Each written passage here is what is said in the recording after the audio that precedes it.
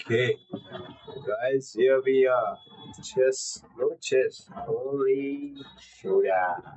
Chess खेलता हूँ मैं भी but कभी कभी मेरे दिल में ख्याल आता है कि जैसे तुझको बनाया गया किसी और के लिए मेरे नहीं. Thank you so much. So, let's get started. वही है कि जोड़ा में आज सुबह सुबह करेंगे जोड़ा. What's up, guys? What's up? What's up? What's up? What's up? What's up? What's up? What's up? कैसे खाएंगे? कुछ नहीं आ रहा भाई लोग. क्या करें? क्या करें? क्या पब्लिसिटी करते हैं?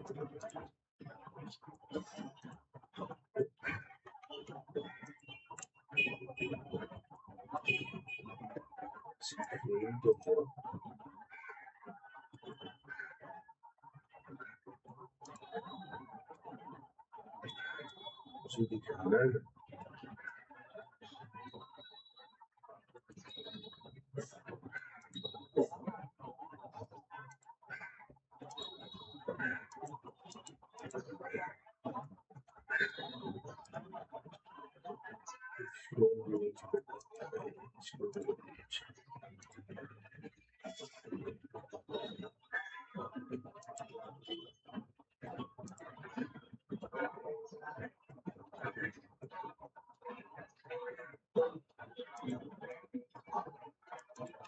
ये किसी मुश्किल में करना है. चुड़ा चुड़ा चुड़ा.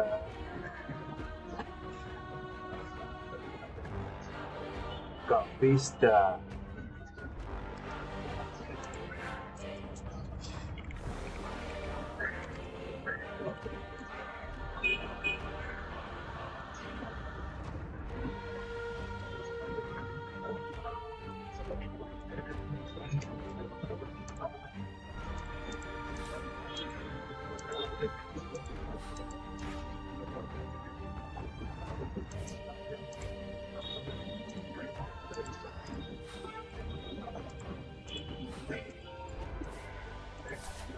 लगता है कि नहीं करना पड़ेगा.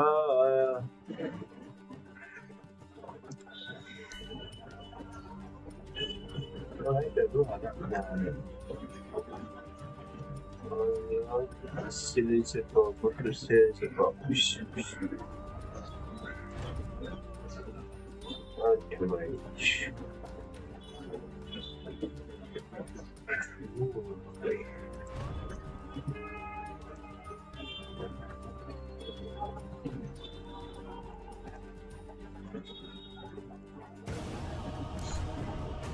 Let's go.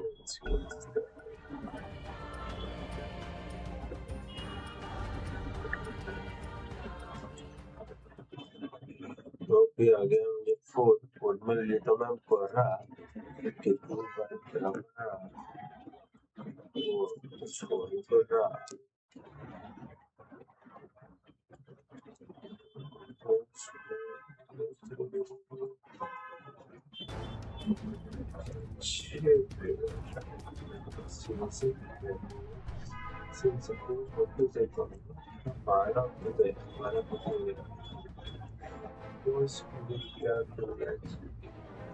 Ten seconds remaining. 5 seconds remaining.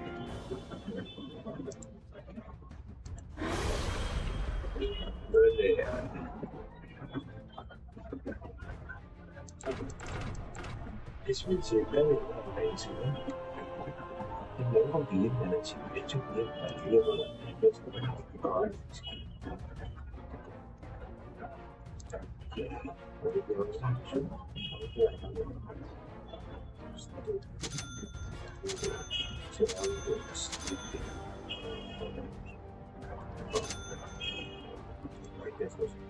क्या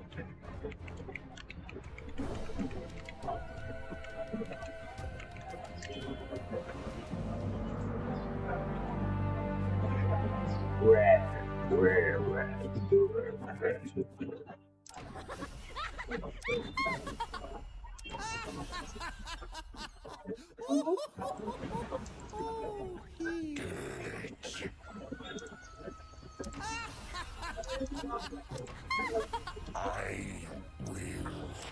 Prepare for battle! If you want peace, you must prepare for war. If you want...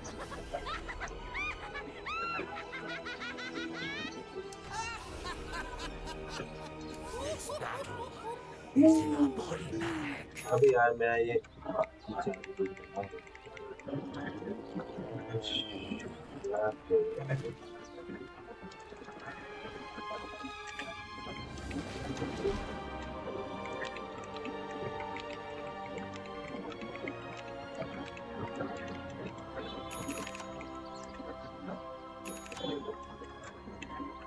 Target practice paying off.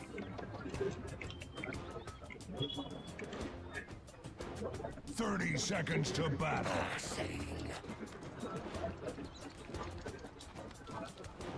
The dirge goes on.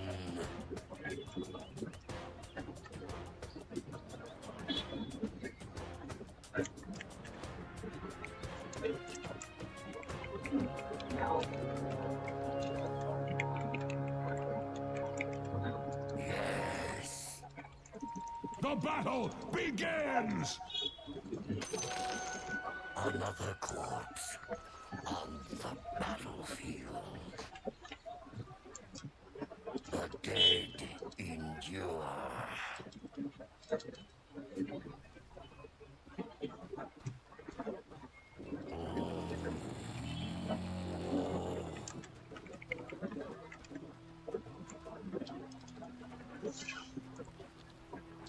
My will.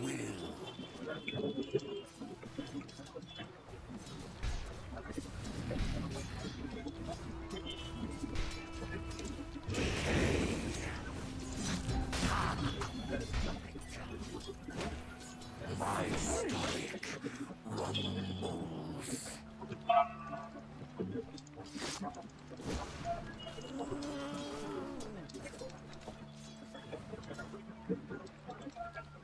Death marching under attack. Rotting.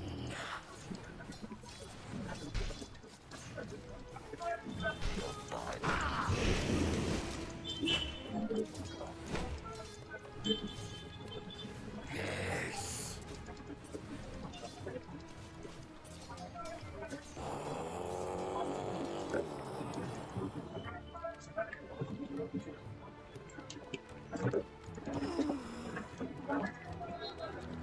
The dead are here.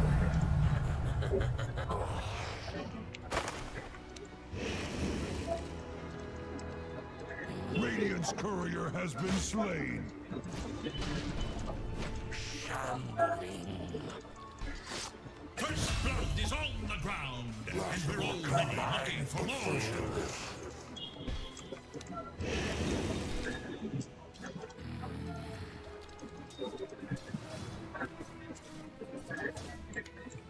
The dirge goes on. I will.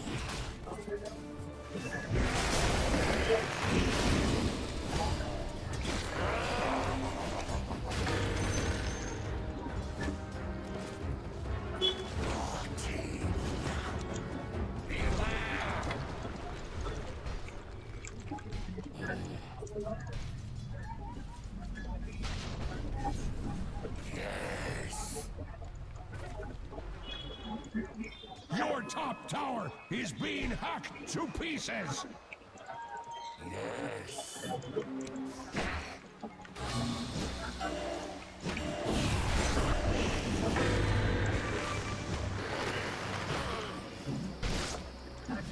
My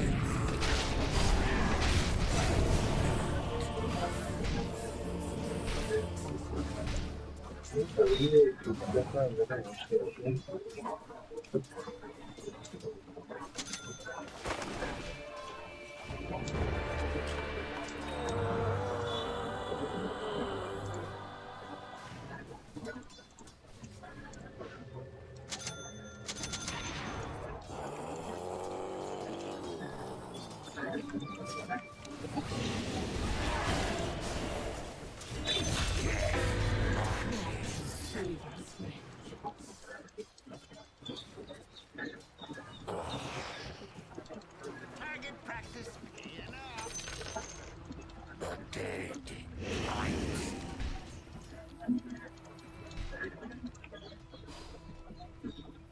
My will. Not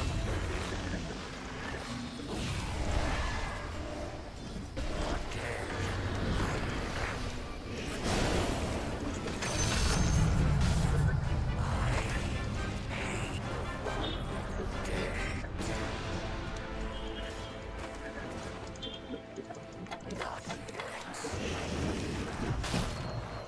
Passing.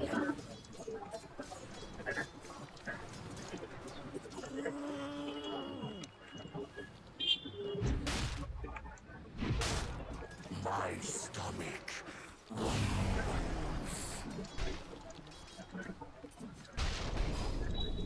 Yes.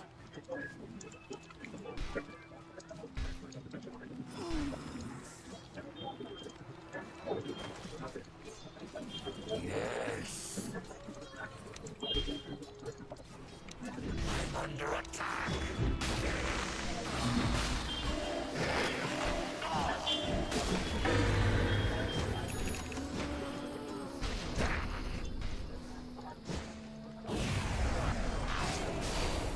The dead endure.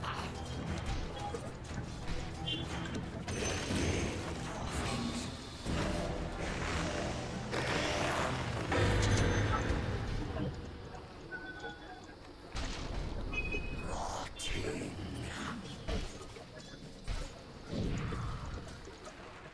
The wild dead.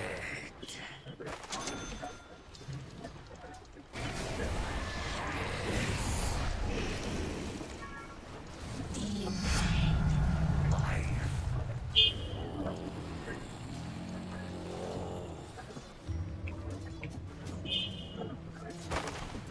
Yes.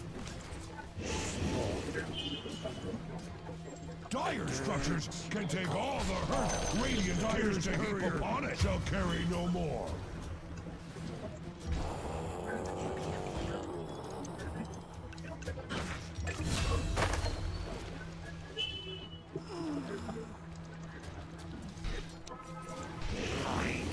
Your middle tower is under attack!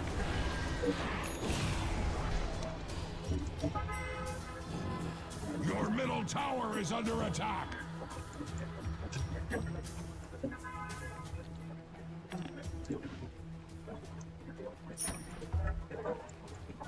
Death marches.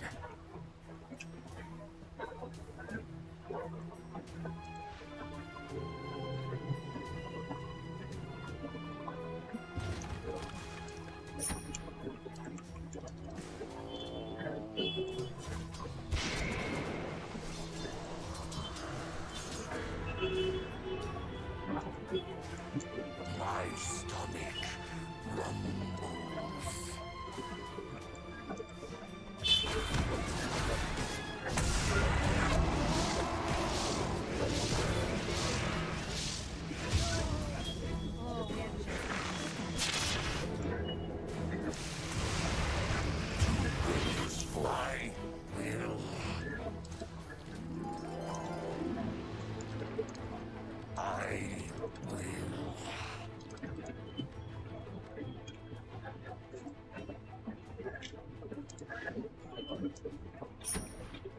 My will.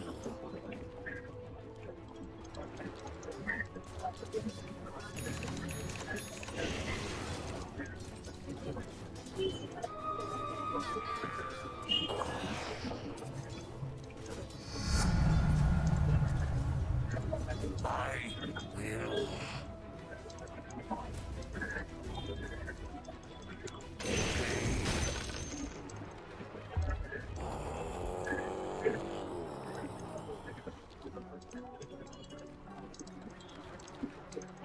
The vile dead light.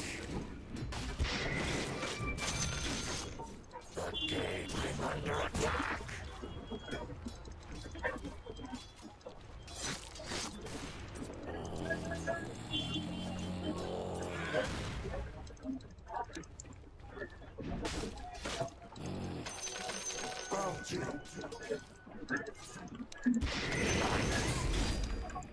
The dirge goes on. The enemy has a bone to pick with your middle tower.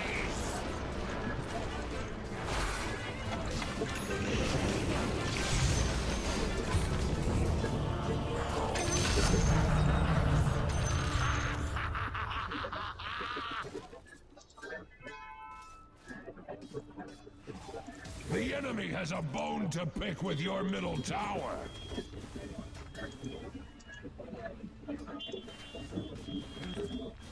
Your middle tower is under attack. My stomach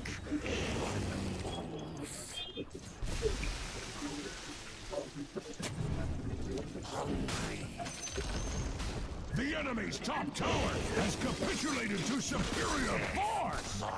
Axe brought his thesaurus. Ha ha!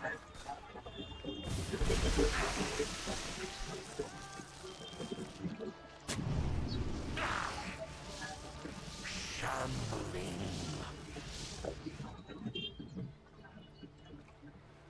Yes.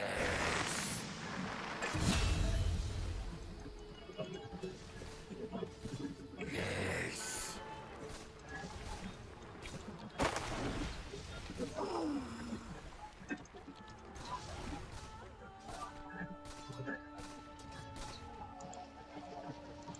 I will.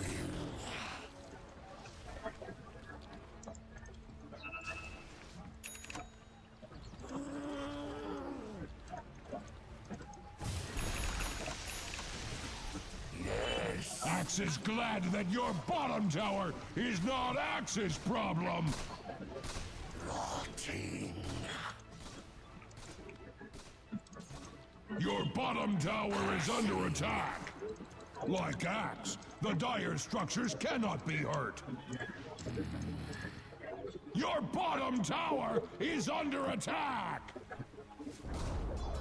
Your bottom tower has fallen. My will.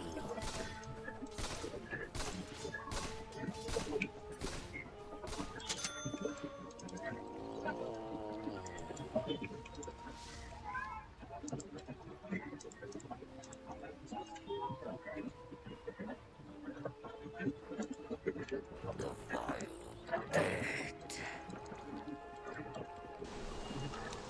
Hunger. My stomach rumbles.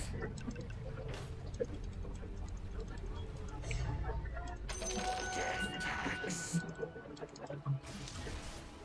Decay. Rotting. Killing spree.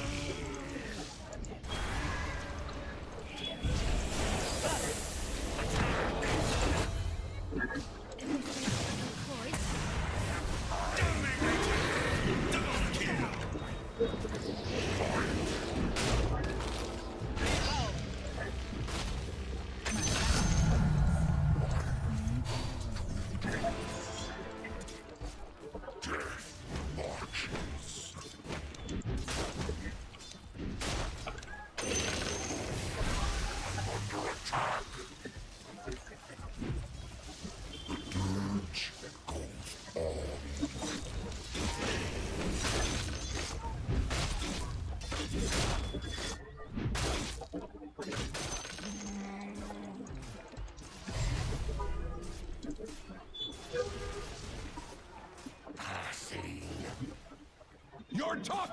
is under attack!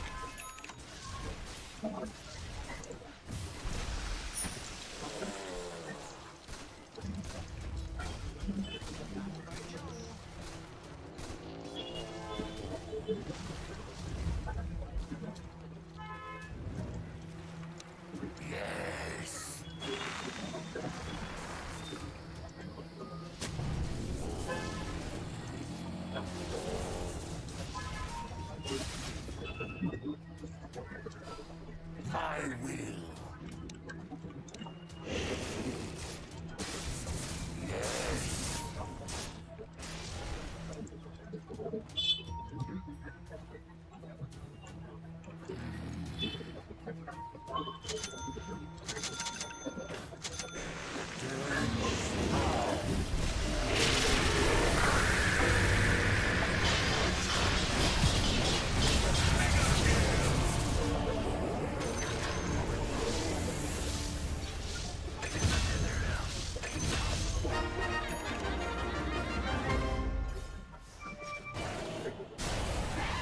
Make you pay for this.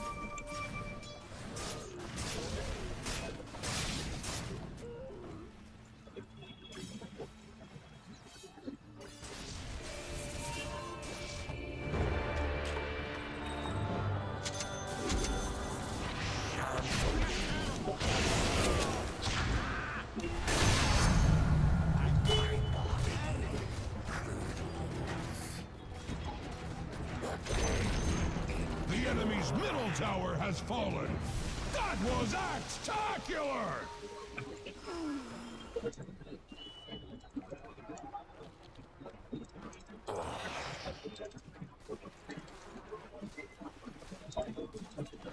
बातें अभी शेर थे तो बस video से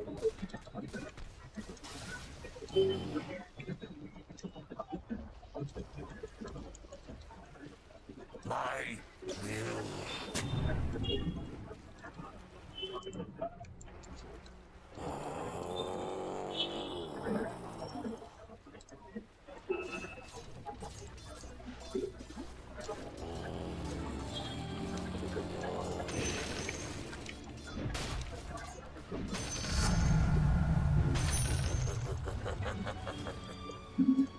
Death marches.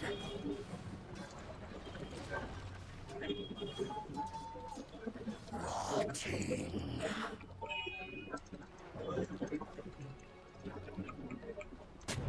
The dead endure.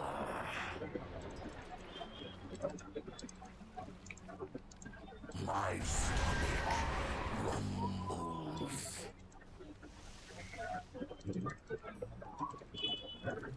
My will. Yes. Your bottom tower is under attack!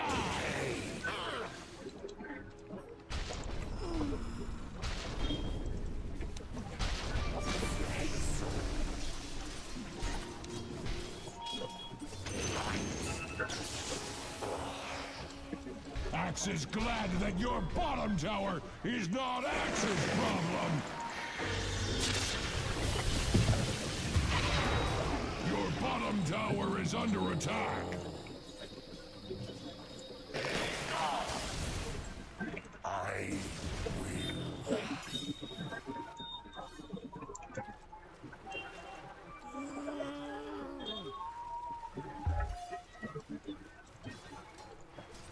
Your bottom tower is under attack! Radiant structures are fortified with 12 important vitamins and minerals!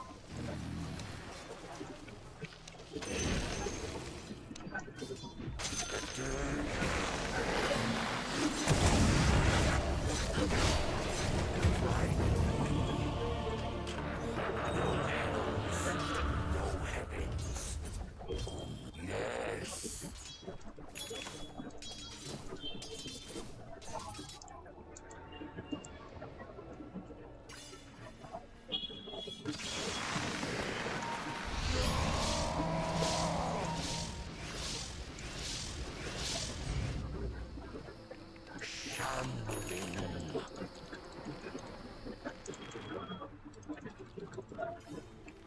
Your top tower is under attack!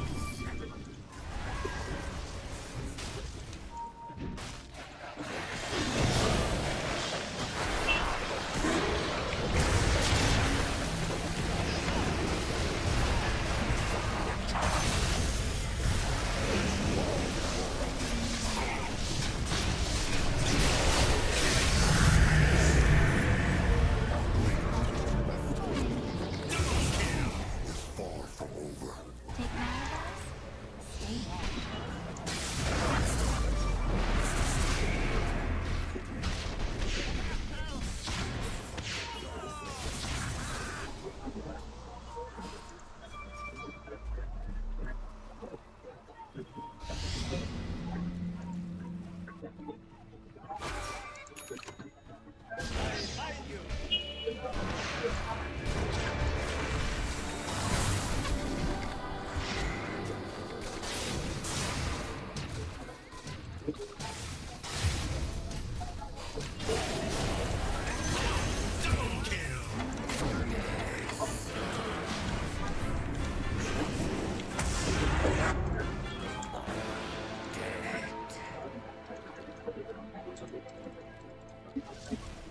Your middle tower is under attack! My will. The enemy has a bone to pick with your middle tower! All will succumb. Your top tower is under attack!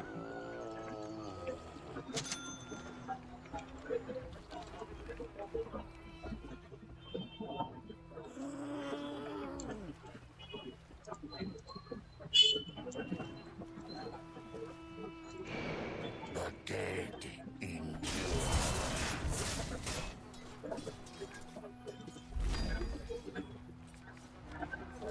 The vile dead laid nail.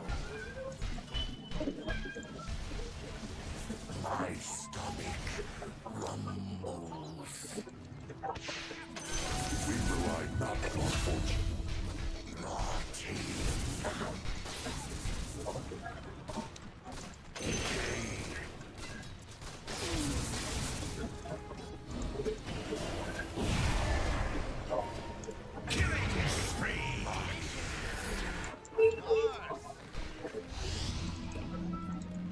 My will.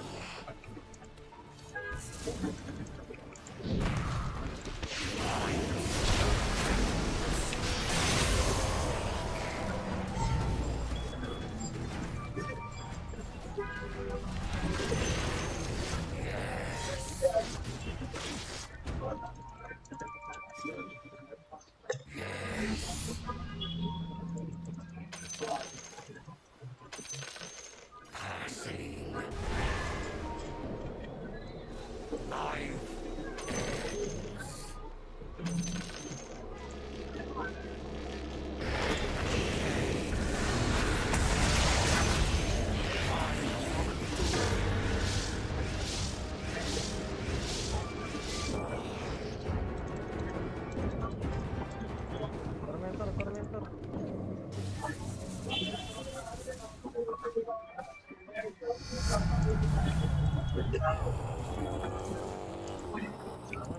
X sheds a tear for Radiant's courier.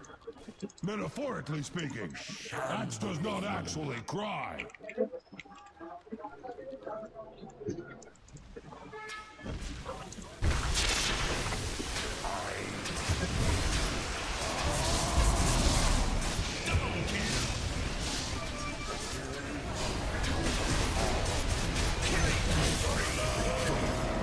Your middle tower is under attack! Human Radiant hides behind their fortification! Killing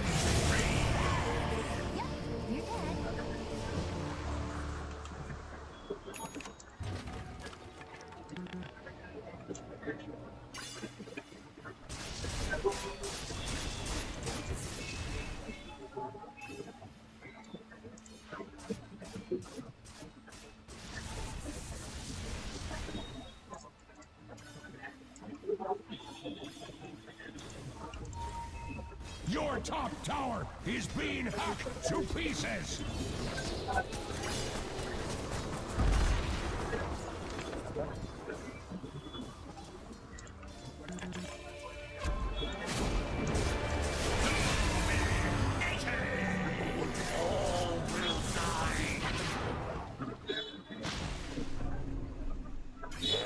Your middle tower is under attack! Your middle tower has fallen!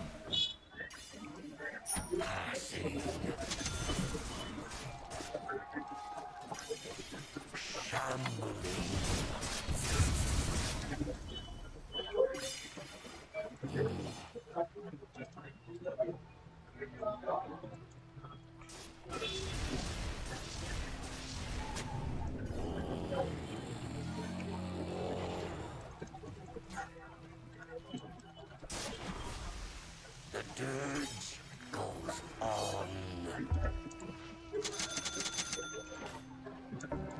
Yes. I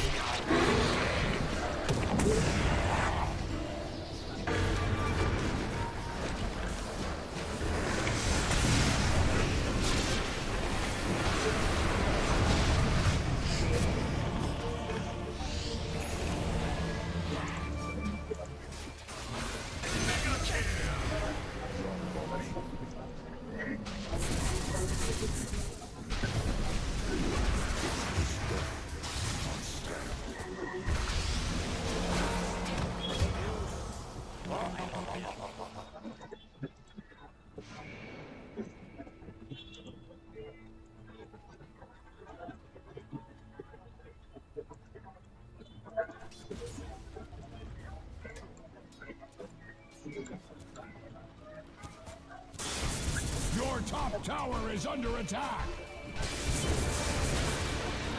Much like Axe's opinion of you, Axe thinks you should die a few times first to get used to the idea!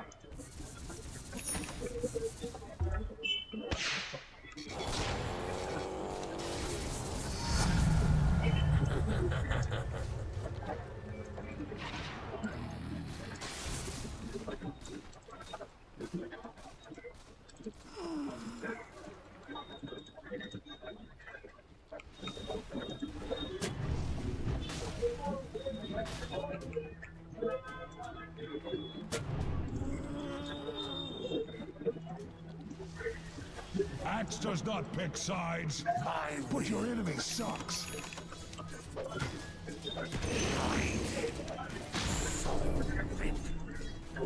I will. The dead endure.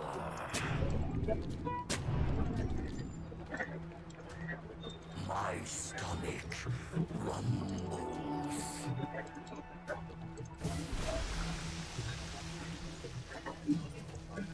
Rotting.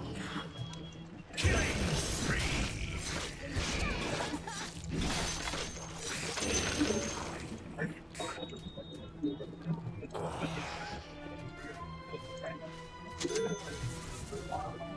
Death marches.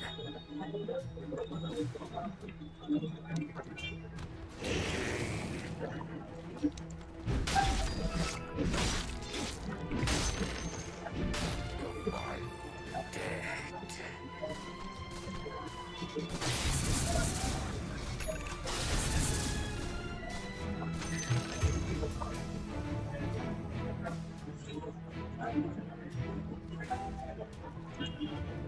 Yes. Yes.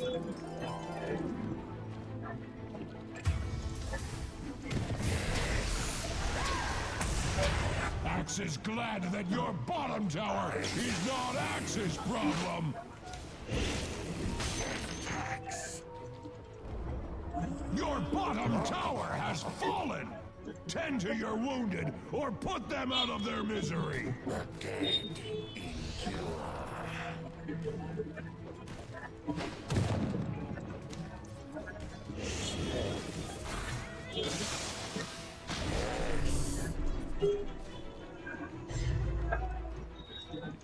Shambling.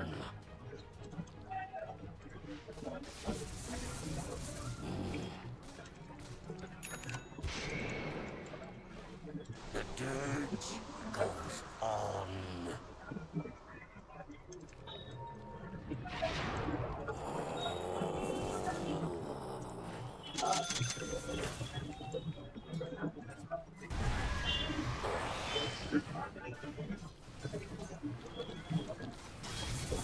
Yes.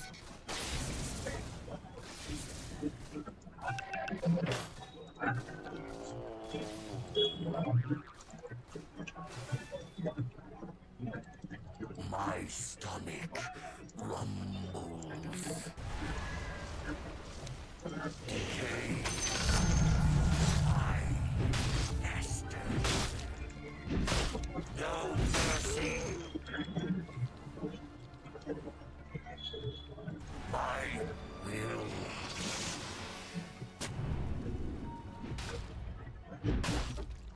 The vile dead.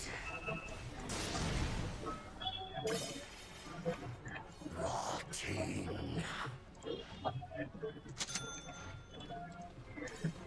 Death marches. Passing. To the swift the spoils.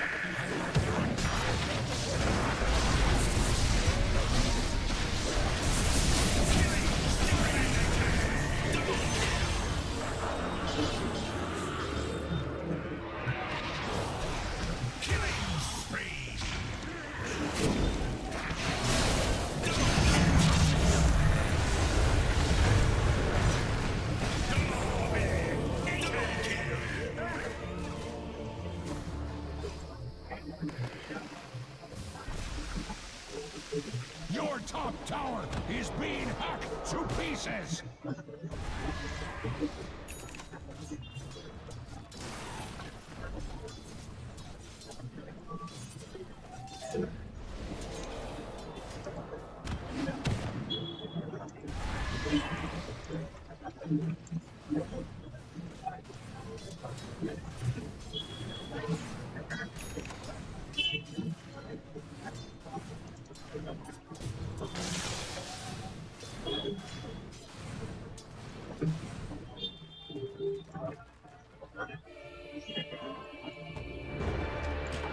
The vile dead.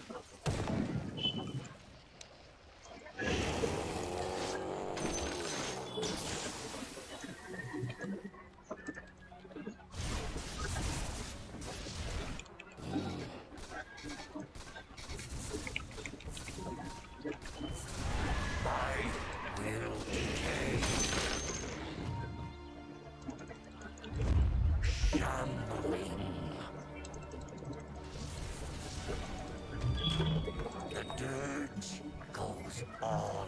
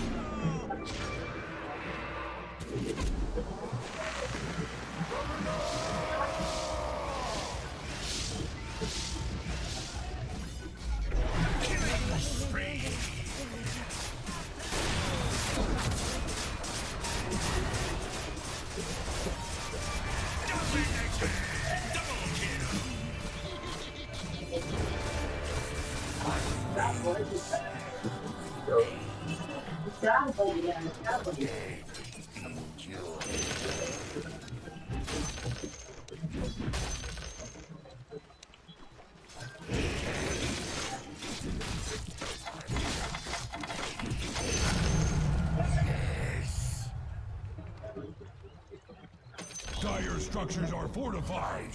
Super fortified. Like you can't even imagine.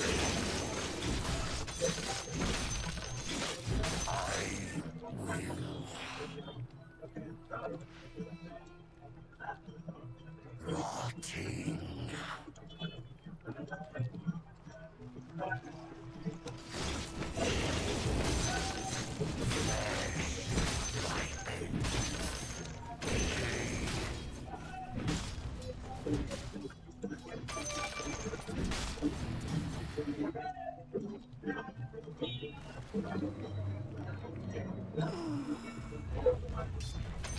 Your shot has fallen to the radiant. You broke the enemy's bottom tower. Axe approves.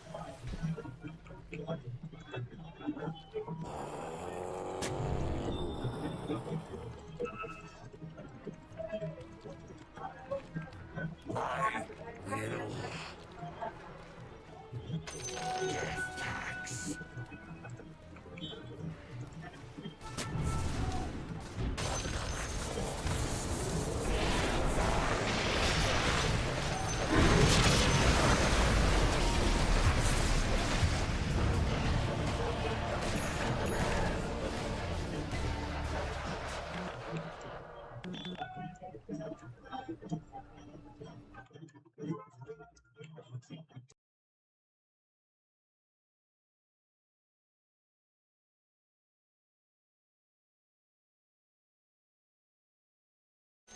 Bounty. The enemy has a bone to pick with your middle tower. Radiant structures are fortified. Your middle tower is under attack. Oh, you thought you were winning?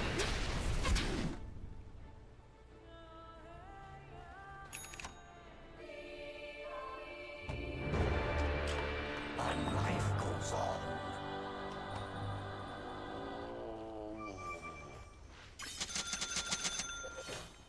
The vile dead.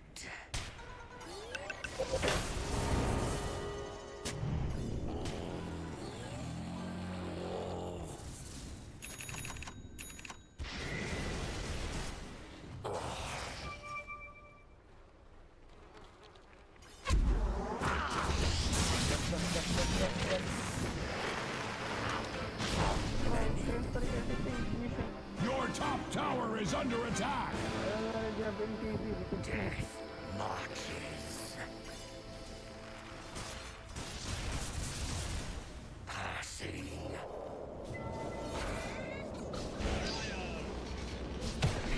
Your top tower is under attack.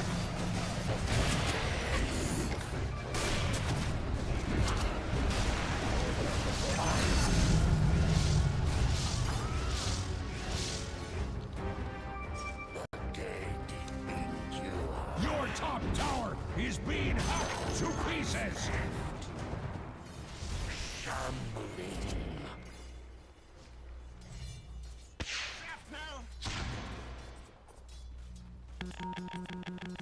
My stomach rumbles.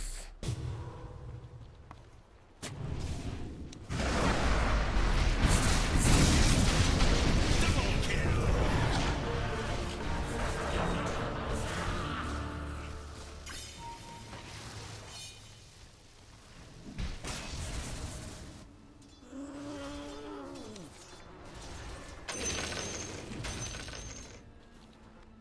I will.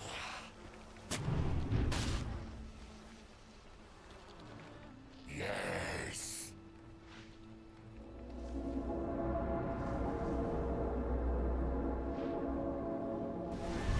Rotting.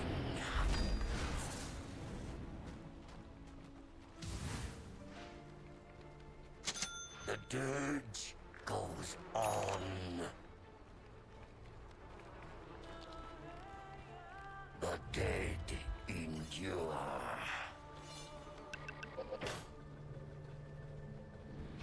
Shambling.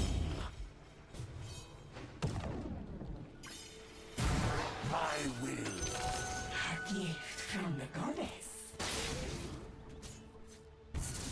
I will.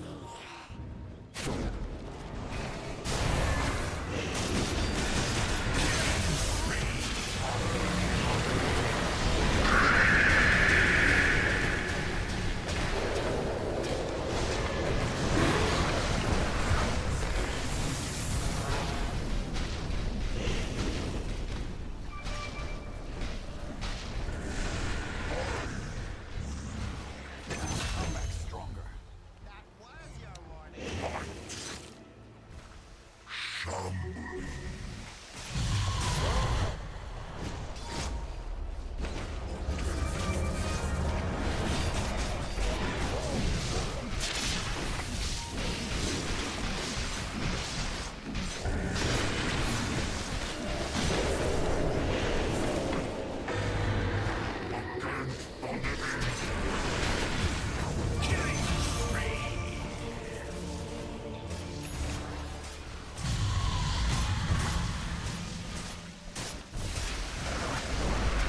Killing spree.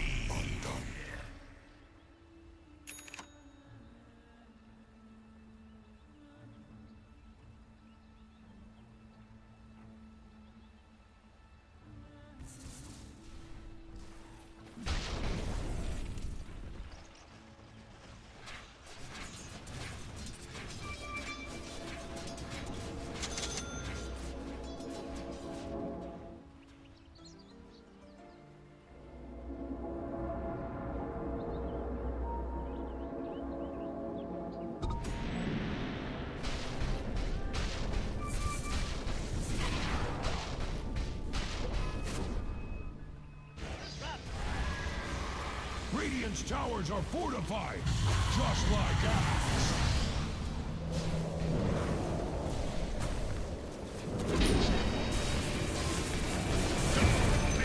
Your middle tower is under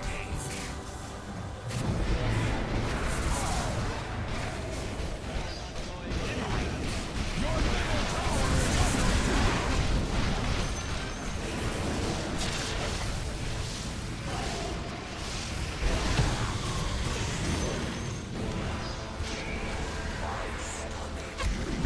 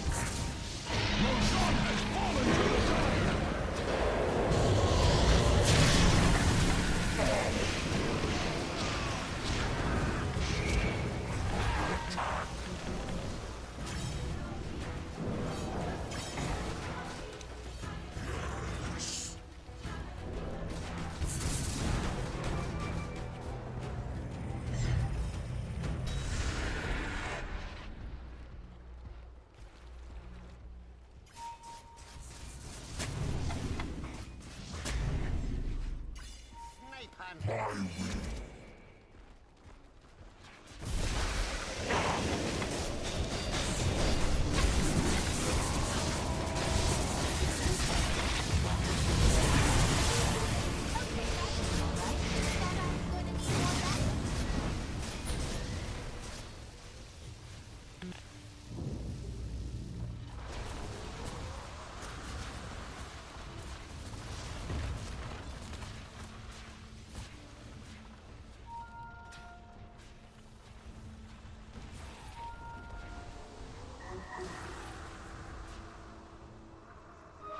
heed.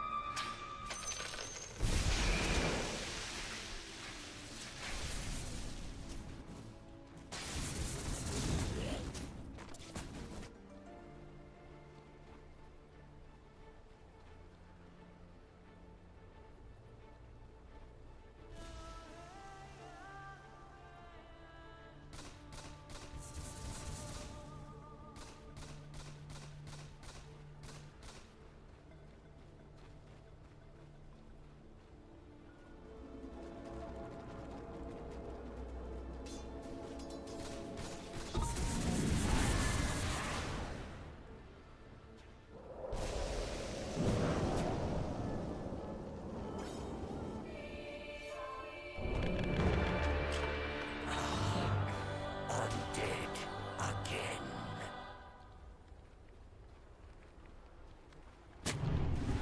Death marches.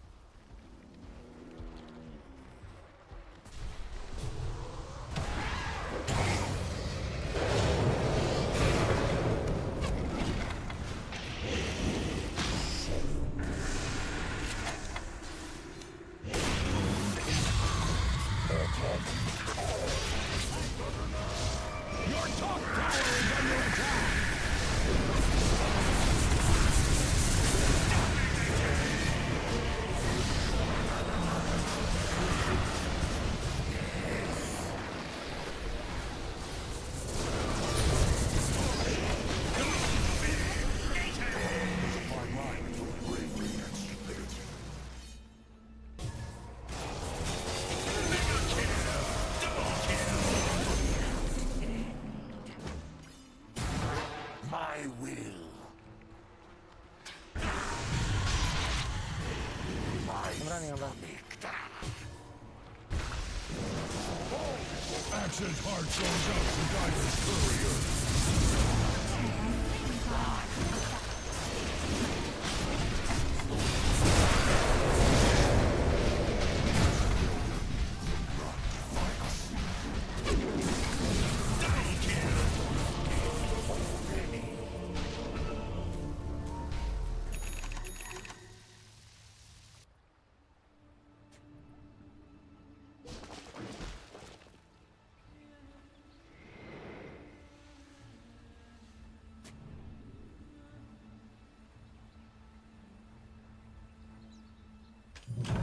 The hells reject me. Shambling.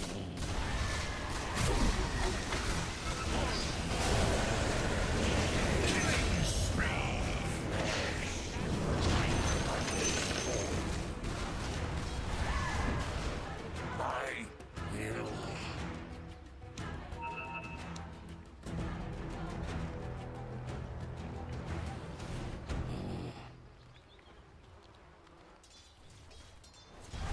Yes.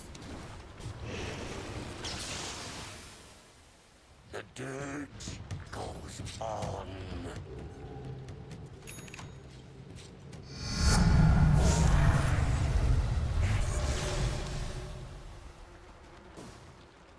I will.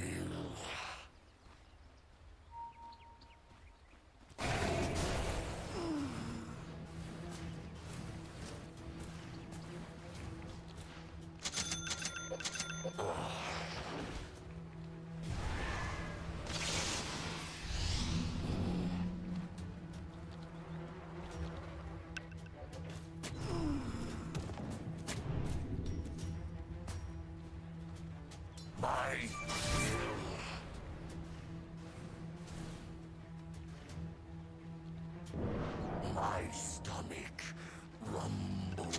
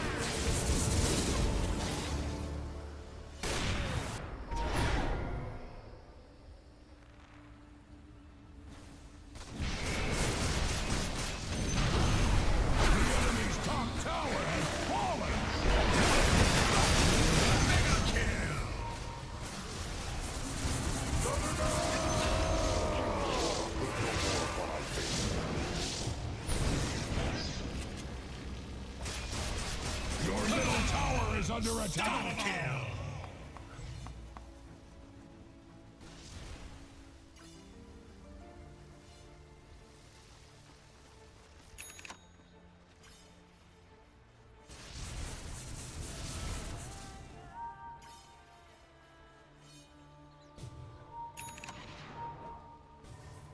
Double damage.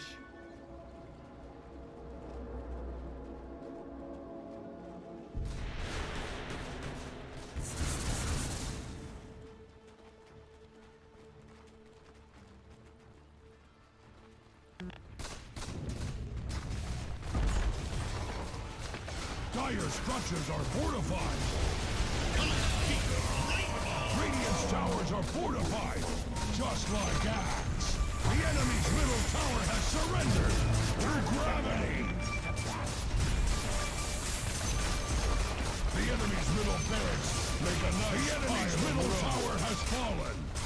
Dire structures can take all the hurt Radiant cares to heap upon it! The enemy's middle tower has surrendered to gravity! Let's get out, bro. Don't force, get out.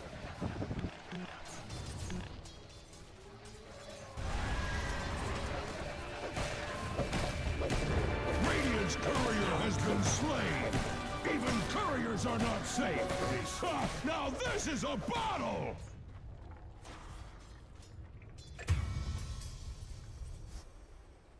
I could see them.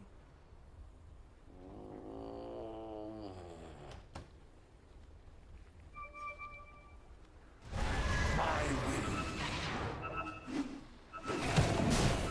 Bro. The dirge goes on.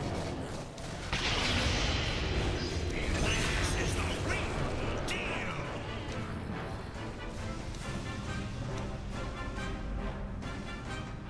Rotting.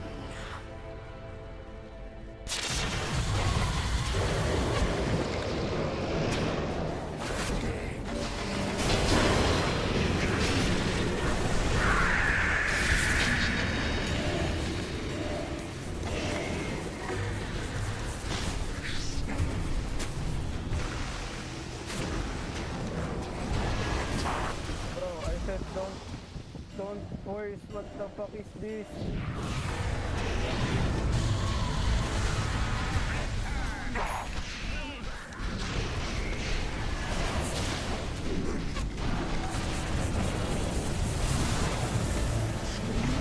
Your top tower is under attack!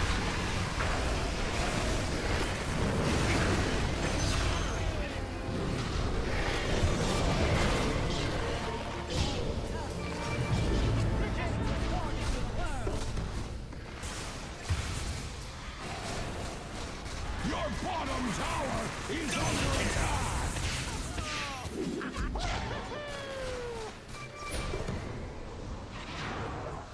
Your bottom tower is under attack!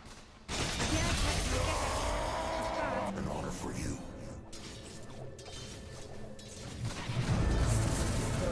Axe is glad that your bottom tower is not Axe's problem! Your bottom tower is under attack!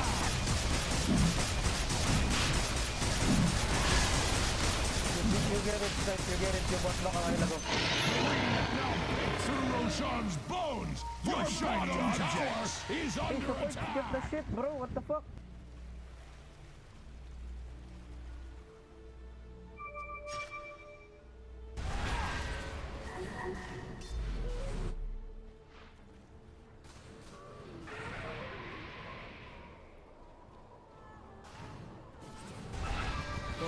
Don't force. Just chill out, bro. Wait for the others.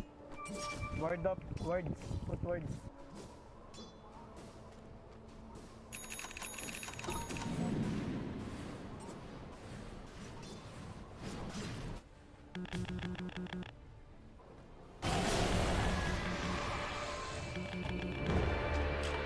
More life to take.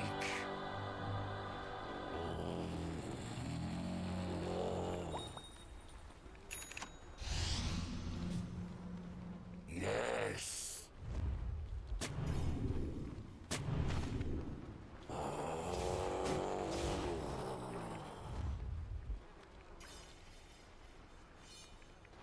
The vile dead.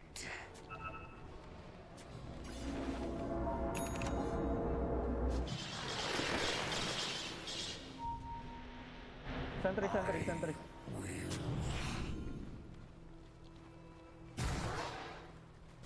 Yes. Rotting.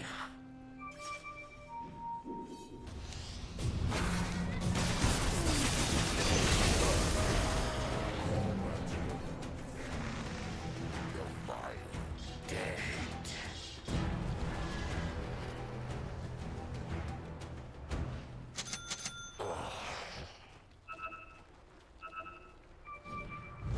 Go. Yes. Shambling.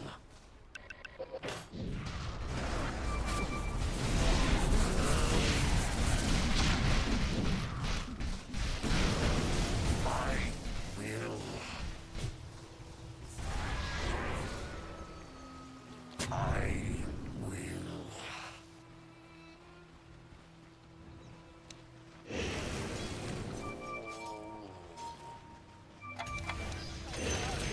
Prophet.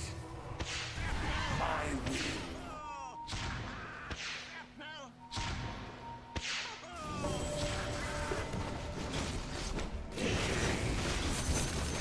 The dirge goes on.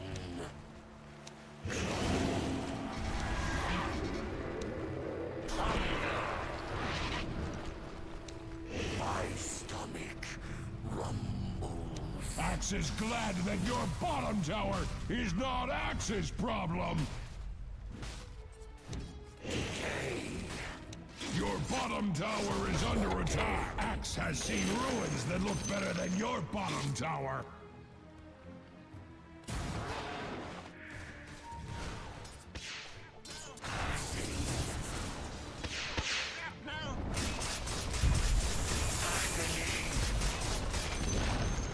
The enemy's top tower has fallen!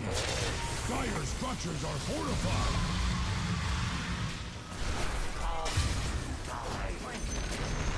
The enemy's top barracks have fallen! The enemy's top barracks have fallen! That was done in the spirit of Axe!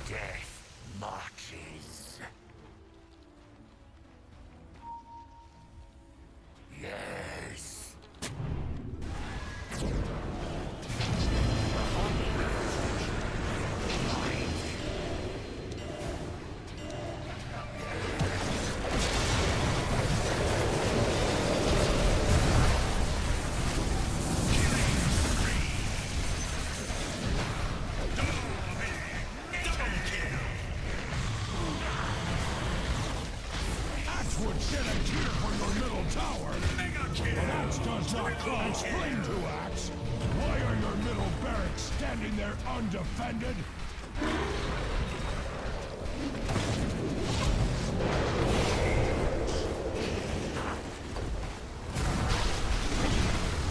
Your middle tower has fallen! Your middle tower is under attack!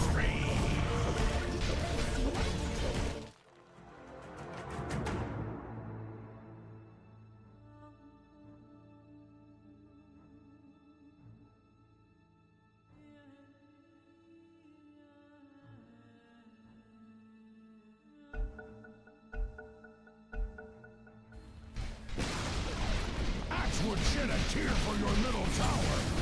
Your ancient is under attack. Axe awards the victory honors to the Dire.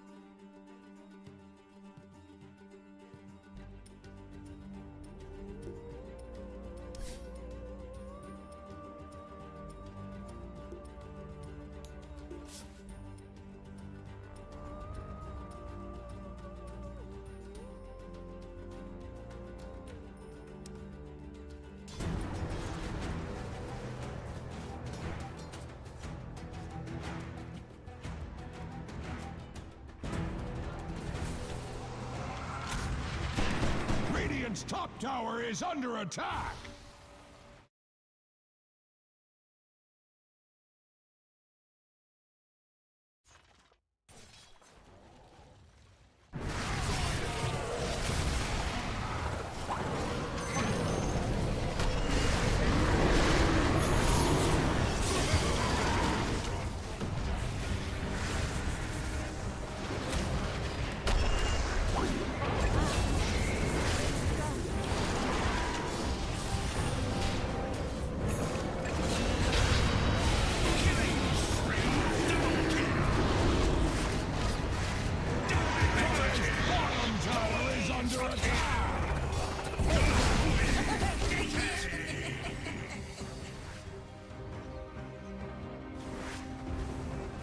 Radiant's middle tower is under attack!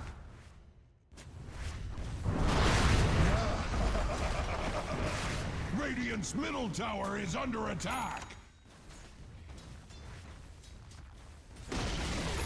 Radiant's middle tower has fallen! The red mist spreads at Radiant's middle tower! Radiant's bottom tower has fallen!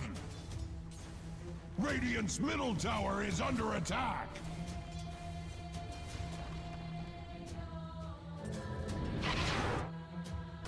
Axe observes carnage underway at Radiant's top tower!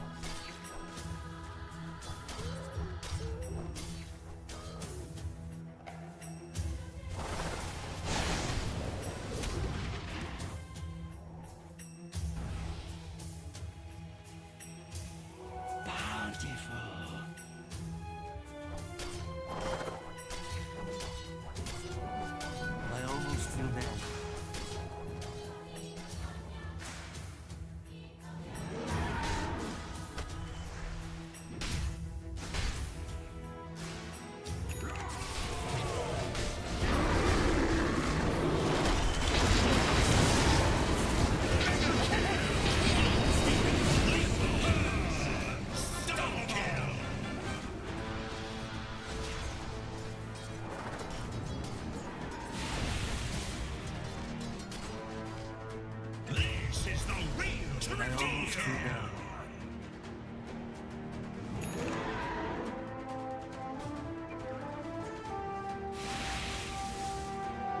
coin helps.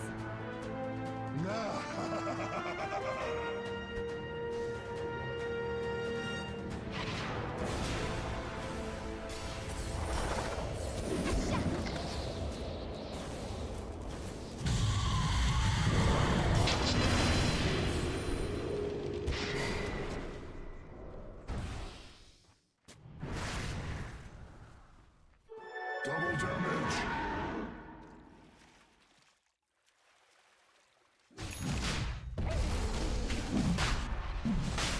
The redness spreads on Radiant's middle tower.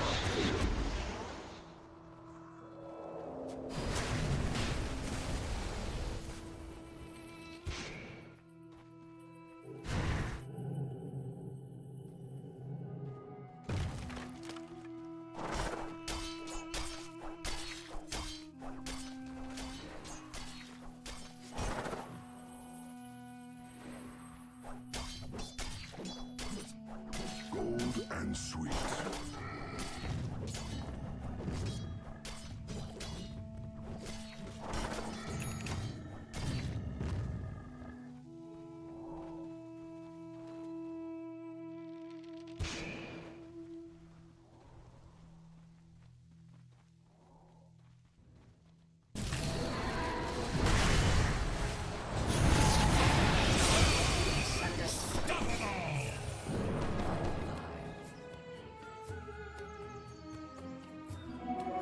Haste!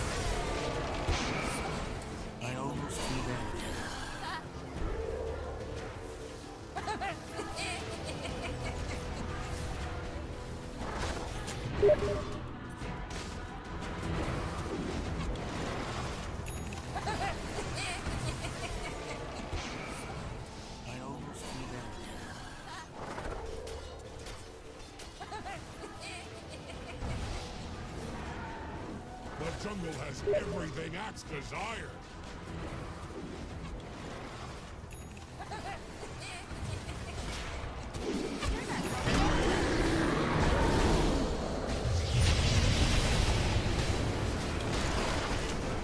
Dire's bottom tower is under attack.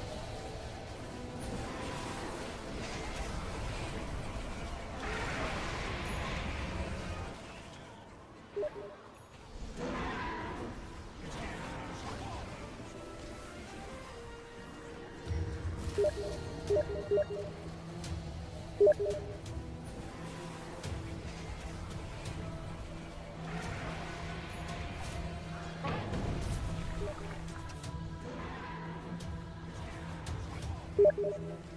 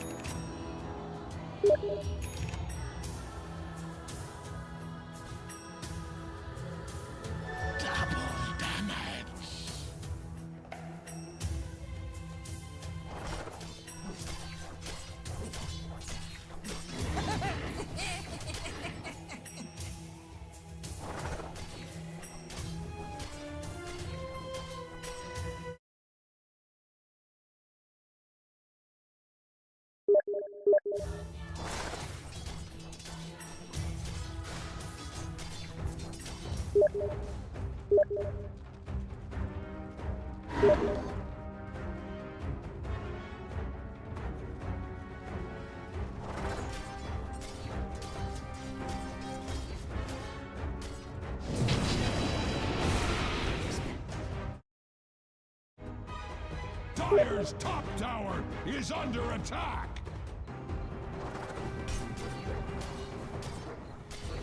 Radiant's middle tower is under attack. Alien Radiant hides behind their fortification.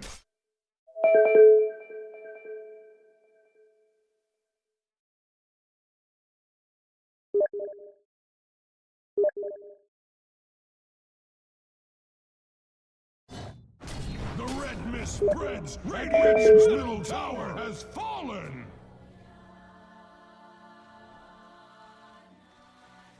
आवाज आ रही है क्या? हाँ, अभी ऐसे बरोबर बात कर सकते हैं। वो इन गेम बिहेवियर्स की बात चुत गई है बेंचोद। चैट नहीं कर सकता भाई, चैट भी नहीं कर सकता मैं तो।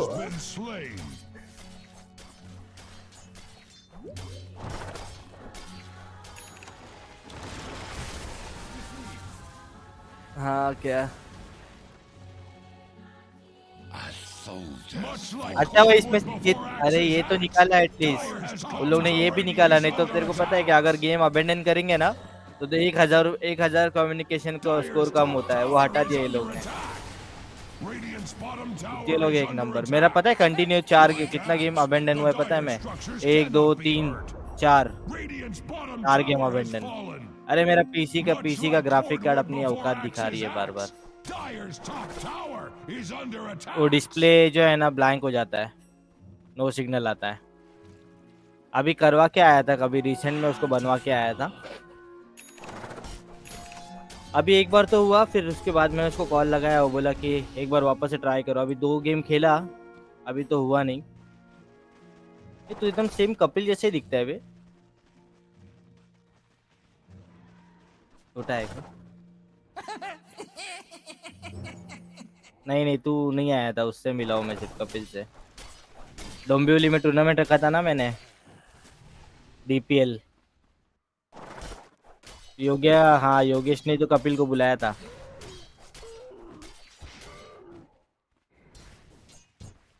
मजा आता है, हम लोग रखते हैं हर साल। इस बार अभी फिलहाल तो रखा नहीं है, कोई प्लेयर लोग एग्री नहीं कर रहा है। साइबर वाला भी नाटक कर रहा है इसके लिए।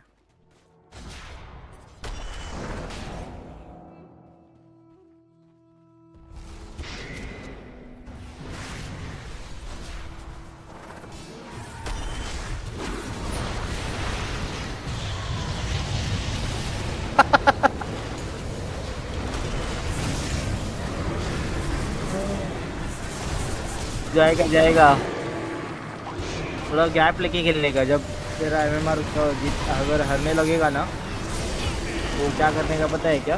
वो जो दिख रहा है क्या अपना प्रोफाइल में देख, बिहेवियर स्कोर ये है, सॉरी एमएमआर रैंक कॉन्फिडेंस है ना, वो जितना कम होएगा ना तो तेरे को ज़्यादा एमएमआर मिलेगा हर एक गेम में जितने पर। वो कम करने का मतलब 1 हफ्ता 2 हफ्ता गैप लेके खेलने का, तो कम होता है ना तो उसके बाद गेम जीतेगा ना तो तेरा एमएमआर ज़्यादा बढ़ेगा। अभी कितना है तेरा रैंक कॉन्फिडेंस? हाँ तो वो कम होना चाहिए। मेरा 70 है। अभी मैं एक गेम खेलूंगा ना तो मेरा 30-40 एमएमआर बढ़ेगा। अरे यार मैंने सिंगल ड्राफ्ट ये इंडिया क्यों रखा, तभी गेम नहीं आ रहा है। कल मैं 25 मिनट से गेम फाइंड कर रहा हूँ और बाद में मैंने देखा कि साला ये तो इंडिया सर्वर पे जा रहा है। बाद में देखा लगेज गेम आया है, एशिया रखा तो इंडिया में कोई खेलता ही नहीं है एलपी, इसकी माँ का।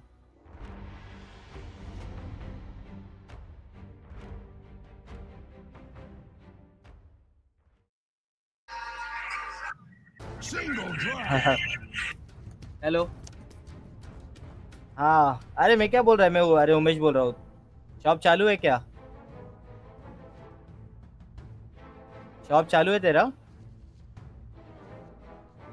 अरे विशाल हेलो, शॉप चालू है ना? हाँ ठीक है चलेगा, आता हूँ मैं।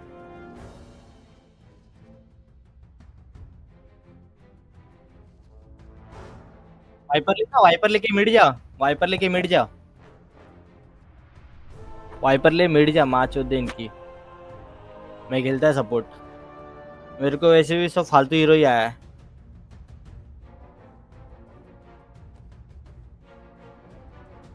डाइजल खेलता हूँ, डाइजल। 10 seconds remaining. अरे वाइपर ओपी है, स्वैप नहीं कर सकते ना अपन? Seconds remaining. स्वैप करता ना तो गेम बजा देता इन लोग का मैं। सेकंड थर्ड पे खेल, नहीं तो फर्स्ट थर्ड पे खेल, डिपेंड करता है तेरे ऊपर है।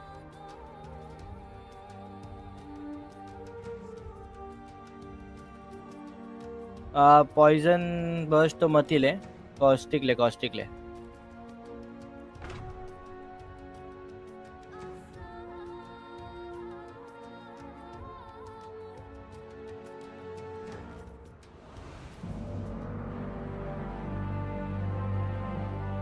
डाइजल लेके मैं इनकी बहुत मारने वाला हूँ खोल के अभी, बहुत ओपी है डाइजल इसमें।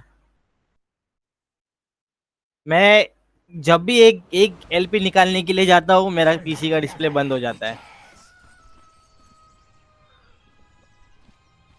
अभी देखते हैं चलता है कि नहीं चलता है अच्छे से। Prepare for battle. चलना चाहिए यार, कब से एलपी में ही फंसा पड़ा हूँ मैं। I glide on swiftly. मैं तो बोलूँ तेरे को, हाँ वैसे ही सेप्टर वाला ही खेल, टैंकी खेल, टैंकी मतलब माइंड फक कर देता है वो। ये सेकंड और थर्ड पे ही खेला, सेकंड थर्ड। हाँ वार्ड नहीं लिया है तू?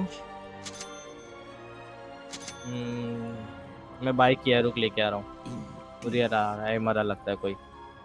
स्टन डाल के बैक को चूती है, स्टन डाल के बैक को, हाँ बस इधर जा रहा है बैक को। 30 नहीं नहीं नहीं seconds नहीं to नहीं, battle. वो 12 वो धक्का लिया है उसने, और जैसे पहला हिट उसको धक्का मारा रोश इसको लायन को।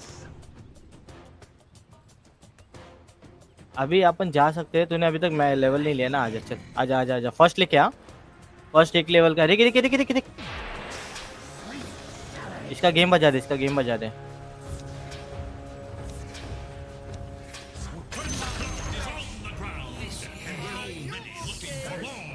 हाँ हाँ, ओ किधर जाएगा जा जाके, मैं इतना स्लो किया है ना उसको बंद। ये देखिए इसकी मौका, बम भी फेंका, ये भी डाल दिया ना, पॉइजन टच। I fly. हाँ फर्स्ट एक लेवल का रख।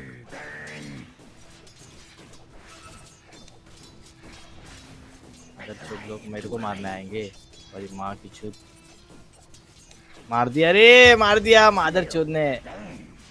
अरे मेरे को ये हुआ कि नहीं, मेरा मैंने अपन ने मिलके मारा ना इसको।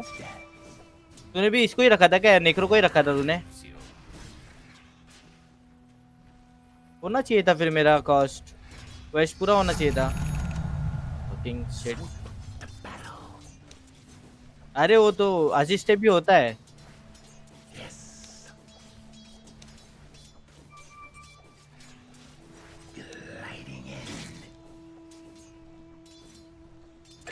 Dyer's courier has been slain. I'm under attack. मारा चुके है एक्स। क्या कुछ भी कर रहा है एक्स, पीछे होने का तो उससे फोन भी बंद कर रहा है गायरों से।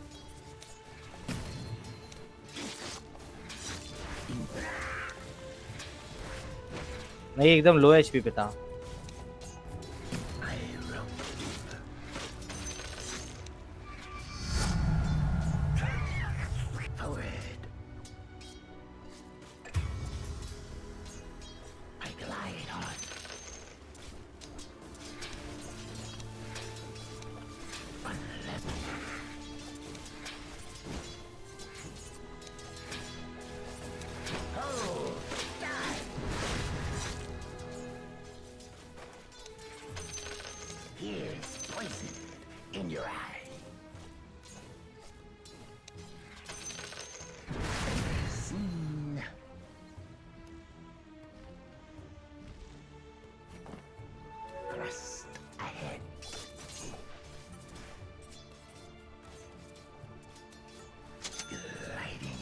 आले का बहुत हीट लग रहा है यार।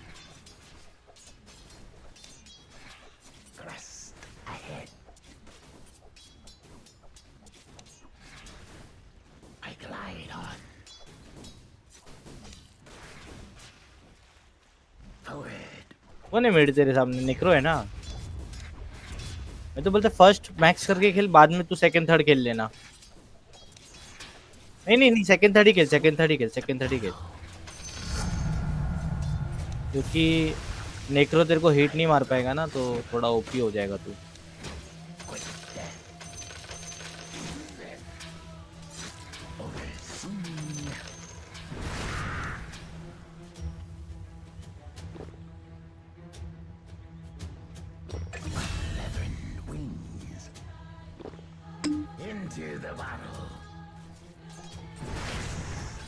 Dyer's courier shall carry no more. Spinning distance.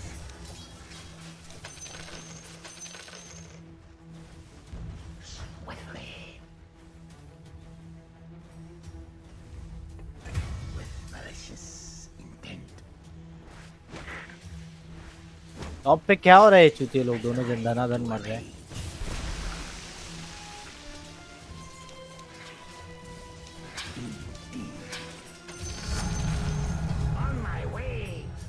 मादर छतरी I glide on.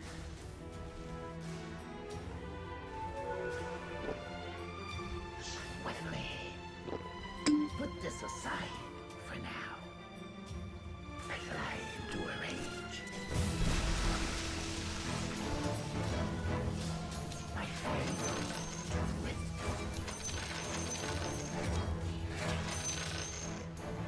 मैच छूतिए लोग हैं।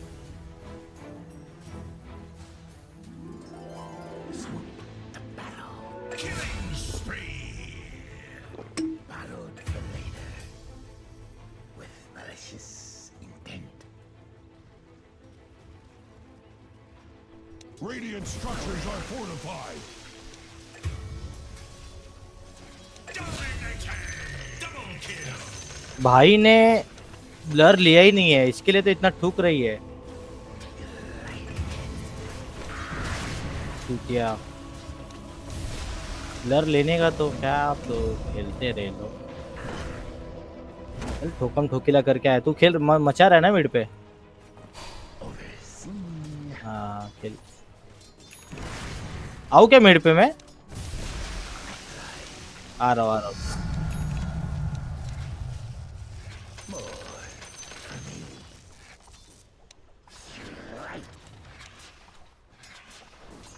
Your top tower is under attack. Deny कर ना, डिनाई कर। अरे यार टॉप पे जा रहा हूँ मैं, वो भाग गया ना, क्योंकि ये चूतिया साला टॉप पे मर रहे लोग धनाधन। रून देगा, टॉप रून जाना तू। नहीं तू बॉटम जा, बॉटम जा, बॉटम जा। वो टॉप साइड गया ना, बॉटम जा। बॉटम रून है, बॉटम रून है। हाँ बॉटम रून है। ये चूतिए लोग हैं टॉप वाले, साना धन मर रहे हैं। बॉटम में जाता हूँ, बॉटम वाले को हेल्प करता हूँ, टॉप से कोई उम्मीद नहीं है।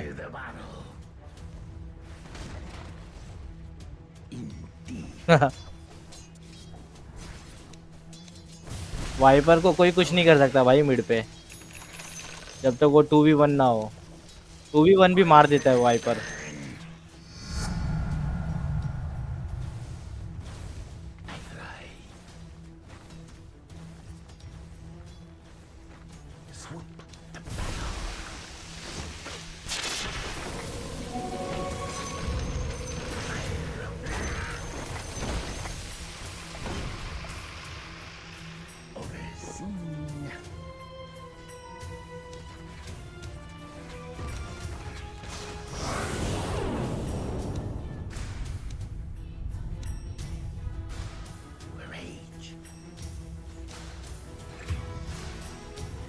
मार चुद गई।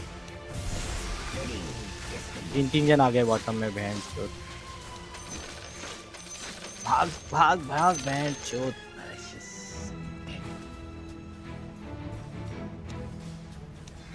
इधर बैंड के लौड़े 3 लोग आ रहे हैं मादर चोद बॉटम में। हाँ आजा आजा।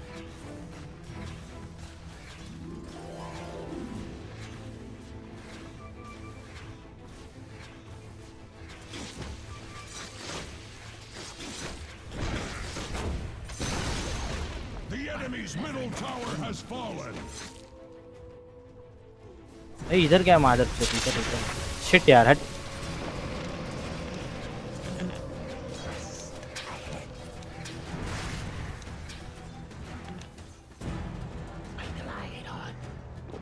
कौन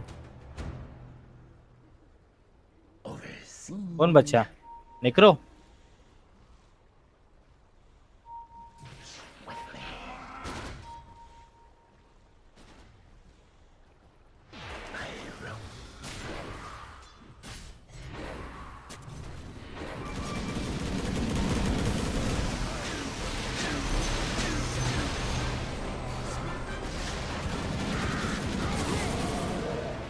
बहुत गलत कॉल दे रहा है, बहुत गलत कॉल दे रहा है ये। इधर इधर इधर इधर। Bone to pick with your middle tower. मैं मर गया बहन चोद, लग रहा है ऐसा। मर गया मैं। भाग जा भाग बच। माँ चुदा ने क्या वो सपोर्ट के चक्कर में मत बन। निकरो भी आया उधर। क्या है तू? हाँ बना ले ट्रैवल। और देखो पैसा बता रहा है तेरे को।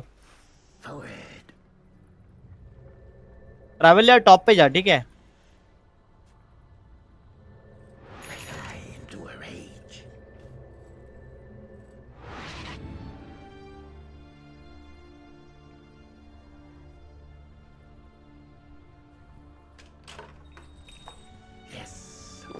माँ चुद गई बहन चोद। अरे बड़वा है एक से ये मादर चोद आती है उसके ऊपर चढ़ गया।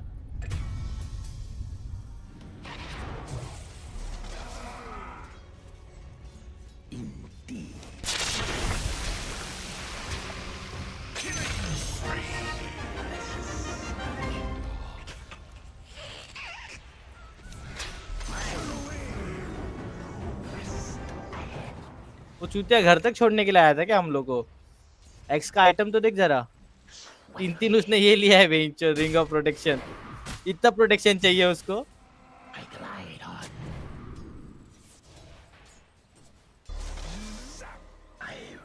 अरे अभी ये बनाओ, क्या बोलते हैं वो, हुड आता है ना, हुड ऑफ डिफेंस। हुड नहीं, ये रहेगा, गायरो रहेगा। एक ये वॉरलॉक है। रुक जा, नहीं तो जा ना टॉप पे जा तू।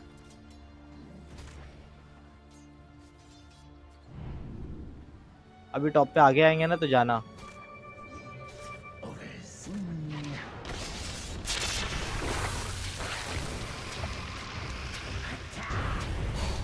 ये भी आ रहा है टॉप पे। मार मार मार मादर चोदों को।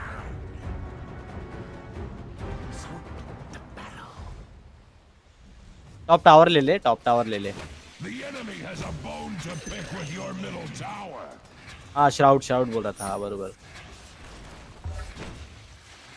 नहीं तो एग्नी मारा तो एग्नी बना ले, उसके बाद लेकिन शाउट बनाना।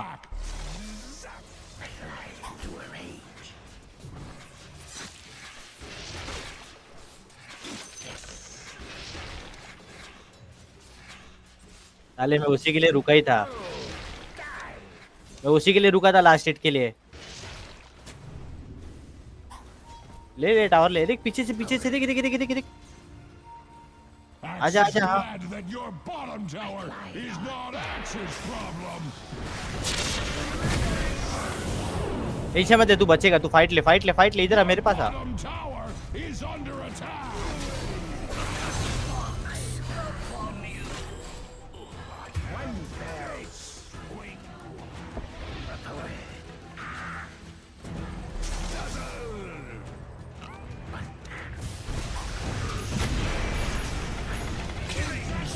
ये अभी क्या एक ही बार डाल सकता हूँ, अरे बार बार डाल सकता। I don't believe in good and evil. I make do with life and we'll keep trying. हाँ तो गया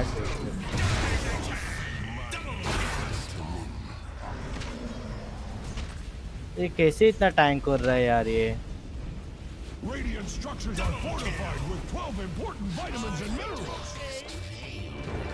उसको हुडू देने के चक्कर में मैं बेंच खुद मर गया।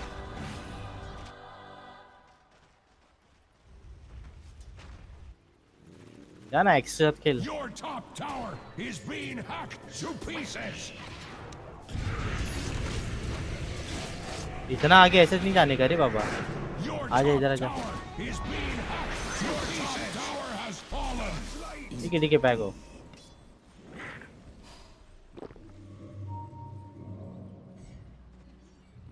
इधर इधर इधर इधर इधर इधर इधर मेरे इधर।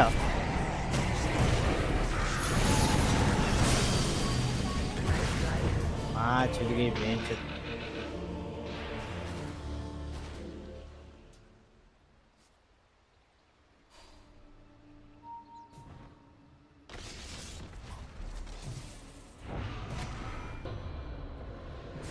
Mega kill. माँ की चूत यूज ही नहीं हो रहा है कुछ। लायन तो चूतिया एक नंबर का। Your bottom tower is under attack. Farm कर। Your bottom tower is under attack. मैं तो बोलता पहले एग्नी में बना ले। Structures are fortified.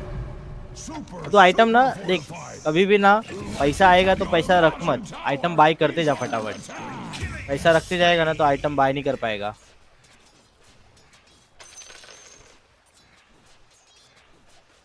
Axe is glad that your bottom tower is not Axe's problem. Your bottom tower has been denied. I fly into a rage. Yes. Poison. आजा आजा, आता रहेगा तो आजा। Double damage.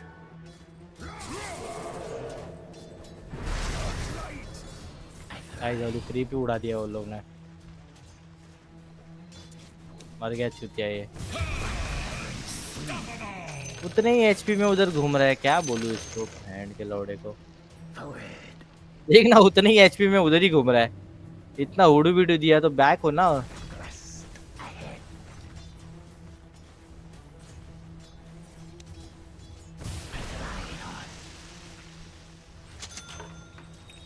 क्या टीम है एकदम ये लोग, तो तीनों के तीनों चूतिए है ये। Lighting in.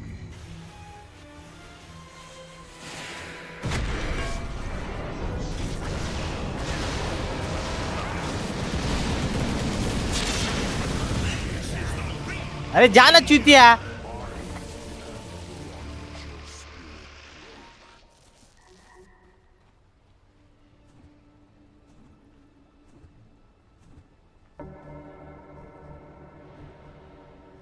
अरे एक नंबर का चूतिया है ये पी है।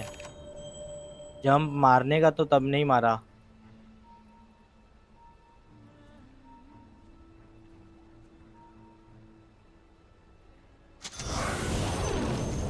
The enemy's bottom tower has fallen.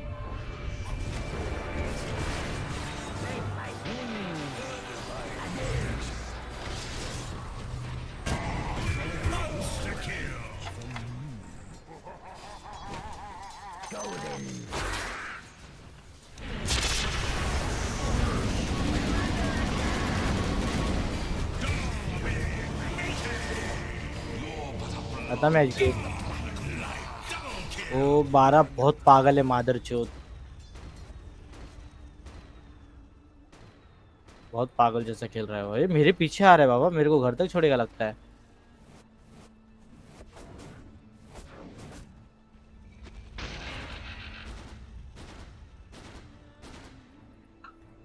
Dazzle!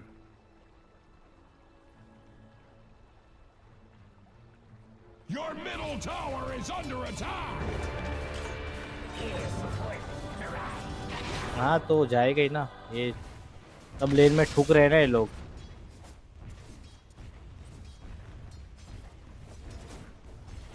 अगर ये लोग मरते नहीं ना आज सब लेन में, आराम से अपन जीत जाते हैं।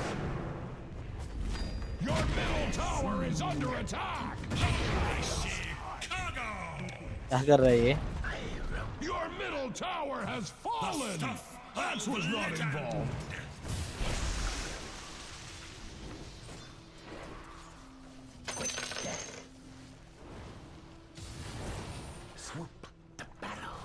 ये लोग का रैंक बहुत कम है लग रहा है।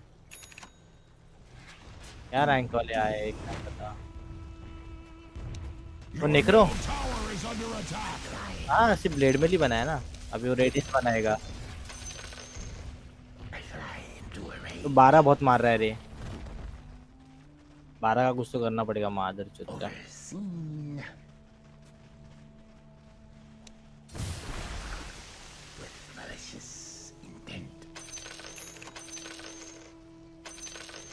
गारंटी मेरे पे चार्ज दिया रहेगा बड़वे ने।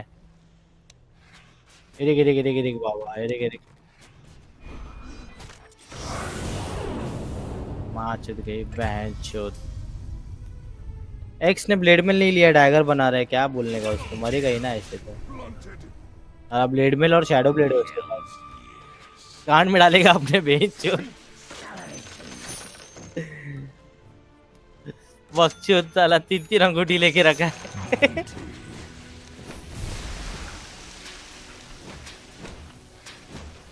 ये नेक्रो टॉप पे फार्म कर रहा है साला फुकट।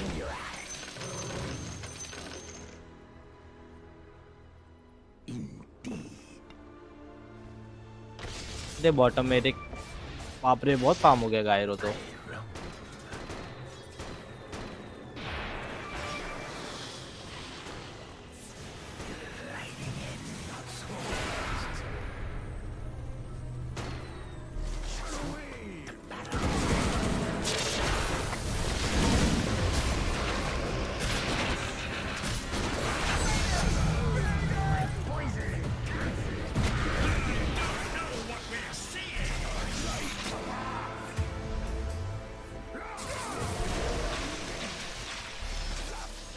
चलते रहो।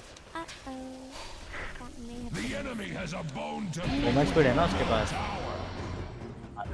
नहीं ना, हैक्स नहीं है ना। ये इधर ही आ रे। अरे यार, अरे आगे आ रहा है।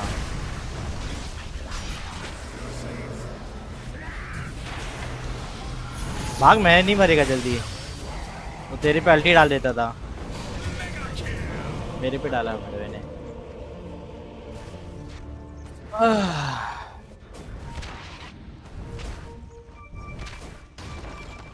हाँ इन लोगों का रैंक लो रहेगा ना, मेरे को तो इमॉर्टल वगैरह आते हैं मादर चुत साले।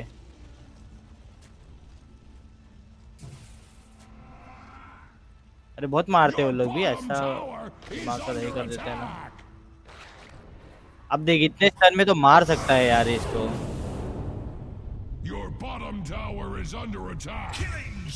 गलत जगह आ गया, माँ चुद गई बहन चोद,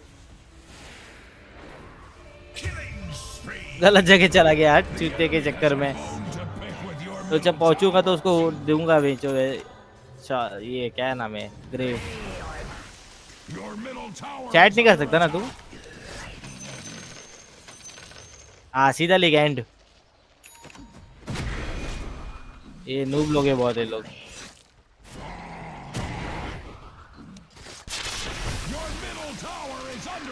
अरे काट जल्दी, तेरी माँ का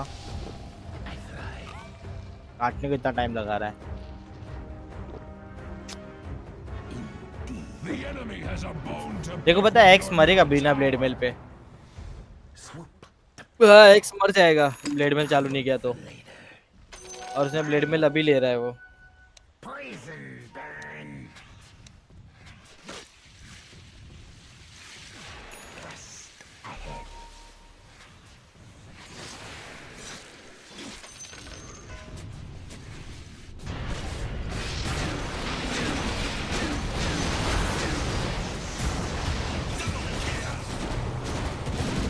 तो चूते को दिया ना, सपोर्ट हूँ मैं, सपोर्ट नहीं खेलूंगा तो फिर ये लोग रोएंगे। ये लोग बोलेगा ग्रेव नहीं दिया, ग्रेव नहीं दिया, चालू हो जाएगा ये लोग। Your middle tower is under attack. कौन आ रहे रे, आ रहे भाई साहब। अरे माना नहीं बचा रे, माना नहीं बचा। वो आएगा, देखे इसको एक चापटी देगा, देख 12। The enemy has a bone to pick with your middle tower.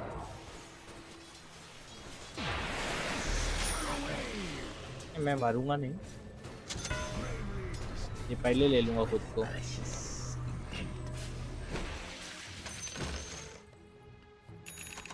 fly into a rage. हाँ बस अभी उड़ी मारा कर, जब वो कुछ करेगा ना चालू, उसकी माँ चुन माँ चुन।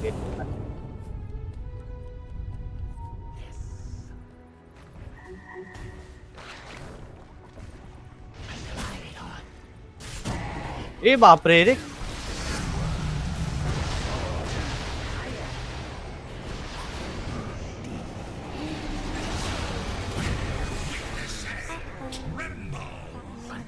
ये हटका दिया। उड़ी मारना और तेरा, हाँ ये उड़ी यूज करना हो फिर। Axe is glad that your bottom tower is not Axe's problem. कौन फोर्स मारा तेरे को? Axe is glad that your bottom tower is मरा not Axe मरा। Axe's problem. नहीं अभी वाई करके रख रहा है, मर गया। खरीदा They नसीब। look better than your छूटे bottom है रे। tower. सी मेरे को अच्छा हीरो नहीं मिला, नहीं तो मैं जाता था मकान मार देता था इन लोग का। एक अच्छा हीरो मिलता तो।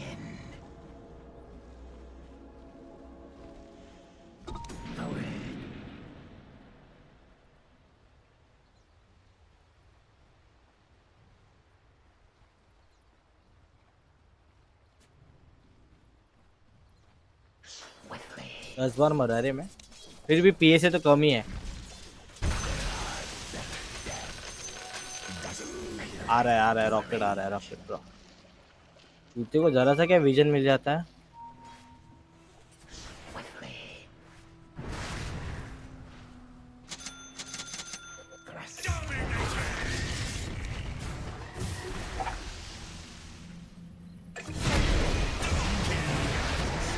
ब्लेड मेल मर गया चुतिया। 12 ब्लेड मेल चालू कर रहा है। एक्स आया सरप्राइजली मर गया। सर्च बाय कर रहा है। Stuff of legend. मेरे को घर तक छोड़ने के लिए आ गया वो तो।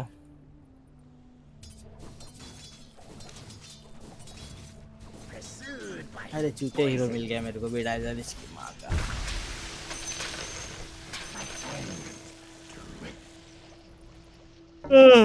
अरे एक्स अच्छा है लेकिन वो खेल नहीं रहा है वैसा जैसे खेलना चाहिए। एक बहुत अच्छा मिला था हम लोग को x.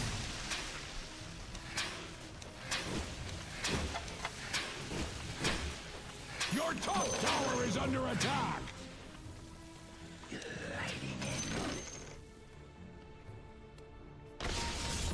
Your top tower is being hacked to pieces.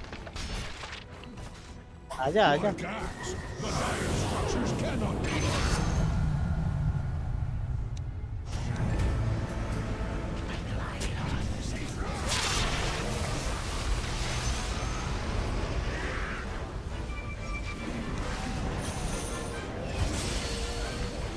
आज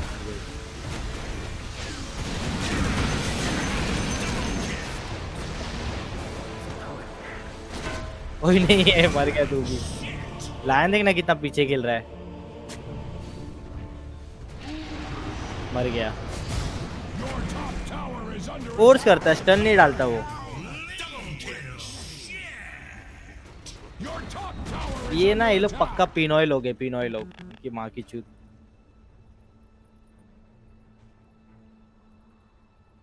ऐसा कैरी खेल रहा है 4-14। डेसो SNY बनाने जा रहा है।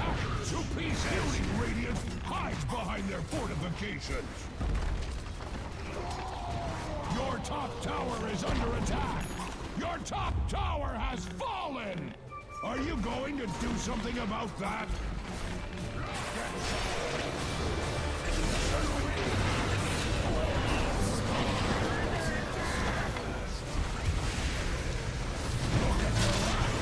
चूतिया उसको बचाया, उसने वापस इधर इधर इधर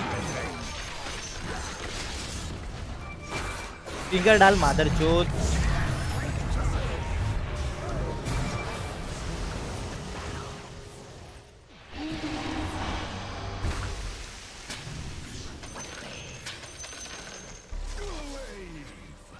टर्न रह के भी मतलब यूजलेस है अपना लायन। अब क्रिप मेरा माँ की चूत। आना बेंच चूत। रीजन मिला इसको लौड़े को।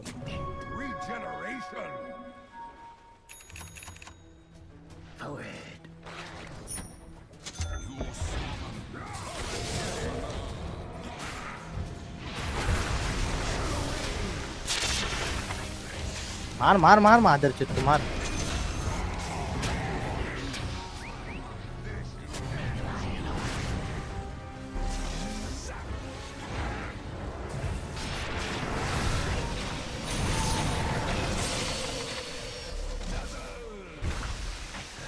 भागते रहे, इधर इधर इधर इधर।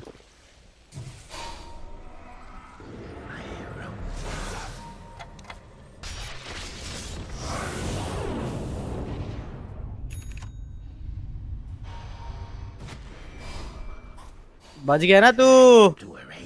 फुल एकदम फुल हीलर है अपन।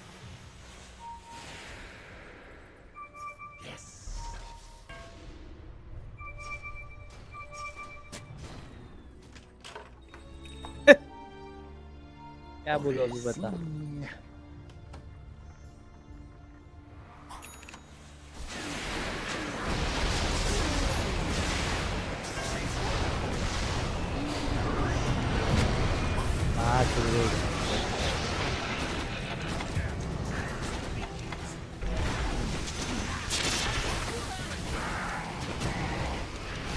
मारते रहे उसको, मारते रहे उसको, मारते रहे।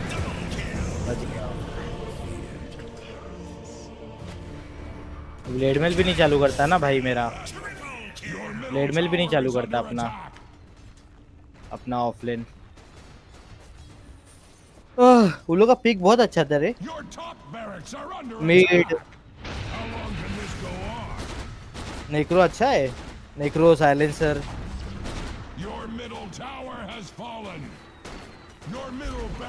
बड़ा बड़ा तो अल्टी है ना उन लोग के पास। इसका एक वॉरलॉक का भी अल्टी है बड़ा।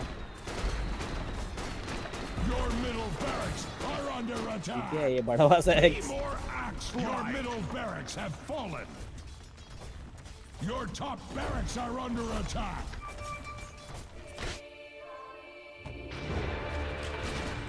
Dire structures are fortified. Line को देख, डिनाई कर रहा है चीतिया मिली barracks.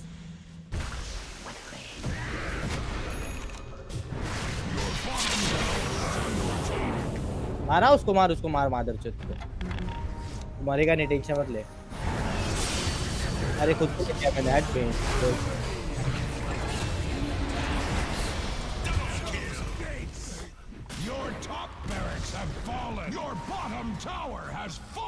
Easy domain XP. BKB भाई की एक्स ने भाई, बीकेबी एंड गेम वाला बीकेबी है उसका। इतना पैसा लेके रखा था वो।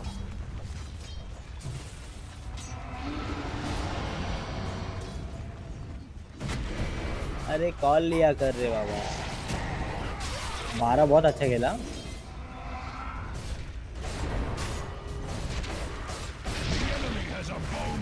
Off with your middle tower. Top पे बहुत ठोका उसने वाइपर इसके वाइपर बोल रहा हूँ पीए और लायन को बहुत ठोका उसने टॉप पे उसका 16-1 है स्कोर उसका रोक दिया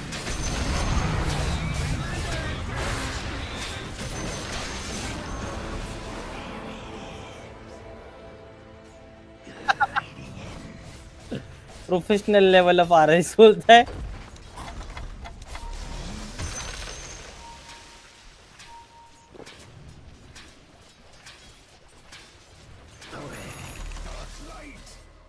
हद होती है चूतियागिरी की भी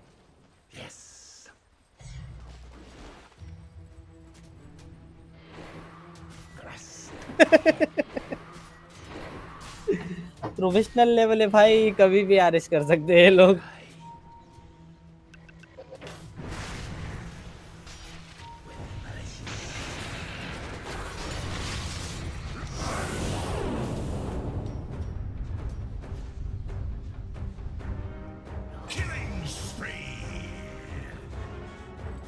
चार्ज मेरे पे उन लोग के तुम लोग पे किया था और फिर उसने चार्ज कैंसिल किया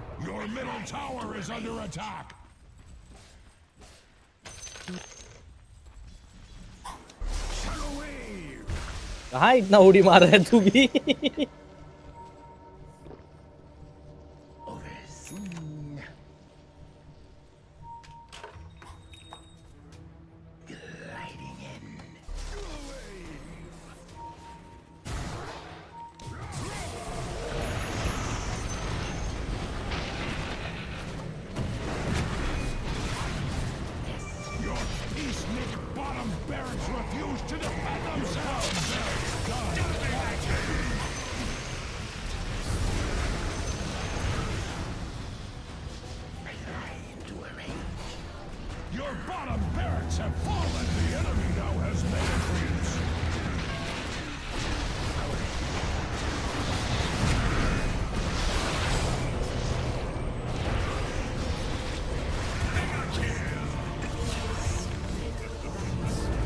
आई रोली बाईबैक देख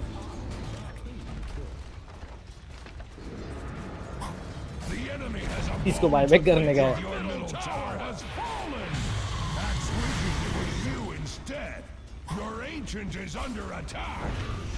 मारो मारो इसको मैं घंटा नहीं बचाने वाला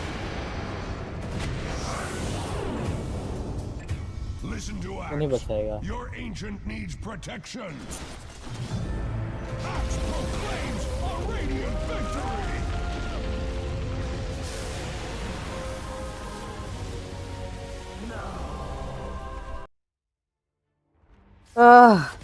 त्रैश मेरे को मिला नहीं यार अच्छा हट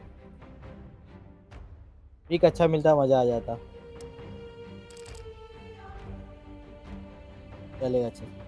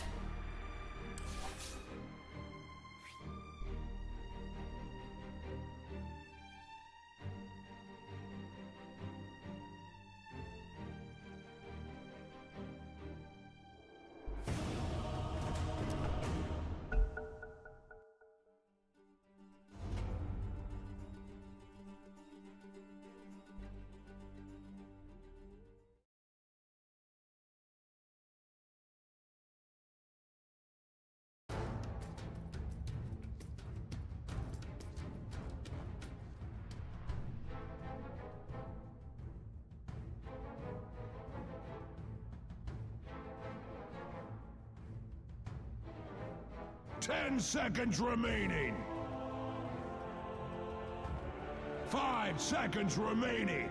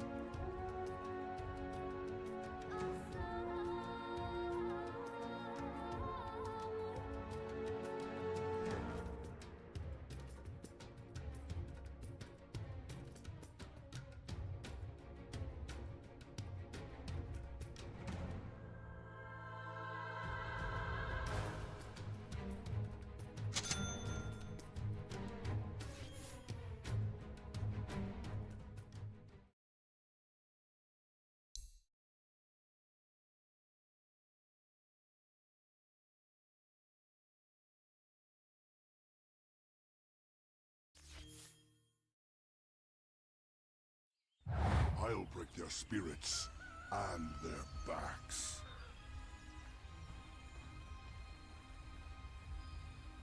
Prepare for battle!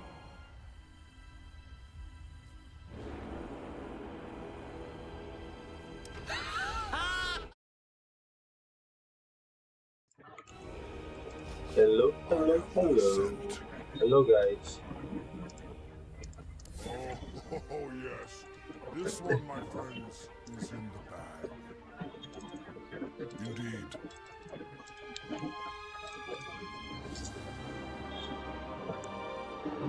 Certainly. All paths lead to conflict. Upon this plane, 30 seconds to battle.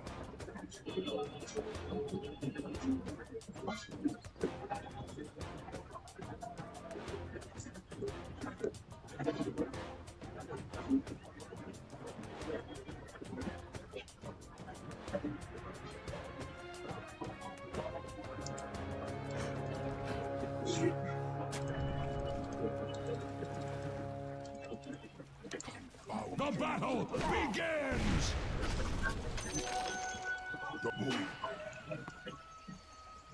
I will.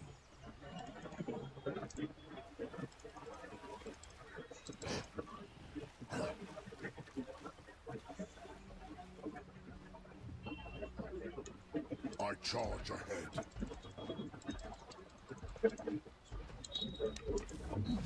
Onward. I'm under attack. The way is clear.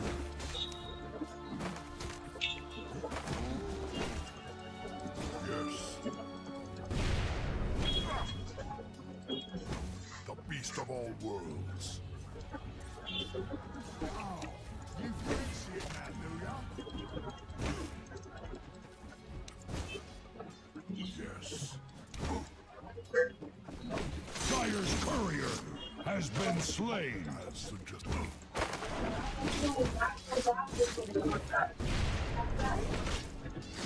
I brought this. Stream के बारे में बात ही नहीं हो पाया वो।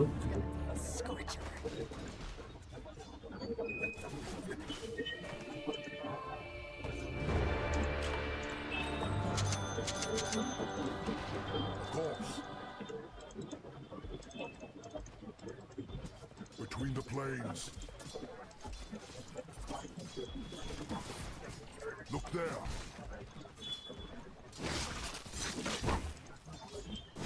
Right.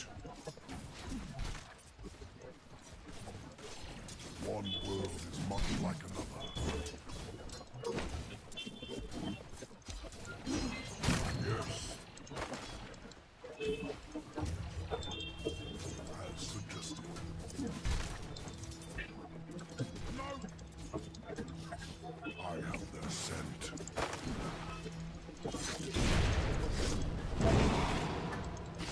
The way is clear.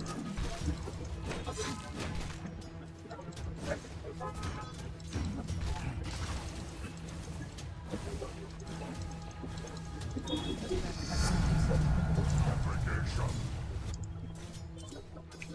Of course.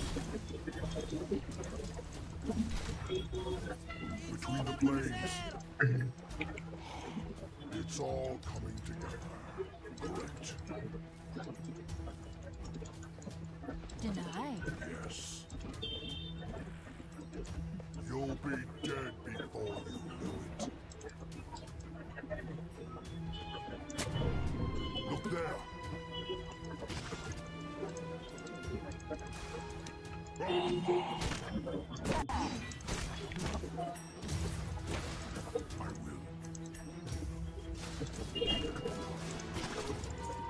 The beast of all worlds. Your bottom tower is under attack!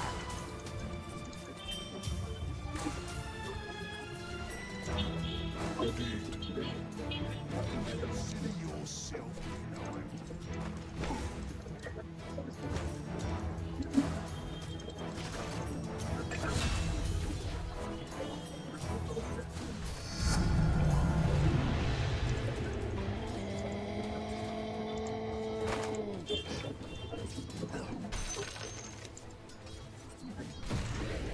Maybe I don't cut so to say. I'm under attack.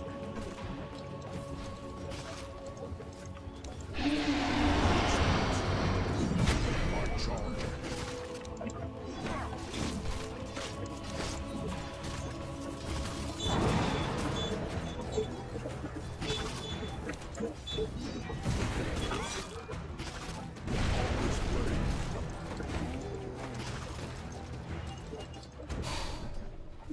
One world is much like another.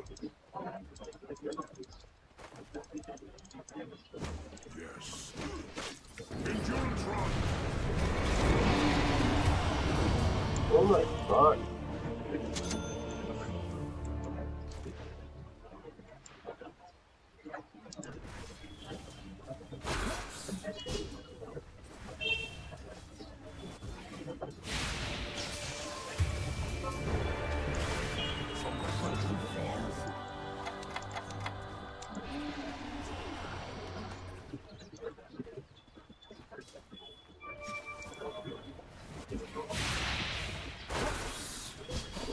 Your bottom tower is under attack!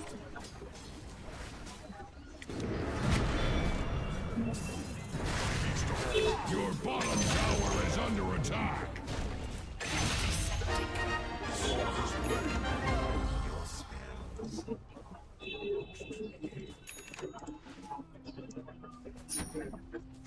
As suggested. Middle is missing.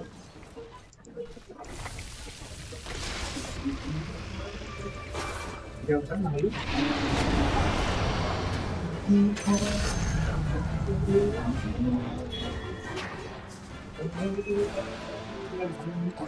rampant.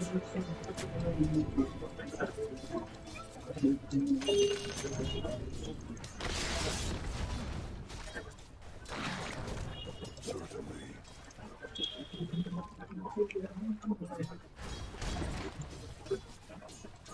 My patience is rewarded. Indeed. Your top tower is under attack!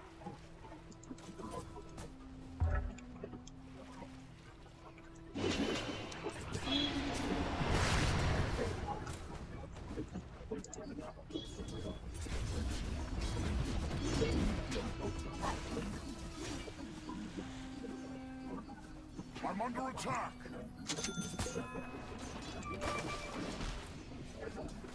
Rip and run. Without fury. Your middle tower is under attack!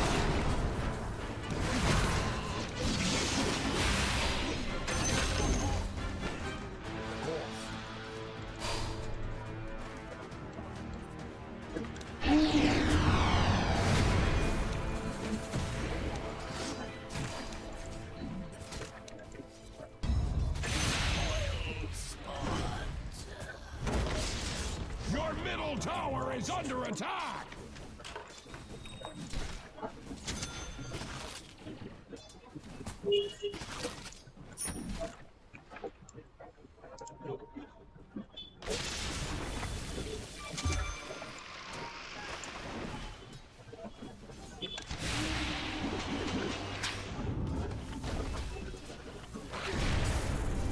Axe is glad that your bottom tower is not Axe's problem. Axe is glad that your bottom tower is not Axe's problem. I charge ahead.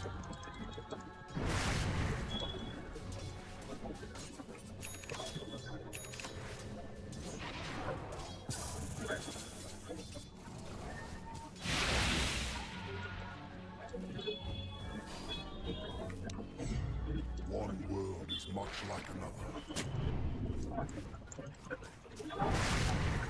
All paths lead to conflict.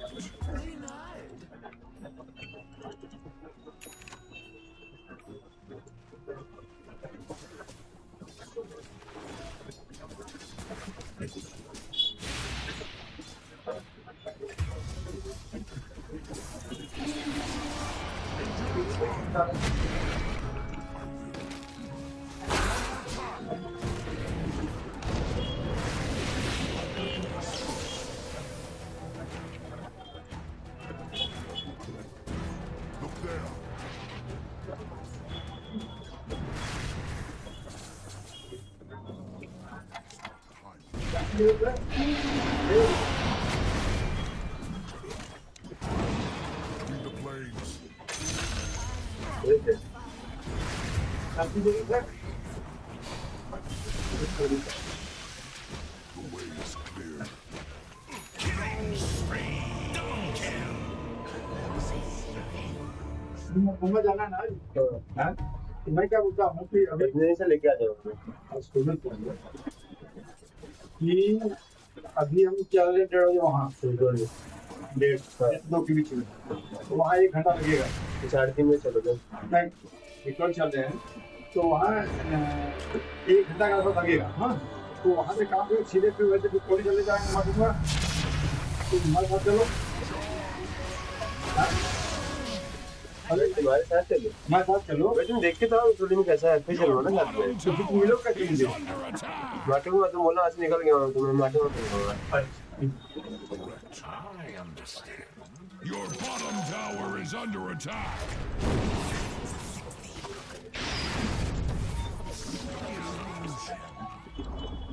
Your bottom tower has fallen.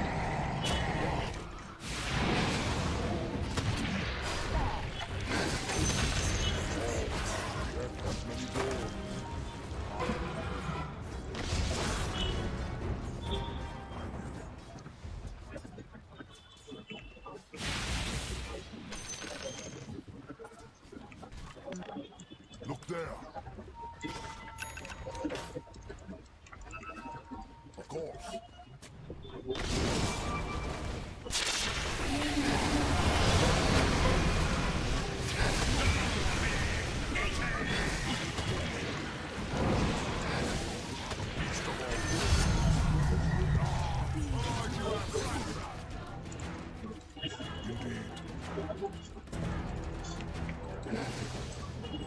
Upon this plane, जो बचगा कैचेगा लो ले लो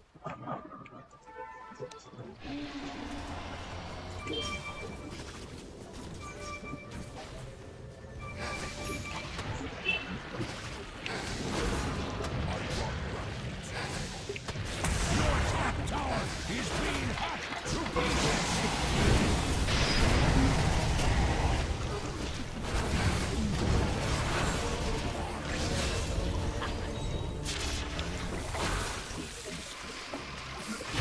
Transfigures once again.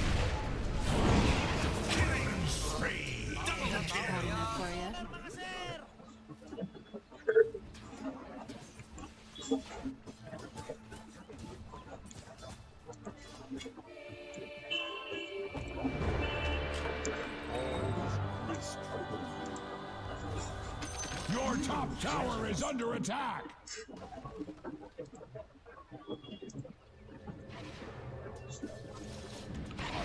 Ascent. Double damage.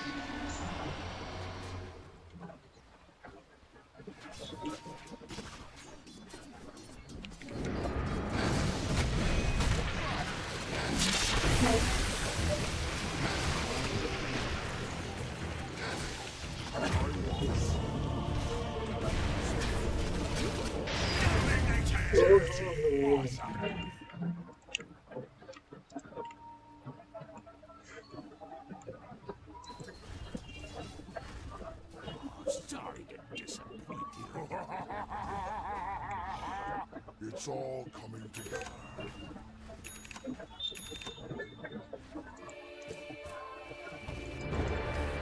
Here I come.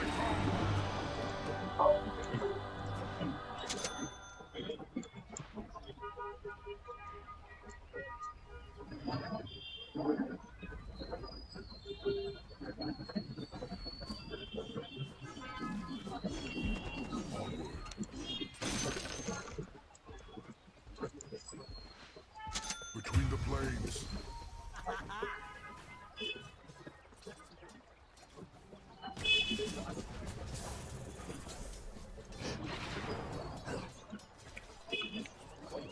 I'm under attack.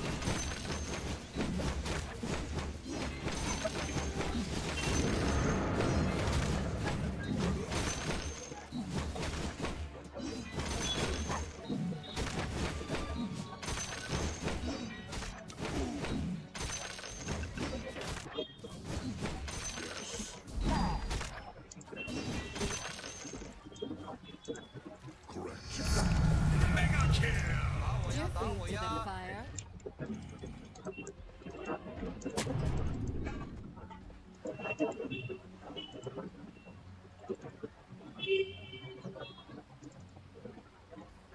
Your top tower is under attack.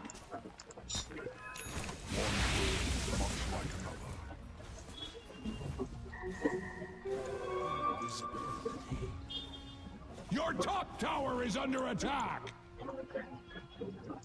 The way is clear.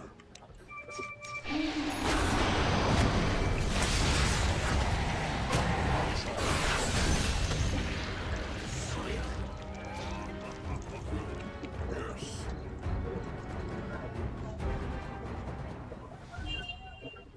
Of course. Your middle tower is under attack! As suggested.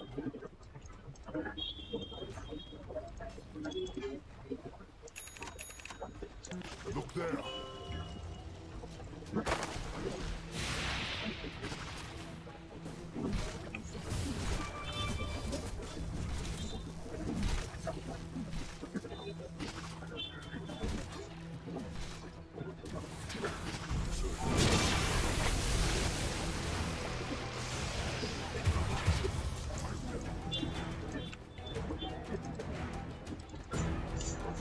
Between the planes.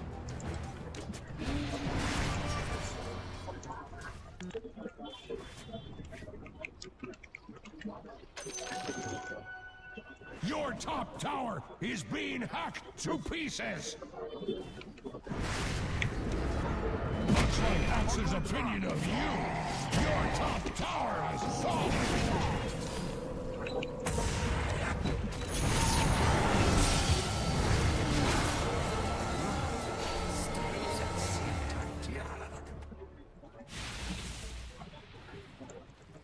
Your middle tower is under attack!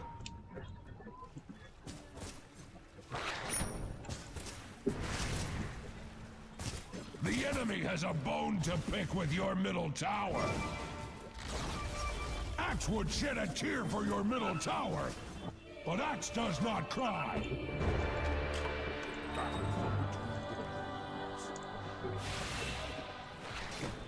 I run rampant.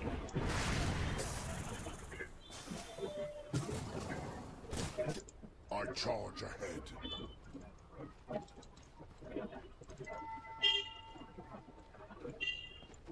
Yes.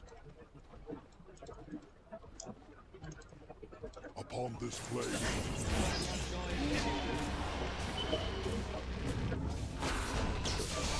endurance run.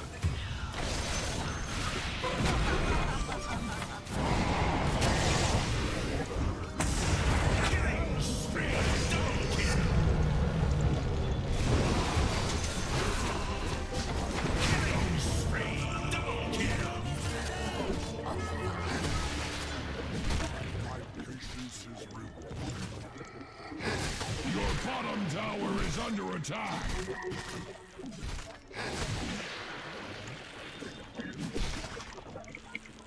Your bottom tower is under attack. Has fallen.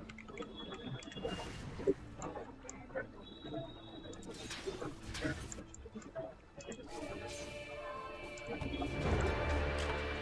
will prove myself worthy.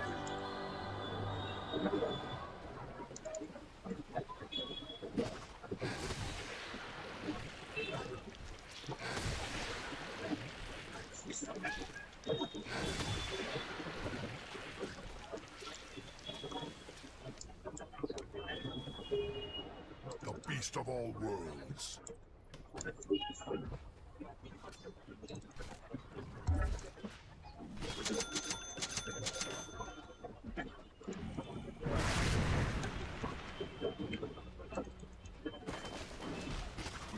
Indeed.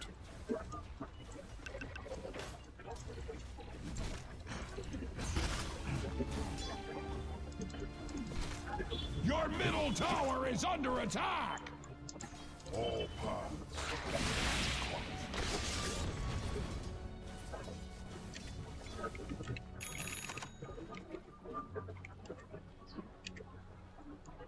The way is clear.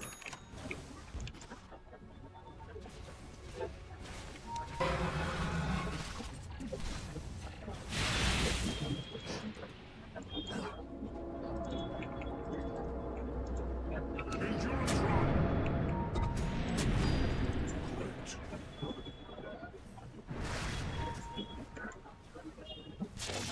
The enemy has a bone to pick with your middle tower.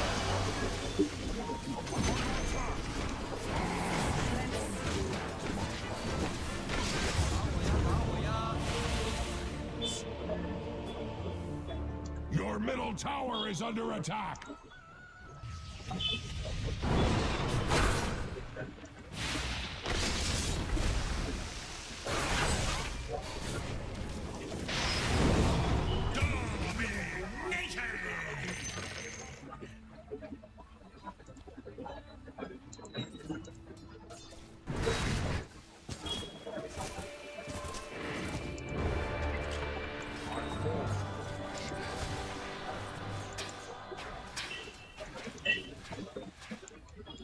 All paths lead to the enemy has a bone to pick with your middle tower. Radiant structures are fortified with 12 important vitamins and structures are fortified. Super fortified. Like you can't even imagine. The way is clear.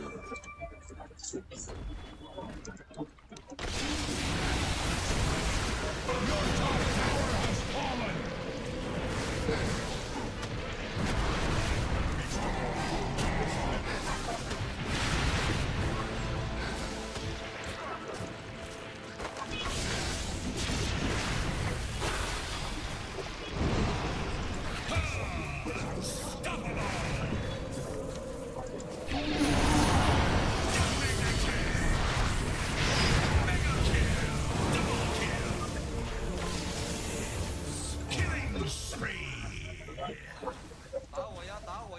Your middle tower is under attack!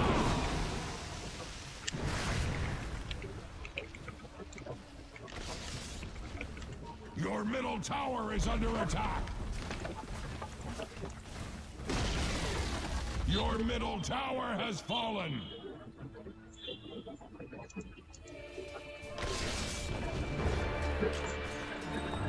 Cross my way between the worlds.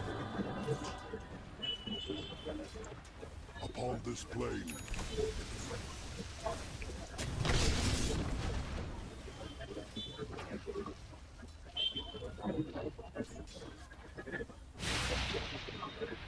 As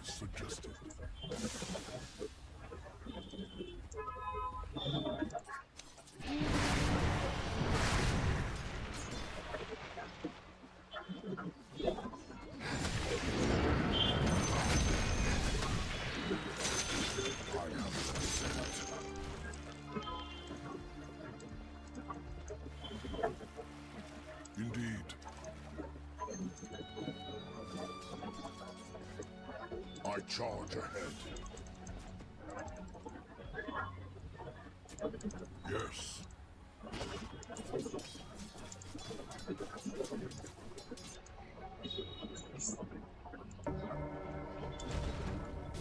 Certainly.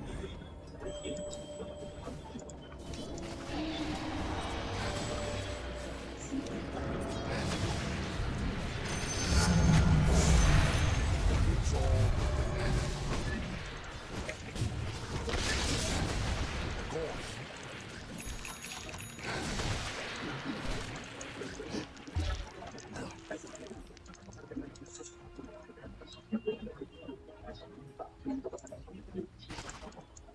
Correct.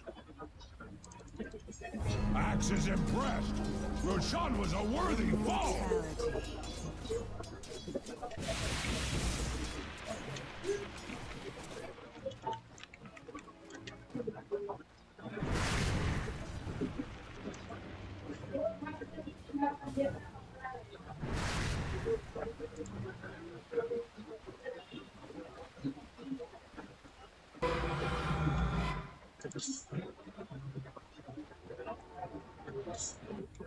Look there.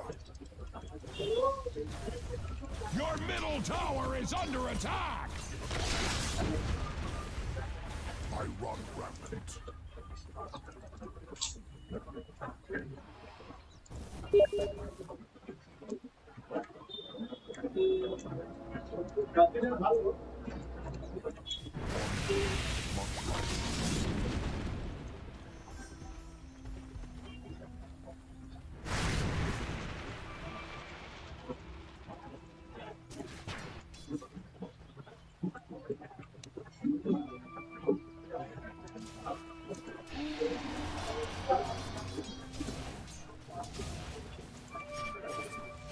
Axe does not pick sides.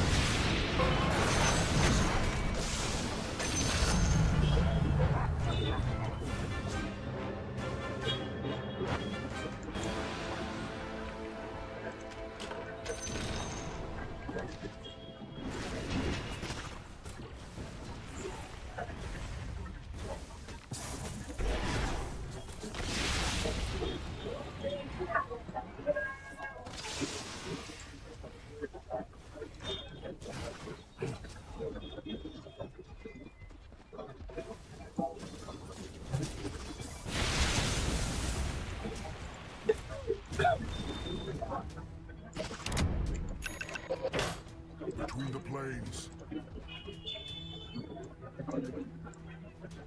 The beast of all worlds.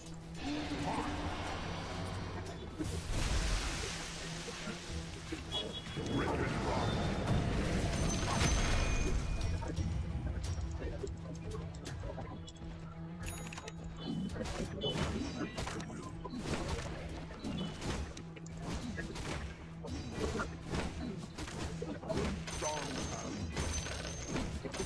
The way is clear.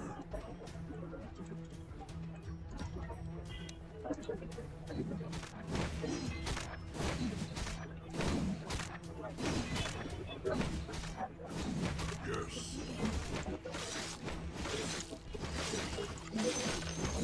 I run rampant.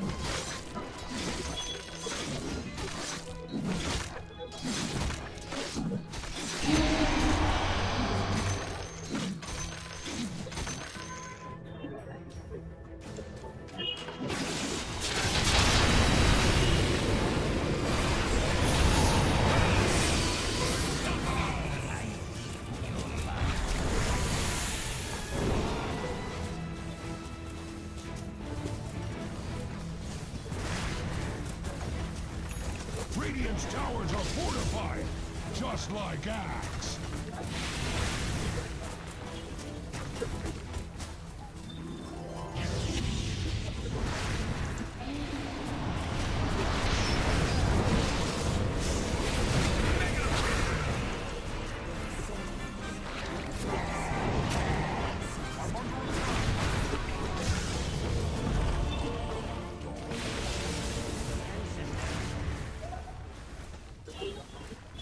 The enemy has a bone to pick with your middle tower has fallen! Axe needs something to chop. Your middle barracks have fallen. Your edge needs sharpening.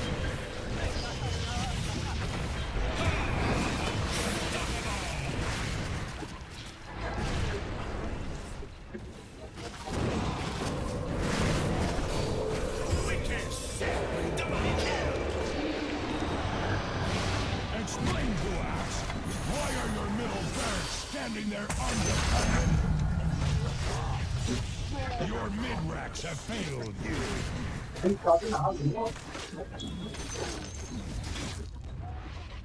All paths lead to conquer. Your top tower is being hacked to pieces. Radiant structures are fortified.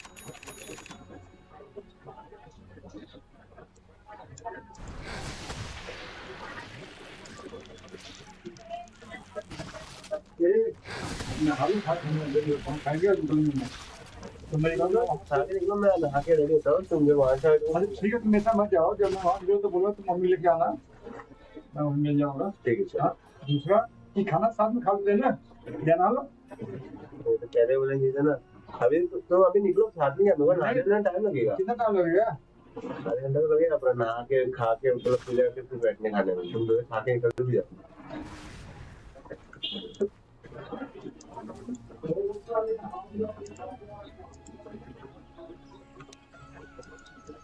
One world is much like another.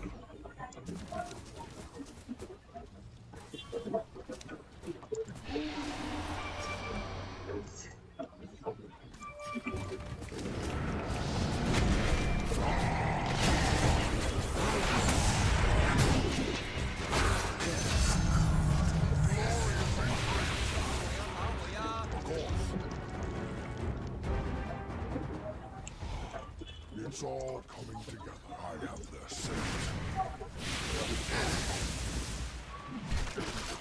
Off this blade.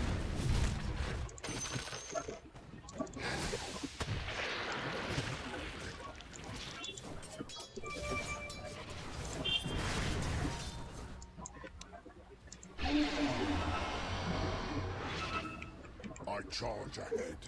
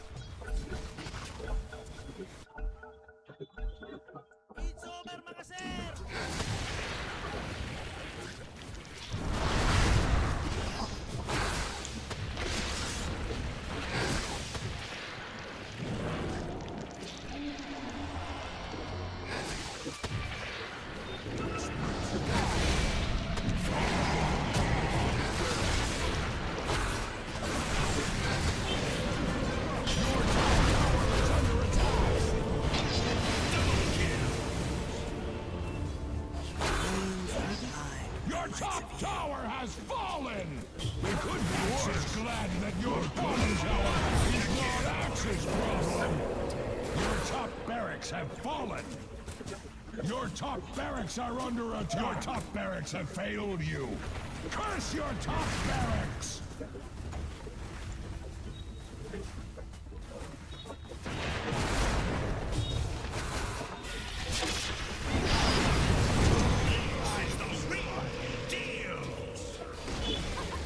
Your bottom tower has fallen! Do not blame Axe! bottom barracks have fallen. Axe needs something to chop. The bottom barracks died. The enemy now has mega creeps.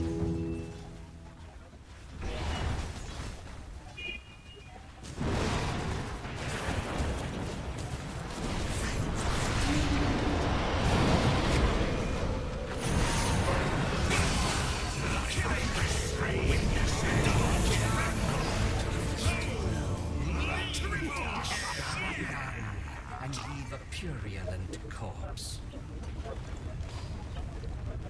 Your middle tower is under attack.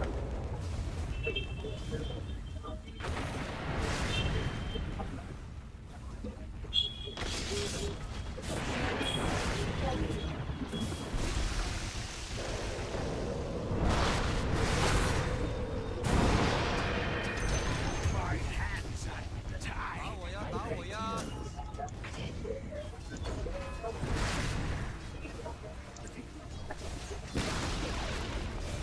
Dire structures can take all the hurt Radiant cares to heap upon. Your middle tower has fallen. Your ancient is under attack.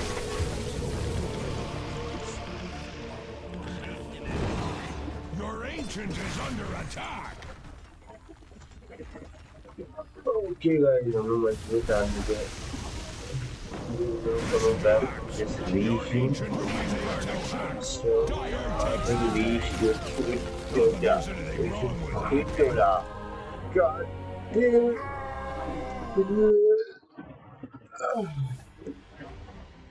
This line was such a waste. Such a waste. I just can't believe it. Gosh, I'm getting out before. That part is so cool, coverage. No comment, ciao. Thank you guys.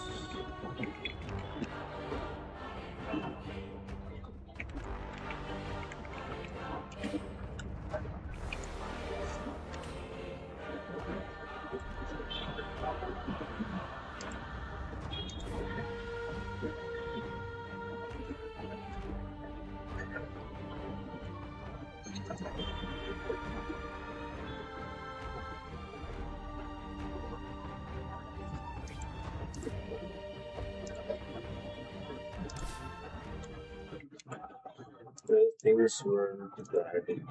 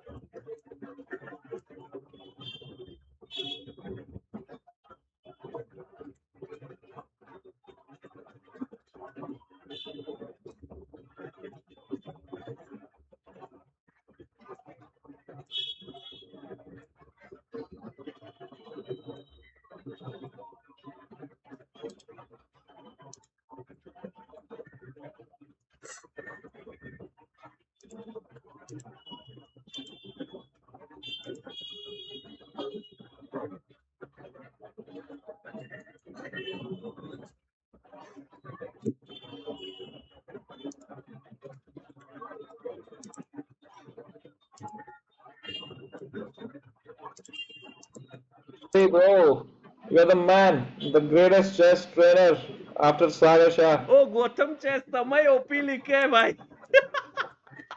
भाई levy But भाई can you believe that in 10 minutes, just in that 10-minute video changed my entire game? Imagine if he actually trained somebody. Guys, please buy Levy's course, man. Whatever he's doing, he knows his stuff.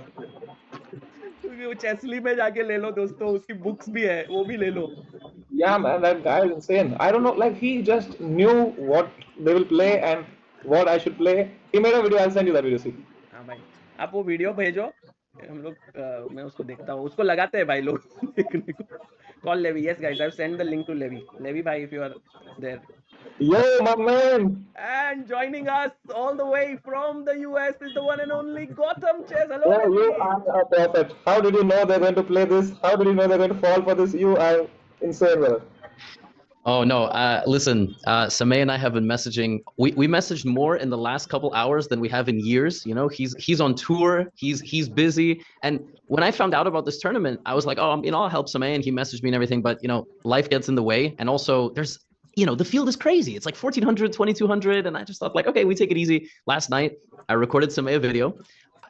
The point of these tournaments is not like, oh, some opening trap, win in 5 moves. I said, Samay, like, all these players are pretty good. If you just play patient, you play well, like, you're gonna win a lot of the games. Sardosh probably will win the whole tournament, but anyway, he plays like this, blah blah blah. Just if you want, try this, and then I just show it, and he's winning both games. I was like, what? It was just crazy. No, because he plays the Spanish, and like the one way to challenge the Spanish Sagar is like Schliemann, Yanish can be a little tricky. And then I went to the bathroom, and I come back, and Samay has checkmate on the board. No, but Sagar, he played so well today, right? Like, it's not just the opening. I mean, he played really well. No, I'm in awe of it, and I think Levi, what you sent him added that extra ammo that he needed, today too. But in general, Yeah, I had no expectations, to be really honest. Like, if you see my games before these games, I was losing to like 1400s on 3+0, and the worst part was that this is such a horrible format. 10+5 is the worst format after 3+2. It's the worst format of chess. So I was not getting any player to play. I used to be waiting for 20 minutes in Chess.com lobby. Nobody in the world wants to play 10+5. Maybe that's why Chess.com wants to promote it. I don't know. No player, nothing. I could not practice. I thought, you know what, I'll lose, but I don't want to lose badly. So I messaged Levi, hey man, can you help me out? And he said, Can you hear me all right? yes, I can. One sec, I have to flex. Yeah, sure. But Levi, Samay has to join the winner's interview. Yeah, well, for sure. I just don't know if I'm gonna do this one or wait for the whole thing. But yeah, I now I have to do it. Absolutely. Just... Samay has this very nice stand-up where he says, "Ruko zara." Sorry, Samay bhai. Yeah. Sorry, bhai. I used to do this joke that these days people make a lot of documentaries on celebrities, on like big celebrities. Yeah. But they do it when they're alive, which is like, dude, like, wait, what if they do something really horrible? Or they wait for them to do something really horrible, like when the whole Diddy stuff was happening. I was like, oh, and now there's a thing on Netflix. So yeah, like, let them die, and only then you give them the documentary. Like, the last thing you want is you made a whole documentary, and then that guy, I don't know. So now we have to be I'll make sure the video that I make of the 10-0 is in that style. Be like talking about your successes, and then if something bad happens in the playoffs, then. I'm content now with how I've played. Even if I lose the next games, that's okay. And I think I'm also. Do you know who you're playing in the playoffs? Masai, right? You're playing him? I think so. I could see that the chart. It said him already, but you are playing semis, no, directly, Samay. Yeah, that's why I think. But he finished number 1 in his group. You finished number 1 in your group. It's unlikely that you both will face off. I think. That doesn't. Oh, maybe you're playing. I think they have to decide. Winner. Oh, Andrea plays virtual, and then okay, so you probably play Andrea. Bro, your dream is gonna come true. Now we can prepare against her, and you can win. I don't know why you have so much respect. Like, today you would have maybe beaten me. No. She is a title player, no? So that's what it's a psychological advantage. By 80-year-olds from Serbia are title players. Okay, they can't even see the board anymore. So I mean, she was like 10 years old when she got this title. Okay, titles used to expire, or norms used to expire. So don't worry. Has she been playing well? I mean, she's playing like 1900, 2000 level, bro. You beat a 2200 today. Okay, then I'm waiting for your next video. Yeah, it will come. I'm gonna get to work right now. If virtual beats her, then you already played him. He's not gonna beat her. He's the underdog. But okay, yeah, I'm gonna check out this bracket, and we'll get to work. This is the pair. Oh yeah, Masai versus. Okay. I thought it was Masai versus me then. No, it will be Sardosh versus Masi, Oka, and Andrea versus Samay. That's the very likely pairing that we will have, I think. Sorry. Damn. Actually, Sardosh Masi Oka is crazy. That was supposed to be the final, but now they're gonna knock each other out. And then you will play Sardosh, and then you will 2-0 him again, 4-0. And then Proctor will come to your house, and you will have to play monitored forever. Samay, are you playing from Dubai or from Mumbai? No, I'm playing from Mumbai only. But the thing is, until now, I was playing with zero expectations. Yes. Now suddenly I have this like desire that okay, let's try to win this thing, and I know that's going to cause a lot of pressure. I'm going to lose, but it's okay. No, don't. There's still no pressure. Also, There's Samay, still no the pressure. thing is, what happened today, I mean, it's just unbelievable, right? So you cannot be sad now for anything. Like you just played the most incredible day of chess of your entire ever chess history that you played for so Yeah, many years. all it takes is a good trainer. Sometimes. I know. Sagar bhai. I know. That to 10 minutes, just 10 minutes.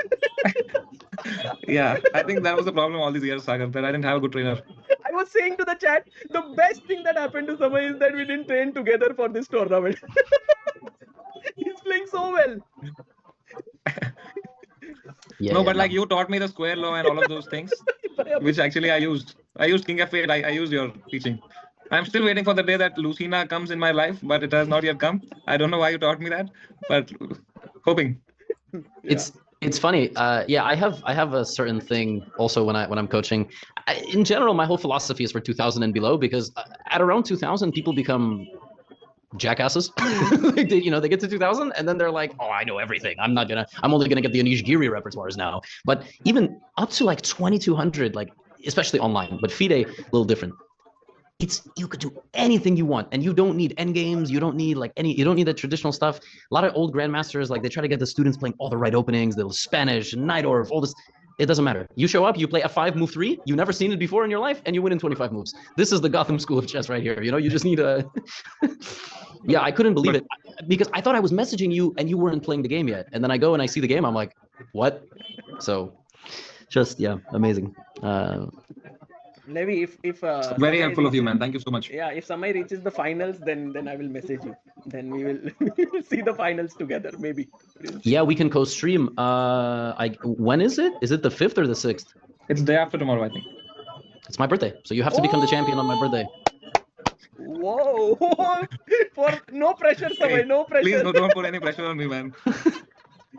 Samay, I'm gonna call all my Indian friends and they're gonna watch the stream. Is Andrea practicing a lot? Bro, you're a better chess player than her. I'm not even chess talking. I don't know, man. She has a title, and I think I've lost to her also before. I don't know. It's just a psychological thing. Wasn't she also like a title, not Andrea? I think no. No, even she has. I think she's WFM. Look, okay, Samay, whatever. It'll be fine. Don't worry. I'm telling you right now, the best players in the tournament are you and also Masi and Sardosh. Andrea's not bad, yes, but we'll beat her. And okay. Have you ever played against her? It would not be competitive, so no. She kept trying to box me for a little bit. That was like a whole thing we were doing, but I don't know why we were doing that. No, I mean, I've never played her. I played her blindfolded, I think, once. Sure. Wow. But no, look, she's fine. She's 2000. She's 2000, but she lost to the Masi, and Masi's very strong. So. Okay, I'll wait for your video. What else? I don't think I'll practice anything. If I practice, then I'll take pressure. But it was so much fun, dude. It was so much fun today. Yeah, it was great. Thank you for inviting me, guys. I'm gonna walk my dog, come back, and the next 10-minute video will be ready. Thank you. Thank you so much, Levi. Take care of yourself. Thank you. Bye, guys. It was a pleasure. Maybe check in with you tomorrow. Bye, chat. See you, Levi. Bye. भाई क्या number है यार, एक number है.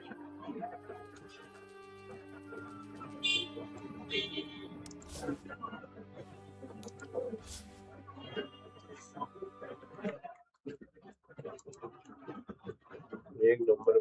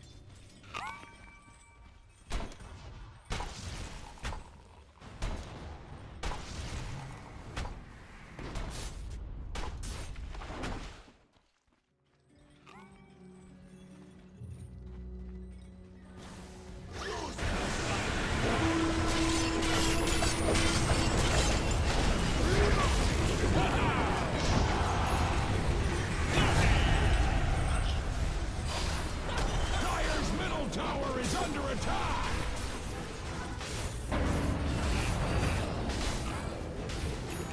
Radiant's bottom tower is under attack!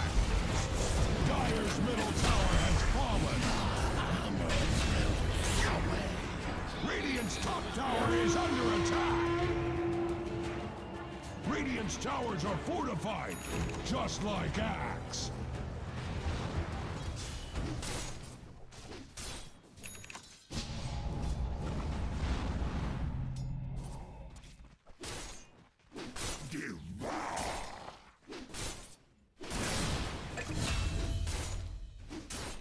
Dire structures are fortified. Super fortified. Like you can't even imagine.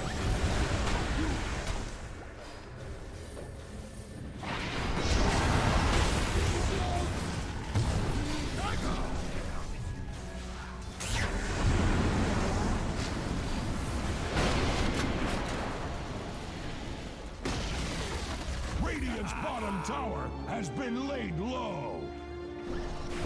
Radiant's top tower is under attack.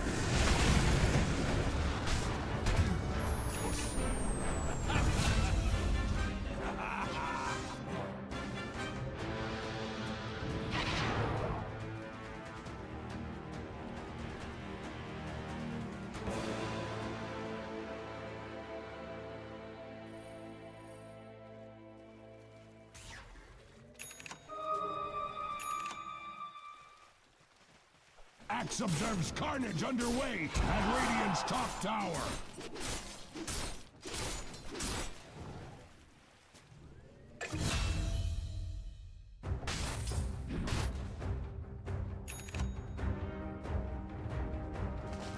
Dire's bottom tower is taking many wounds.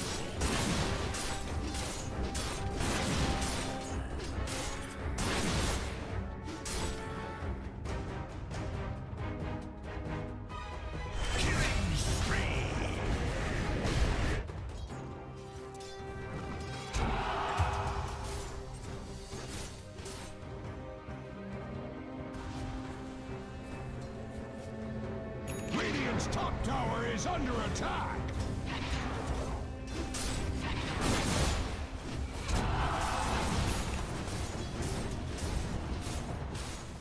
Dire's bottom tower is under attack!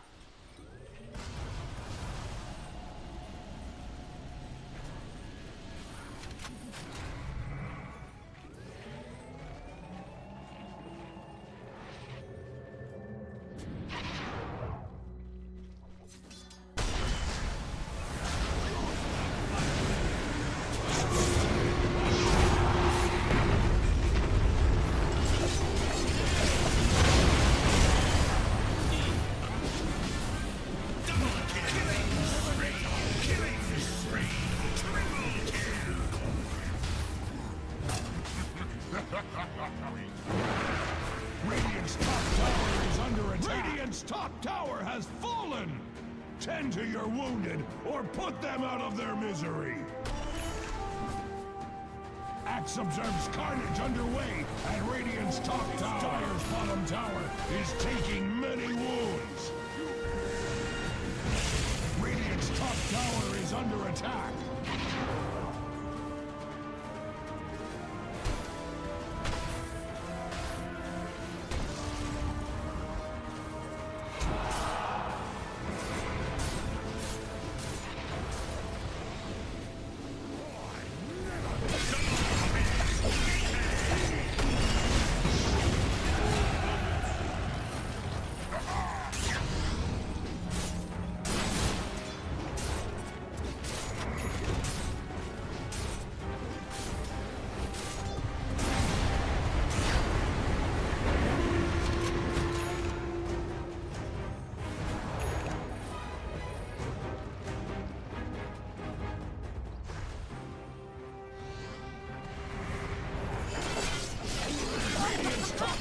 Is under attack! Dire's bottom tower is under attack! Dire's bottom tower is face down in the dirt!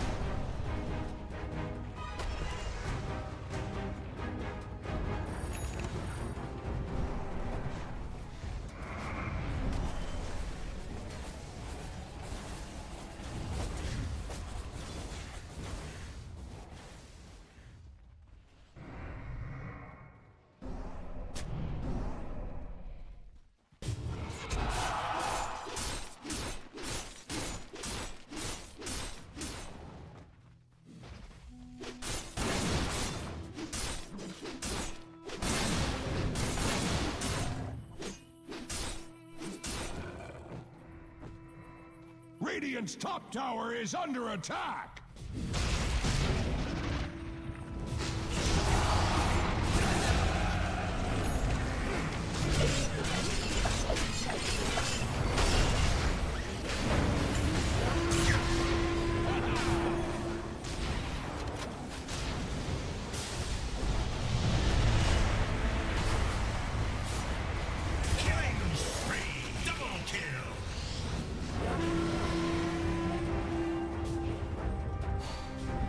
Radiant's middle tower is under attack!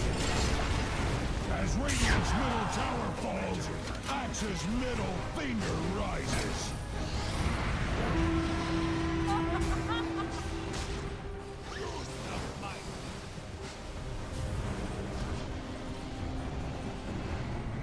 The red mist spreads at Radiant's middle tower! Regeneration! Mega kill! Radiant's middle tower is under attack! Puny Radiant hides behind their fortifications! Radiant's middle tower is under attack!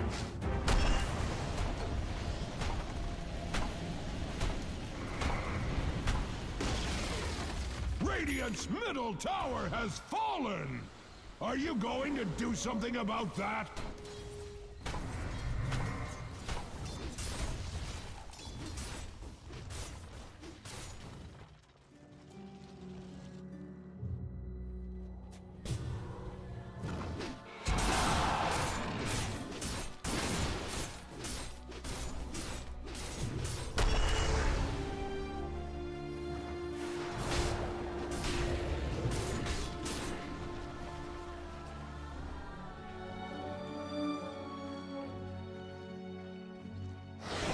Radiant's bottom tower is under attack! Radiant structures are fortified! War has come to Radiant's bottom tower! Dire's top tower is under attack!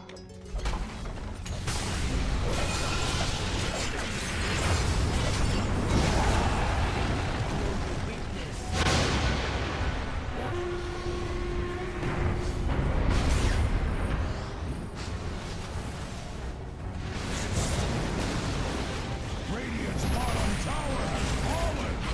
Axe wishes it was you instead!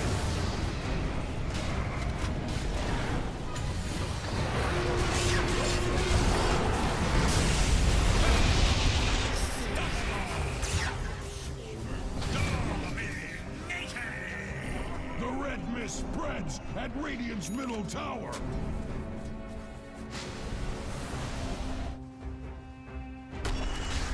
Radiant's bottom tower is under attack! Dire's top tower is under attack! Radiant's bottom tower has fallen!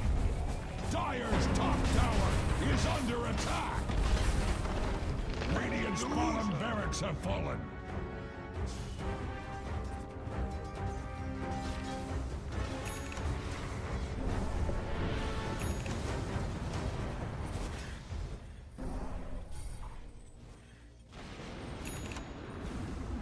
Radiant's middle tower is under attack! Radiant structures are fortified! Radiant's middle tower is under attack!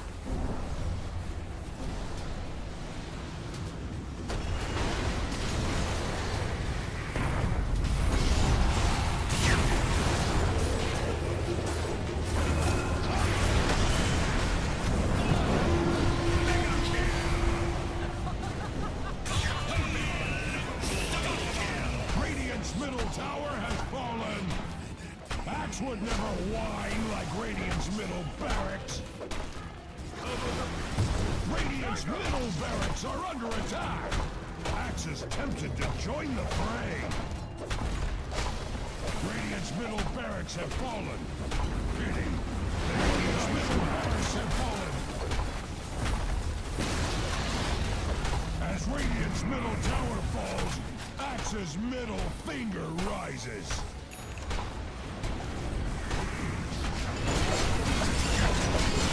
Dire victory!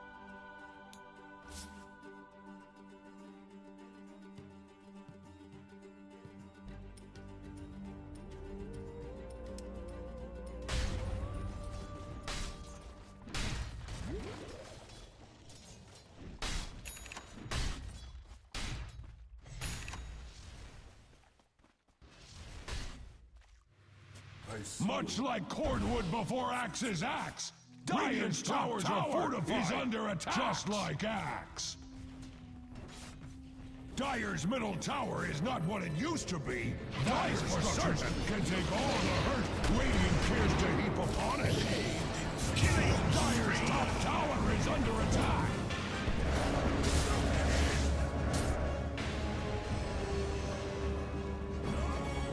Much like cordwood before axe is axe, Dire's top tower is under attack.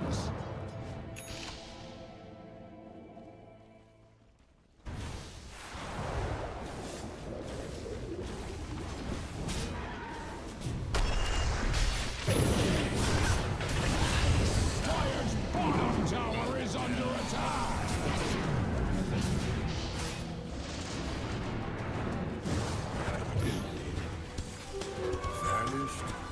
Dire's bottom tower is taking many wounds.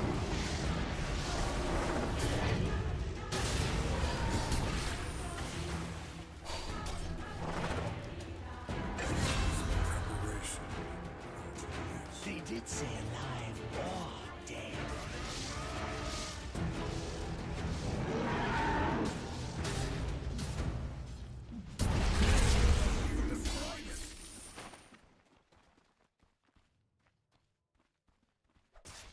Dire's middle tower is under attack. If Dire's middle tower was worth a damn, it would still be standing.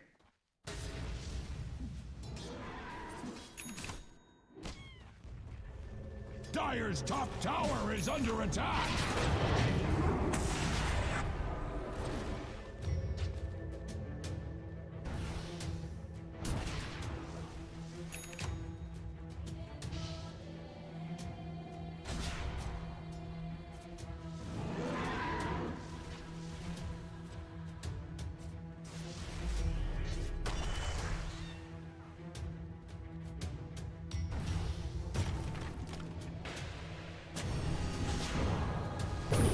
Observes carnage underway at Radiant's top tower.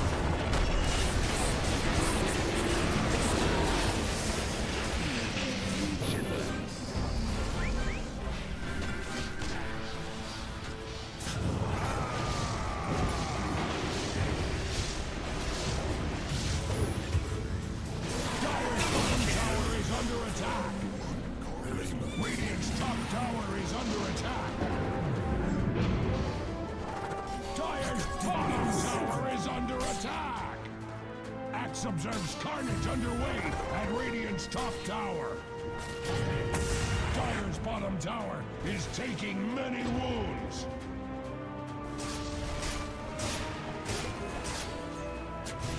Dire's middle tower is under attack.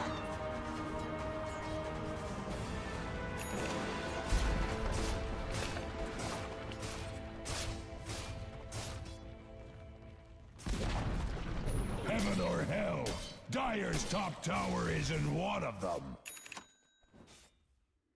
Oh, that's no good. That's no good.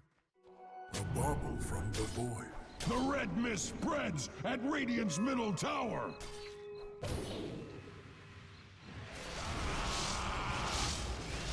Radiant's middle tower is under attack.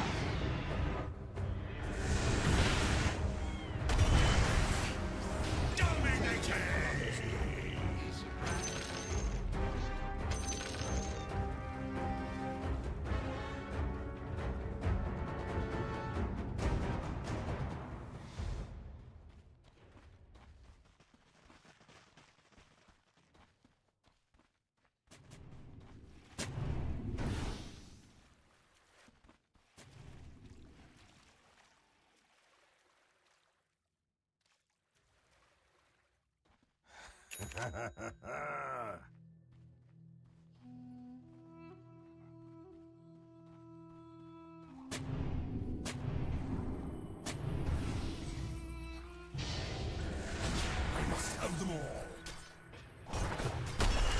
Dire's middle tower is not what it used to be. That is for certain. Mega kill! Dire's middle tower is under attack. Radiant's bottom tower is under attack.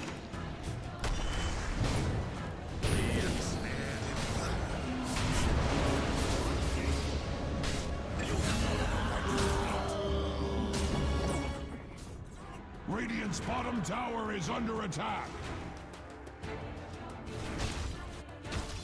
Radiant structures are fortified. War has come to Radiant's bottom tower.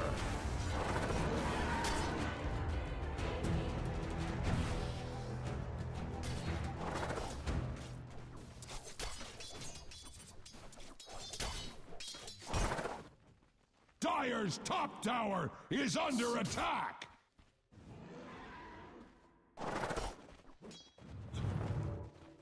Dire's bottom tower is under attack.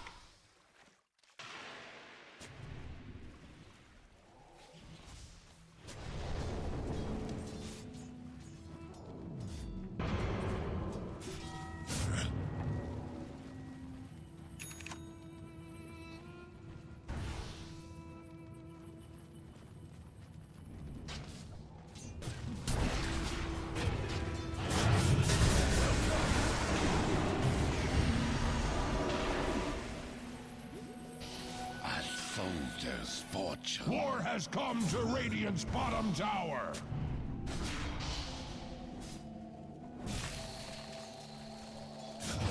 Radiant's bottom tower is under attack. Radiant's bottom tower has been laid low.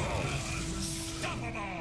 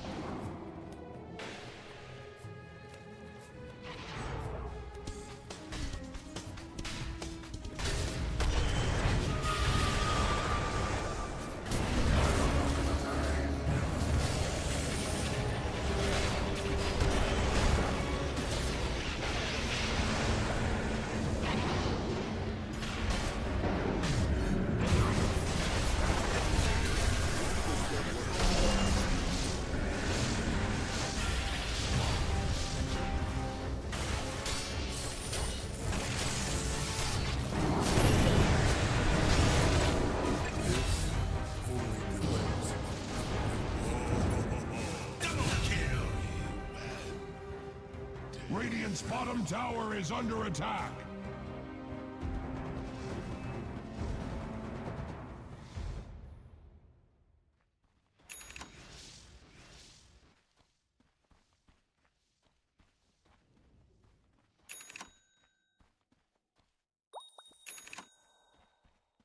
Dire's middle tower is under attack!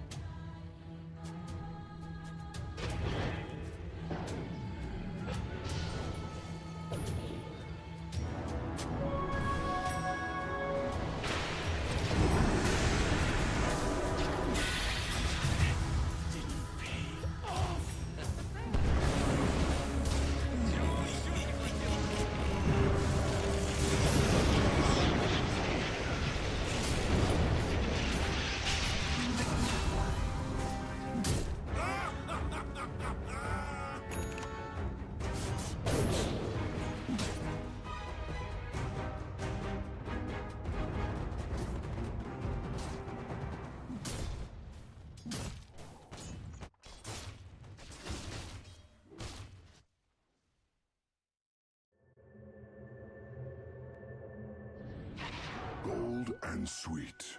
Never refuse good. Dire's middle tower is not what it used to be. That is for certain. Dire's middle tower is under attack.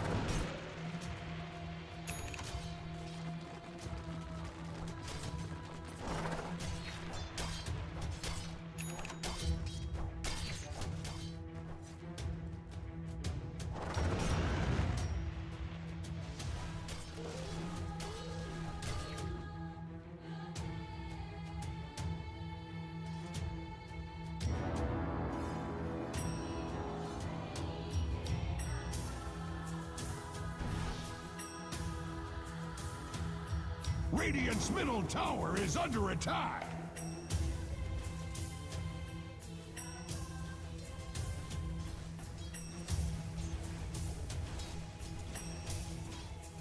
The red mist spreads at Radiant's middle tower.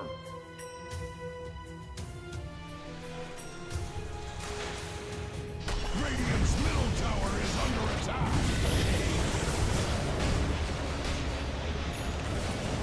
Killing spree. Radiant's middle tower is under attack.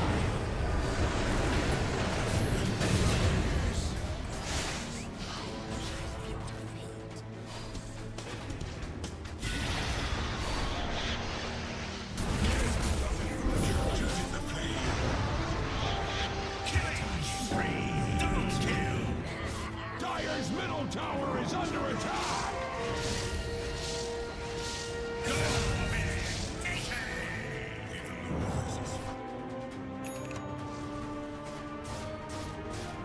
Dire's middle tower is not what it used to be. That is for certain. Dire's structures are fortified. Dire's middle tower is under attack. Dire's middle tower has fallen! Your edge needs sharpening!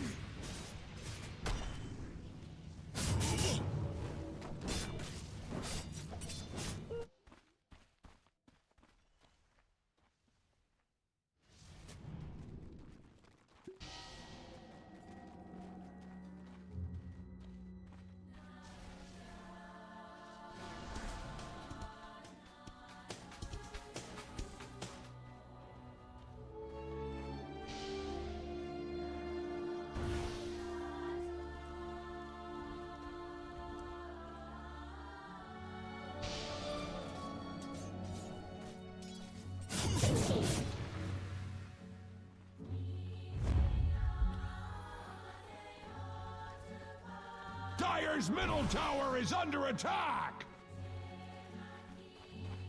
Wish fulfilled.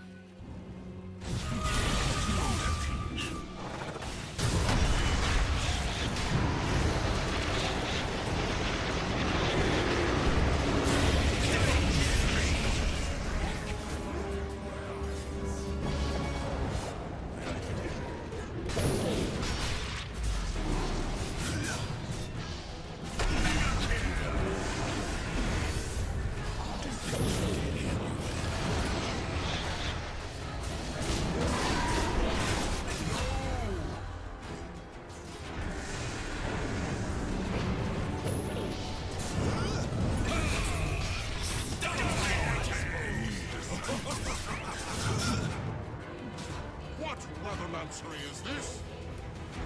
Dire's middle tower is not what it used to be. That is for certain. Like axe, the Dire structures cannot be hurt. Dire's middle tower is under attack.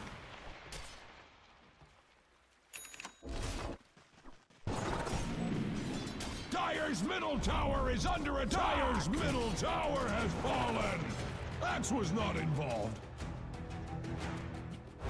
Dire's middle barracks have fallen! War has been declared on Dire's middle barracks! Dire's middle barracks have fallen! Do not blame Axe!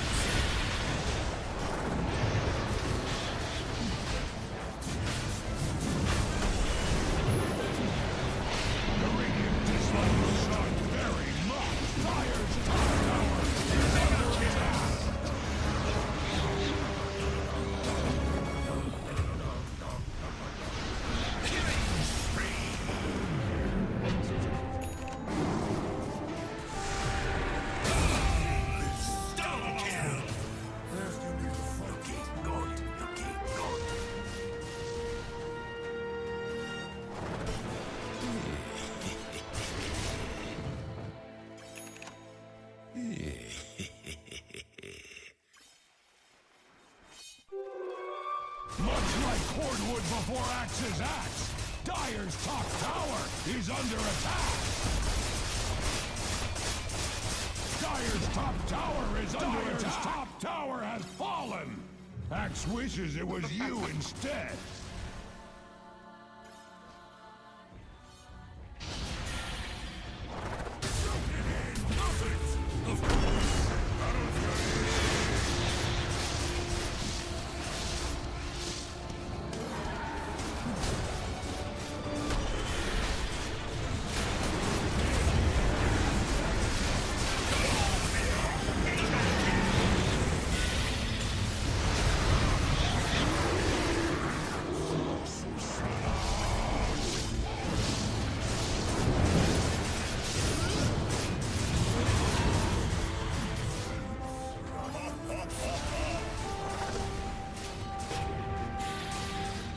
Much like cordwood before axe's axe, Dire's top tower is under attack. Dire's top tower has fallen. Like axe, Dire's top barracks have learned the hard way. Dire's life is learning the business of war. Dire's top barracks have fallen. Are you going to do something about that? Dire's middle tower is not what it used to be. That is for certain.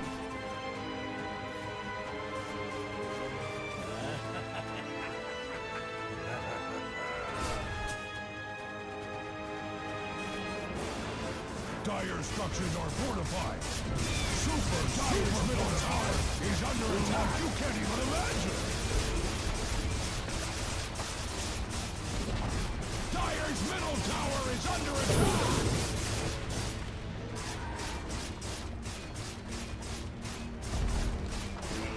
Dire's middle tower is under attack. If Dire's middle tower was worth a damn, it would still be standing. Dire's ancient is under attack.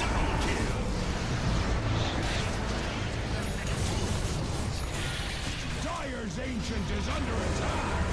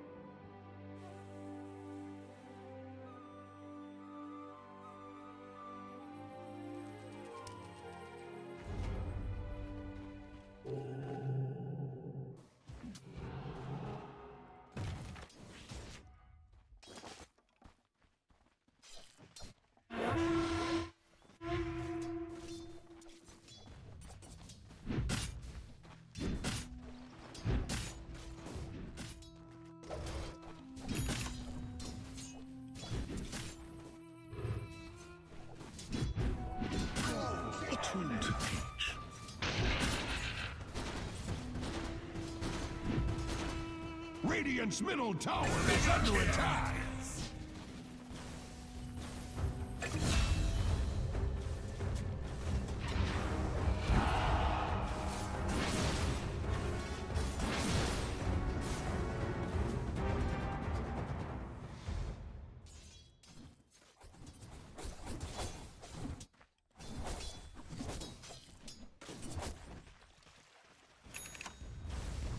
Radiant's middle tower is under attack.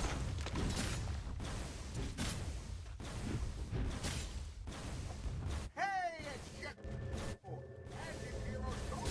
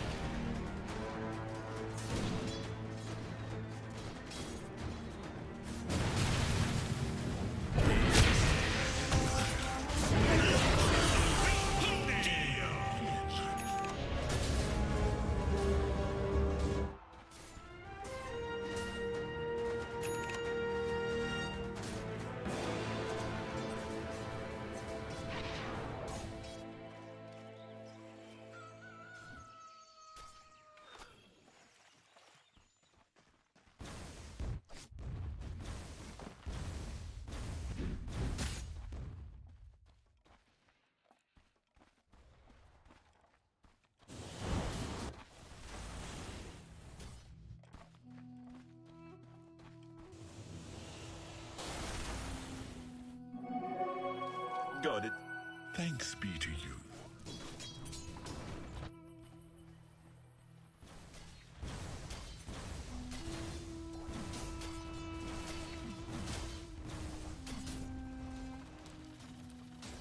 Dire's top tower is under attack.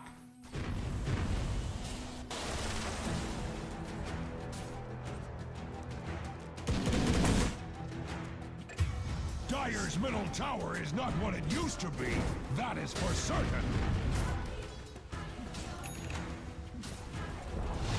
Dire's top tower is under attack.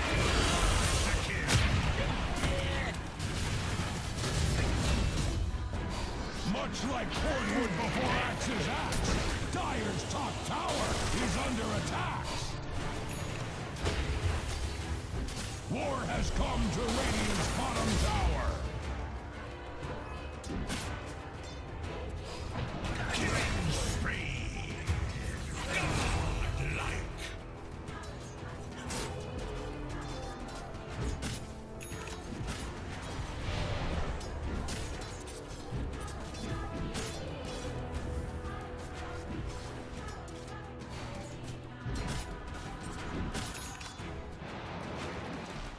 Oh boy.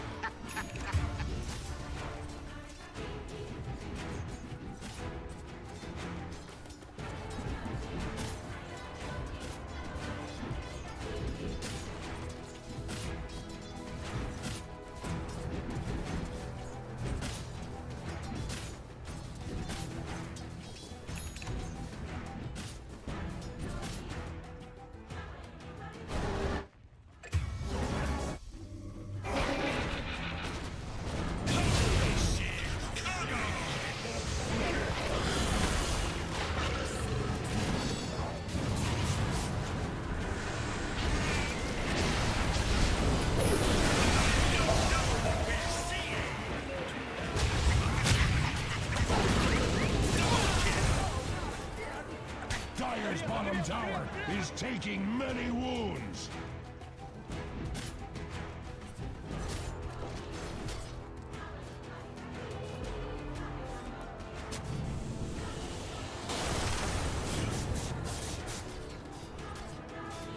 The red mist spreads at Radiant's middle tower. Dire's top tower is under attack. Like axe, the Dire structures cannot be hurt. Dire's top tower is under attack.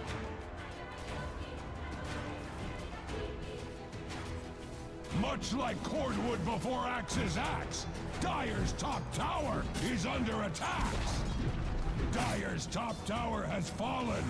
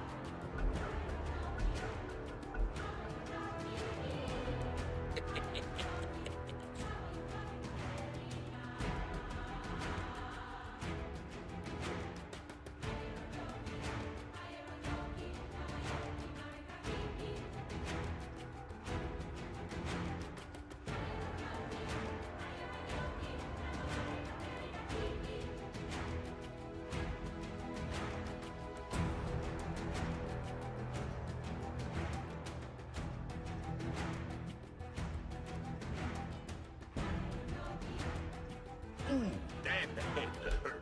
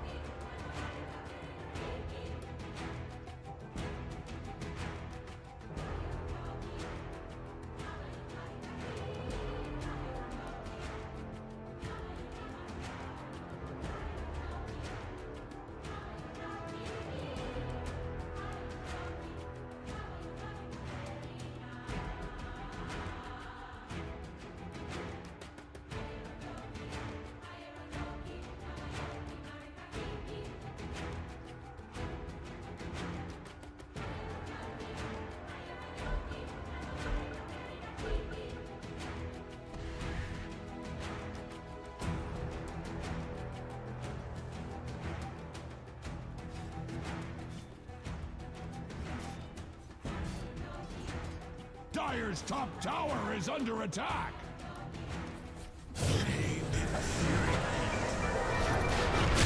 Radiant's bottom tower is under attack.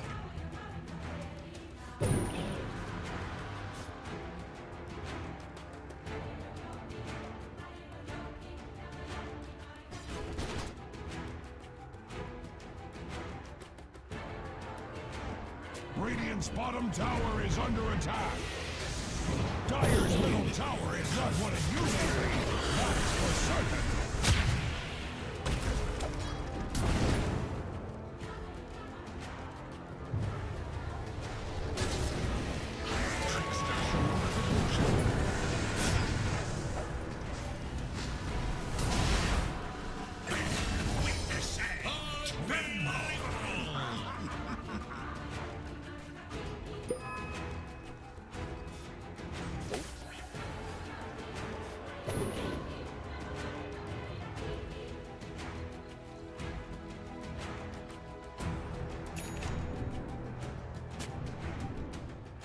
Dire's bottom tower is under attack.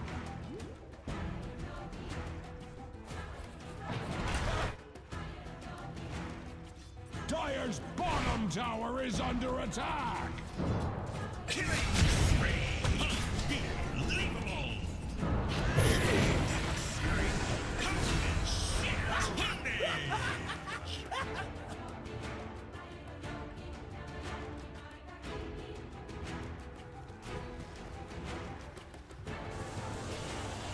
Dire's bottom tower is under attack.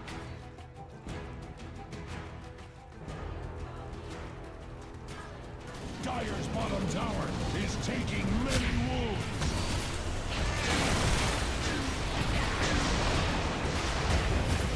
Dire's middle tower is under attack. Radiant's bottom tower is under attack! Dire's middle tower is under attack! Puny Radiant hides behind their fortification. Radiant's bottom tower is under attack. Dire's top tower is under attack.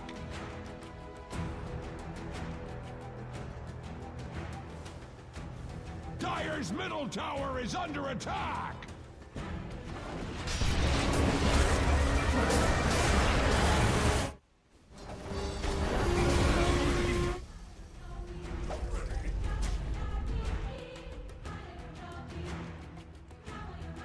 Much like cordwood before axe's axe, Dire's top tower is under attack. Dire's top tower is under attack.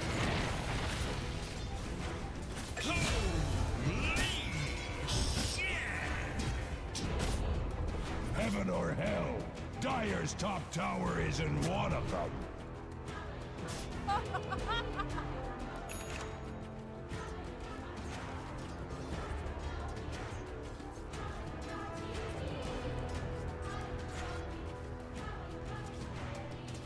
Dire's middle tower is not what it used to be, that is for certain.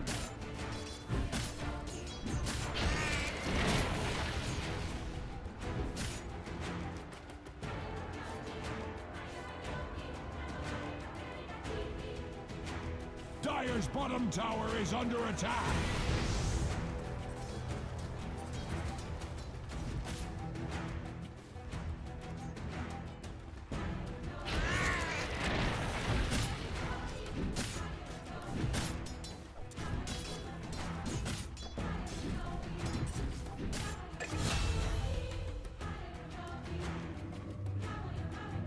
Dire's bottom tower is under attack. Thanks be to you. Much obliged. Dire's middle tower is under attack.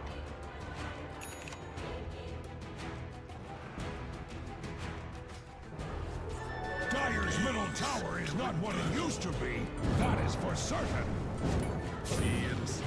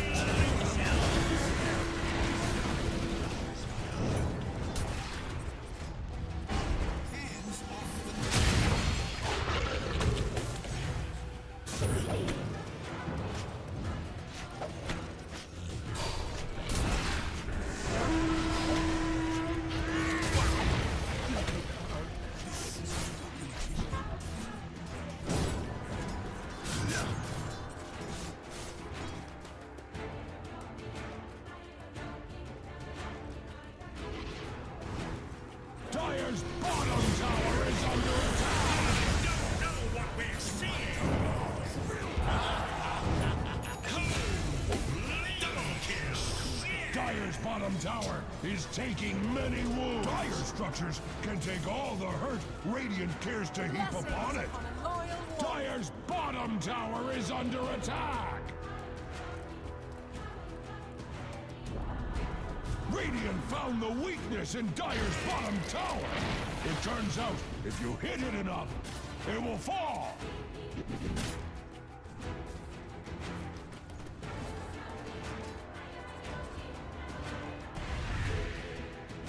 In the strength, now kindled. Dire's middle tower is under attack.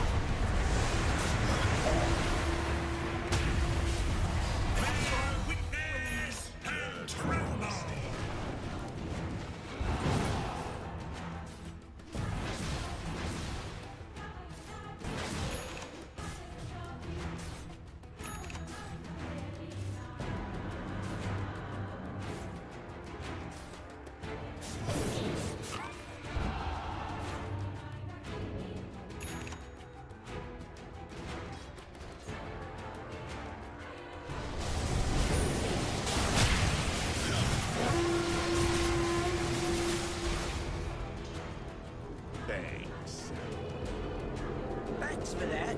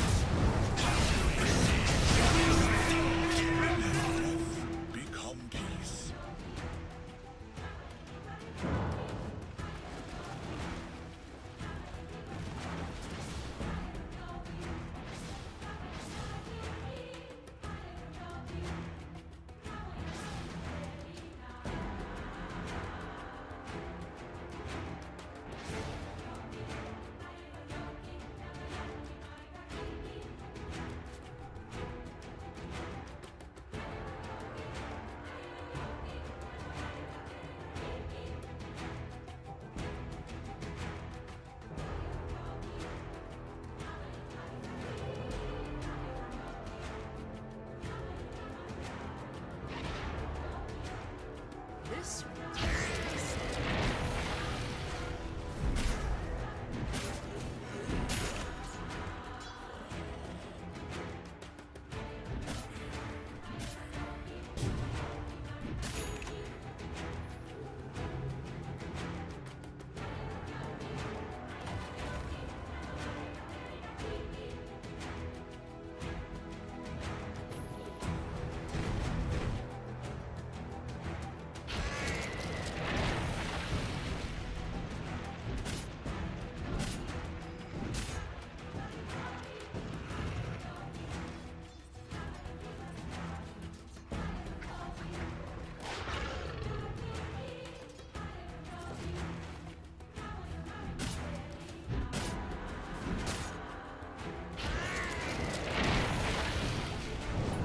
Deceptive rune of invisibility.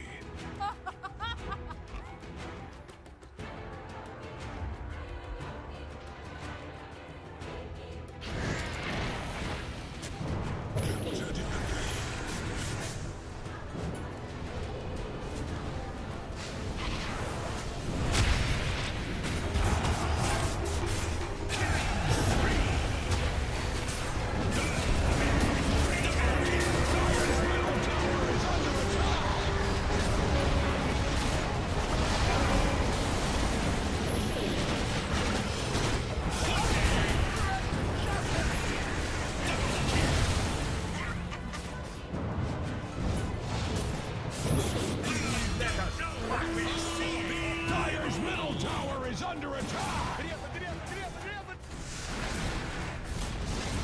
Dire's middle tower has fallen! Dire's middle tower is under attack!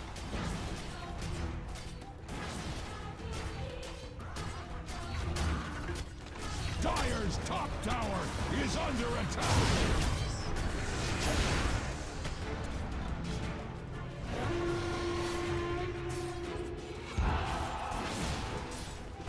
Dire's bottom tower is under attack!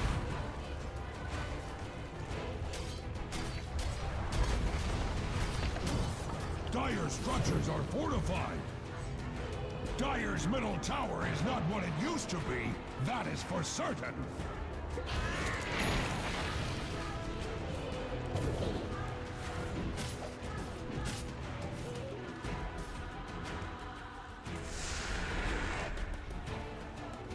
Got it.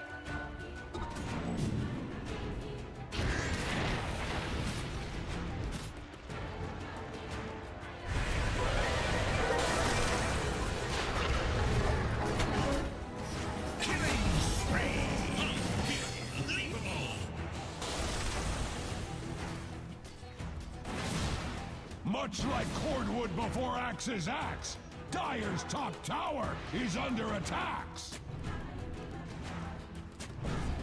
Dire's top tower is under attack!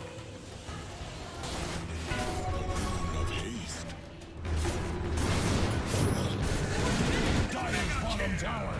taking many wounds.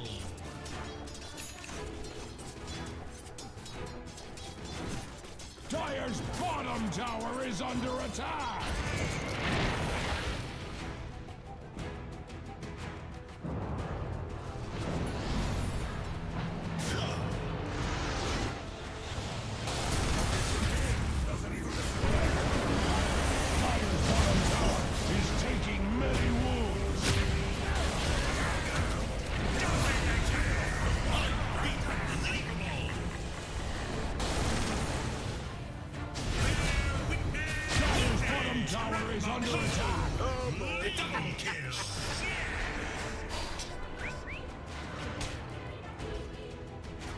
Dire's bottom tower is taking many wounds.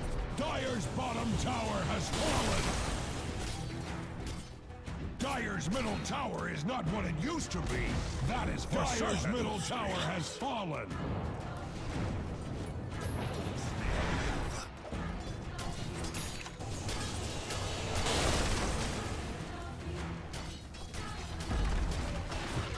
Dire's middle barracks are under attack.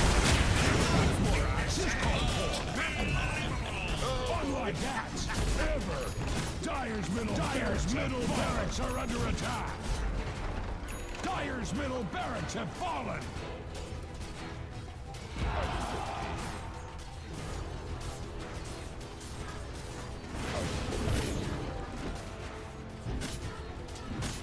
Dire's middle tower is under attack.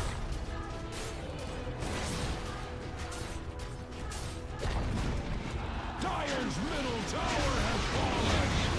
Dire's middle tower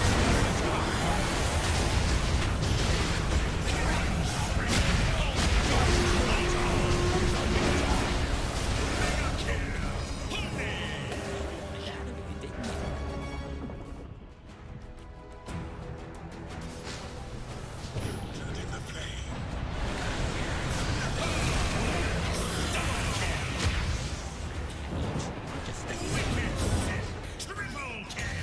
Dire's middle tower is not what it used to be. Dire's structures are fortified. Super fortified.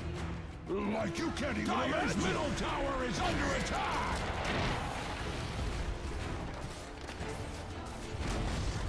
If Dire's middle tower was worth a damn, it would still be standing. Dire's ancient is under attack.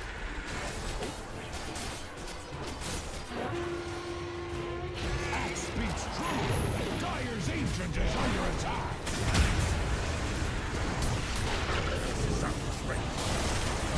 Dire's ancient is under attack.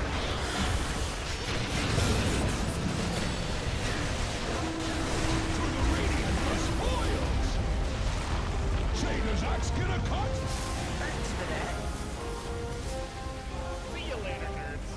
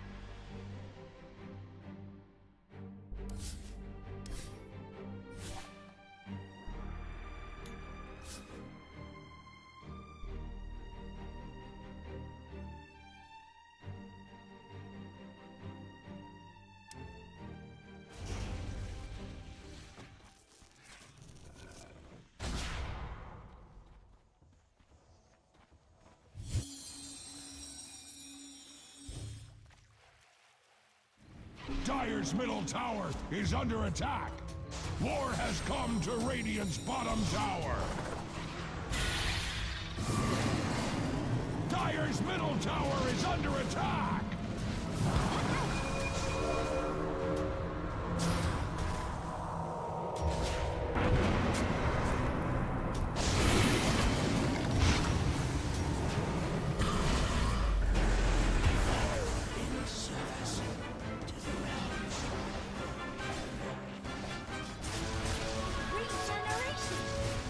Dire's middle tower is under attack.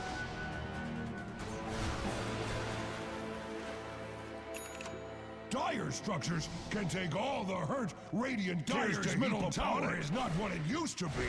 That is for certain.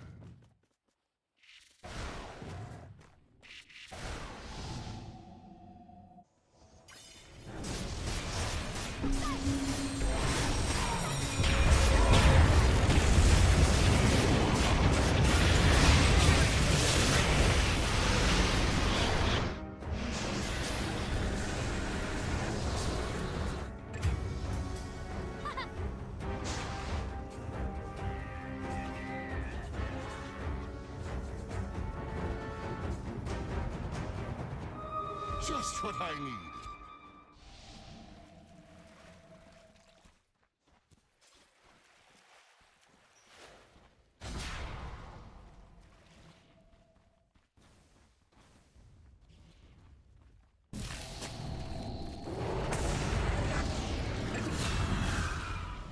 I'm sensing a pattern here.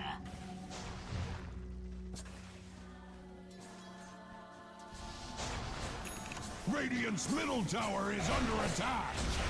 Double kill. Neutralized.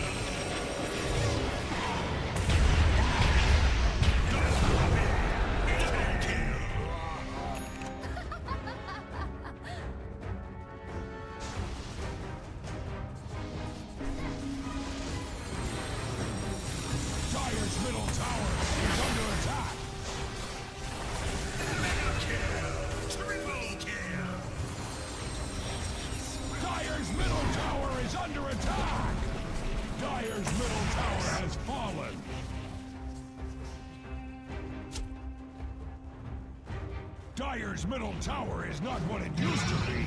That is for certain.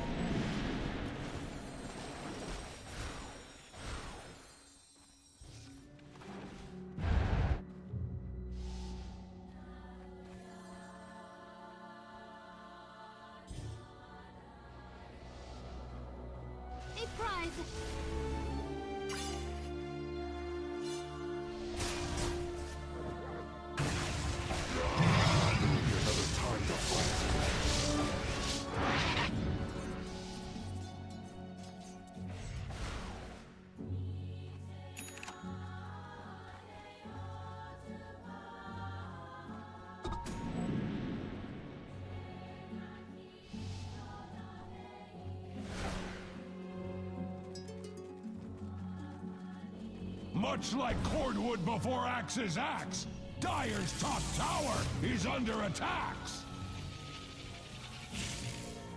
Dire's bottom tower is under attack.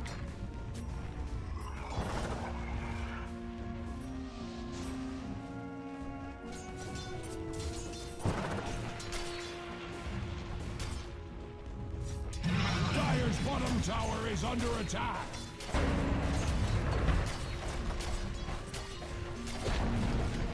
Radiant found the weakness in Dire's bottom tower. It turns out, if you hit it enough, it will fall.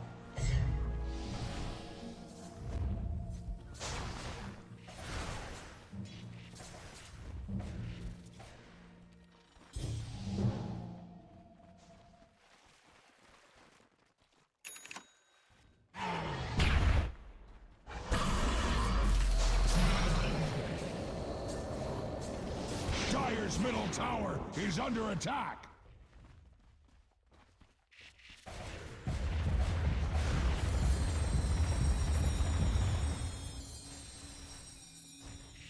Dire's top tower is under attack.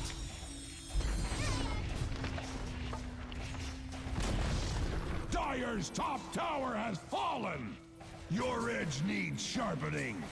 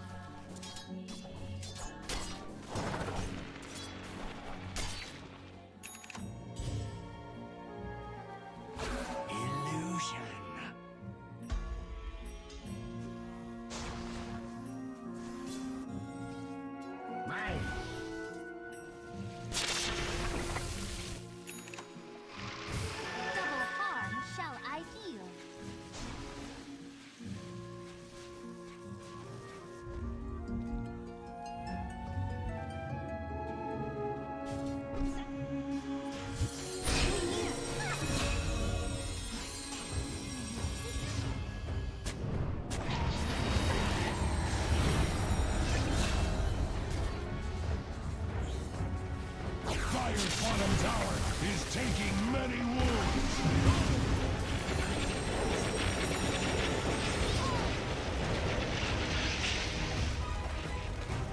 Dire's bottom tower is under attack. Dire's structures are fortified.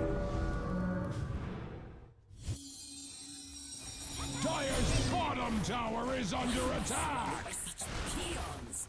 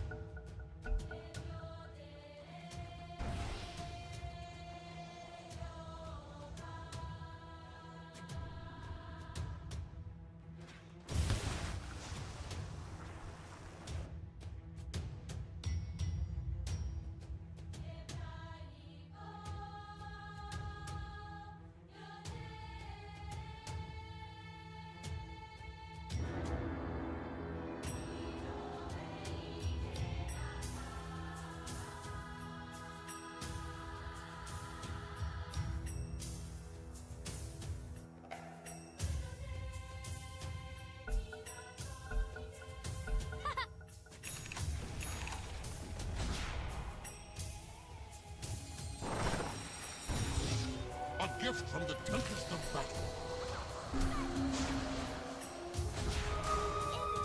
Interesting.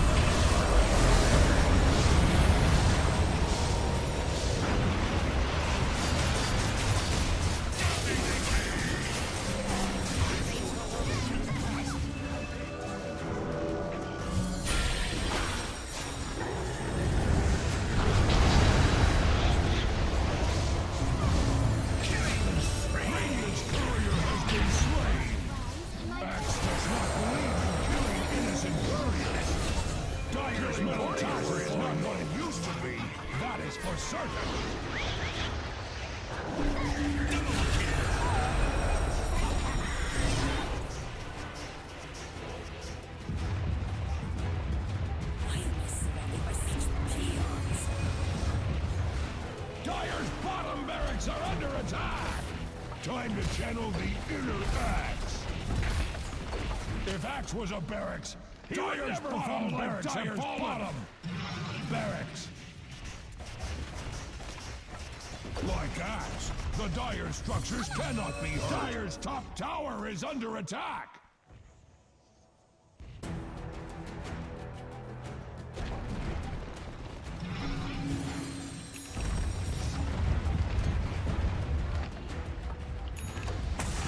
Dire's middle barracks have fallen. Axe needs something to unlike Axe, ever. Dire's middle barracks have fallen.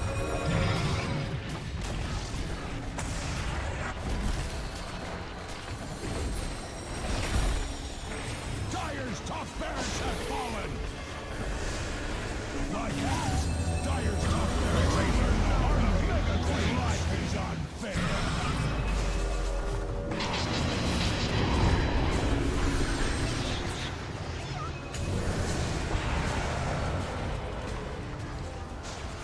Dire's middle tower is under attack! Dire's middle tower has fallen! Tend to your wounded, or put them out of their middle tower is under attack!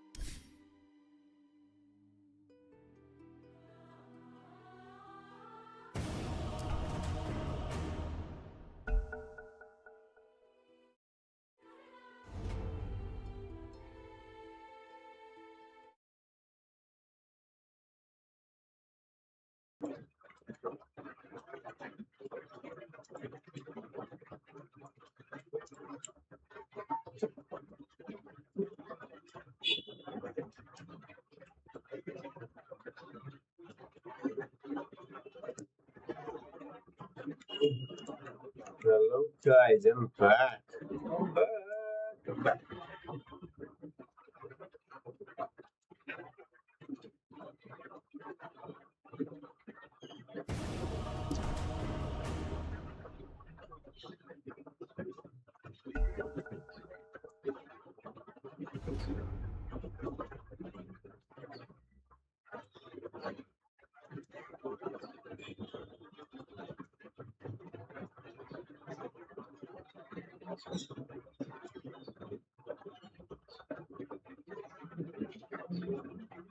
really? You just did that?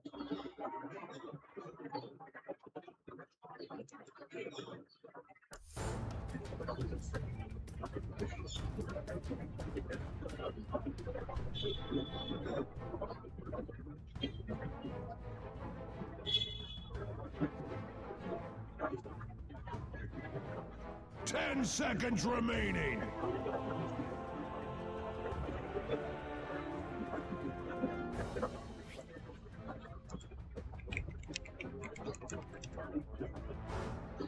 Ten seconds remaining. 5 seconds remaining.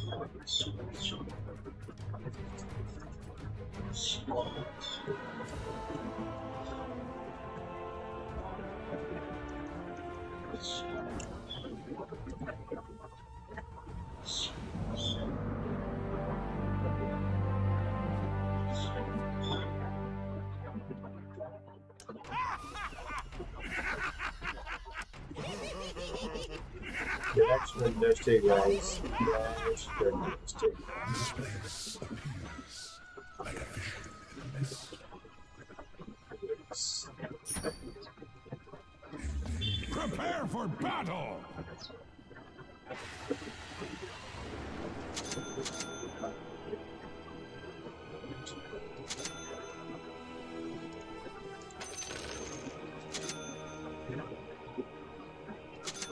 I'm light at that. I have known from an early age, since the eternal one's first and greatest revelation, that this one would be. Things are rarely as they seem. I just might. 30 seconds to battle. Come near me.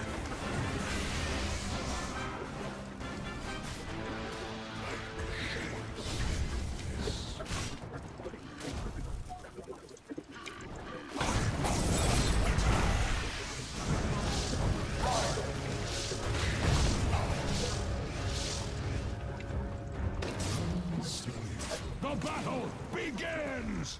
The fog of war is no match. The of awareness. To the bone. I see. Yeah, first blood. An offering worthy of the House of Ernest.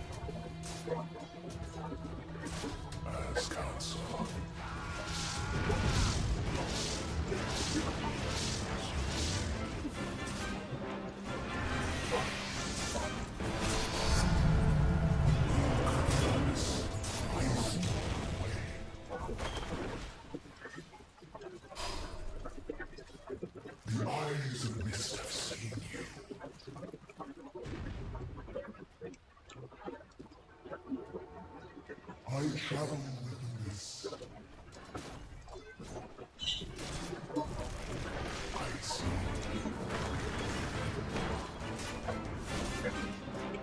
Mist.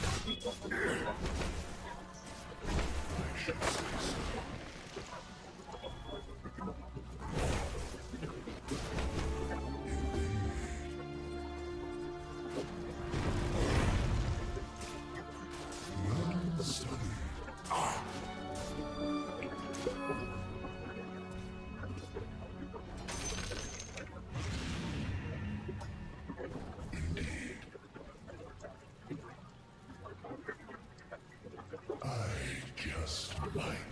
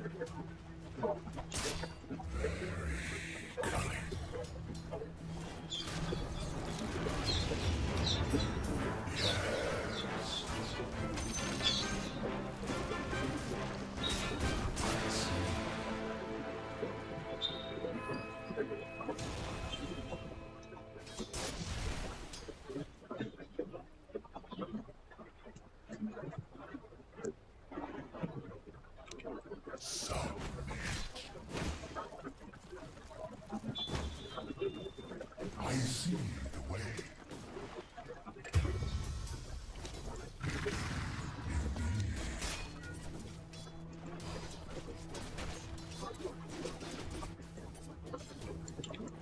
So I have sworn. Invisibility. Mist moves.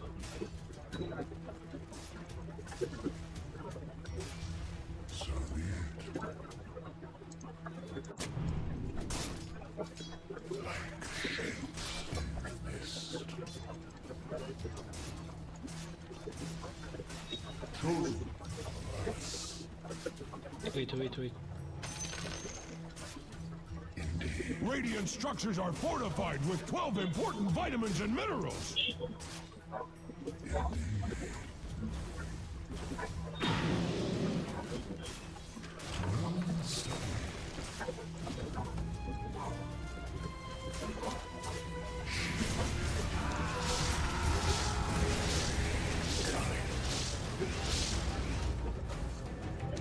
Your middle tower is under attack.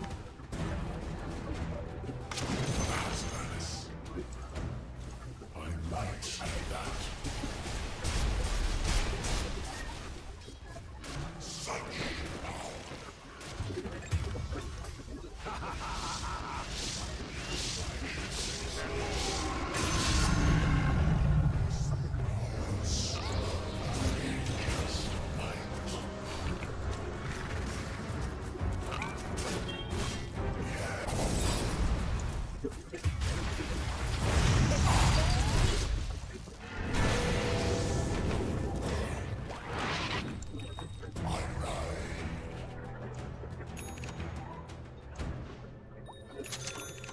things are rarely as they seem. I travel with this.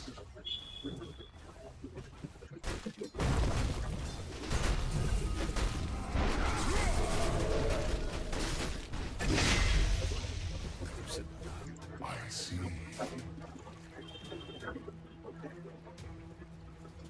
More unlikely.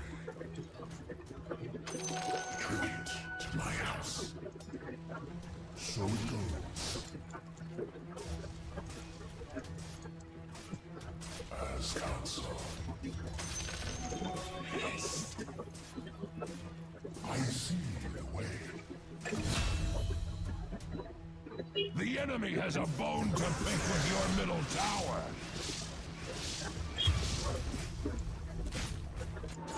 So be it. Your middle tower is under attack!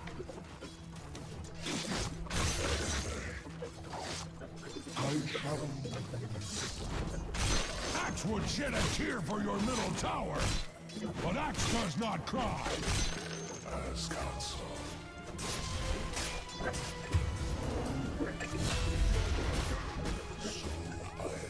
Your middle tower is under attack.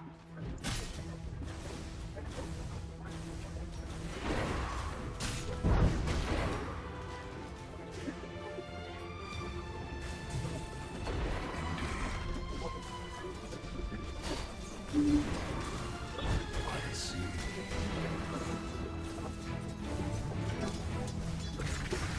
I should say so.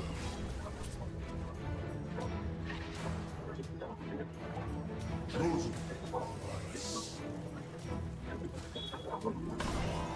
Your top tower is under attack. I'll take that as true. Things are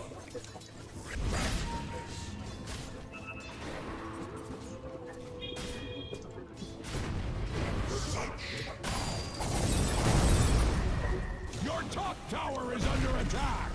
mist moves. I just might.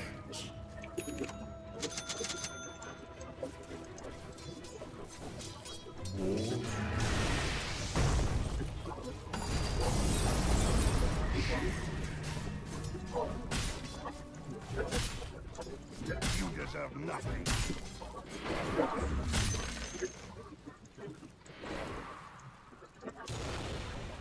So it goes. I might say that.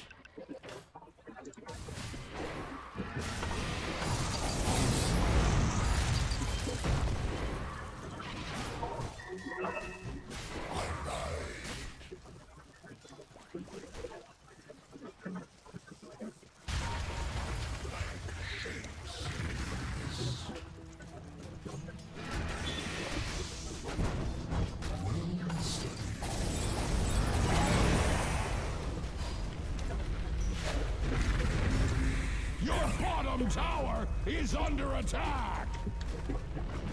I should say so.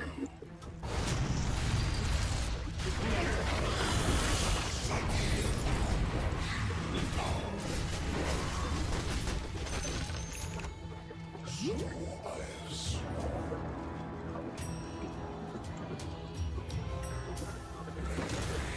Cunning. So be it.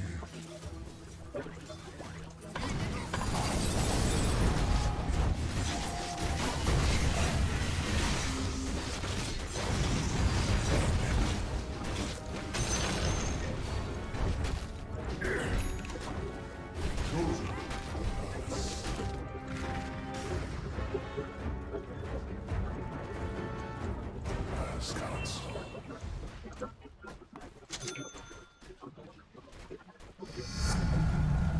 This was promised me, and more. I see the way.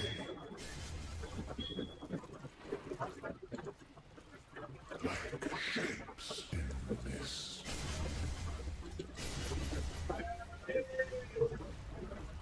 Killing spree.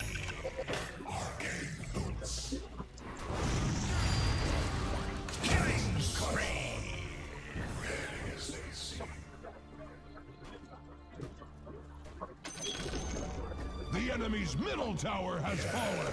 Surprising, given the lack of axe.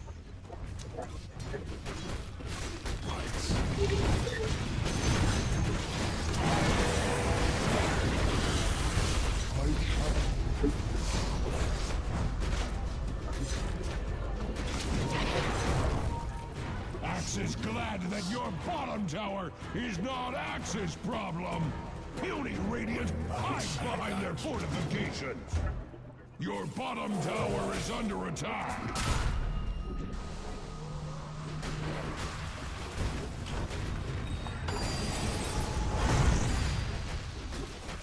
Axe is glad that your bottom tower is not Axe's The enemy's top tower has fallen.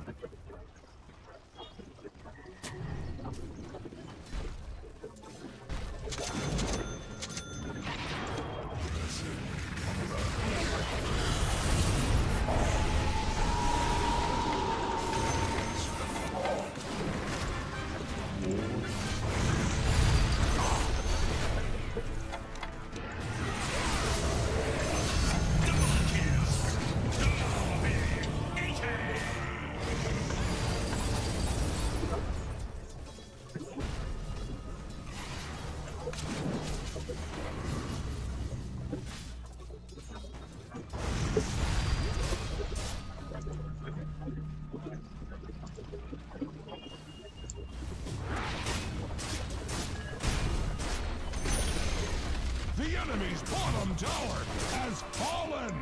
Axe is getting misty-eyed!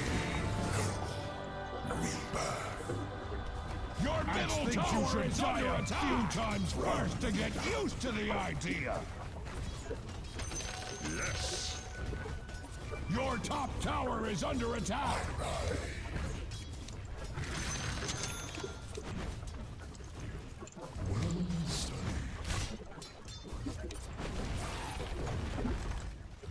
You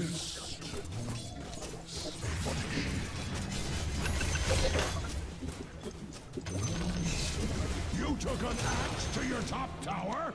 Why did you not ask Axe?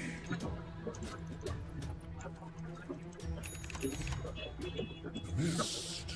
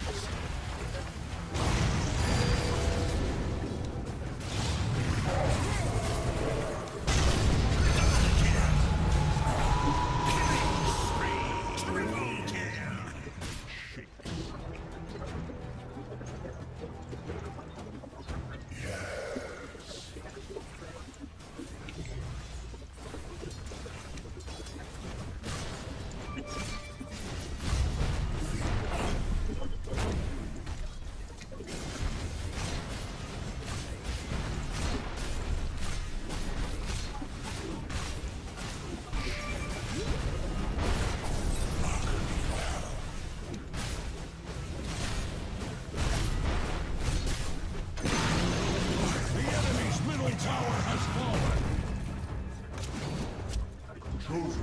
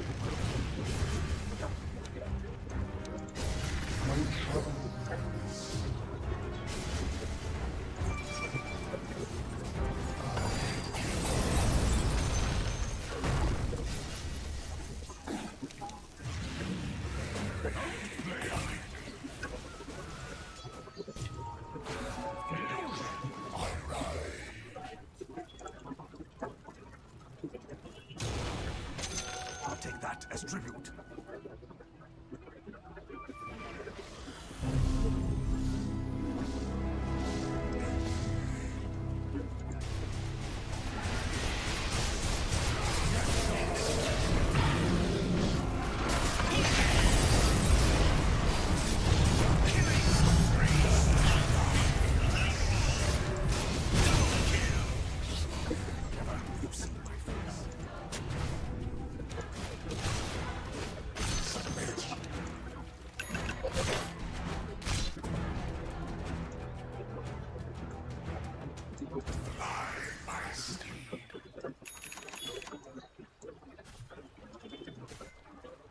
might like that.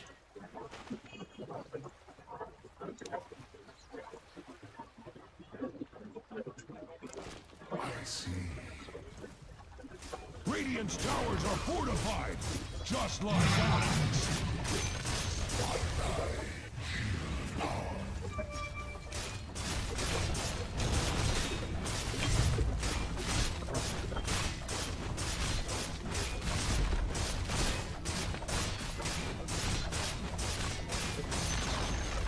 You broke the enemy's bottom tower. Axe approves.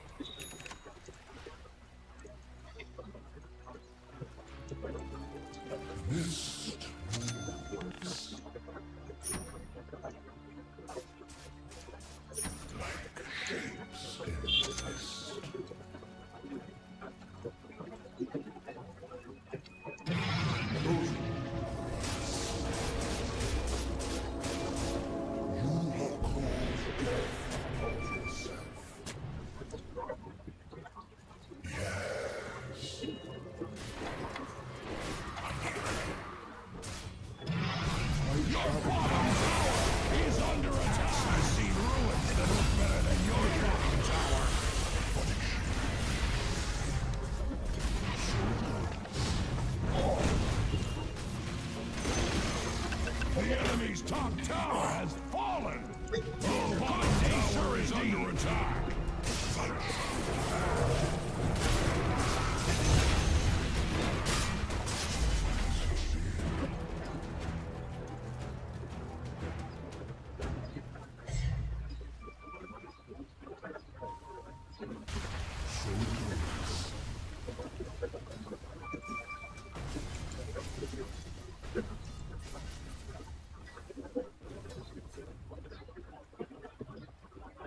Things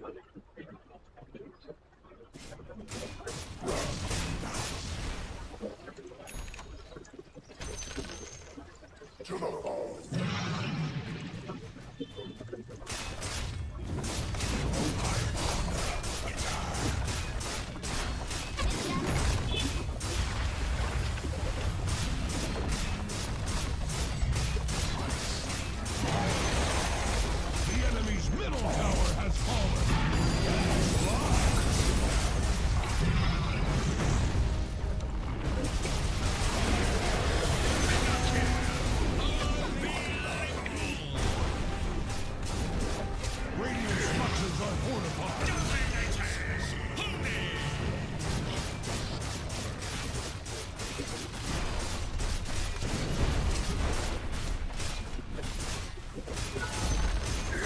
The enemy's middle barracks have fallen. The enemy's middle barracks have fallen.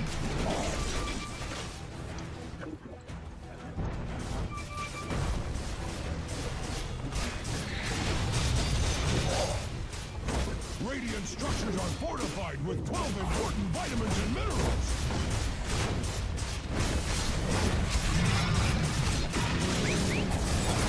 Your top tower is being hacked to pieces.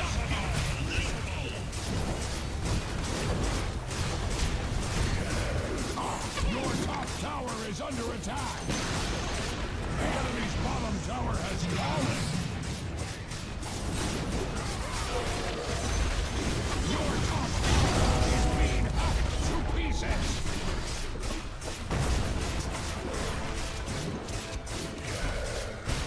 Your top tower is under attack! The enemy's bottom barracks have fallen!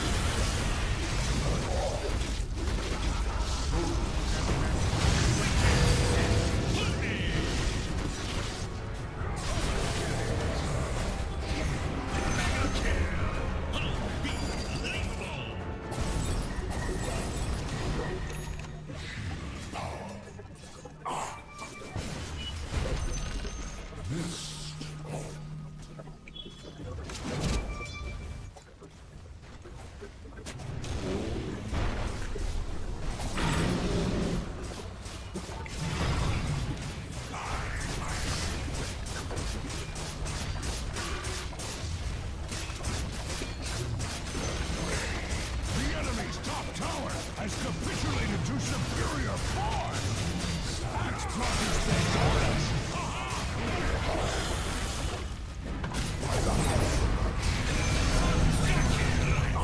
Double kill!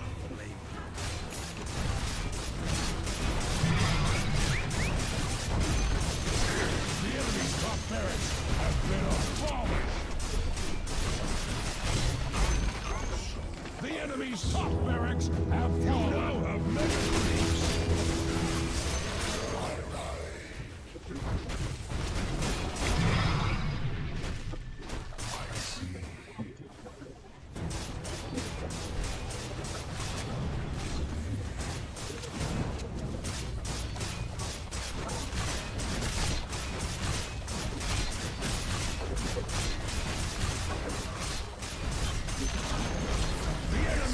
Tower has surrendered to gravity!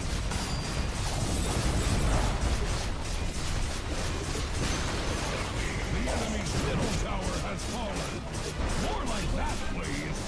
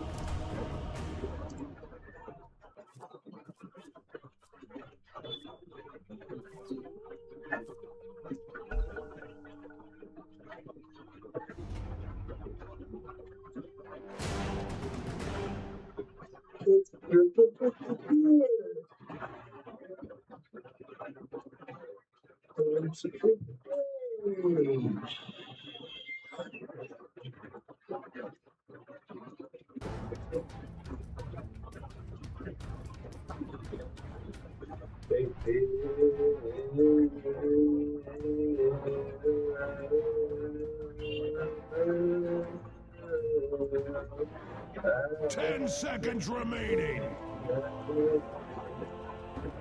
5 seconds remaining.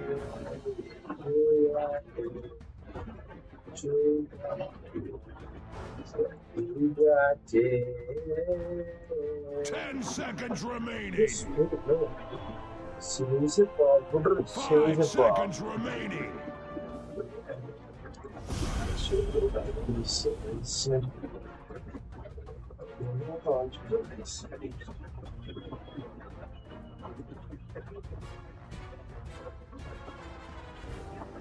Suffer in silence. Guys,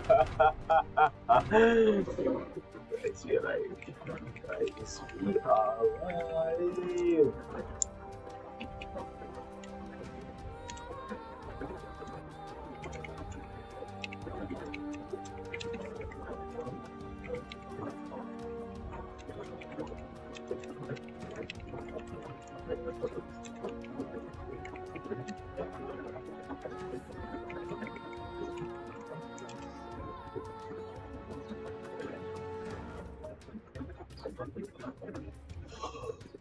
Oh, fuck hard से बोल रहे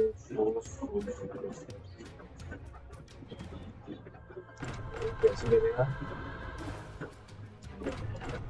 कैसे करेगा poster भी बनाना पड़ेगा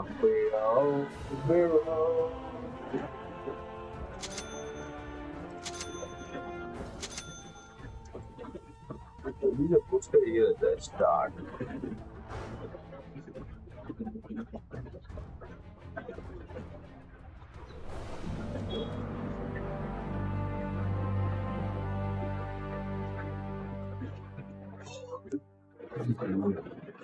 fast. I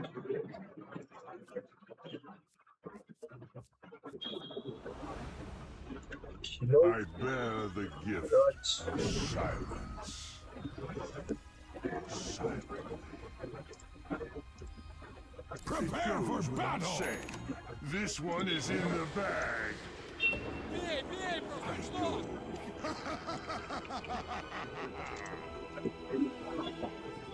Silently.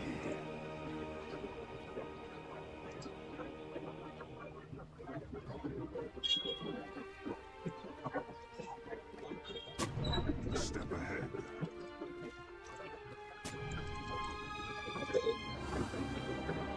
Silent running. Yep, so With quickness. Yeah.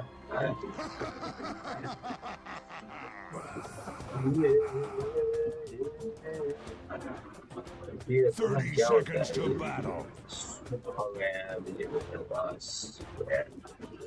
Super rare. Super rare.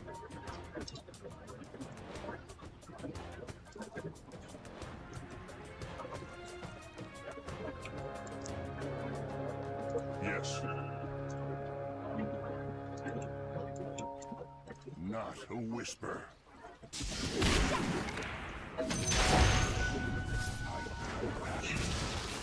This is the very definition of first blood. Yes. Oh my Under attack. god. I make my move. Yes. Silence is broken.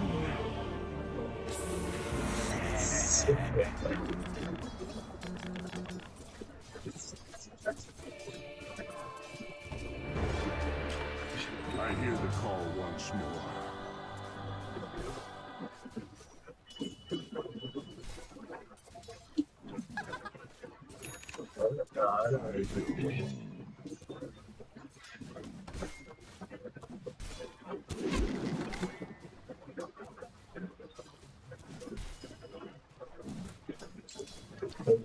With quickness.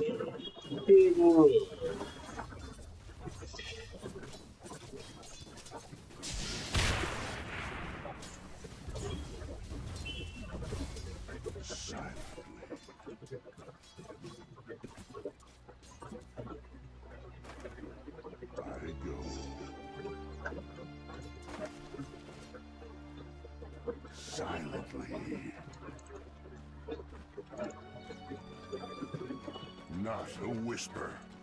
I don't know who's getting that. Silent running. Onward. Yes. Yes. Radiant's courier has been slain. Yes.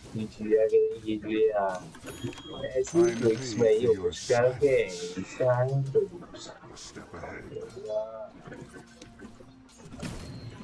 Yes. I cut a path. I make my move.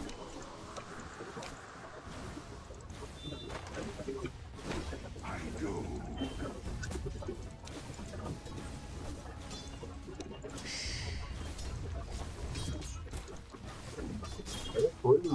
As the blades fly.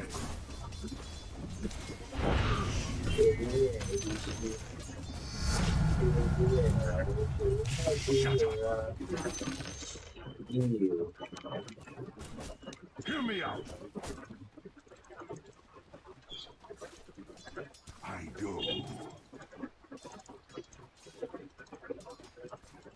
I make my move.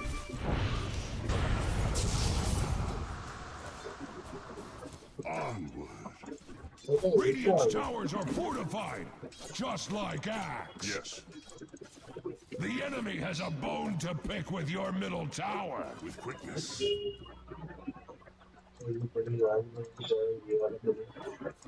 Any last words?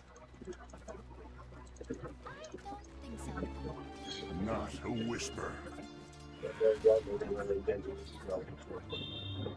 A step ahead.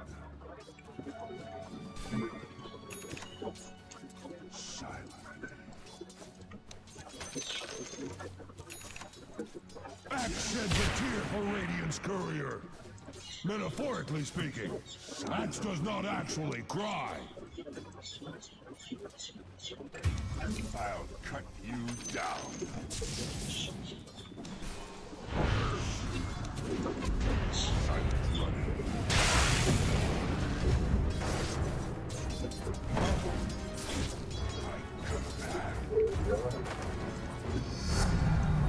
Exaltation. Yes.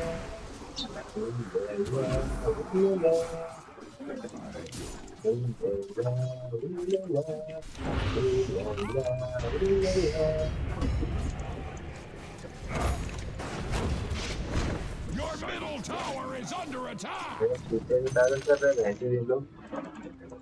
Yes. Your middle tower is under attack. Attack.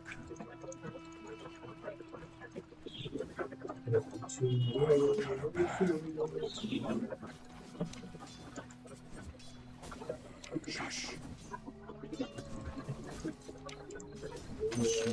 Shut the fuck. Not a whisper.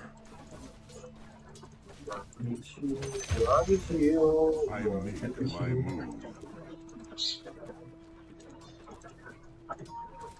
Silence. A step ahead. With quickness. I go.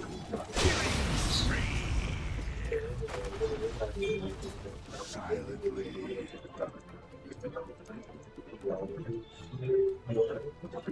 Yes.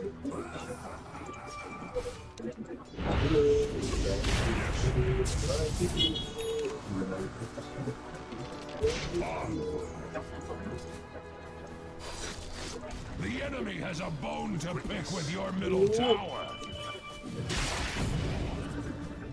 Spinning blade. I'm under attack.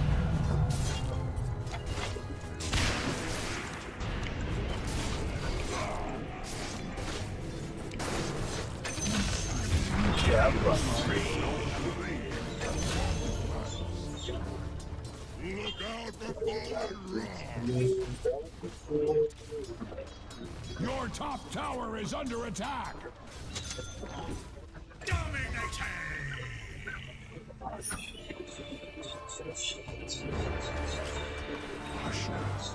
Your top tower is under attack. shit.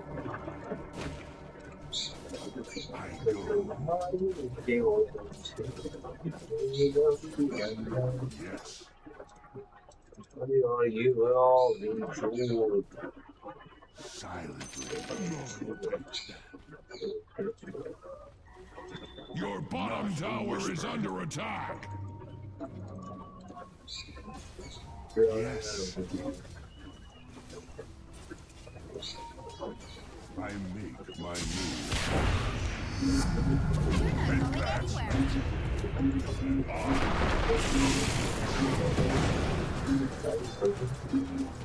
silent running. Step ahead. Hello, hello. I cut a path.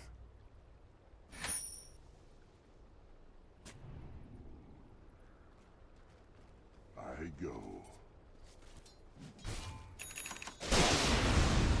I cut a path.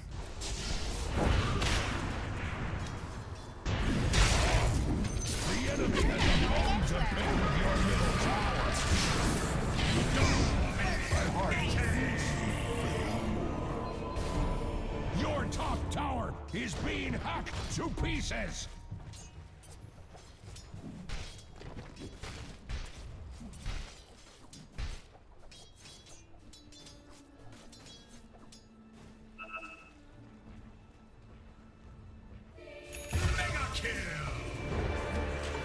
My graves will answer this disrespect. Silent.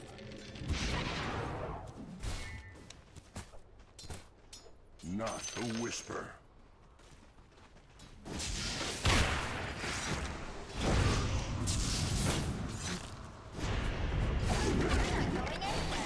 With quickness. Killing spree. I go. Got rocks in your head. I go.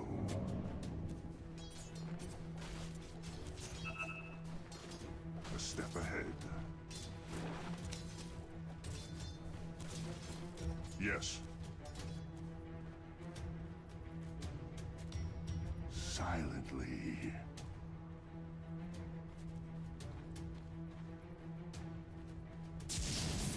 Speak your last. I make my move. Silent running.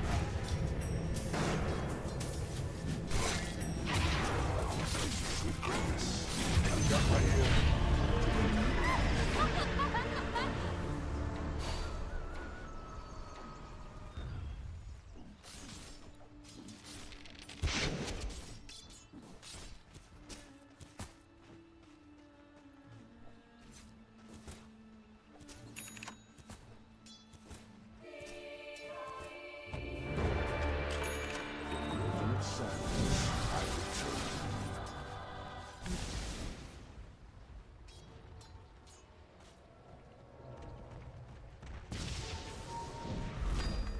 Step ahead.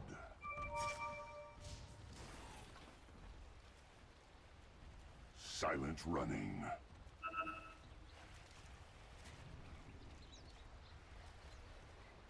I cut a path.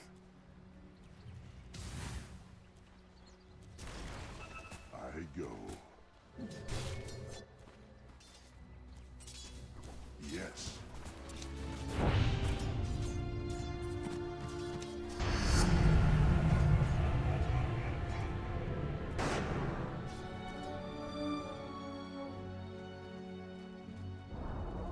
Axe would shed a tear for your middle tower. Dire's courier has been slain. I wouldn't hear of it. Dire structures can take all the hurt Radiant cares to heap upon it. Yes.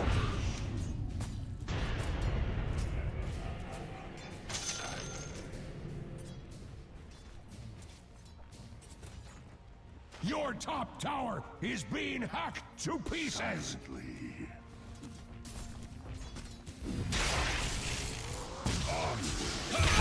Your top tower is under attack. Not a whisper.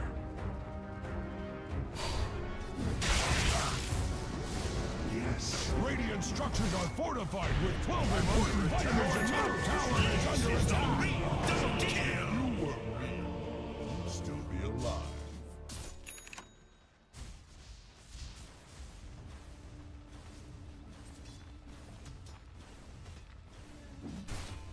Axe is glad that your bottom tower is not Axe's problem.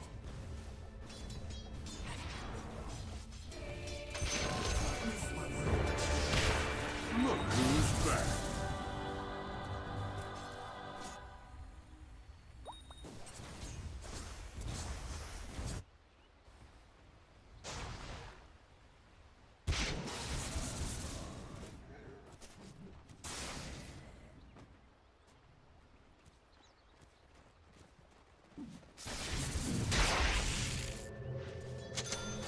Not a whisper.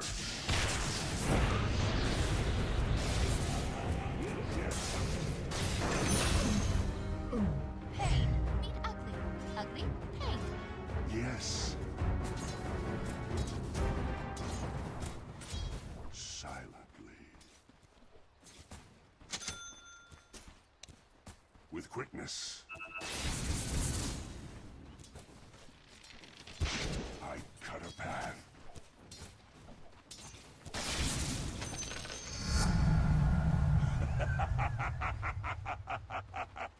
Silent runners.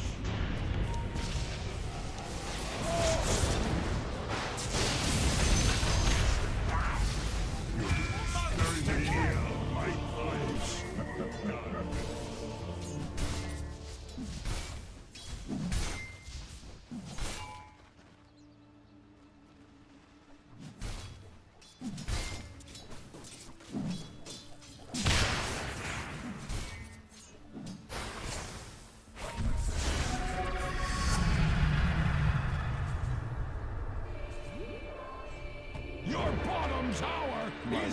attack! You'll run red.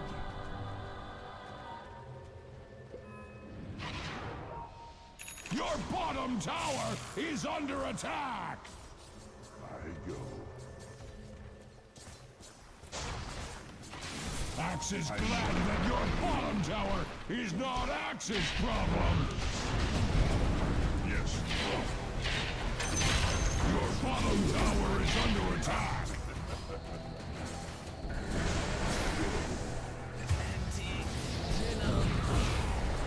Axe has seen ruins that look better than your bottom tower.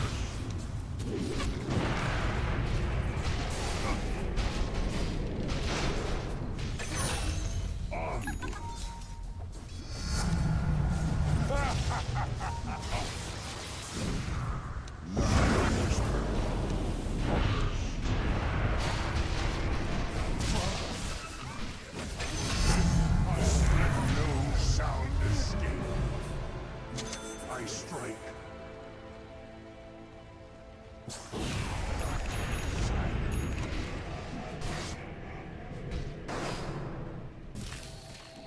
I'm under attack. No!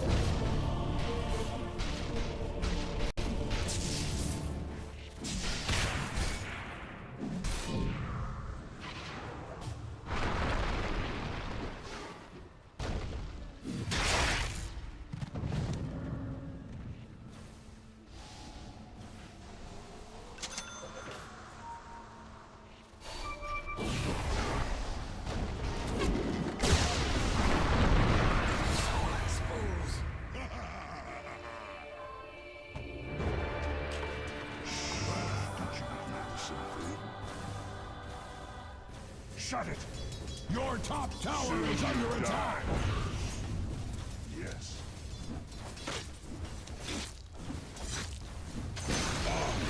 Your top tower has been denied!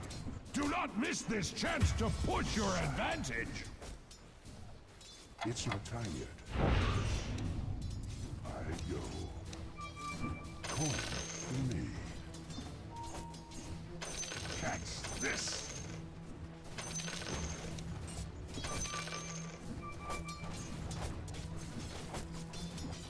Yes.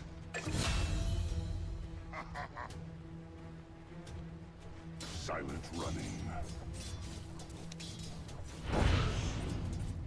I go.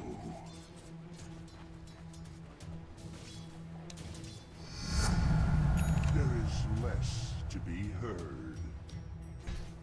Step ahead. Every coin helps. I cut a path.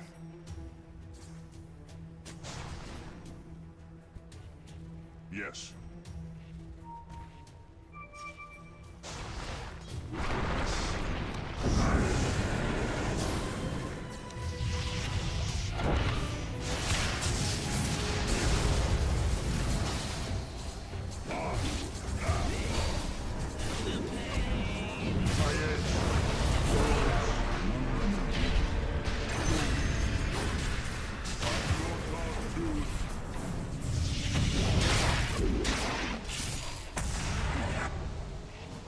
Arrow eyes broken.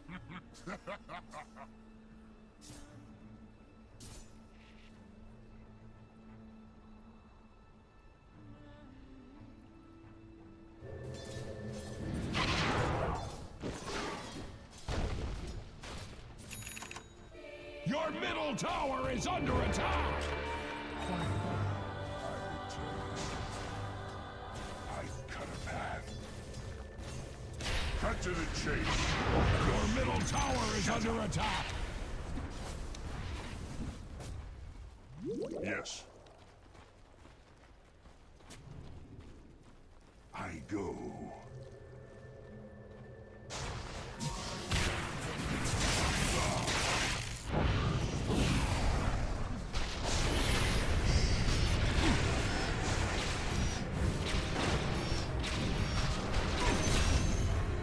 Step ahead.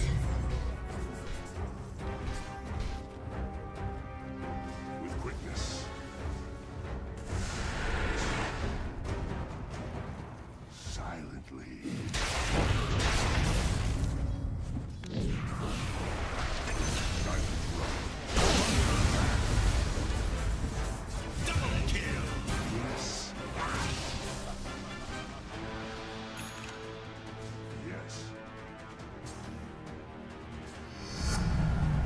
silence deepens. I make my move. Not a whisper.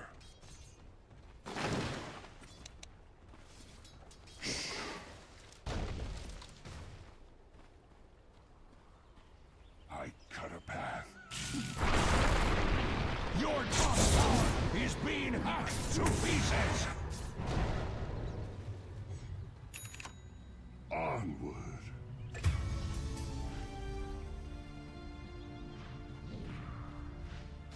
I go.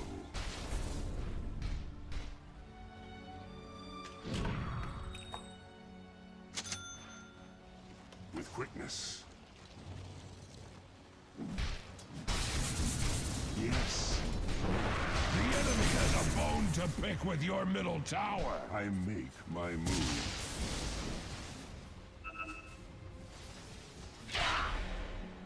Yes. Your middle tower is under attack.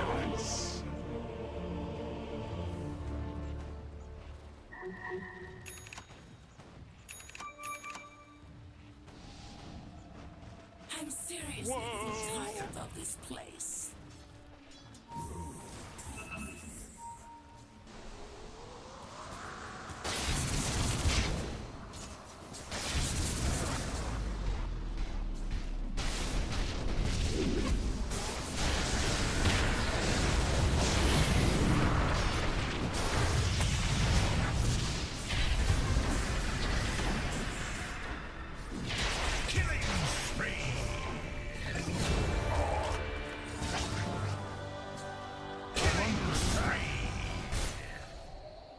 Silently.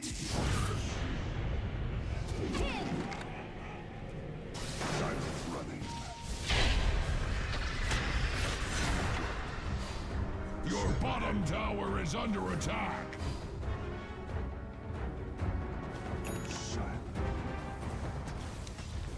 Axe is glad that your bottom tower is not Axe's problem. As the blades fly. Your bottom tower is under attack. Whisper.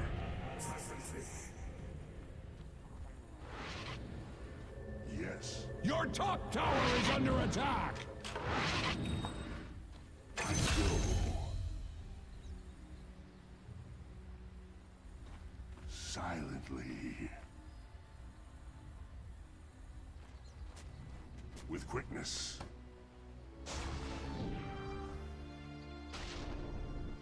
Yes.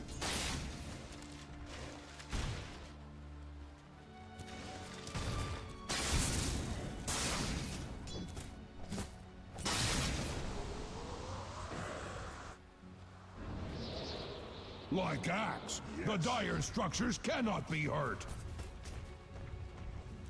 Silent running.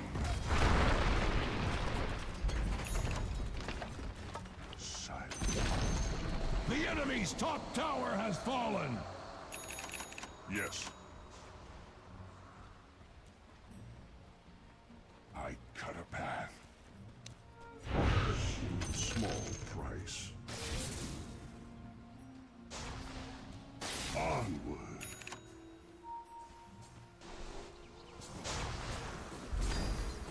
I make my move. A step ahead.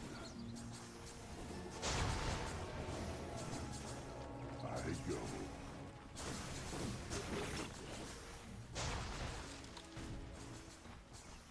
Not a whisper.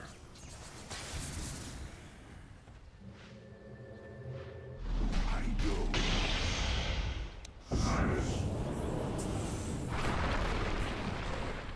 A step ahead. Your top tower is being hacked to pieces. The enemy's middle tower has surrendered to gravity.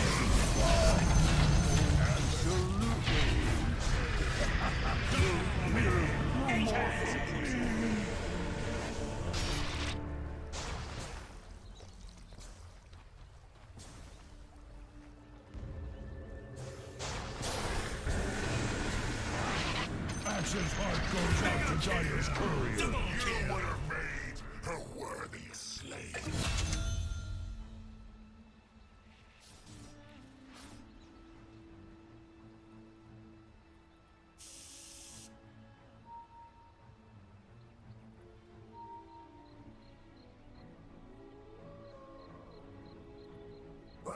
Your middle tower is under attack.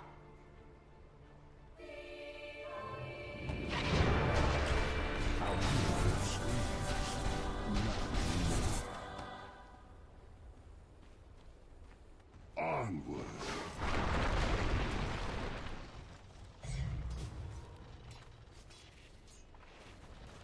With quickness.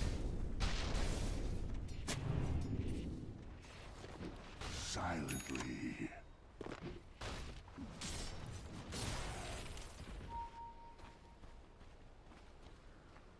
Yes. I cut a path. Not a whisper. I make my move.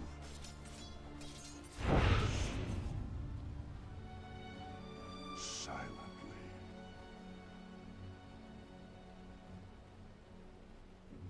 Any last words? I go.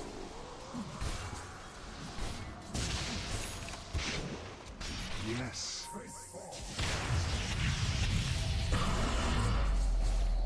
Silent running. I'm under attack.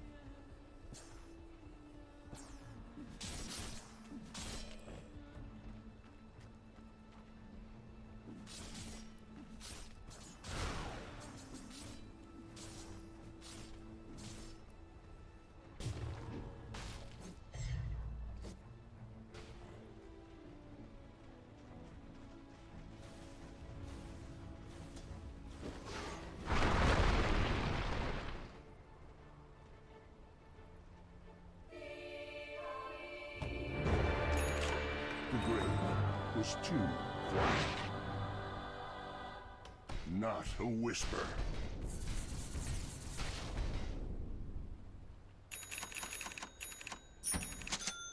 Silently.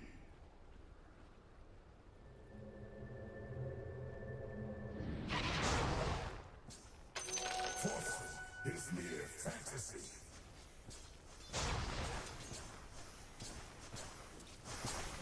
Silently. With quickness.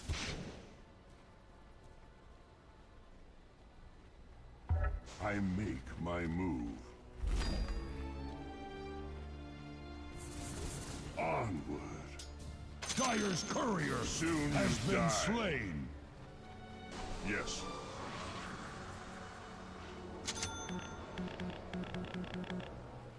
I go. Wicked sick. I cut a path. Yes.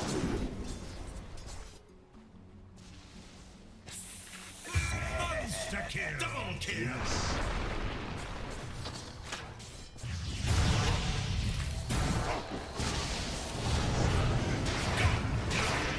Triple kill. I'm under attack.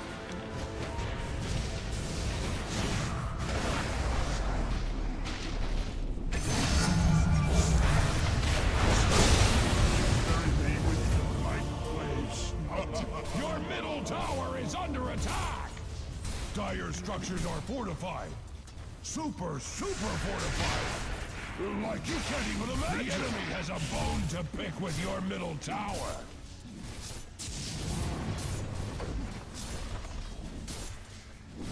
Your middle tower is under attack. Your middle tower has fallen. It could be worse. Or could it?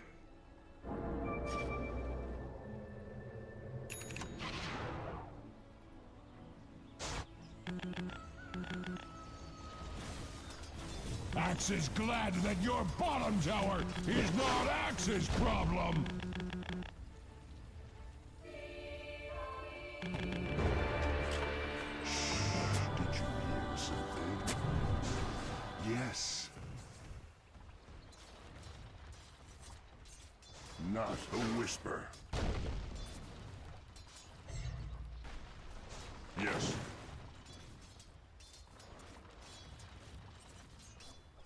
Catch this. I cut a path.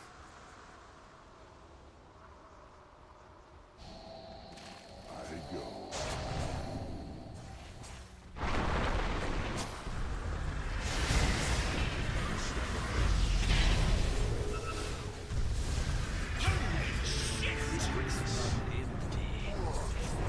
The stuff of legend!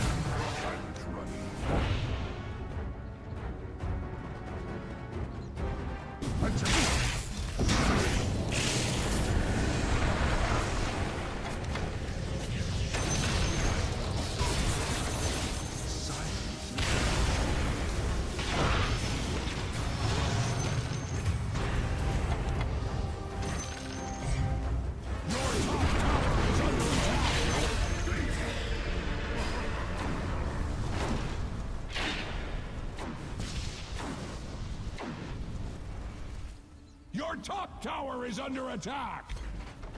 Radiant structures are fortified. Your top tower is under attack! Much like Axe's opinion of you, your top tower has fallen!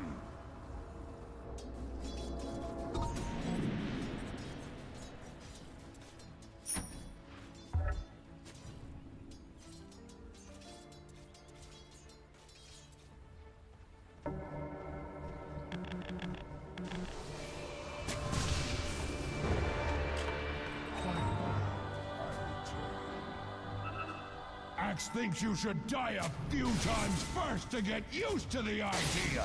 I make my move.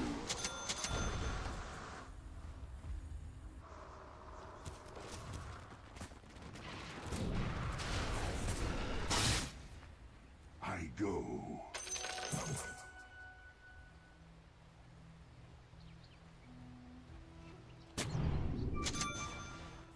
Roshan has fallen to the dire! Fatality. Yes.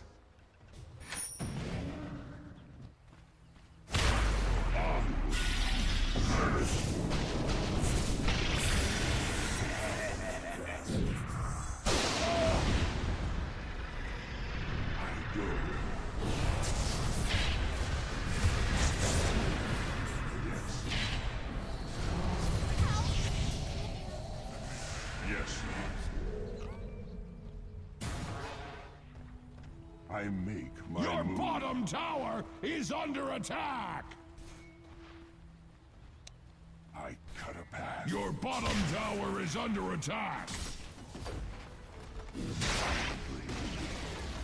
Your bottom tower has fallen!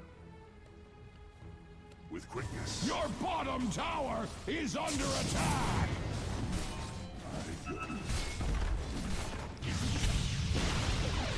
Your bottom Not tower a has whisper. fallen! Axe needs something to barracks are under attack! Your bottom barracks have fallen! Your bottom barracks have fallen! Do not blame Axe! Puny Radiant hides behind their fortification!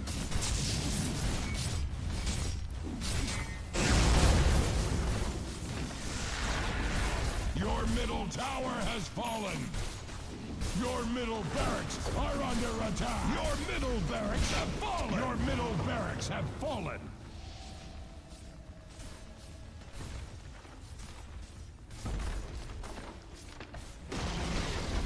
Your top tower has fallen! Look at your racks. Now look at that. Only one of us is still standing.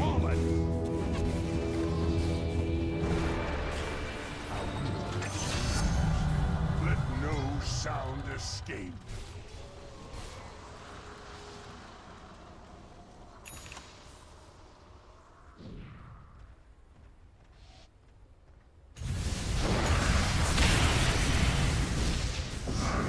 Killing spree. Thunderstrike.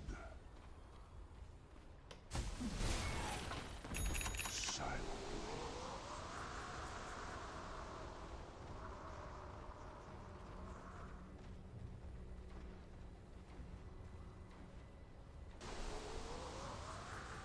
Silently.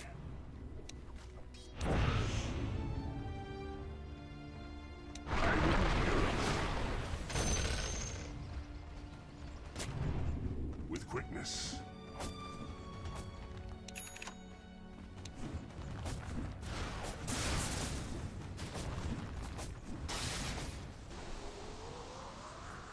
If war is not fair, why call it warfare?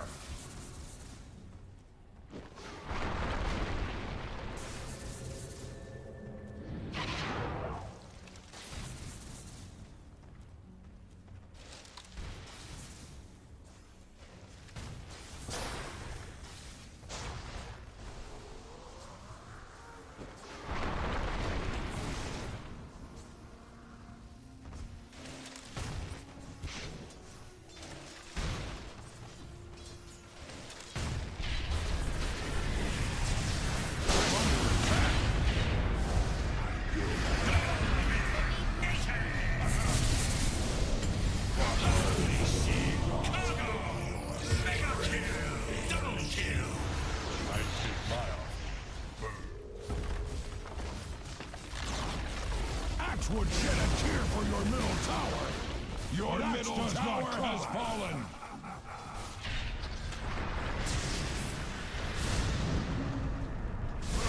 Killing spree.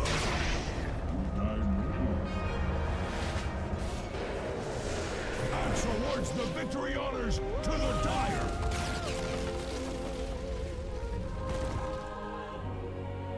What is it?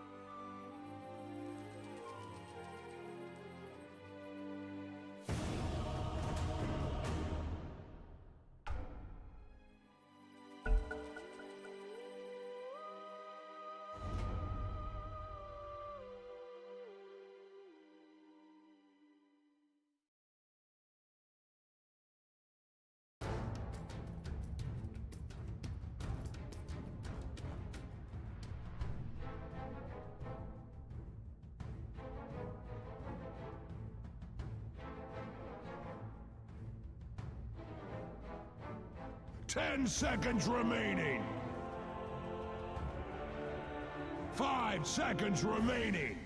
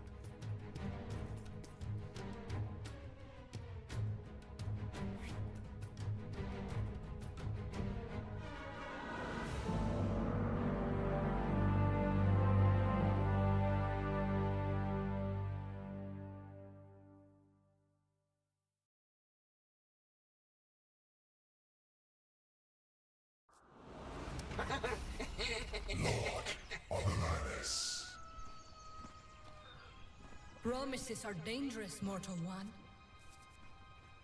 Prepare for battle! I just might. I have known from an early age, since the event of Fon's first and greatest revelation, that this one would be in the bag.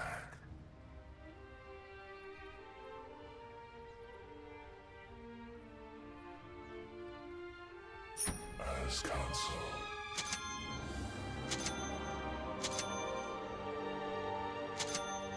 I should say so.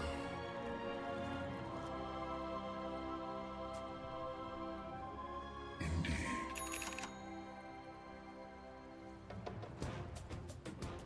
So it goes. 30 seconds to battle.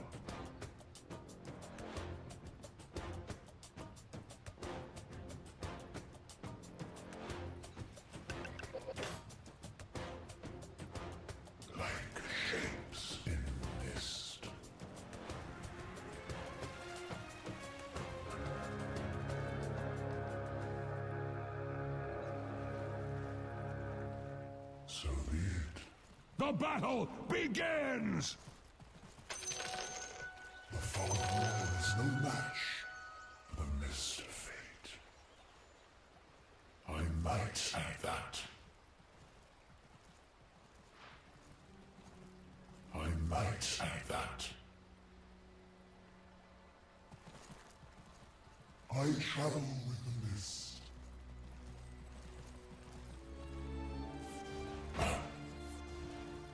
The mist moves.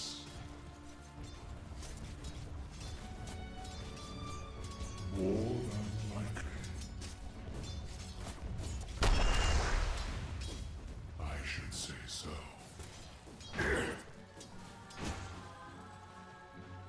So be it.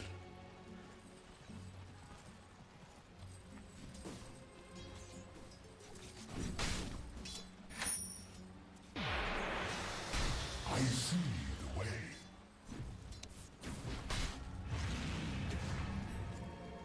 Things are rarely as they seem.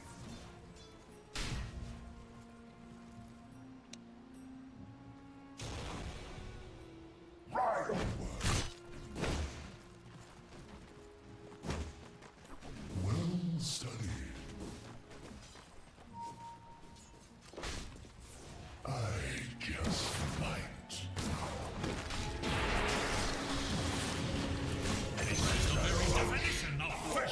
First blood, and a point well taken.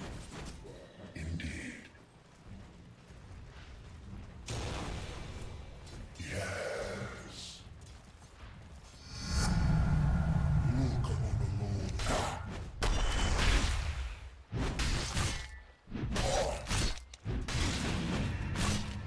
I see.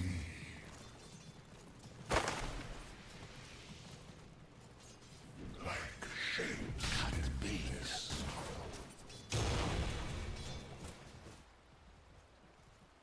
Very cunning.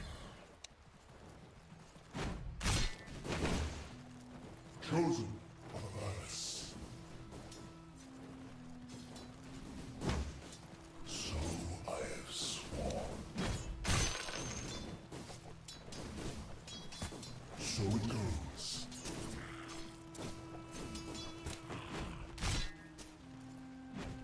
Indeed.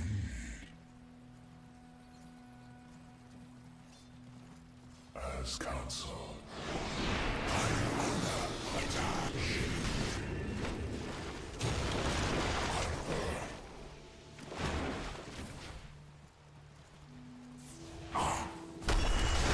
As counsel. So I have sworn.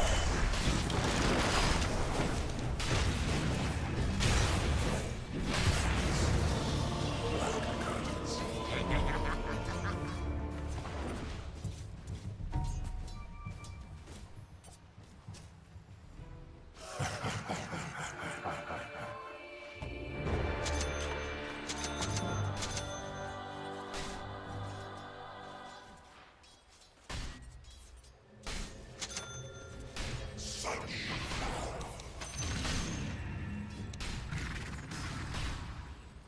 more than likely.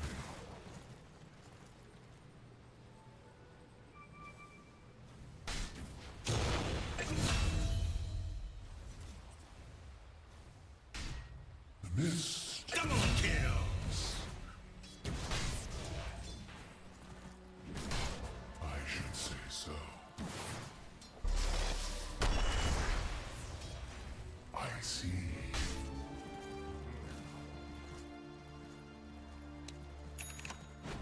Indeed. I might say that. Like shapes in mist. Your top tower is under attack.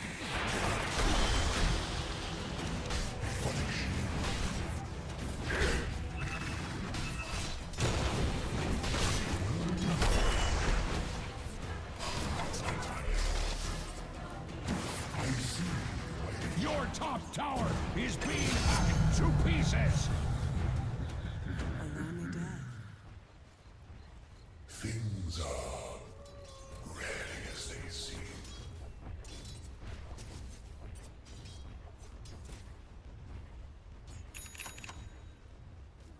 I just might. So it goes. Chosen of us. I travel with this. I ride.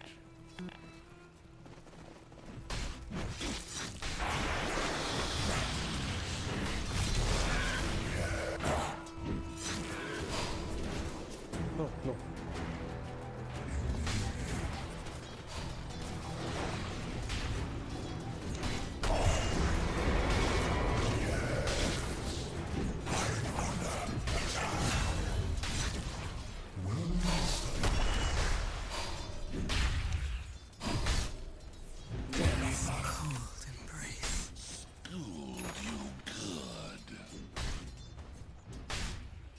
As counsel. Chosen of us. I ride. Your middle tower is under attack. I see.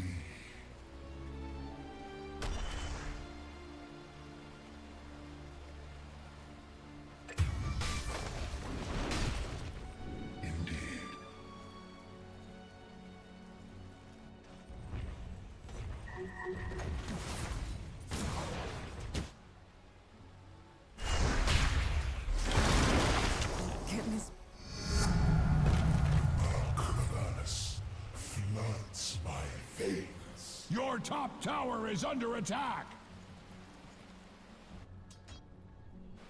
I see the enemy has a bone to pick with your middle tower. Your top tower has fallen. It could be worse. Or could it? So it goes.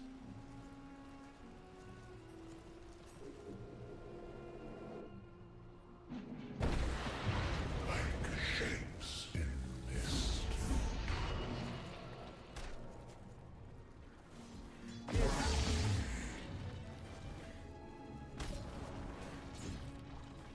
Such power.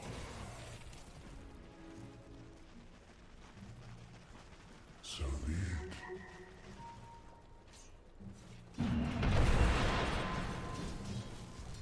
I might say that.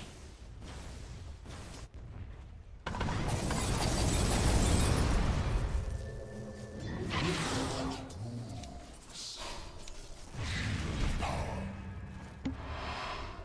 More than likely. I just might.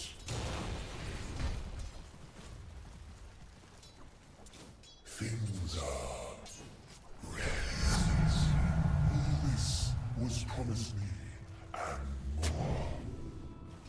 I should say so. The enemy's bottom tower has fallen. That's lies. I travel with the mist.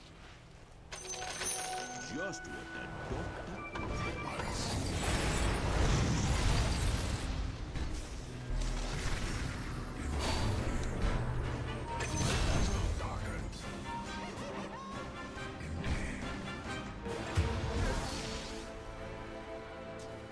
Yes.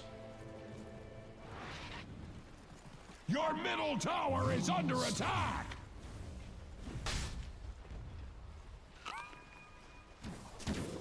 Mist, we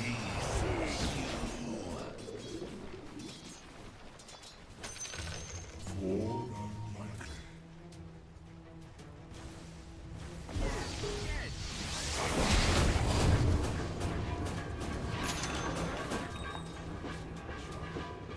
Chosen.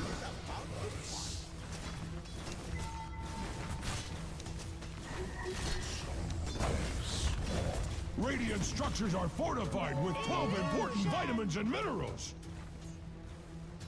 I just might.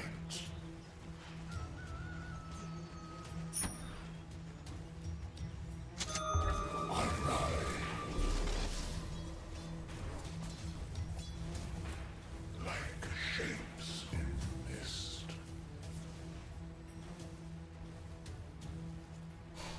Very cunning.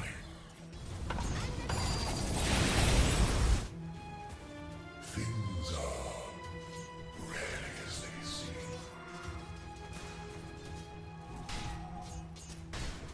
So weird.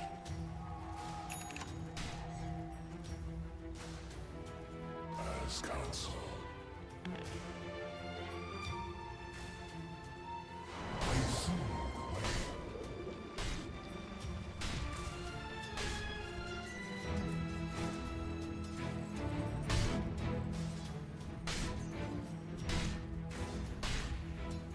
I might say that.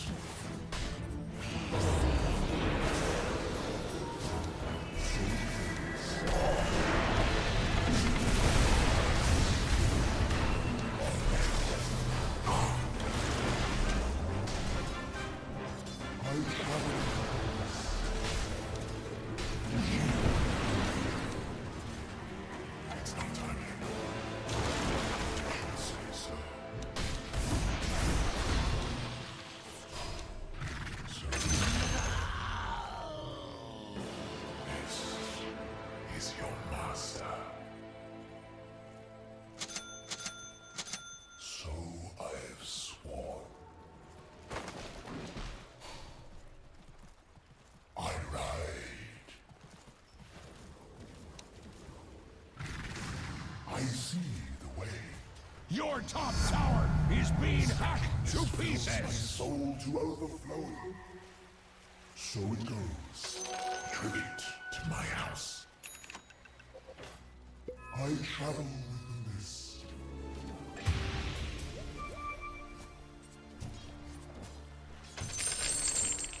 Like shapes in mist. Your middle tower is under attack!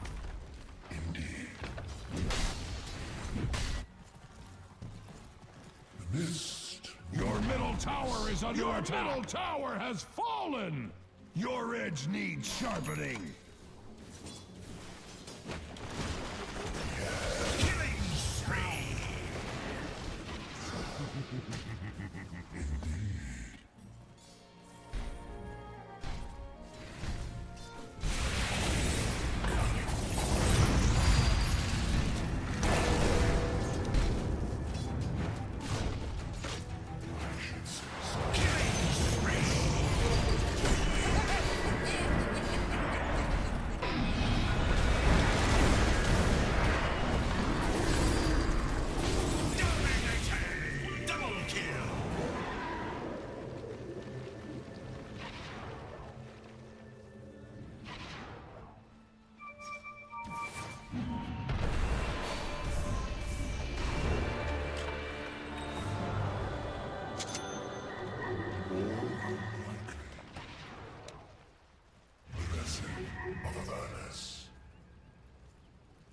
Such power.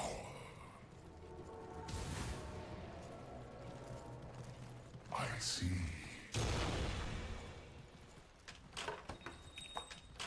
I just might. Chosen of Avernus. A dark thirst slaked, well studied.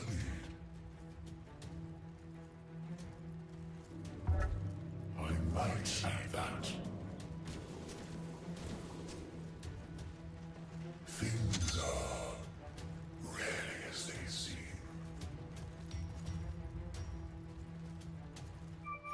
As counsel. The enemy has a bone to pick with your middle tower! I just might.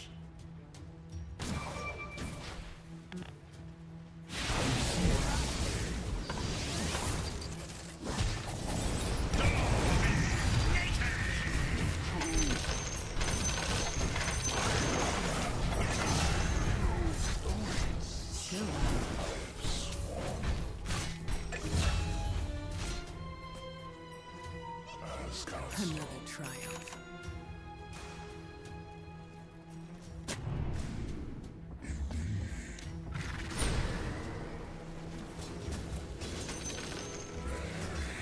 Cunning.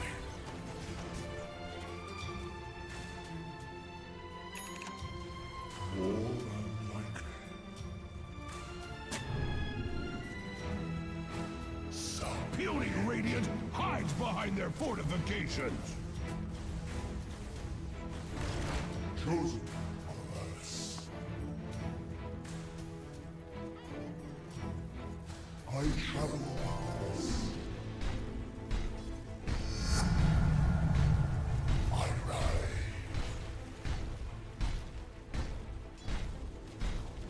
I might say that. Selfish. Well studied. Axe is glad that your bottom tower is not Axe's problem!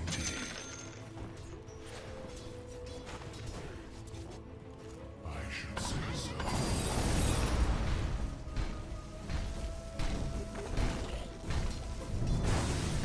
The enemy has a bone to pick with your middle tower!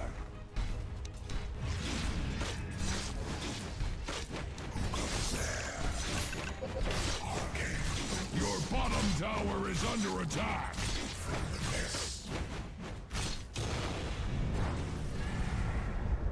Your bottom tower has fallen!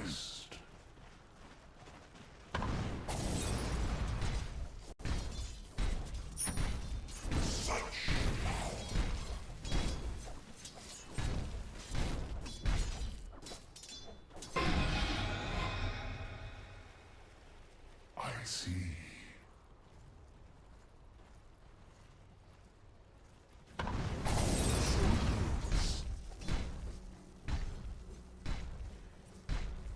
mist moves.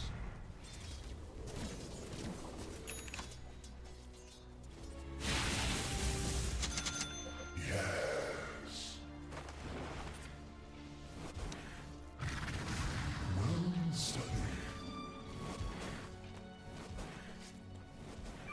I see the way.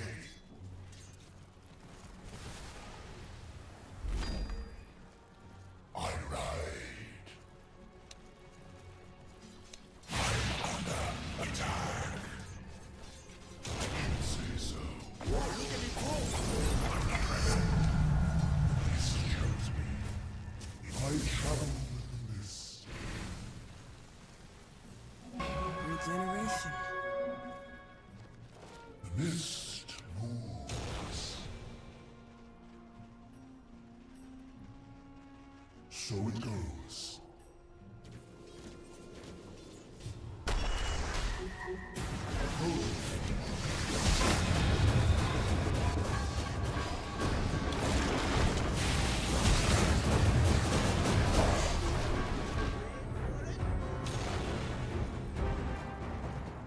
I see.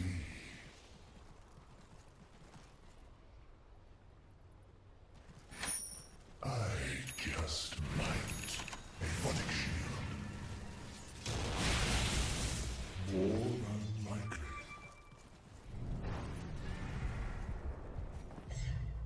I might say that. So the Your top tower is under attack! Scouts. Nature's wrath!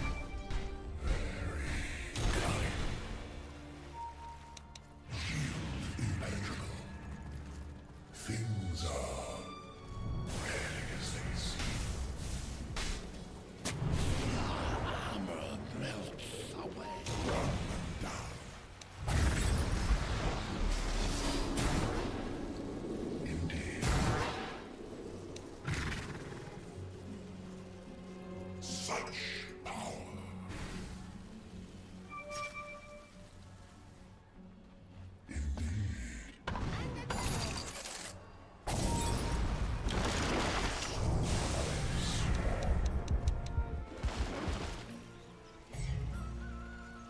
Yes. I'll take that. Yes.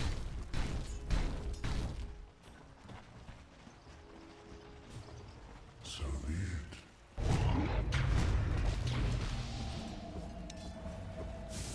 Shield impenetrable. Like shapes in mist. I should say so.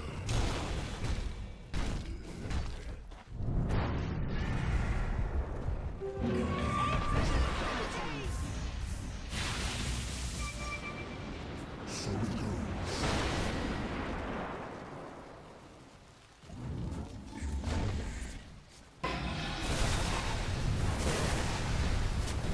I just might. I see.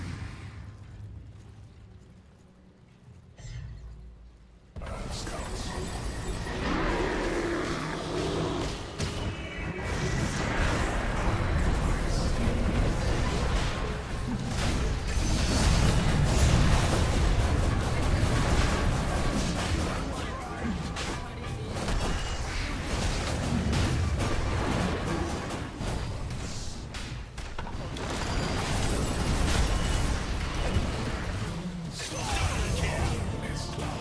But they won't silence.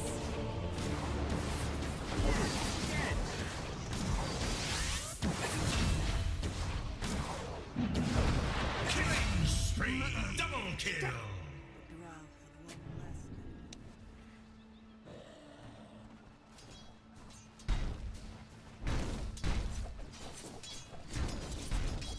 Radiant structures are fortified!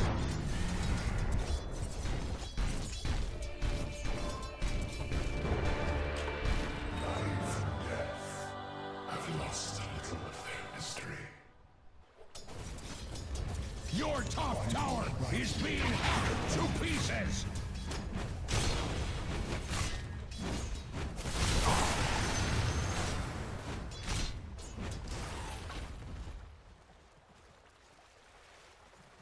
The mist moves. So I have sworn.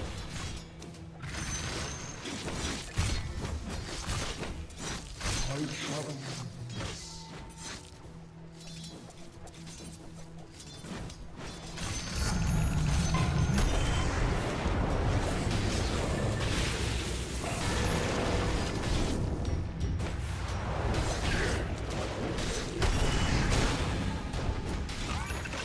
Dire's courier shall carry no more.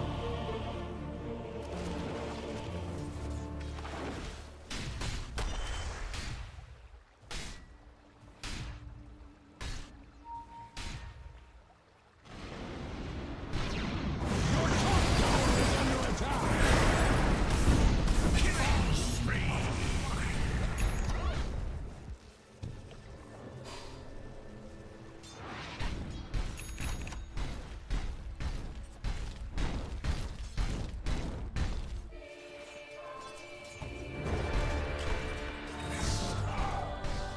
And I am born anew. Very cunning.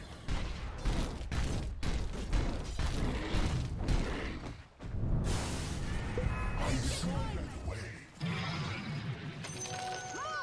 Selfish. Such power.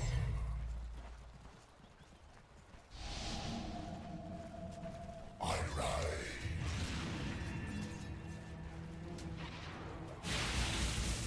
I might and not.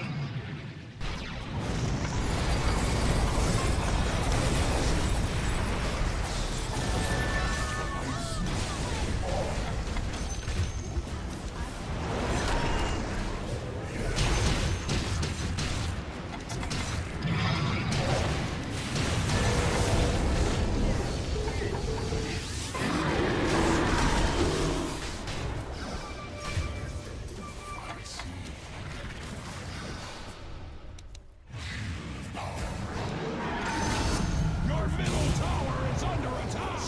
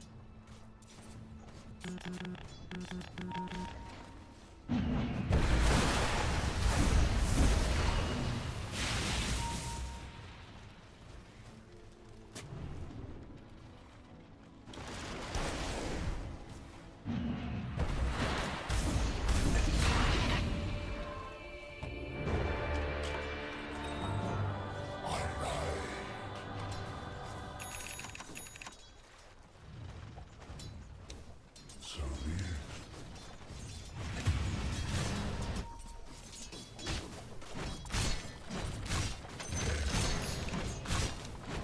I just might.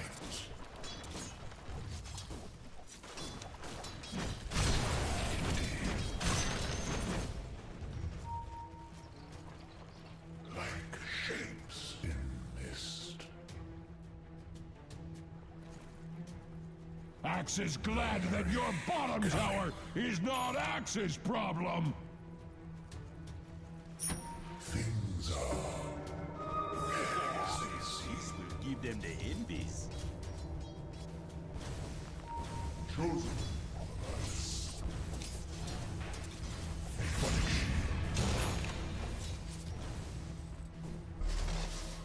Well studied.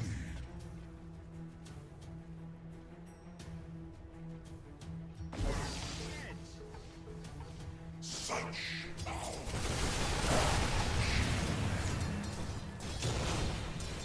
I travel with this.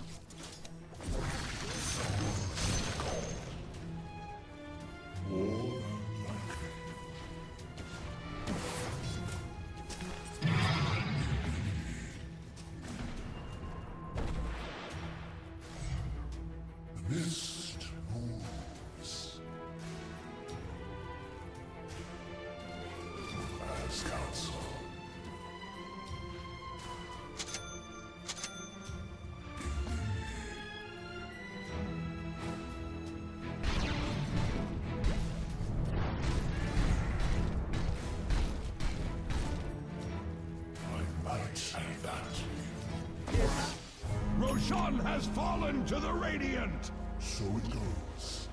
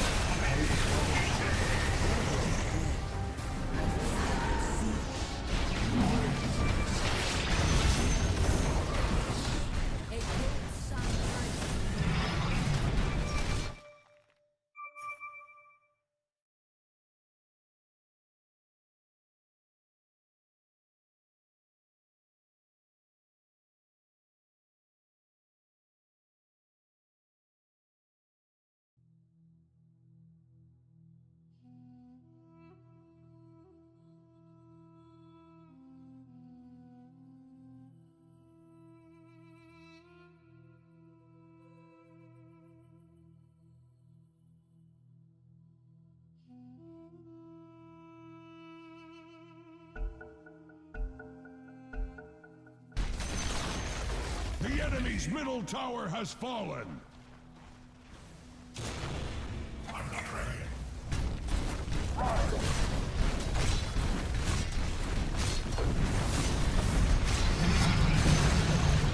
The enemy's middle tower has surrendered to gravity! Radiant's towers are fortified, just like other structures are fortified!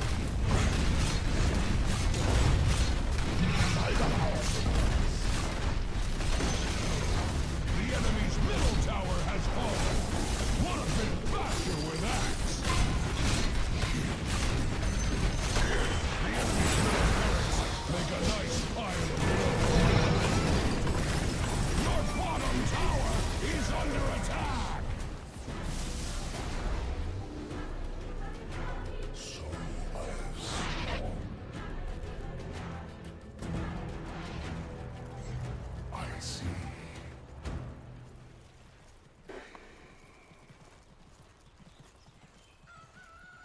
Things are rarely as they seem.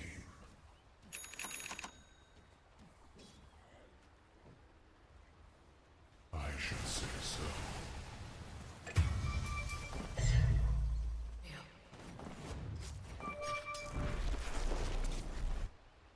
Like shapes in mist.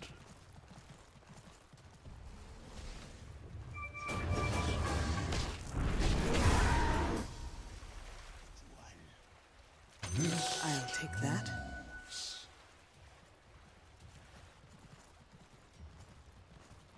more than likely.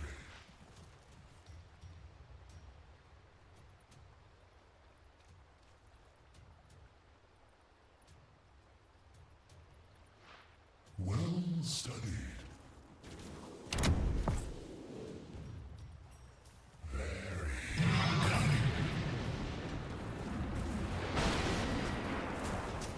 So I have sworn.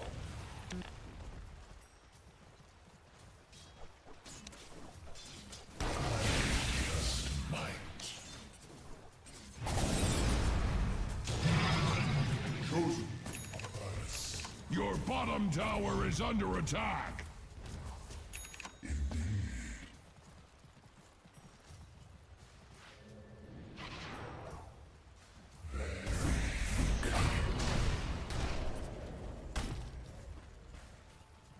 Such power. Your top tower is under attack! Your top tower has fallen! Are you going to do something about that? Well studied.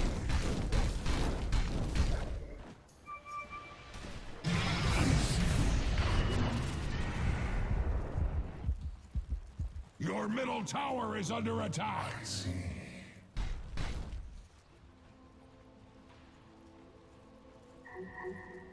Your middle tower is under attack!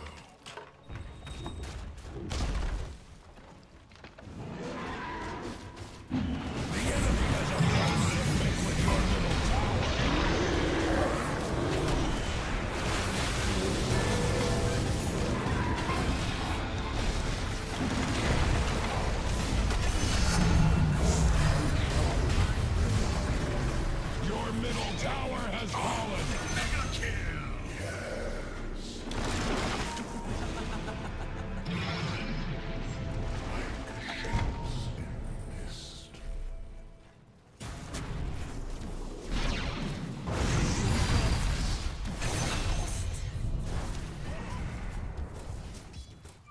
I might say that.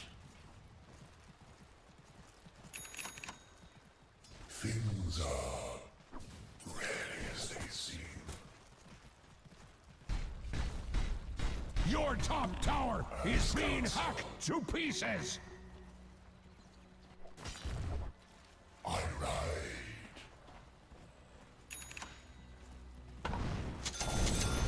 Your bottom tower is under attack!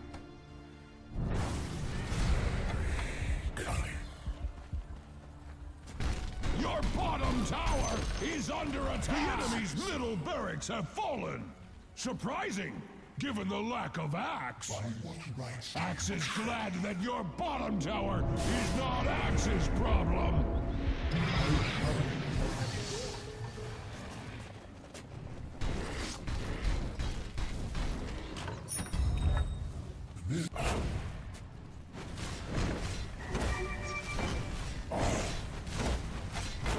Radiant structures are fortified!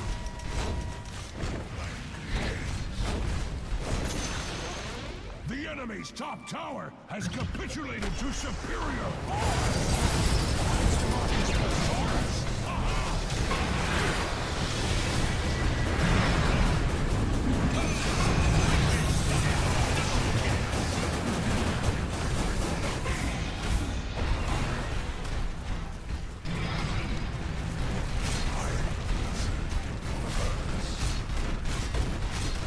Your top tower is under attack!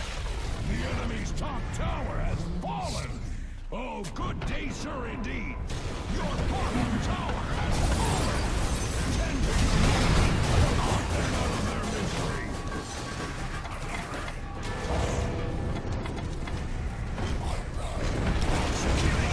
Your bottom tower is not actually fortified! Super fortified! Like you can't even imagine! Your bottom tower is under attack!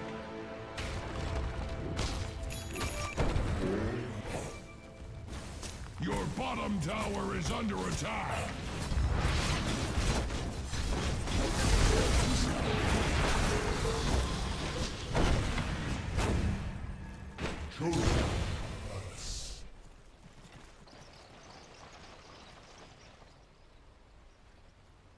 I see. Radiant's courier has been slain! So I have sworn.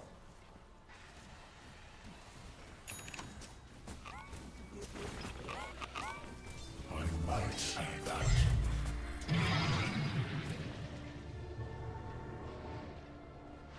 I see the way.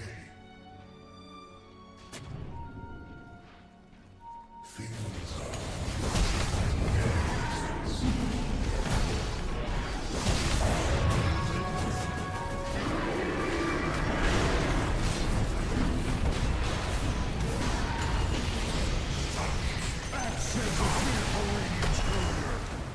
Metaphorically speaking, Axe does not actually cry.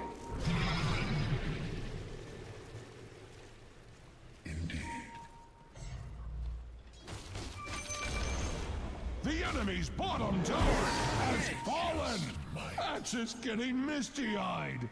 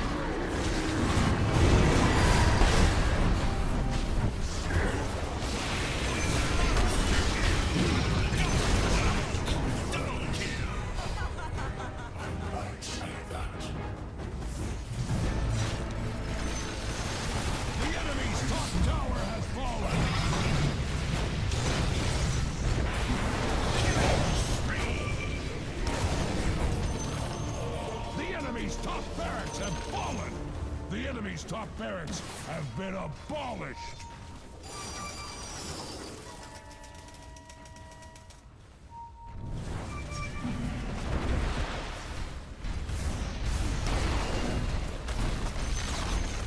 You broke the enemy's bottom tower! The enemy has had their bottom barracks handed to them! You now have mega creeps!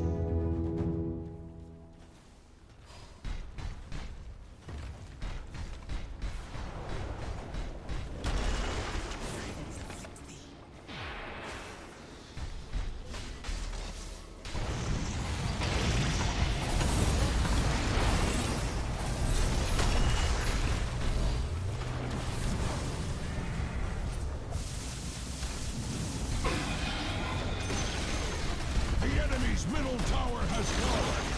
The enemy's middle tower has surrendered to gravity.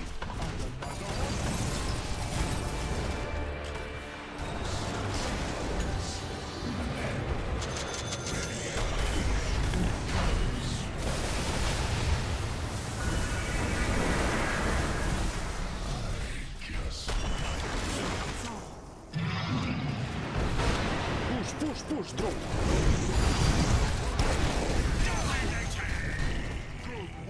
Proving they are no hacks, Dire takes the day.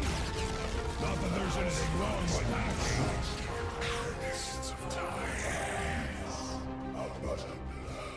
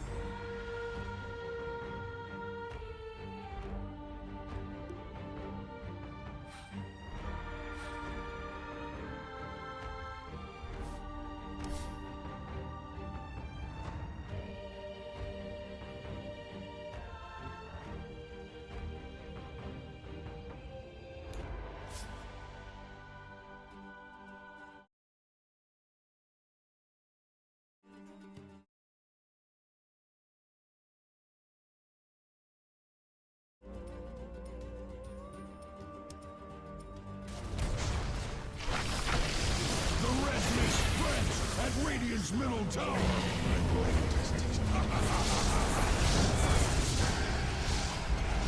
Radiant's middle tower is under attack!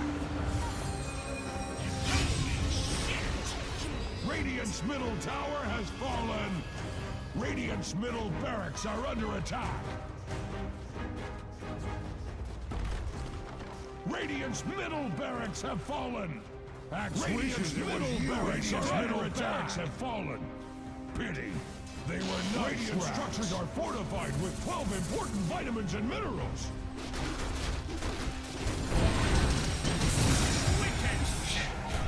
Radiant's top tower is under attack.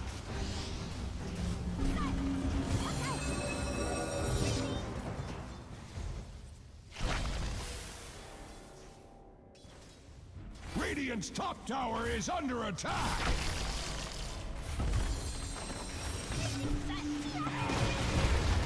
Radiant's top tower has fallen! Radiant's top barracks are under attack! Bats cannot bear to watch! Radiant's top barracks are under attack! Radiant's top barracks have fallen! Axe was not involved!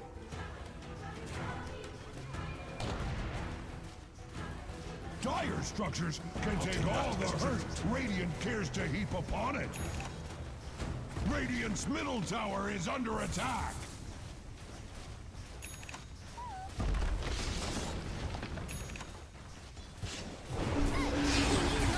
Radiant's middle tower has fallen. Are you going to do something about that? As Radiant's middle tower falls, Axe's middle finger rises. Radiant's Ancient is under attack.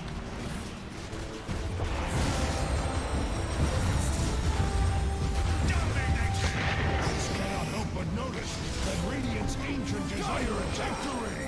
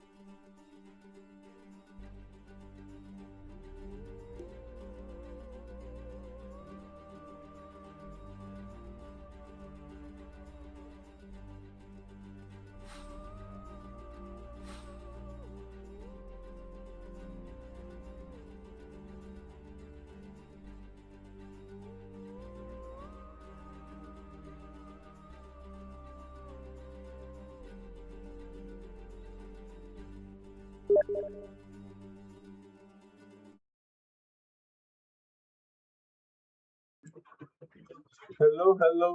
So, guys, we are just about to start a new game with some new friends around the Asia. But he himself says, fuck Asian, fuck toxic Asian. Asian. What do you mean by Asian? Asian means the one who lives in Asia. Eligible. This can somebody control fix this mic?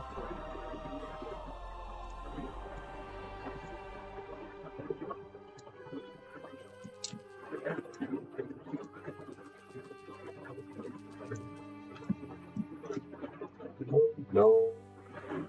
Hello.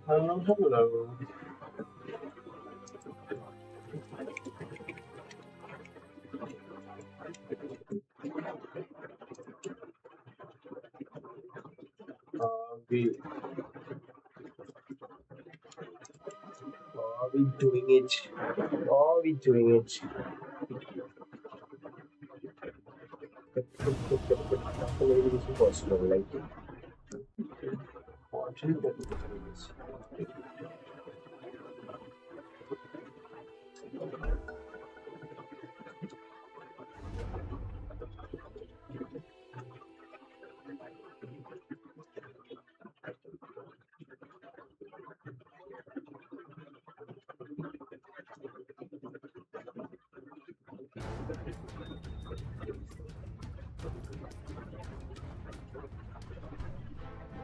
Young the heart separate.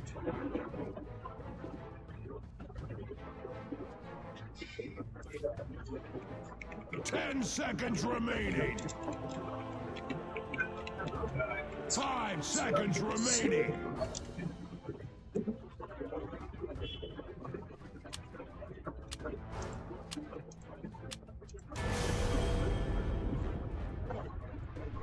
Jeez.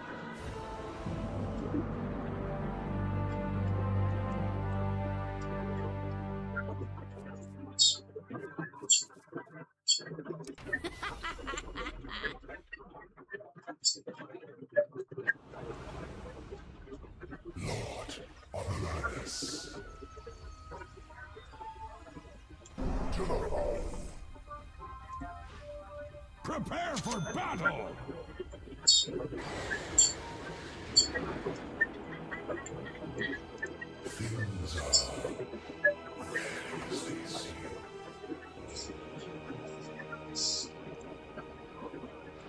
So it goes.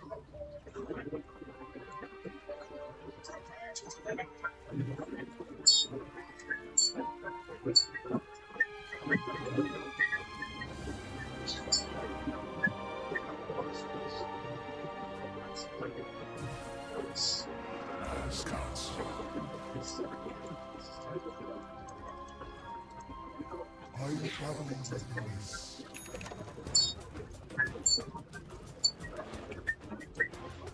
30 seconds to battle.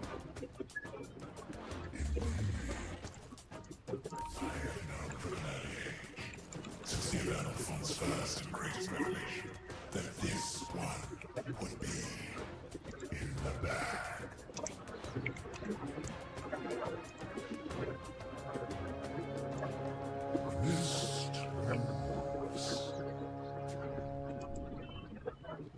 The battle begins!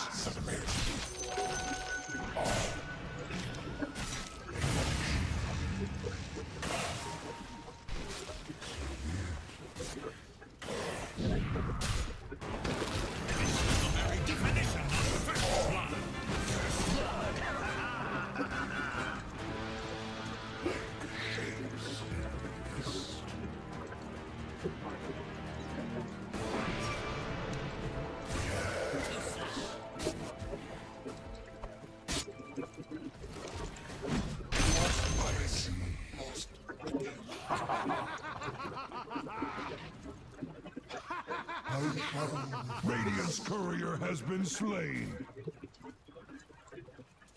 I should say so. Not this time. So it goes. So be it. I'm under attack.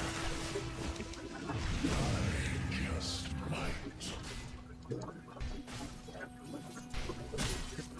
I see. So I have sworn. It was not meant. Very cunning.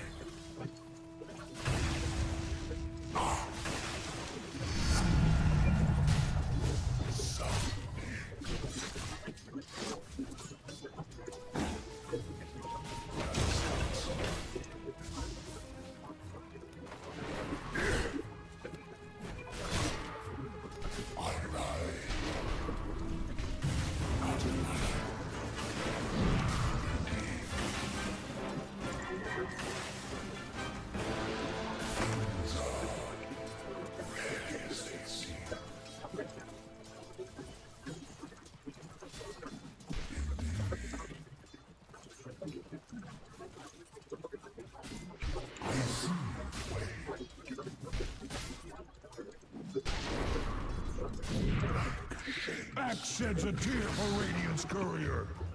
Metaphorically speaking, Axe does not actually cross. His heart goes out to Dire's courier. Chosen.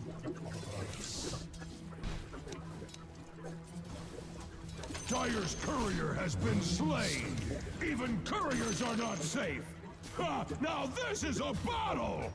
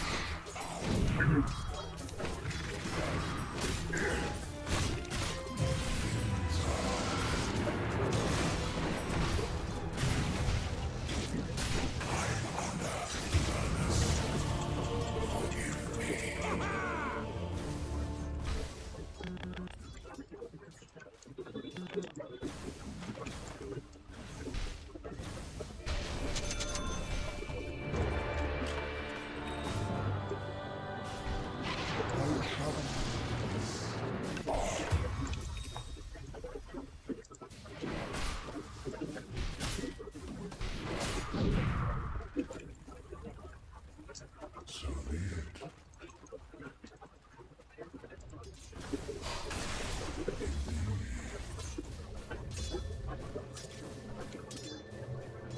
Your top tower is under attack!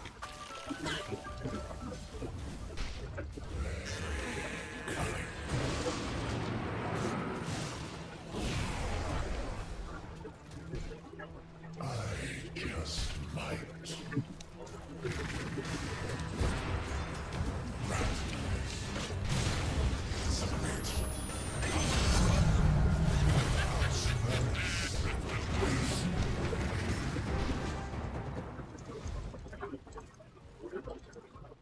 Mist moves. I see.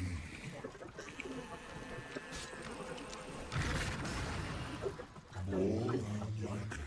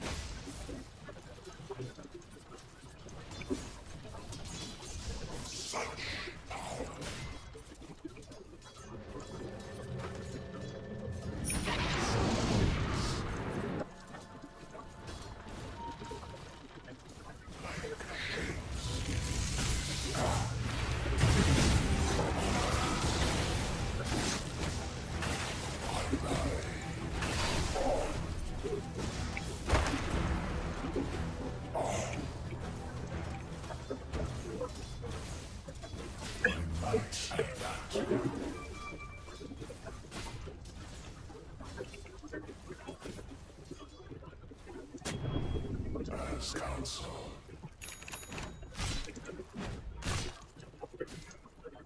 Well studied. Generation. None for you. This fills my soul to as counsel.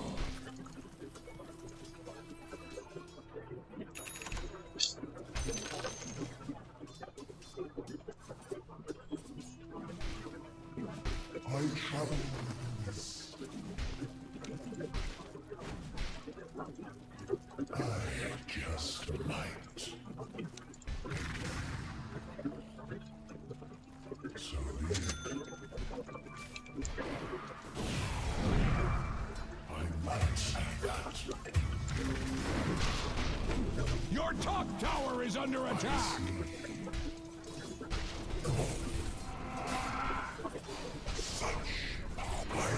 Your top tower is being killed to pieces!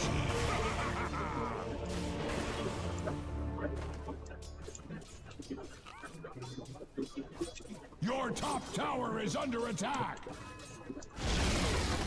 Your top tower has fallen!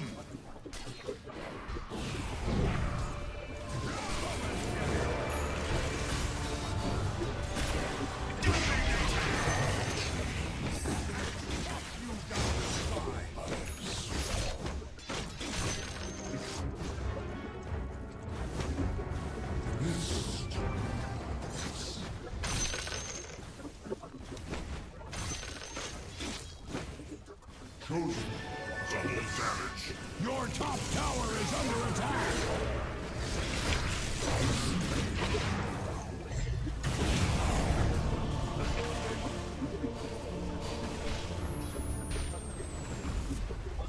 Oh shit.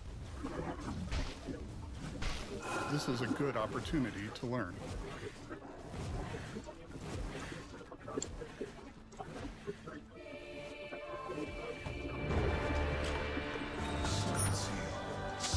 And then things are rarely as they seem.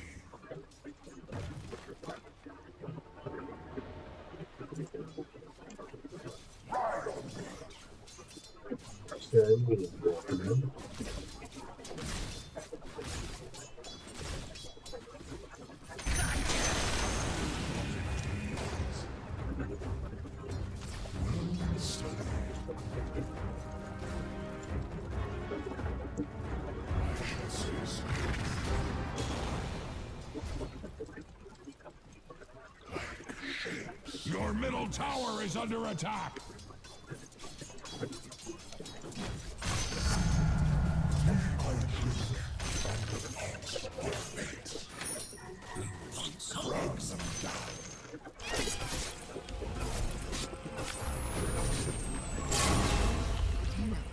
So it goes.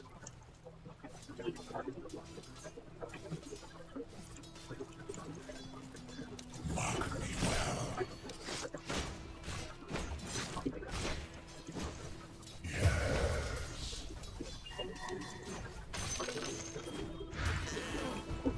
Killing spree, double kill.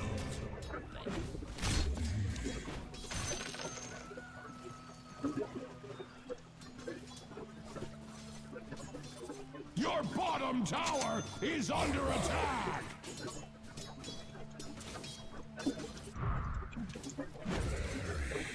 Your bottom tower is under attack.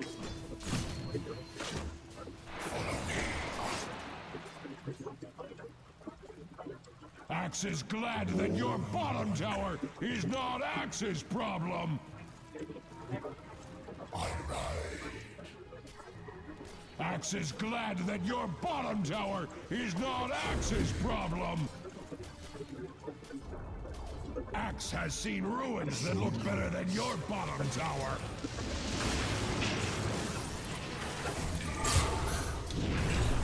There's something that they didn't even have. I see the way.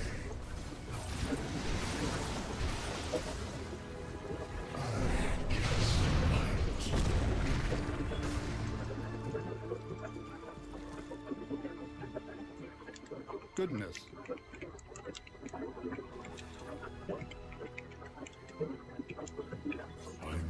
Your bottom tower is under attack! Yes. Dire's courier has been slain. Your top tower is being hacked to pieces!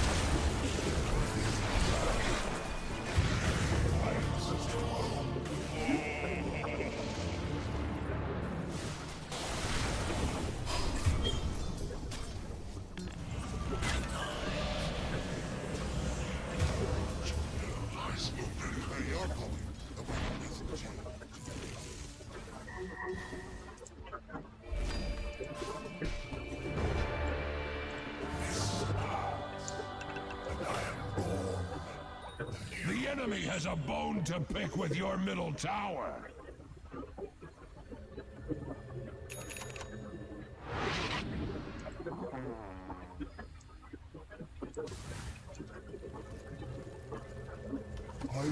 Your bottom tower is under attack.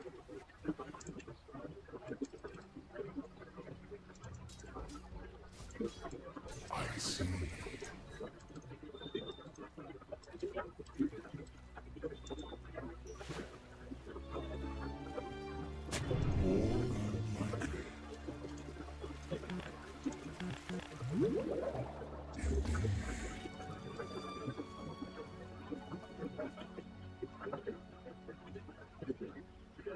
The mist moves.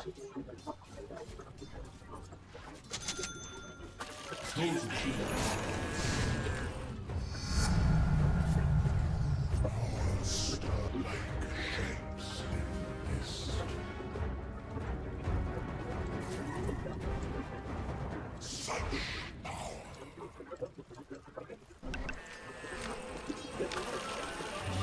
Study. I should say so. As counsel.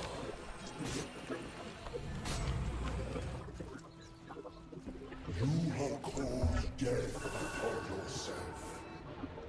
So I have sworn.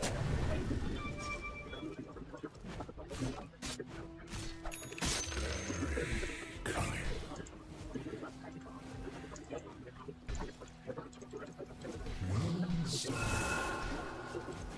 Your top tower is under attack.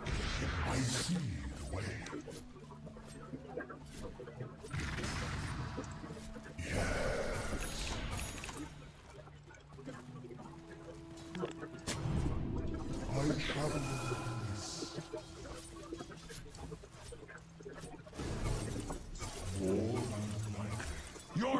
tower is under attack. I might say that.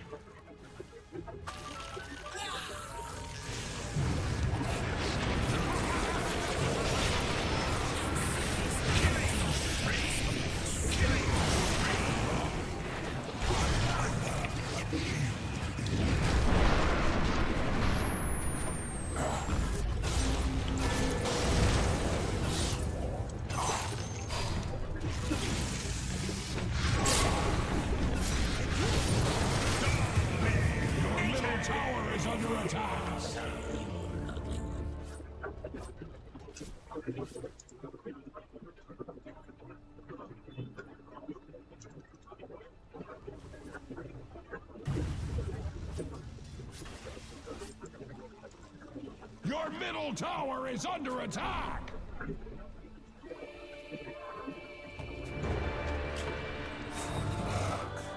The enemy has a bone to pick with your middle tower. So it goes. Axe would shed a tear for your middle tower, but Axe does not cry. Radiant's courier has been slain.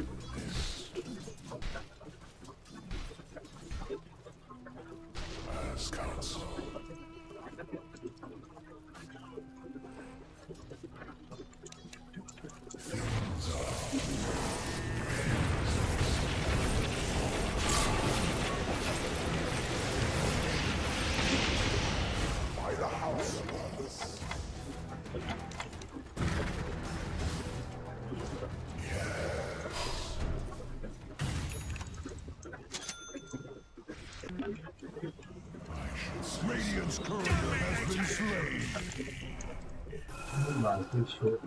I travel with this. Goodness. I ride. Your bottom tower is under attack!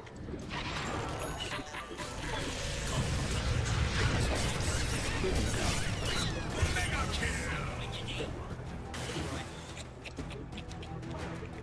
I see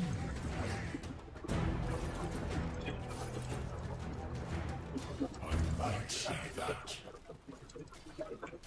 Your middle tower is under attack!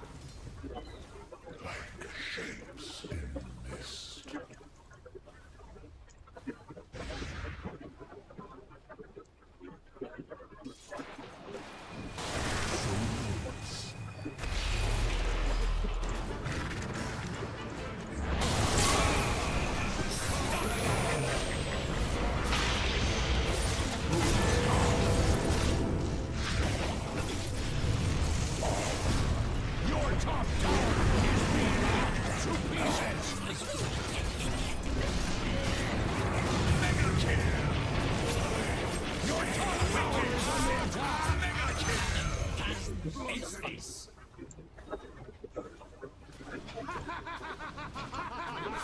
Your top tower is being hacked to pieces! Much like Axe's opinion of you, your top tower has fallen! I've lost a little of their mystery. I just might. Tide is money. Your top tower is under attack!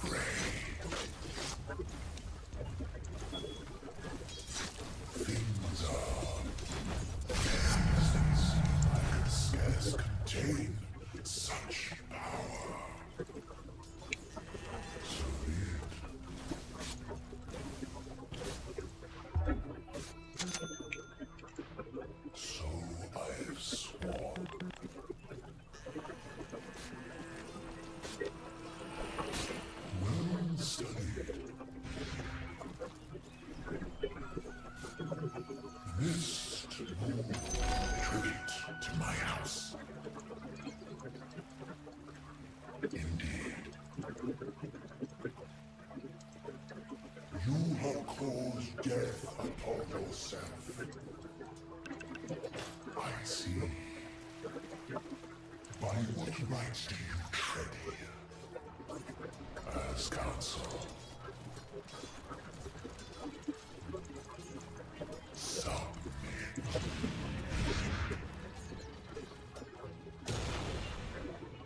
So I have sworn.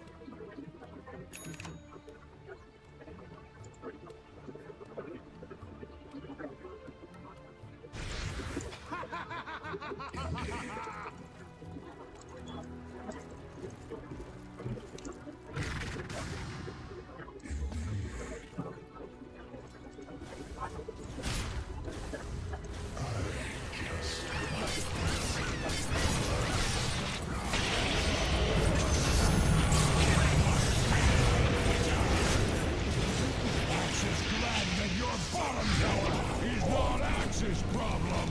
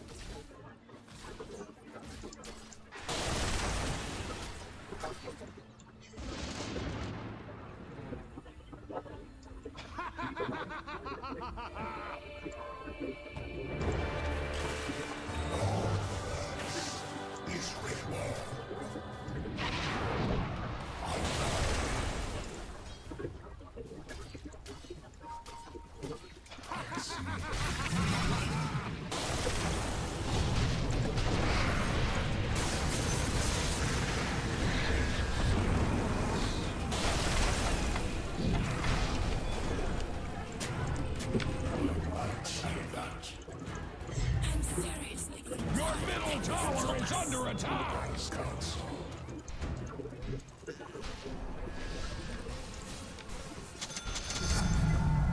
Dark thirst slaked.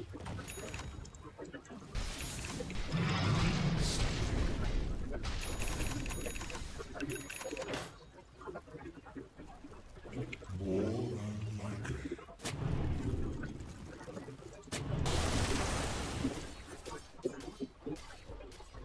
Your bottom tower is under attack.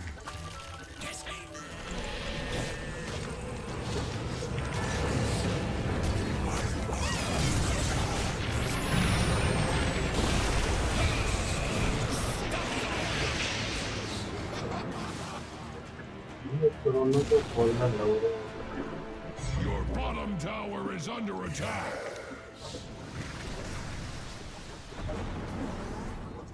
I should say so. The mist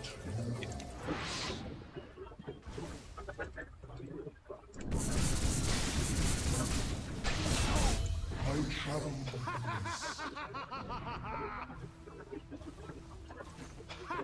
so The enemy has a bone to pick with your middle tower.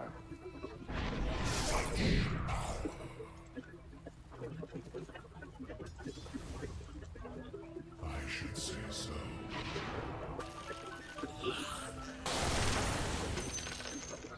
Like shapes in mist.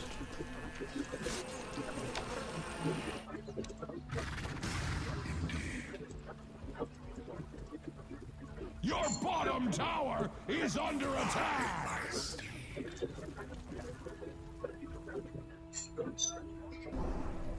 Axe is glad that your bottom tower is not Axe's problem. Your bottom tower has fallen.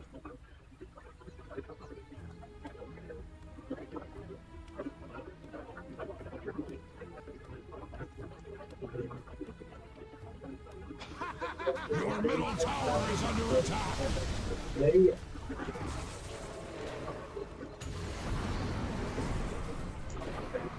Your middle tower is under attack!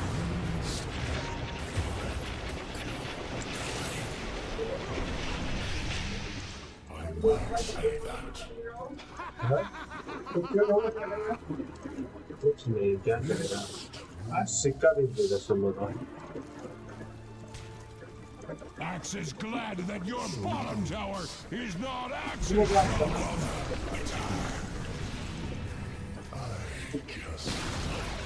Your middle tower has fallen.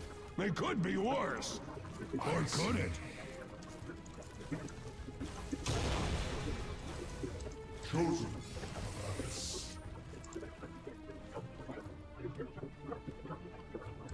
Very cunning.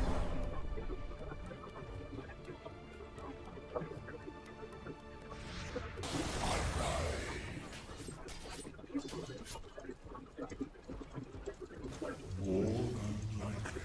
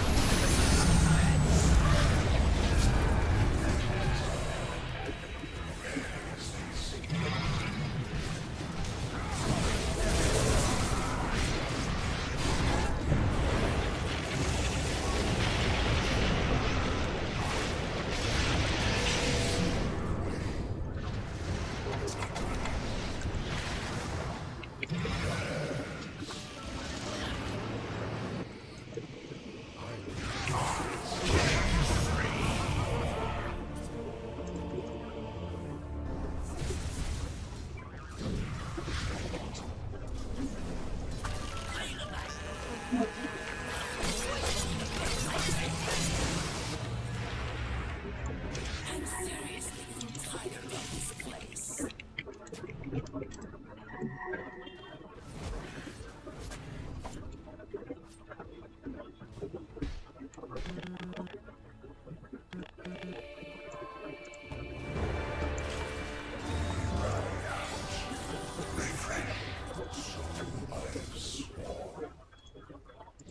The eyes of mist have seen you.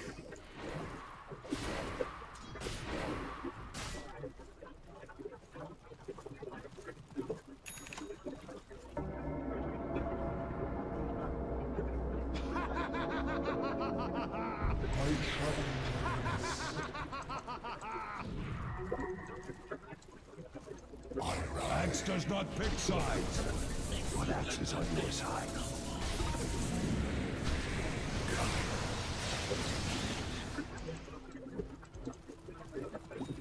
Scouts.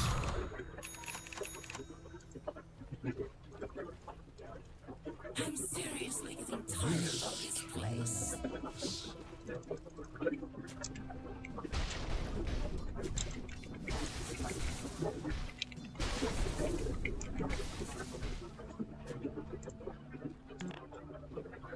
I see the way.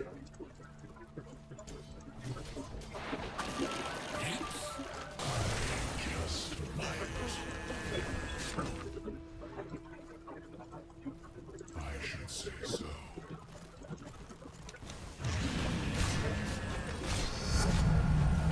This was promised me and more.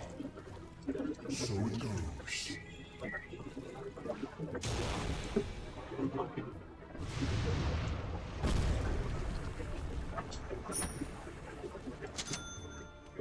So be it.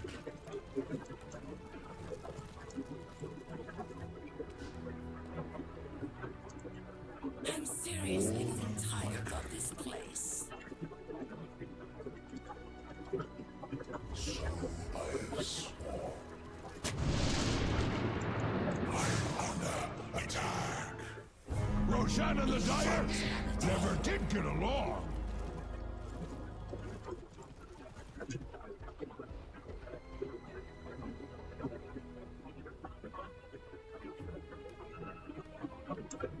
Well studied.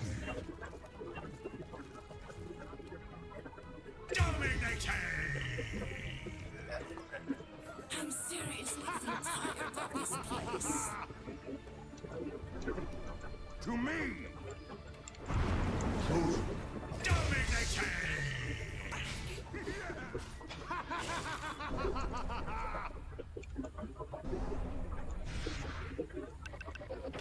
I travel this. Goodness. Indeed.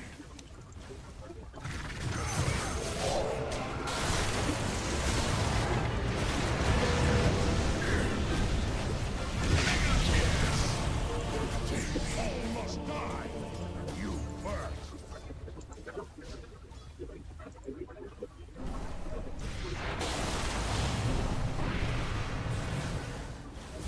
Your middle tower is under attack! Radiant's towers are fortified! Just like Axe, the dire structures cannot be hurt! Your top tower is under attack!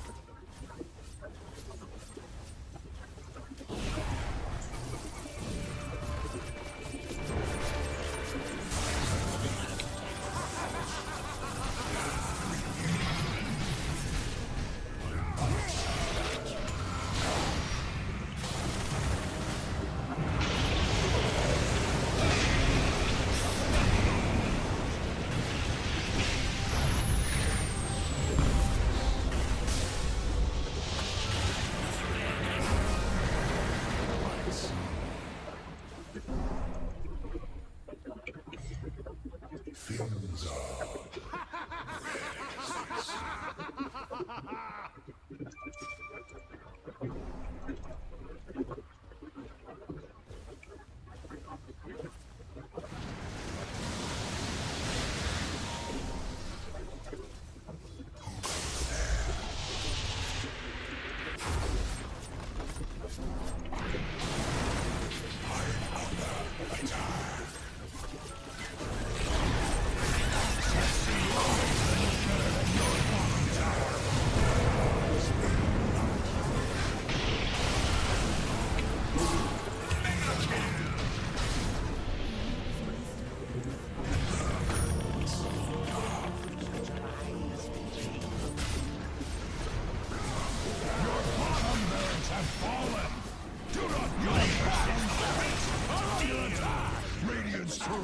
has been slain.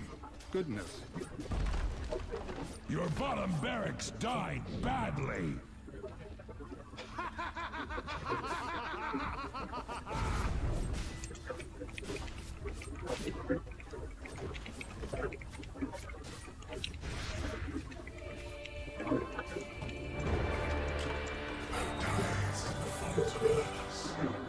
death means something different to me. The enemy has a bone to pick with your middle tower. Axe would shed a tear for your middle tower, but Axe your middle barracks are under attack. Your mid-racks have failed you.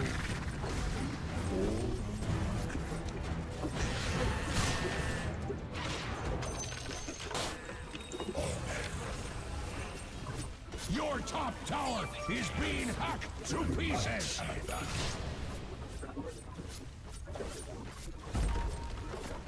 Your top tower is under attack! Puny Radiant hides behind their fortifications! So I have sworn.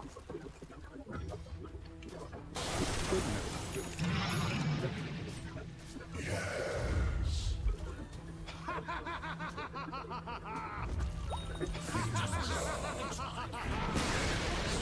Much like Axe's opinion of you, your top tower has fallen!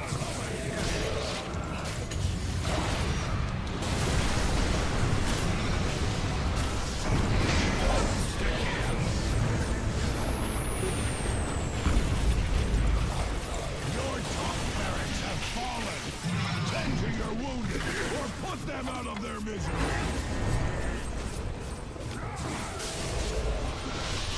Your top barracks are under attack! Axe admits to some confusion. Your top barracks have failed. The enemy has just mega barracks!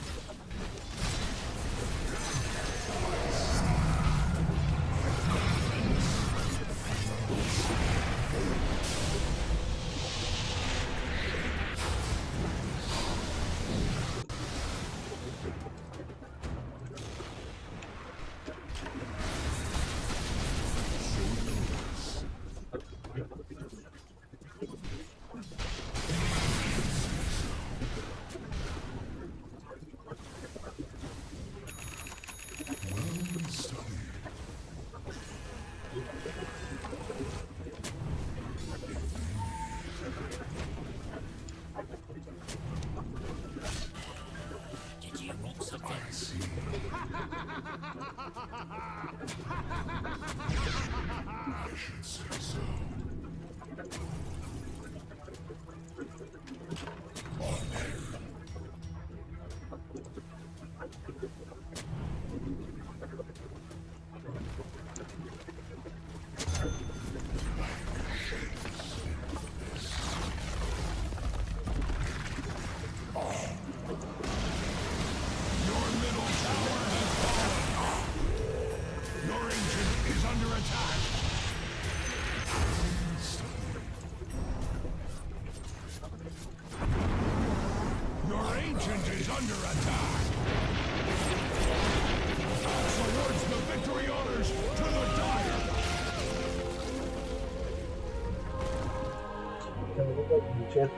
Este possibile chiudesa. Molto grande, più vicino alla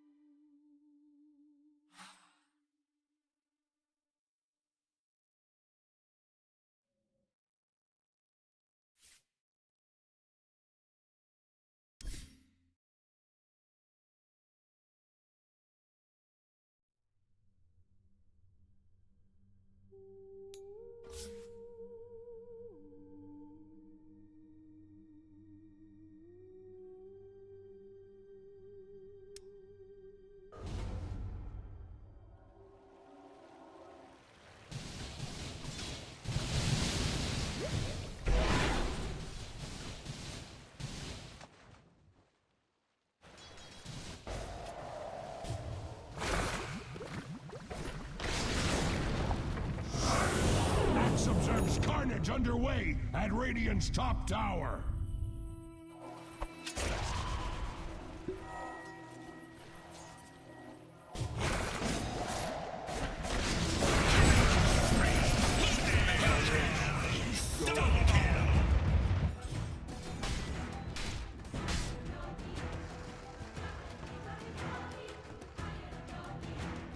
Radiant's top tower is under attack.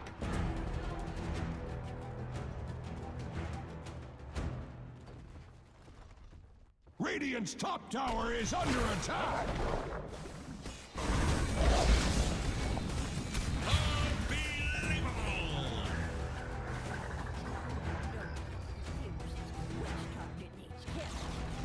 Radiant's top tower has fallen. If Axe was a tower, he would never fall. The red mist spreads on Radiant's middle tower.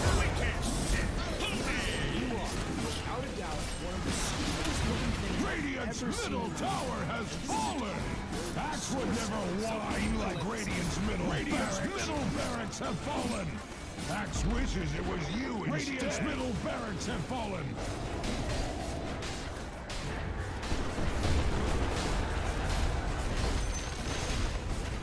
Radiant's middle tower is under attack.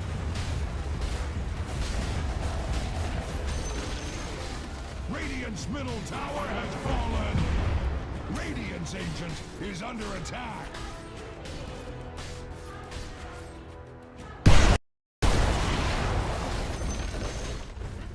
Radiant's middle tower is under attack. Radiant's middle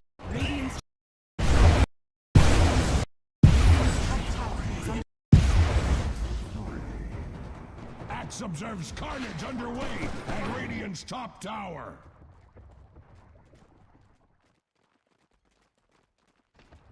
Radiant's top tower is under attack.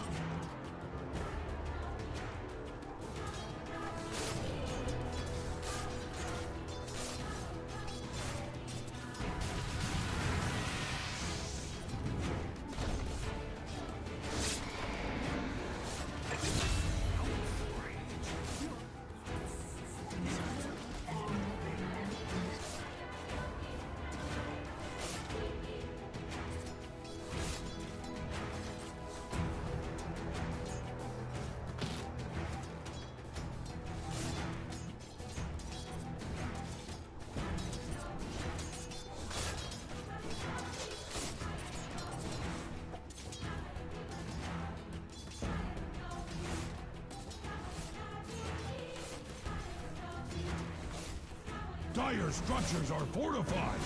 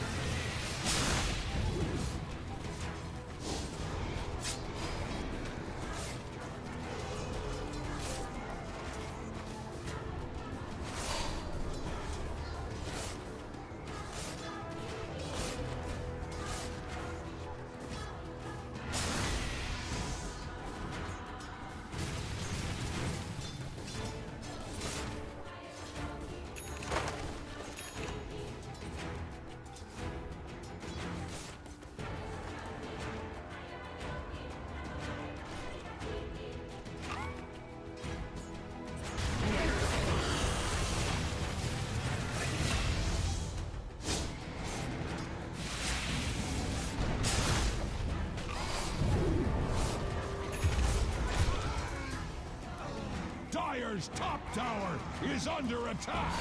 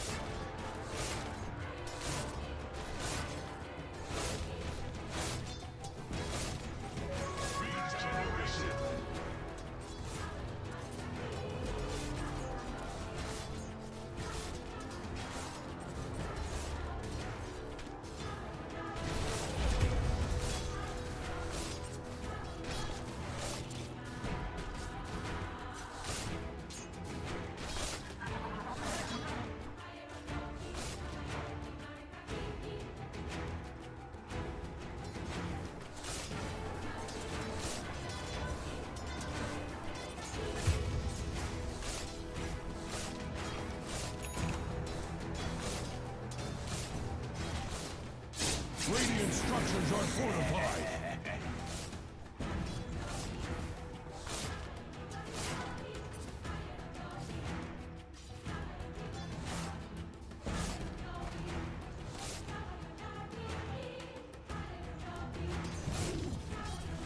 Stupendous!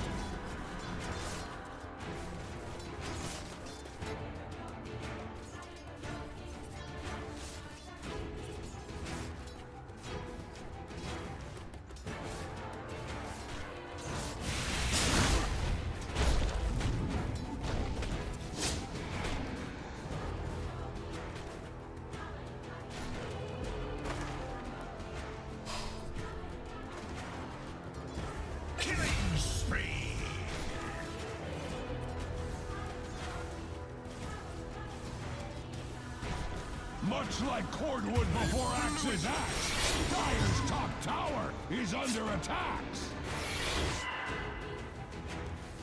Radiant's bottom tower is under attack.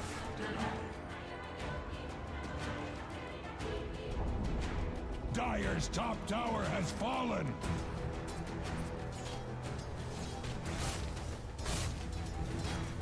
Radiant's middle tower is under attack.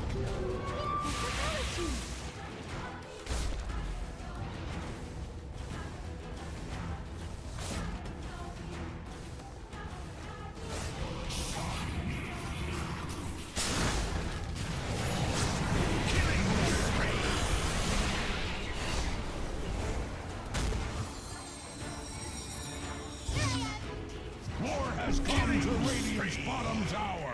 Dire's middle tower is under attack.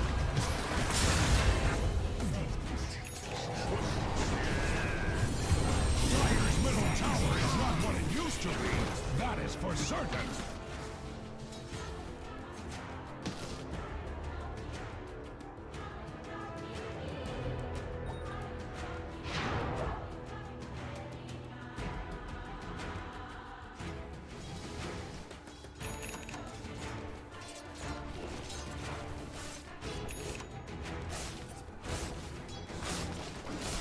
The red mist spreads at Radiant's middle tower.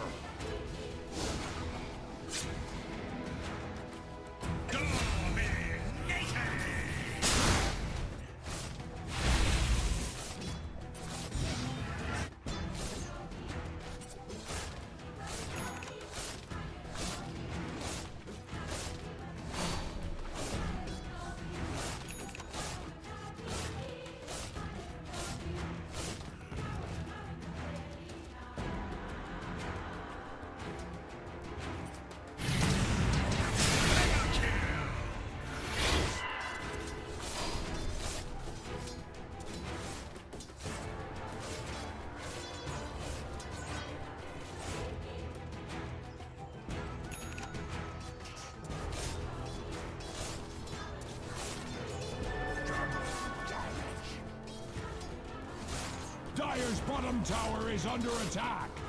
Radiant's middle tower is under attack.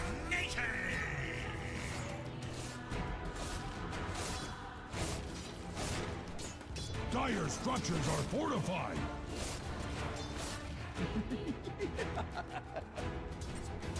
Dire's bottom tower is under attack! The red mist spreads at Radiant's middle tower! Radiant's middle tower is under attack! As Radiant's middle tower falls, Axe's middle finger rises.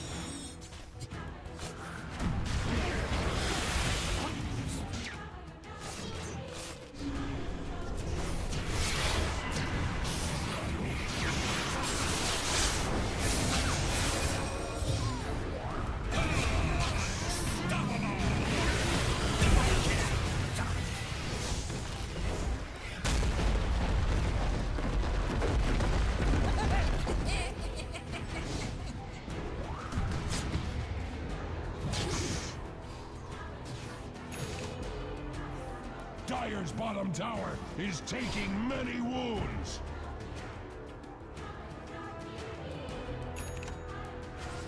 Dire's middle tower is under attack.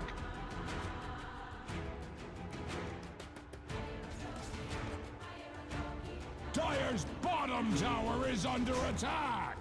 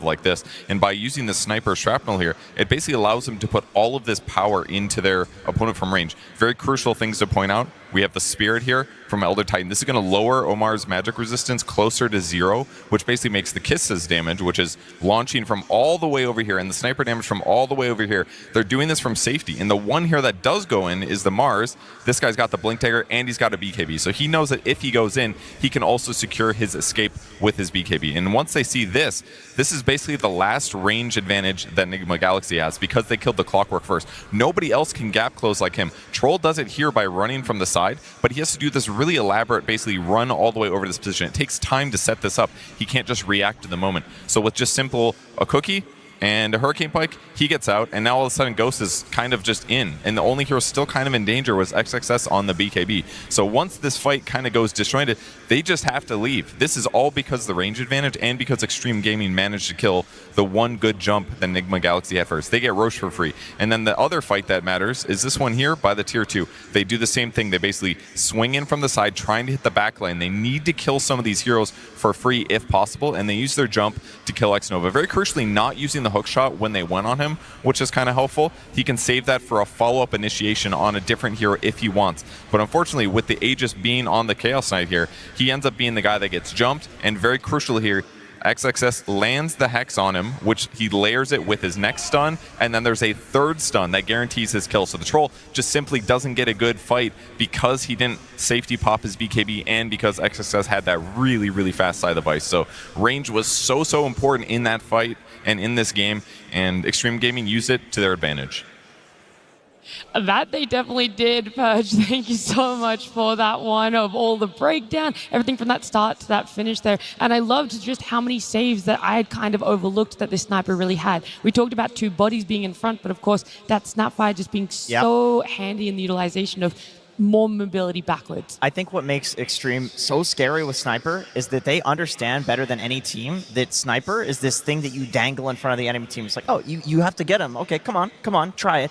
And then they all use everything to save him. They all use everything to save him, and then enemy team reveals themselves. All of a sudden, you have XXS jumping the back line. Like, this team plays around the hero so well that most teams just ban it. They don't want to deal with it because they know how to itemize as well. If you look at the supports, first of all, he has his Hurricane Pike. Then they have double Force Staff. They have Vlad's. They have Guardian Greaves. They have Cookie. Plus, they also have Solar Crest. They also have big drums as well to be able to run away from the fight, understanding that they can reset multiple times. And if they don't die during that like troll ulti when they go in with the big Invoker combo, they're going to be winning the longer fight. Yeah. Before we get into that game number 2, and before we talk too much more about what we expect there, we want to show you guys one of our finalists from our short film contest.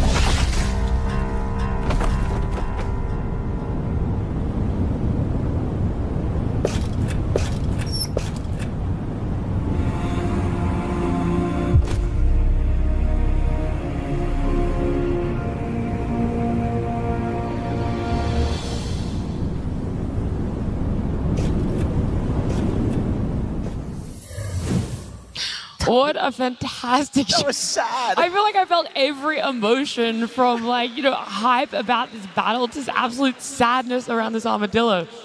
That was a roller coaster of emotions. It was so well made, though. We're going to definitely be having some more of our short film contest finalists throughout the weekend. Make sure you guys keep tuning into this one. And, of course, we want to see which team is going to be making their final stand here. We've got Extreme Gaming up against Enigma Galaxy, with Extreme Gaming leading in a one-game advantage.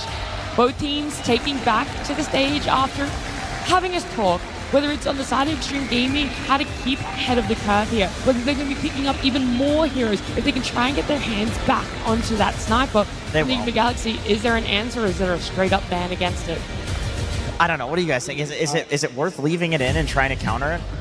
Like, they didn't have Blink Dagger on Troll. You know, like, there are better answers than, you know, Underlord, Clockwork. I mean, I think it only happened because of the picks, though, because the sniper was picked because you open a draft with Invoker. So I think if you don't open the draft with Invoker, you're probably not going to have to worry about sniper. Oh, be careful. Be careful. You're talking to XG here, dude. These guys will just whip it out. You're not. I don't think you're going to pick sniper before you see your lane matchup. Oh, for sure. So if you're not opening your draft with your mid hero, I think the sniper could be banned later if you think it's necessary.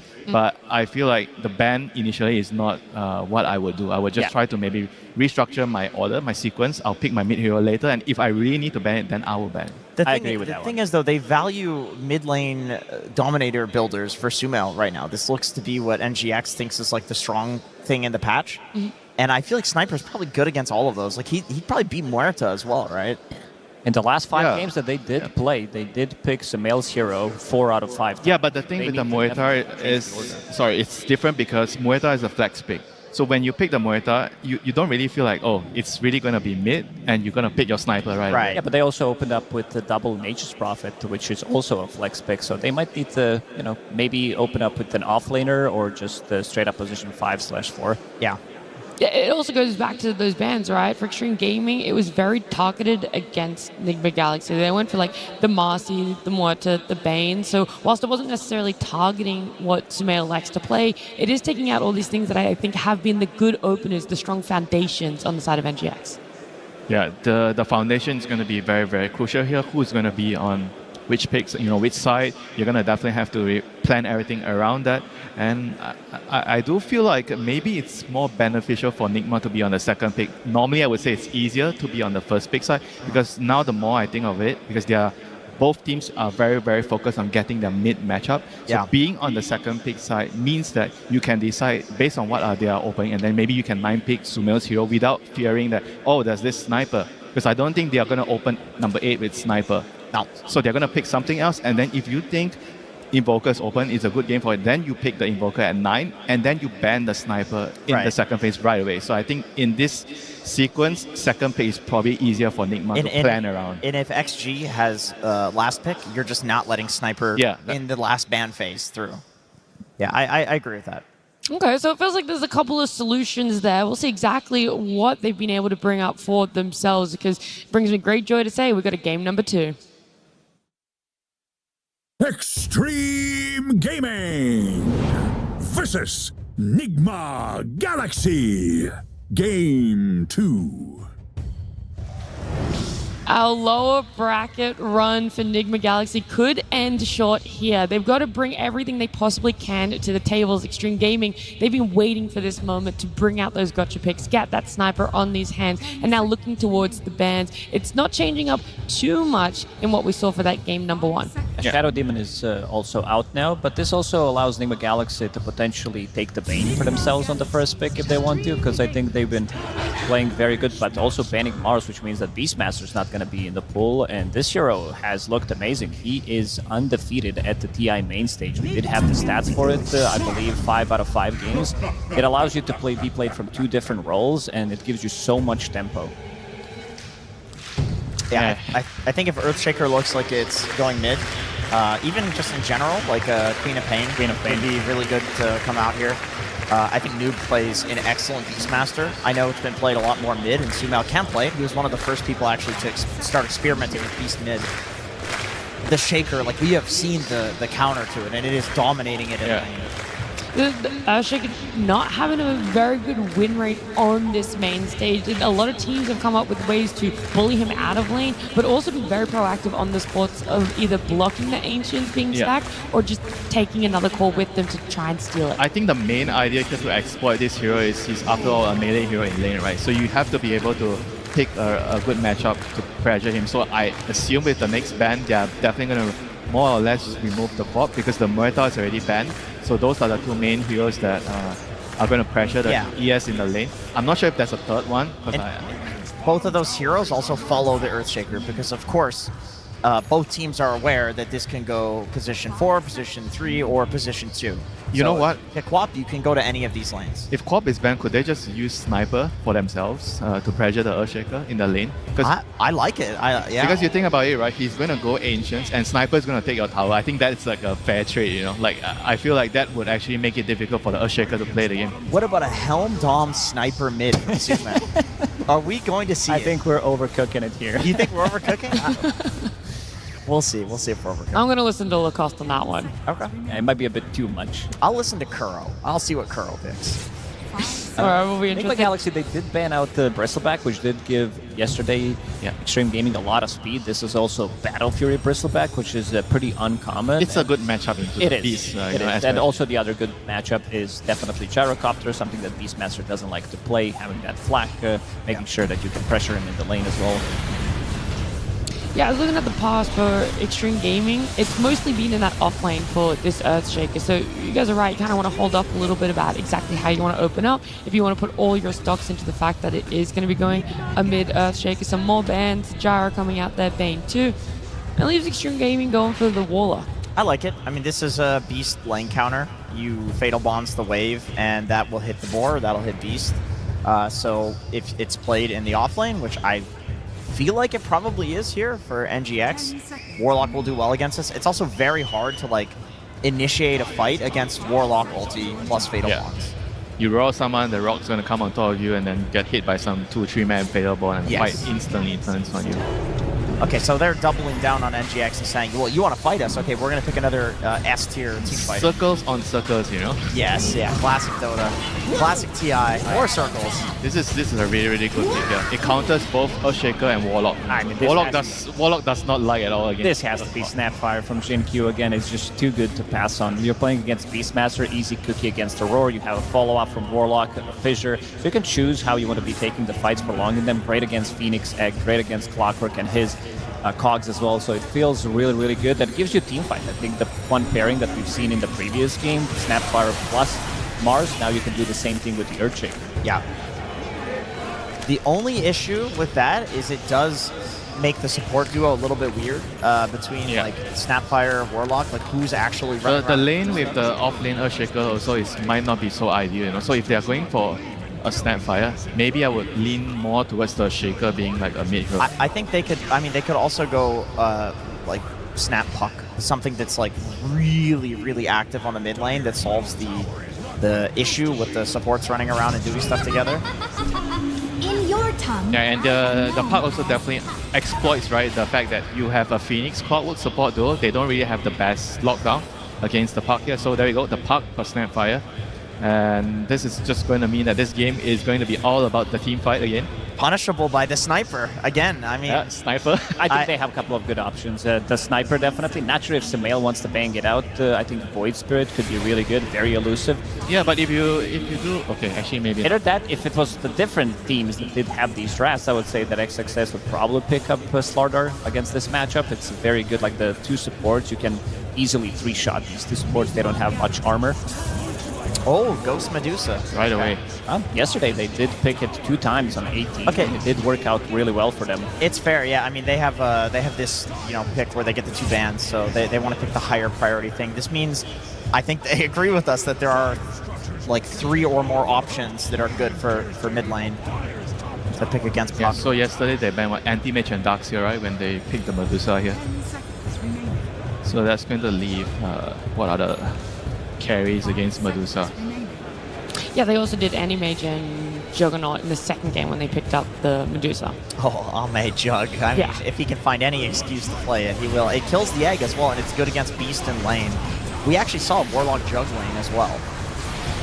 Okay, so you think it's not out of the realm of the question for us to get to see an Ame Jug on the main stage? I definitely think. I think Ursa could also be decent here, like Ursa with the lane with the Warlock against the Beast. You can also kill the egg.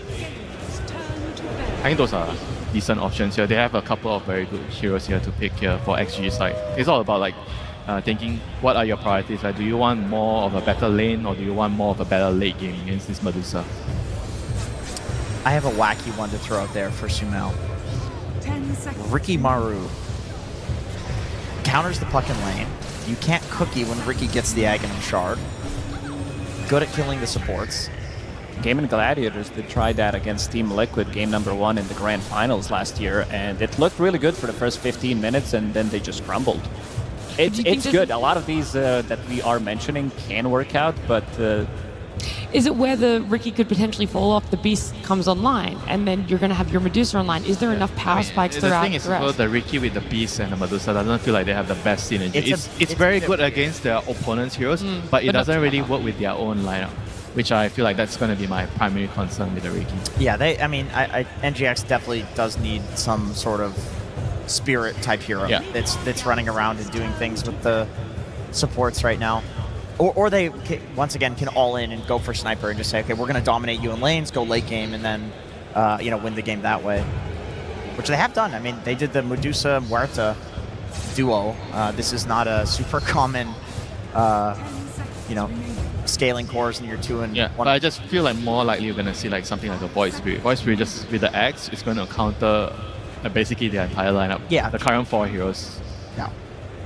That is definitely the best on the Galaxy. I think Troll could also be a good pickup. You did mention Ursa. All of these heroes are very good. Like Ursa is not as strong of a laner. Warlock fixes that easily. because you need that extra bit of a healing coming out in the first couple of levels, but also Troll. I think this is the hero that can build into either MKB, he's fine with that. He can also build into slightly later Disperser after he gets a couple of good items as well. He can kill the egg, he lanes against the Beastmaster, doesn't care too much about his war. Another option, I know that Beast is traditionally considered quite good against it in lane, but Void has been getting, like Faceless Void has been getting banned a decent amount. And I wonder, like with the Helm Dom build... That is probably like the greediest option, right? It's just that they have a lot of stuff to throw into the Chronosphere right now, and it's traditionally considered a decent counter to Medusa, and the supports on the side of NGX don't do anything to a Faceless Void. How do you kill a Void here? Yeah, you have to roar him. And I don't think XG has had many options to get it as their last pick. It's almost always banned in this phase. Well, that would make sense why Enigma Galaxy are taking a little bit of extra time here. It feels like there are so many potential options, and they've got to go straight into this ban, into that pick here, revealing everything before Extreme Gaming gets that. Yeah, because the ban also is really dependent on what they want to pick, right? So what if the last pick, they have already countered certain things, so it means that they don't have to ban that hero right here, you know? So that's why they're taking quite some time here to decide what they want. So they banned the Jug in the land. The dream is gone. It's over. Now they have even less time for this. I thought that using so much reserve time, they would have been a little bit more confident in what they wanted that last pick to be. I mean, it's still good to use all your time, you know, just make sure that you cover everything, you make sure you don't miss anything. There's a lot of options. I mean, we've mentioned pretty much everything. Yeah, Void Spirit, I think Ember Spirit can also work if he builds into Mage Slayer against the... Wow, that is a fancy one. Okay, I was not expecting SF, to be honest. And they know immediately what they want to pick. I don't know about you guys, but I feel like this Shadow Fiend might be a little bit too risky here. Like, it means that their lineup is going to be very reliant on the Beastmaster, and I think that with the Ursa being picked up, if Beast does not have a good lane, I feel like the momentum for Nigma is going to be really hard to play. You know, they won't have much to go around, and Extreme Gaming, as long as they get to their team fights, their lineup is just going to destroy you. Yeah, I mean, I guess the argument is Clockwork makes up for a lot of what SF lacks in terms of, you know, like being a spirit. SF does a lot of damage. He can't really kill heroes on his own until he gets some items. But Clockwork, he will keep people in a circle for you to deal, you know, hit your raises, hit the ulti. Yeah, maybe the other reason why they went for the Shadow Fiend is they're looking at the Warlock plus Snapfire duo, right? So they are feeling like, wait, they can't really gank the mid lane. Yeah, they can't really kill the mid hero, right? Because you when you're playing SF, you don't want to run into some Taz, some Spirit Breaker ganking you early, and they don't have those heroes, you know. So maybe they feel like they could get away with this greedy SF pick.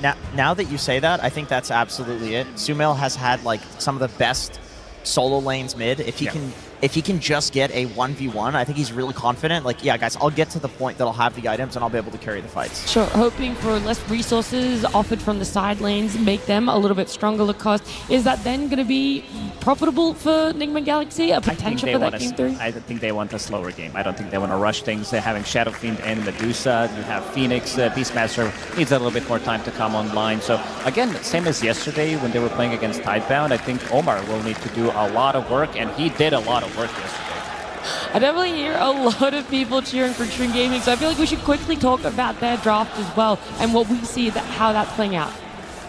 Very well-rounded, incredible team fighters, tons of damage. I think if they can get to the late game, Ursa can full to zero pretty much all of these heroes, maybe barring Medusa. Yeah, I think the main issue for them is the SF. If they can deal with the SF, they are going to be having a good time. Yeah. All right, all that cheering was because the coach of Extreme Gaming was coming out of that booth, so we're going to head on down to the stage and get some words from him. Absolutely, thank you so much. An incredible series so far, am I right, everybody? Oh, yes. This is one of the loudest crowds I've heard in a while, so for both teams, actually. But let's get to the questions, my friend. So, a lot of confidence coming into the series. Two heroes that we have not seen picked up yet at this event, and this draft as well. Full team fight, full let's run at him, in my opinion. Where did this confidence come from after the performances that we've been seeing yesterday? 今天打这场比赛超自信，选了2个从未上场的英雄。我们想知道一下这个自信从哪里来？专门为Nigma准备的。We prepared it especially for Nigma. Oh, okay. So any surprises then? I mean, the Medusa, a bit of a surprising pick in my opinion. Were you ready for that? 对面选了美杜莎，对主持人来说有一点点小惊喜，对你来说呢？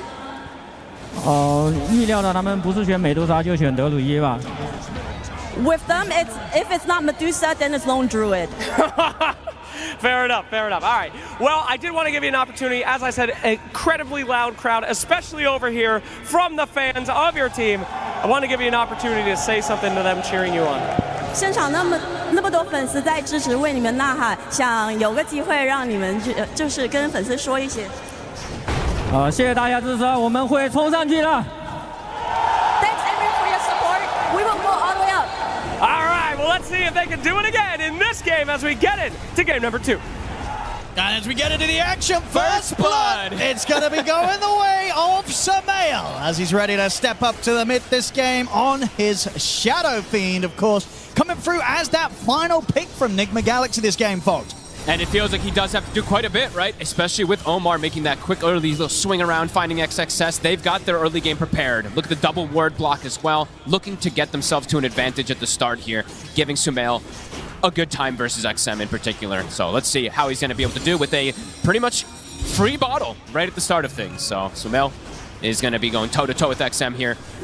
Let's see how these side lanes go, because it does feel like XG is very prepared for them, having this Earthshaker, having this Snapfire, which we've seen them do very well with in the past, and having this Ursa snap-picked, no hesitation whatsoever. Oh, yeah, they were ready for that. They did not care what was coming out from that last pick in the mid from Nigma Galaxy. They were absolutely ready to get Armate back on the bear. Jingchu finds the kill. Indeed, able to catch out GH there on that top lane, so settling the score for now. And just sort of overall, what do both of these drafts sort of tell you about what these two teams want to accomplish here in this game too?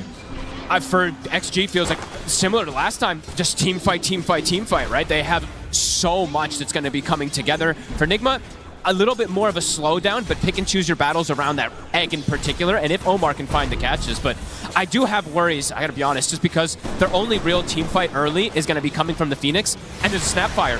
So that egg is going to be addressed in almost every single situation, and looking back to what happened in that last game, control became a bit of a problem too. And again, the stuns are lacking for the side of Team I mean, that XG has a lot of stuns, and Nigma does not have that many. Yeah, I mean, well, so when you look at the lineups, would you sort of see this being another game where there will be that period early to mid where the 5-on-5s, Omar, they're just going to have more to press on XG, and Armate able to chase down the clock, finish off the kill for himself. Yeah, I would say, look, ease of execution, as we like to talk about it, definitely feels like it's there for XGs. If they just get out of lanes, even or ahead, they're just going to have those natural ultis coming in that do a ton of damage, as we've seen. The Shaker with even the Snapfire from the support. And yeah, we have to mention it too, right? XM, Sumail is looking to dominate the lane, because if you look at the game overall for the puck, as we said, there's like no stuns. It's clockwork hook shot and a roar in particular to try to lock down XM. It's going to be super difficult to catch him. Yeah. And we saw how well of a performance XM had last game on the sniper. And his puck, also one, as you can see from that Dota Plus level, one that he is incredibly proficient on. So yeah, if you give him sort of the setup to have an easy puck lane, he is going to be an absolute nightmare to deal with. And let's see how this bottom lane goes, because they, like you said, they snap pick the Ursa. With this Warlock, they know it's going to have a free lane completely, and it's versus double melee. So Ame is set up for absolute success, and Noob, he's going to have to just rely on stacks completely. I see he's already sending the boar. He's got a triple stack hard camp already prepared for himself, but he's got 6 last hits. He's getting next to nothing down here in terms of CS. Yeah, very good control there from XG so far. And overall, do you sort of see why they were as confident as they were with picking up this Ursa? Do you sort of like how this hero matches up against a Medusa lineup in time, in terms of sort of timings and strong points? Yeah, no, for sure. It gives you Roche, it gives you Tormentor, it gives you itemization that you can do later on if you want to get a Disperser or anything, but also just straight hard damage, right? The longer that fight goes versus Medusa, you will be able to bring him down. And yeah, so much control. That's just the big thing I'm looking at. An unbelievable amount of stuns for them to stick on targets. We'll see how the mid lane so far is going here between Sumail and XM. 27-5 on the SF against the 20-1 on XM. I mean, how does this sort of play out as they level up? Is Sumail going to be able to maintain a good lead with denies, or as a puck, are you normally able to set up the wave so you can nuke it every time? He can still get a fair bit, but Sumail having this, level 1 bottle, getting that first blood, definitely will have him a bit of an advantage. The problem is, I've seen so many games for Enigma, when they have Sumail with an advantage, Omar can swing over and get kills pretty easily with him. Omar can't do that this game. A lot of damage coming in there. CQ wants him, can't quite get him. The level 2 Shredder is very devastating in the laning phase. As we see there for GH, very low armor. Gets brought down incredibly low. Especially if there's ever a situation where XXS is able to get him with a right click from the enchant totem. Oh yeah, that almost shouldn't happen though. Right? Sure, yeah, you got to keep that distance. In the lane, later on of course that's going to happen, but... GH still very, very low. And Xingqiu is just going to be able to shoot him down. That's twice that he's been able to pretty much do this, almost on his own. Yeah, rough couple of deaths there. GH getting caught out. Xingqiu last game played it pretty flawlessly. This one too. He gets the kill, blocks the camp as well while he's retreating. So a pretty perfect play coming out from him there in this top lane. Yeah, it's just going to continue to maintain the lane in a position where XXS is very freely able to farm and get a good amount of denies in against Ghost's farm.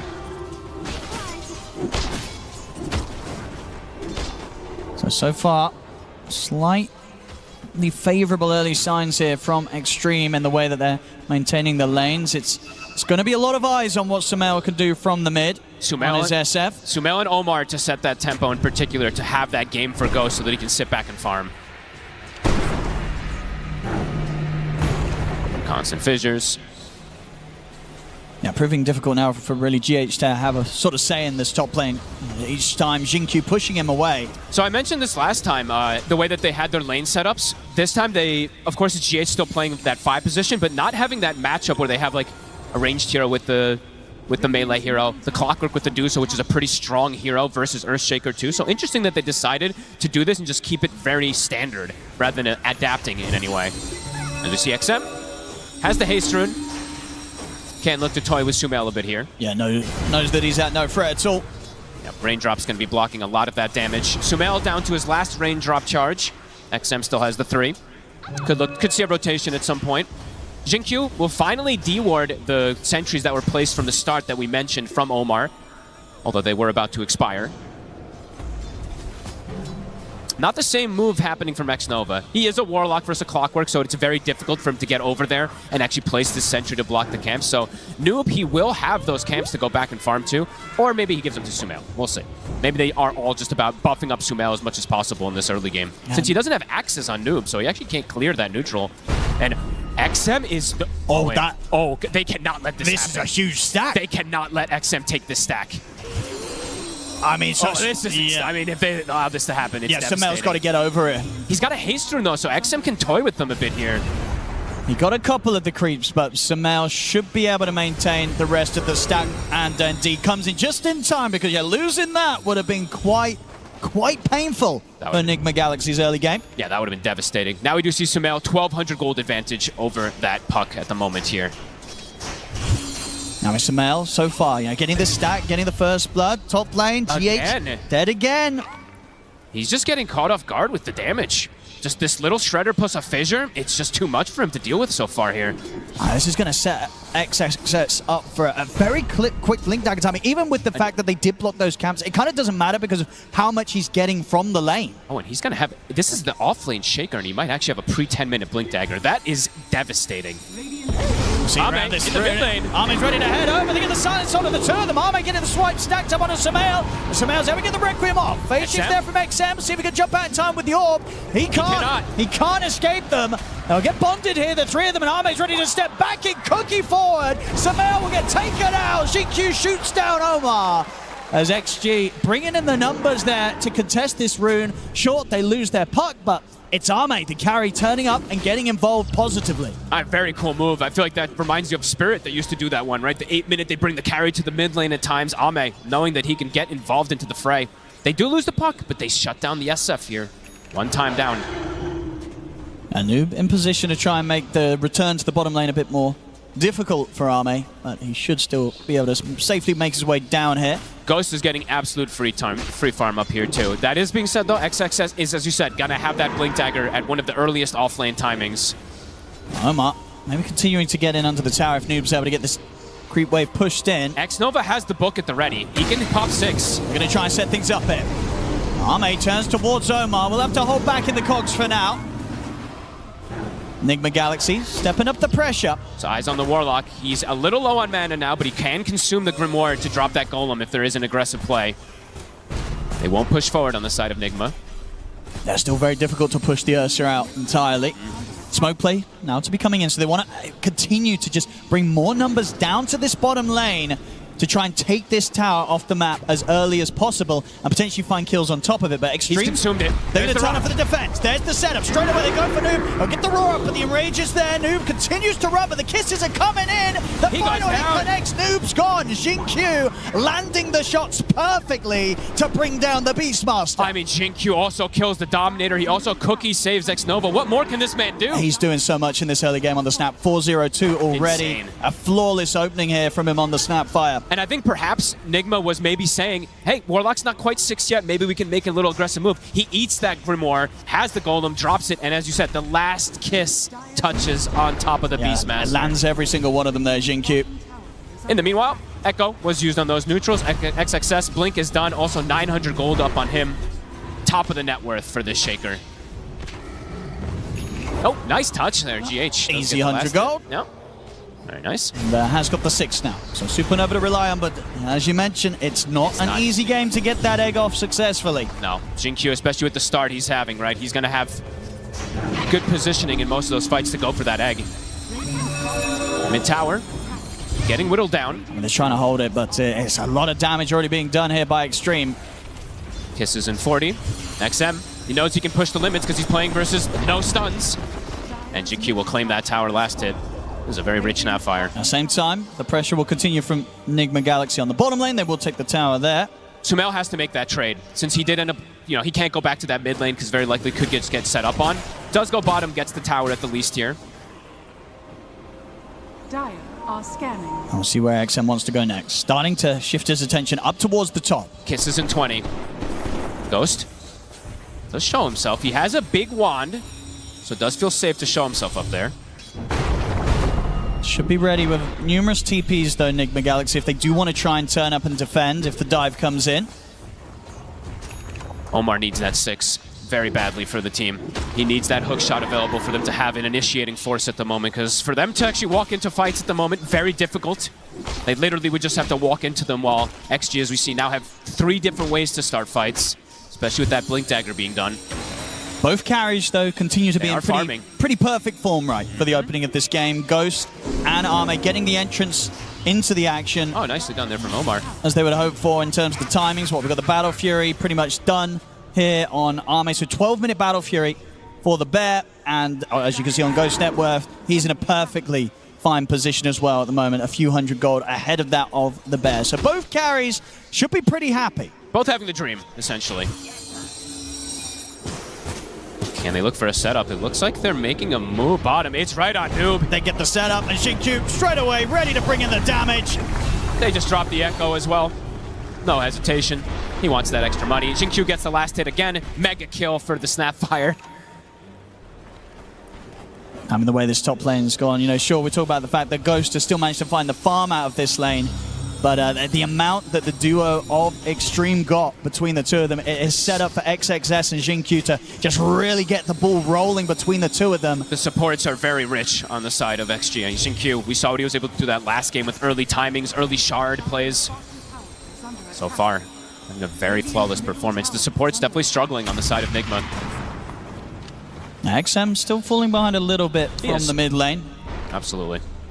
Despite also just being able to take out that tower rather early on in the mid. Hasn't quite found as many opportunities as you would hope for himself to get involved with the Dream Coil.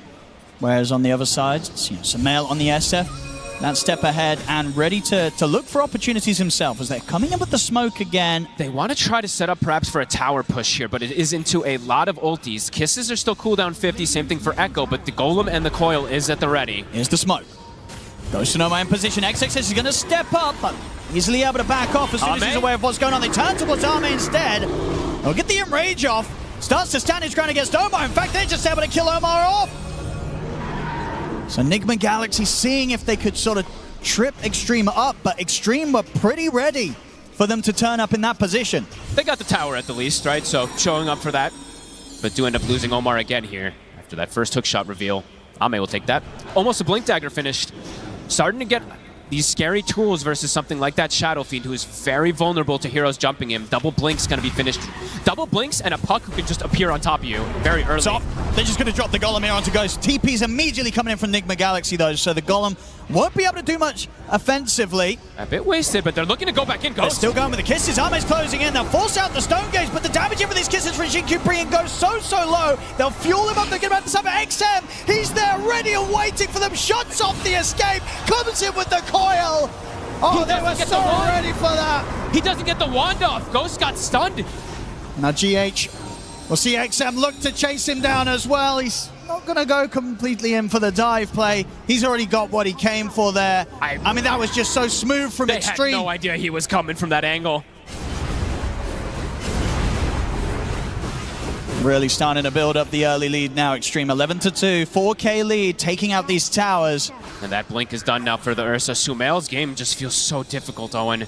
Unless he can do some type of crazy position plays, but versus double blinks and a puck does feel incredibly complicated. Especially with these timings Ame's hitting, because so once that bash is online, right, it's going to be so difficult for Sumail to turn up and get the combo off. I mean, even if he does, right, he can always get the enrage, right? Like, you can never, it's very difficult to ever Requiem an Ursa, Requiem at the puck, perhaps on the Shaker in some situations, but there's stuns, right? It does feel very hard in this early game for Enigma with the way that XG has prepared, with the way these lanes went down in particular, too, as we keep saying, the supports, almost level 10 on the two of them. A slow start for the side of Enigma. I'm ready to go again. Echo Slams at the ready. Kisses still going to be off for 30 seconds, but with just sort of the jump burst alone between the two of them, most of the heroes on Nigma Galaxy will suffer. Omar, Ame does find him. If they find Sumail, it's going to be quite a huge one. He's just a free kill. Yeah, on top of him, it feels like. They've got enough control and burst. Here comes the silence from XM. Nothing to be done there by Sumail. Uh-oh. This is looking really tough for the Shadow Fiend. They wanted him to get a snowball going, but he's now bottom of the course after that death. Noob. He's going to start running down in this direction. I feel like he's got to be careful. XG's still got a lot around. He's going to open up with the Raw onto XXS. See if he can make this play happen, but the kisses are up. XXS will die, but it's going to cost Noob his life. They get a trade. Jinkyu claims another. And with these sort of kill involvements that he's going to have, he's level 11. He's very soon having this level 2 kisses. And he's doing already so much with level 1. He's got Pavis, I believe, finished up too to block out the damage from that Medusa, from the, I mean, mostly from the Medusa. I think they're starting to just realize that it's going to be the Medusa versus the world very quickly in this game. Straight into the pit here. Addressing everything else. Is there a chance they go for a steal? They do have kind of hook shot and Stone Gaze at the ready. They could try for a risky sort of move here. It is under vision though. Look at the ward they placed down. X-Nova, he sees them smoke. They've got Supernova ready at the waiting as well, so they have got the tools. Can Omar get the angle? They've got to try for this Nigma Galaxy, but are they going to be able to do it in time? It's the hook shot, they're in. Can they get the steal off? They can't. Ame gets the kill, gets the Aegis. As Nigma Galaxy have to run, but a Fisher from XXS will stop Omar having any chances of retreat. They tried, and they were so close to getting the timing, but Ame stands strong and claims the Aegis. It's one of the cleanest early games I've seen from XG. Just pretty much no mistakes coming out from any of them. Quick moves, super early Roshan, pre-Tormentor as well. And Ame, as you said, that Basher, it's pretty much so done. early. Dusa, SF, like these heroes, if you can get on top of them early, very difficult, but if you have Bash as well, they can't even turn and stand their ground. Ghost starting to also fall behind. A 2K difference almost between him and Ame now. Sumail just yet to be able to get really involved. He, of course, has that one kill from earlier, but besides that, just difficult for him. So much magic damage. He's going for the blink next. It feels like he has to go all in, but maybe does have to change the build a little also. We'll have to see what he wants to do. And it really is just, as you mentioned earlier, so much pressure on either Noob or Omar to find some sort of hook shot or raw setup. Because without that, there's just no stun. You can't make the plays. You can't have a chance of trying to take down a puck. Another freebie. It's a beatdown so far. Hook shot trying to catch somebody here, but off the mark. 60 seconds cooldown. How on earth do you catch this puck? I mean, he has Blink Dagger now. Max phase shift. He almost has to make a mistake. for you to get any type of catch. And Noob, he will lose the Overlord. Jin-Q will claim that 250 gold. That's the Solar Crest done as well. Shard plus Solar Crest done. 706 on the Snapfire. Radiant's middle tower is Trying to play around Noob with his Overlord timing, but they just, I mean, as soon as the creep showed, they killed it, so first one is gone. 30 seconds, that Tormentor play. XG already starting to prepare themselves for it. And for Nigma, they cannot fight there. Right? The egg is going to get addressed. Sumail very likely to just get exploded from all the spell combos that they have, the crazy team fight. So might just have to give this one up and hope that Ghost can just farm as much as possible out of it. It's going to become one of those games, right, where it's just for pray Nigma that Ghost can Galaxy, do it. indeed, just hope that the Deucer can carry them. And of course, it has been able to many times before. Hook They shot. get the hook shot. They get into the roar. That's the 2 bits of lockdown And the stun. and the Centaur and the Cogs. They There do we it. It takes it all in terms of lockdown, but they get the job done. High execution kill. They find XM. XM will be rewarded with a shard for his death.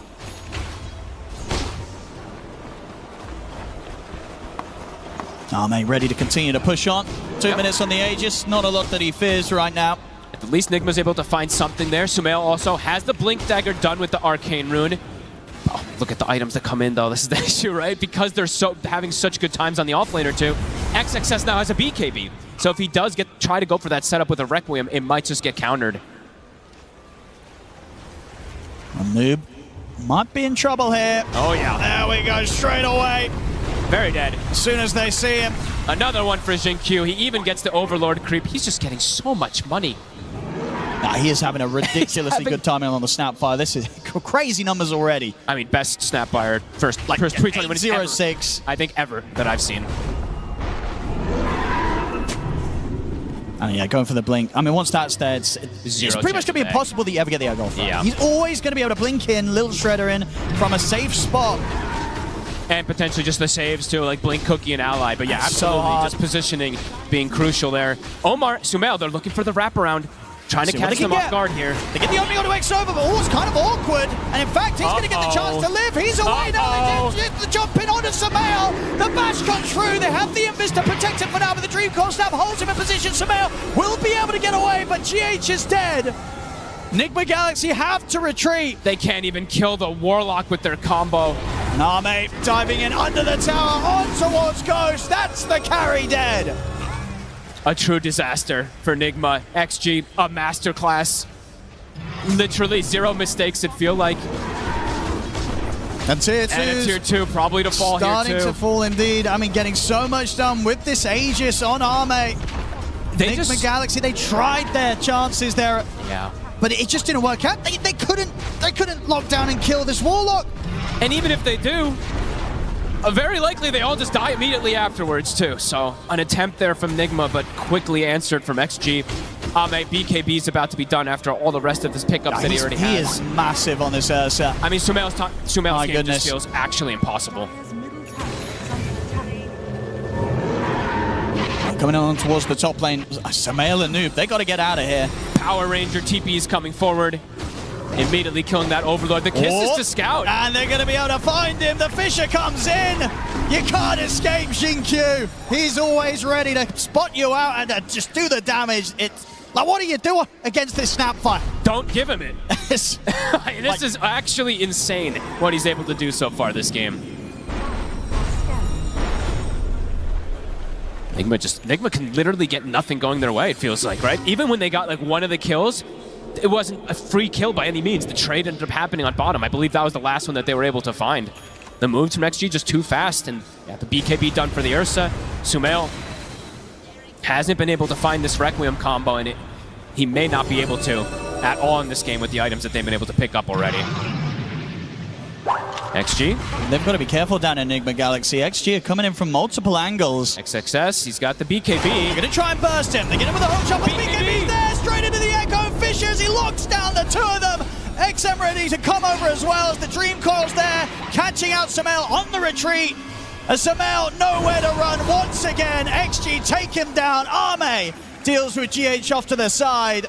It's level 1 hook shot, super low duration, right? I mean, sure, it only goes up 0.2, but even 0.2 makes a difference in these type of situations. Doesn't get the Requiem before that BKB.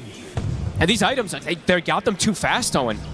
The fact that the Shaker was able to get it this early. I mean, just his item timings in general, right? Parasma online, 24 minutes in on XM. And they're making it look pretty easy right now. 21-4. As we said, it's Ghost versus the world, but they have the answers for this Dusa. Even though he has Butterfly, the Parasma's done already. The Ursa can start to make the build toward that MKB if he feels like he wants to. Oh, he can, and he's going to be well on the way, Arme. 2,500 gold ready to start spending up into that MKB. I mean, almost 5,000 gold ahead of the Dusa. And space now starting to be pretty limited for Ghost, and he's actually under vision the whole time. They know exactly where he is. I know, just needs to get so many items online to be able to have a chance in this one. I don't know how many he's going to need. A much rougher game too, and game 1 was not a fun one either for Enigma Galaxy. And at the moment, down 16k gold at 25 minutes in. All the timings that they wanted to go for, as we said, just aren't working. They aren't going to work because of the itemization that XG's gone for, but the timing that they got them to, as you said, Sumail, the Blink Yashikai is out when all the BKBs and shards and Rage is available for the Ursa. Setting up top. Guess they're scouting if there is going to be anybody in the area here. XXS is going luxury build. It's actually going to be going for the Octarine next. So more and more stuns going to be coming out from this Shaker. They find Ghost down here. They're going to find Omar, which is good news for Ghost, as that should give him the info to get out. You say that, but Ame's on him. Indeed, Ame coming in for this angle. He gets the bash. Ghost. Oh, he's going to try for the TP, but the coil's there. The Fisher, the kisses, everything coming in on towards Ghost. He can't escape. They're reading. They're just reading every map, every single one of the moves. Even though Omar tries to catch the gank, Ame comes from a different angle and instantly through the portal again. No hesitation. That's incredible play so far here from Extreme. And we hear the crowd already loving it from Ame. They can feel it. Noob being stalked again. Oh, that was the Golem. Okay, maybe they thought he was on the other side of that there. But really despise these Helm of the Dom creeps. Yep, whatever. I'll get rid of it. Yep. Next Nova is like, don't need it anyway. GH.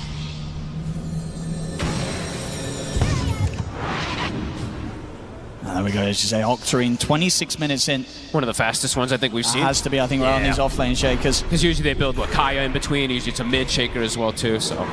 Now, there we go, no surprises there. 2 minutes faster than you've seen it before. Crazy timings. Again, now Roche back up so quickly. They're getting everything. MKB's done, too, so approaching this fight, impossible. XG, they've got many options on how they want to continue this. Yep.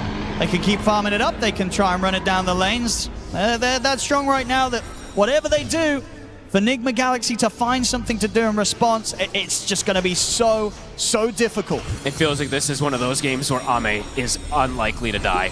7-0 so far, set up for absolute success. 6K over the next core. And we saw a fair few of those games earlier on the road to TI from Ame, and he's bringing them out now on the main stage. Yeah, road to TI, he had 3 deaths total. Of course, the next day, didn't end up having 3 deaths in one game, but showing what he can do when he's been given a free game. Yeah, just showing as well why they so quickly picked that Ursa. They knew that Ame was ready to pop off on this one. Shao8 said it. They came very prepared, and we're absolutely seeing that. A Lincoln's now picked up for XM, so the only spell that he had to worry about, as we said, was the Roar. Now has the protection versus that. Ooh, he's out. We'll get a sneaky grab there. A little bit of something there. They need every little bit of something they can get. Now let's see. Can Enigma Galaxy turn this one around? I mean, Noob is just not getting much growth, Owen. It's the issue. He got the butterfly, I believe it feels like 6 minutes ago or more. He's only gotten 2,500 extra gold afterwards. Just no real space for him to farm. XG, they're sweeping the map, not giving that opportunity for him to get any type of items. Sumail does have BKB, but... Okay. He'll be able to get the Requiem off, but there is... These bashes, though, still right. Yeah, he is just very likely if to die. If Ame gets in and kind of... probably needs to get the bash on the first or second hit. He'll be able to put a stop to that. True, and there's a golem, actually, so they probably still can interrupt that as well, too, but... We'll give him at least a little more protection versus the crazy amount of magic damage that's also in the draft of XG.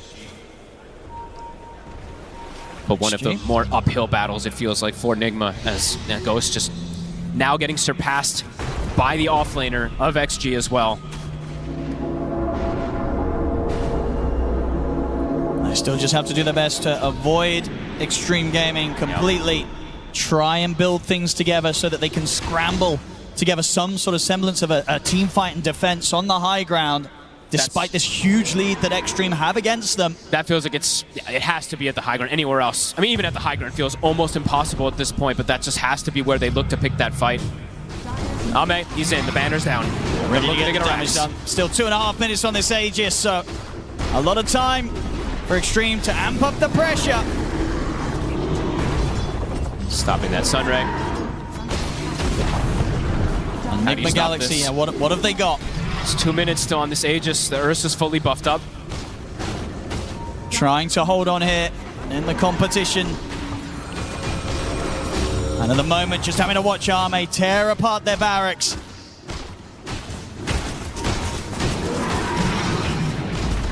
Can they even make a move to stop this set going down? Ooh, hook off the mark. Tried to go for the back line, and now he's going to pay with his life, Omar. Instant death. And that's a BKB as well from Samael Press to attempt to make that move work. So Ame, he can get back to business onto the racks. Full Abyssal Blade out as well. That's the fortification coming out from Nigma Galaxy. They're catching both waves as well. XM clears top wave, Ame clears bottom wave. Momentum on all three.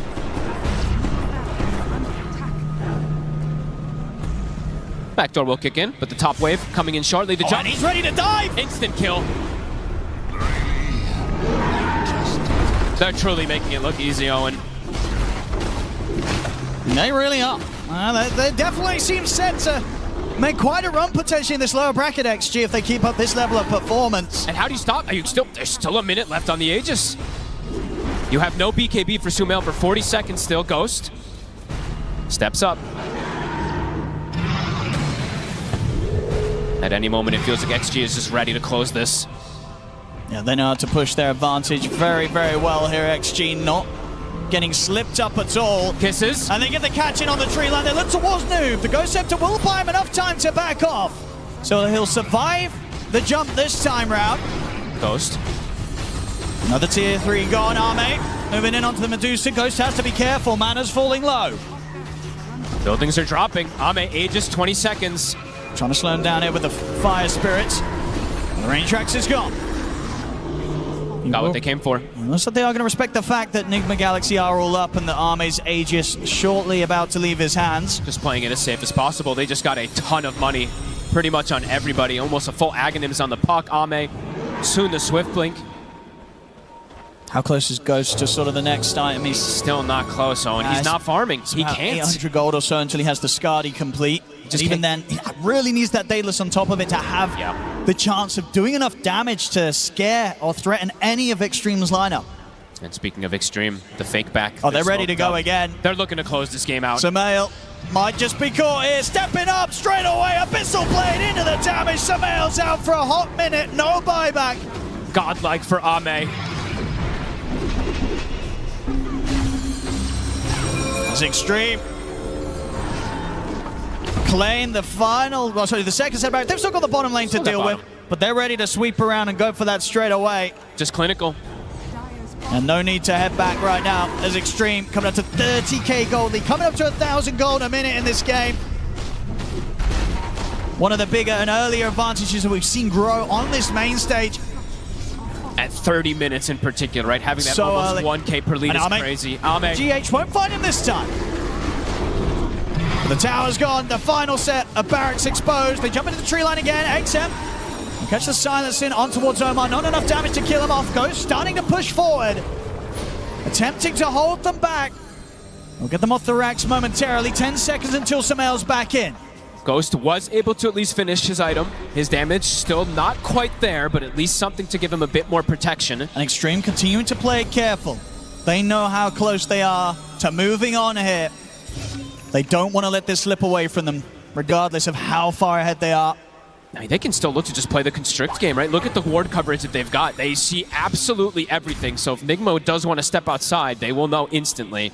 And Ame, yeah, look at this, 9,000 ahead of Ghost in that net worth. The Swift Blink is finished up.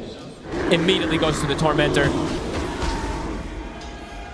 Maximum efficiency coming out from XG. And all Nigma Galaxy can do is sort of wait. He did step outside. They are very well aware that he's done this, so he will have to get back soon. Ame rejoins XG. Oh, this smoke could be the killing blow. Ready for the move. XM has the Aghanims. Is there any way Nigma Galaxy can outplay? Oh, they're sneaking in. Kisses. See Noob.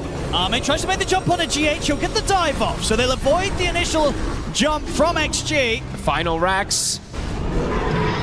TP coming in here from Noob. XXS. He's got A on disc at the ready.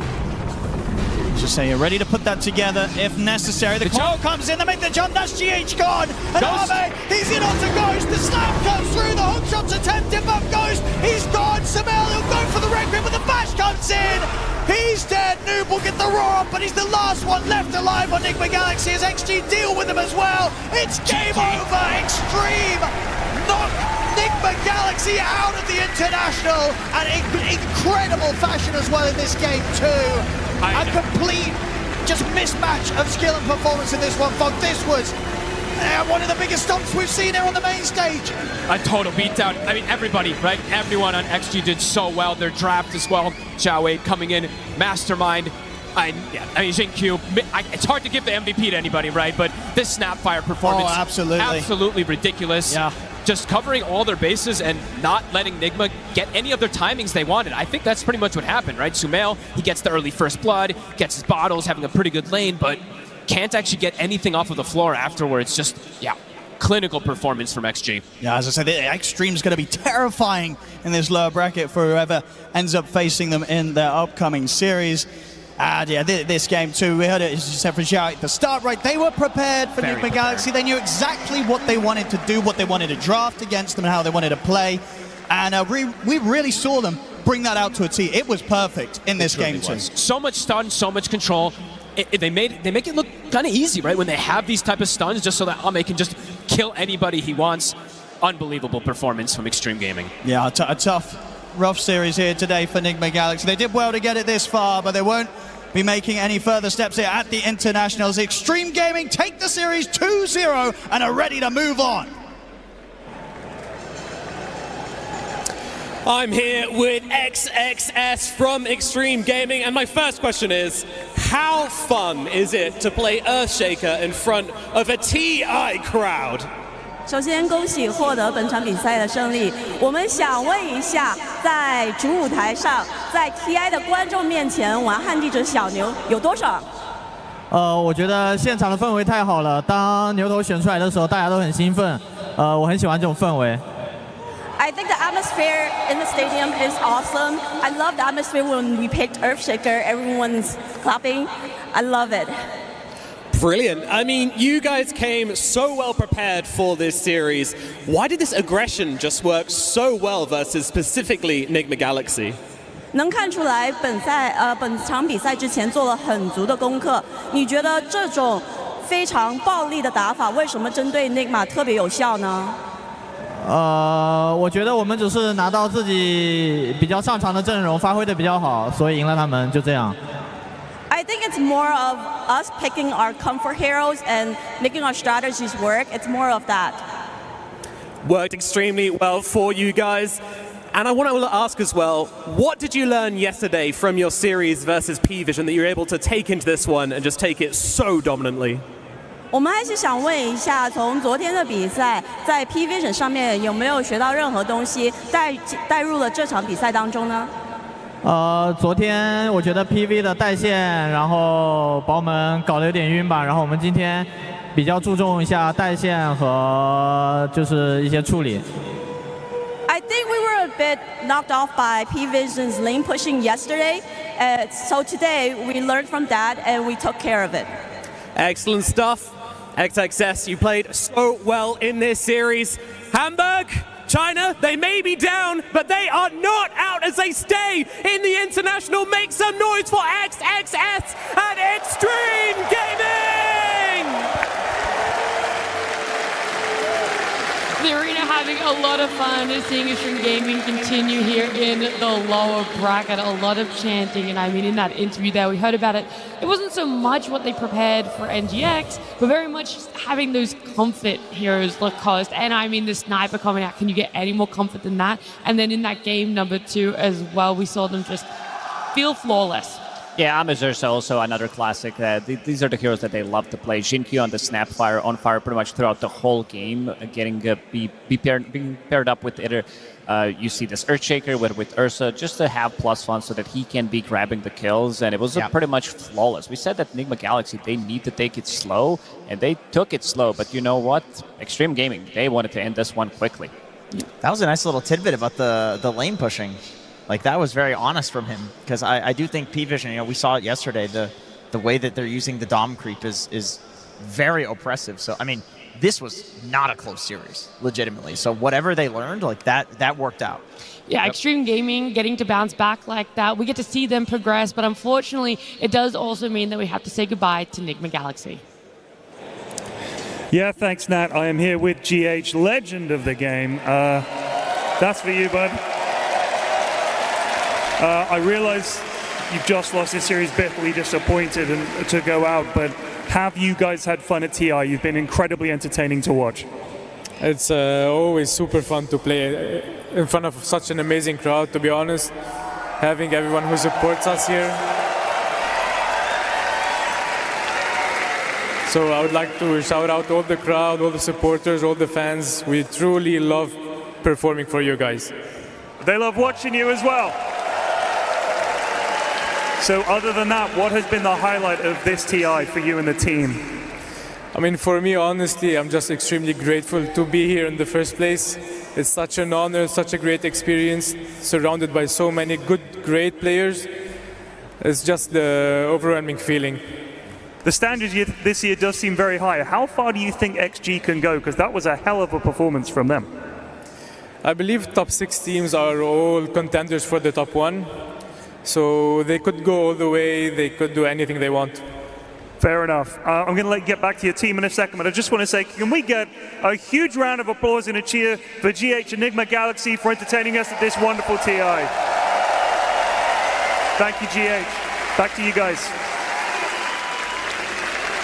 A pleasure to see these players come out onto the stage, to just get the arena going. There is so much energy around it. Everyone has loved supporting them. Months ago, they put in that effort. They came through the qualifiers. We saw them last week put in a lot more effort to make it to the top 8. And here, they get to be happy still with a top 6 performance. It is, you know, nothing to be ashamed of to be knocked out by Extreme Gaming, someone who came into this undefeated. Yeah, I mean, in TI, like, this is where you want to see NGX perform. And I totally agree with Ted, and I think the audience feels the same. This has been one of the most fun teams to watch. They didn't just get top 6 playing, like, normal, boring stuff. They did it with style. Like, they completely reinvented the meta, and I think it caught a lot of teams off guard. And we will definitely see in the coming day teams using stuff that NGX came up with. Yeah, I mean, that mid-Muerta was such an issue. It had to get banned out. And then we see SF coming out, right? This is a hero that isn't surprising at all to be picked up, Lacoste, but it is surprising to see how the mid lane went for him with the side of Extreme Gaming stepping it up. Yeah, they were ready for some of these early movements. Even though he did have the first blood, things were not going his way. I think SF needs a bit of a different setup. This is a really nice move from Ame. This is why he's one of the GOATs when it comes down to being super aggressive, understanding that they can try to kill him with the coil. This should be an easy kill, but the Clockwork is here, and they're still going to be ready. Like, even they mess up this gank a little bit. XM didn't go. He doesn't go to the up ground and uphill, and he dies, but guess who's here? It's Jinkyu, it's Ame. Cookie lands on 1, he goes for the bigger target, Jinkyu gets the double kill. These type of moves, you don't expect them to happen. We've seen Yuma from Heroic going for these twin gate rotation 5-6 minutes into the game multiple times, but these type of rotations where carry leaves the lane, 8 minutes into the game, goes to the river to secure the rune for his mid laner and try to grab a kill. It's very rare. I mean, it kind of also solves the problem, right? We mentioned that the SF was going to be a problem. And I mentioned after the draft ended, it's going to be interesting to see how they tackle it. And that was like a really important move, right? SF, he was top net worth at 8 minutes during the game. And that kill actually meant that it slowed down their momentum so much. Yeah, that's something that Spirit was really good at during both of their TI runs, was figuring out if one hero is a problem and they can't just bring the supports to a lane to solve it, they would bring Collapse or Yatoro would go. So it's really cool to see XG pulling out that here in the top 6 because, you know, once again, going back, like this is the sort of championship plays you need to win the whole thing. Always the 1% when you're able to just min-max it a little bit more. Also, though, when we went further into this sort of game winter, the team fights that were coming out, having the numbers again, Extreme Gaming has always been so good at balling up together early and taking over so much of the map. I mean, their draft literally screams team fight, you know, in both games. And I also wanted to highlight that the way they involve everyone, because it's not just about starting the team fights, right? How are you going to involve all of your team? And right here you can see the Ursa once again comes in, Army rotating in with his team. They have all the ultis up. They try to take a fight. They try to take the tower here. And Nigma, they just couldn't really respond with 5 heroes because the Beast didn't have a good start. And usually Beastmaster, you don't really want to TP into a fight. You want to be in a position and your team goes to you, right? So they took full advantage of that, and Nigma just couldn't bring 5 heroes and they had to run and they lost their carry. With so many early rotations from Ame, we kind of see him take that extra leap. There's a much bigger gap between the 2 carry players in this game there, Jenkins. Yeah, I mean, this is a Ame classic, the Ursa, and I feel like this is what Extreme has been playing really well around since day 1 of this tournament, which is having some, like, really bursty carry, and then heroes that can like kite the fight, do things from far. You know, they've Snapfire, they've Earthshaker, or Warlock. Like all of these heroes, just they poke. Like this basically lets XG play as a unit, and then Ame can like pick and choose his jumps and just not die. He went 9-0-4 this game, but honestly, this is how most of his Ursa games go because they pick around it. Yeah, a big difference between having an active early game carry compared to a late game scaling carry in the Medusa Lacoste.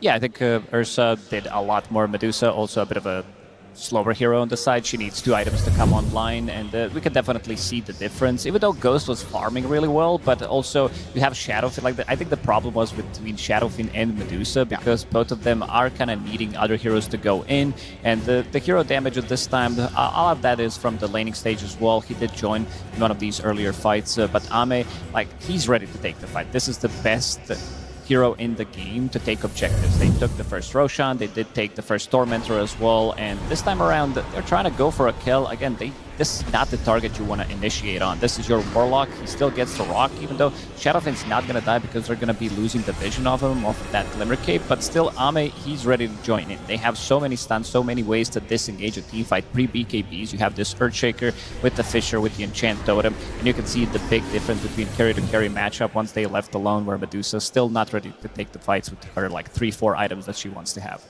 It wasn't easy, though, to find the right target to initiate on. That Warlock, we saw it there at that 20-odd minute mark, how they struggled to kill him off. That's a position 5. Later on in the game, though, we also see them try and have a gank on the Earthshaker too, right? Caught just slightly out of position. You have the numbers advantage, and that one still doesn't work out for them, Jenkins. Yeah, you can kind of see like the struggle that they were facing in the draft as the game progressed, where the only combo that they really had was Clockwork Hook into SF Requiem, and even though they basically did it perfectly here, they still have enough in the tank for XXS to get the BKB off because the Chain Stun is just not long enough. So I guess you also need the Beastmaster in position, but then you have 2 cores in the same place. It's one of those situations where like one team drafted a lot of heroes that had many fight conditions, like ways that they can take the fight, and the other team drafted something which requires a lot more like outplay and maybe a higher cap.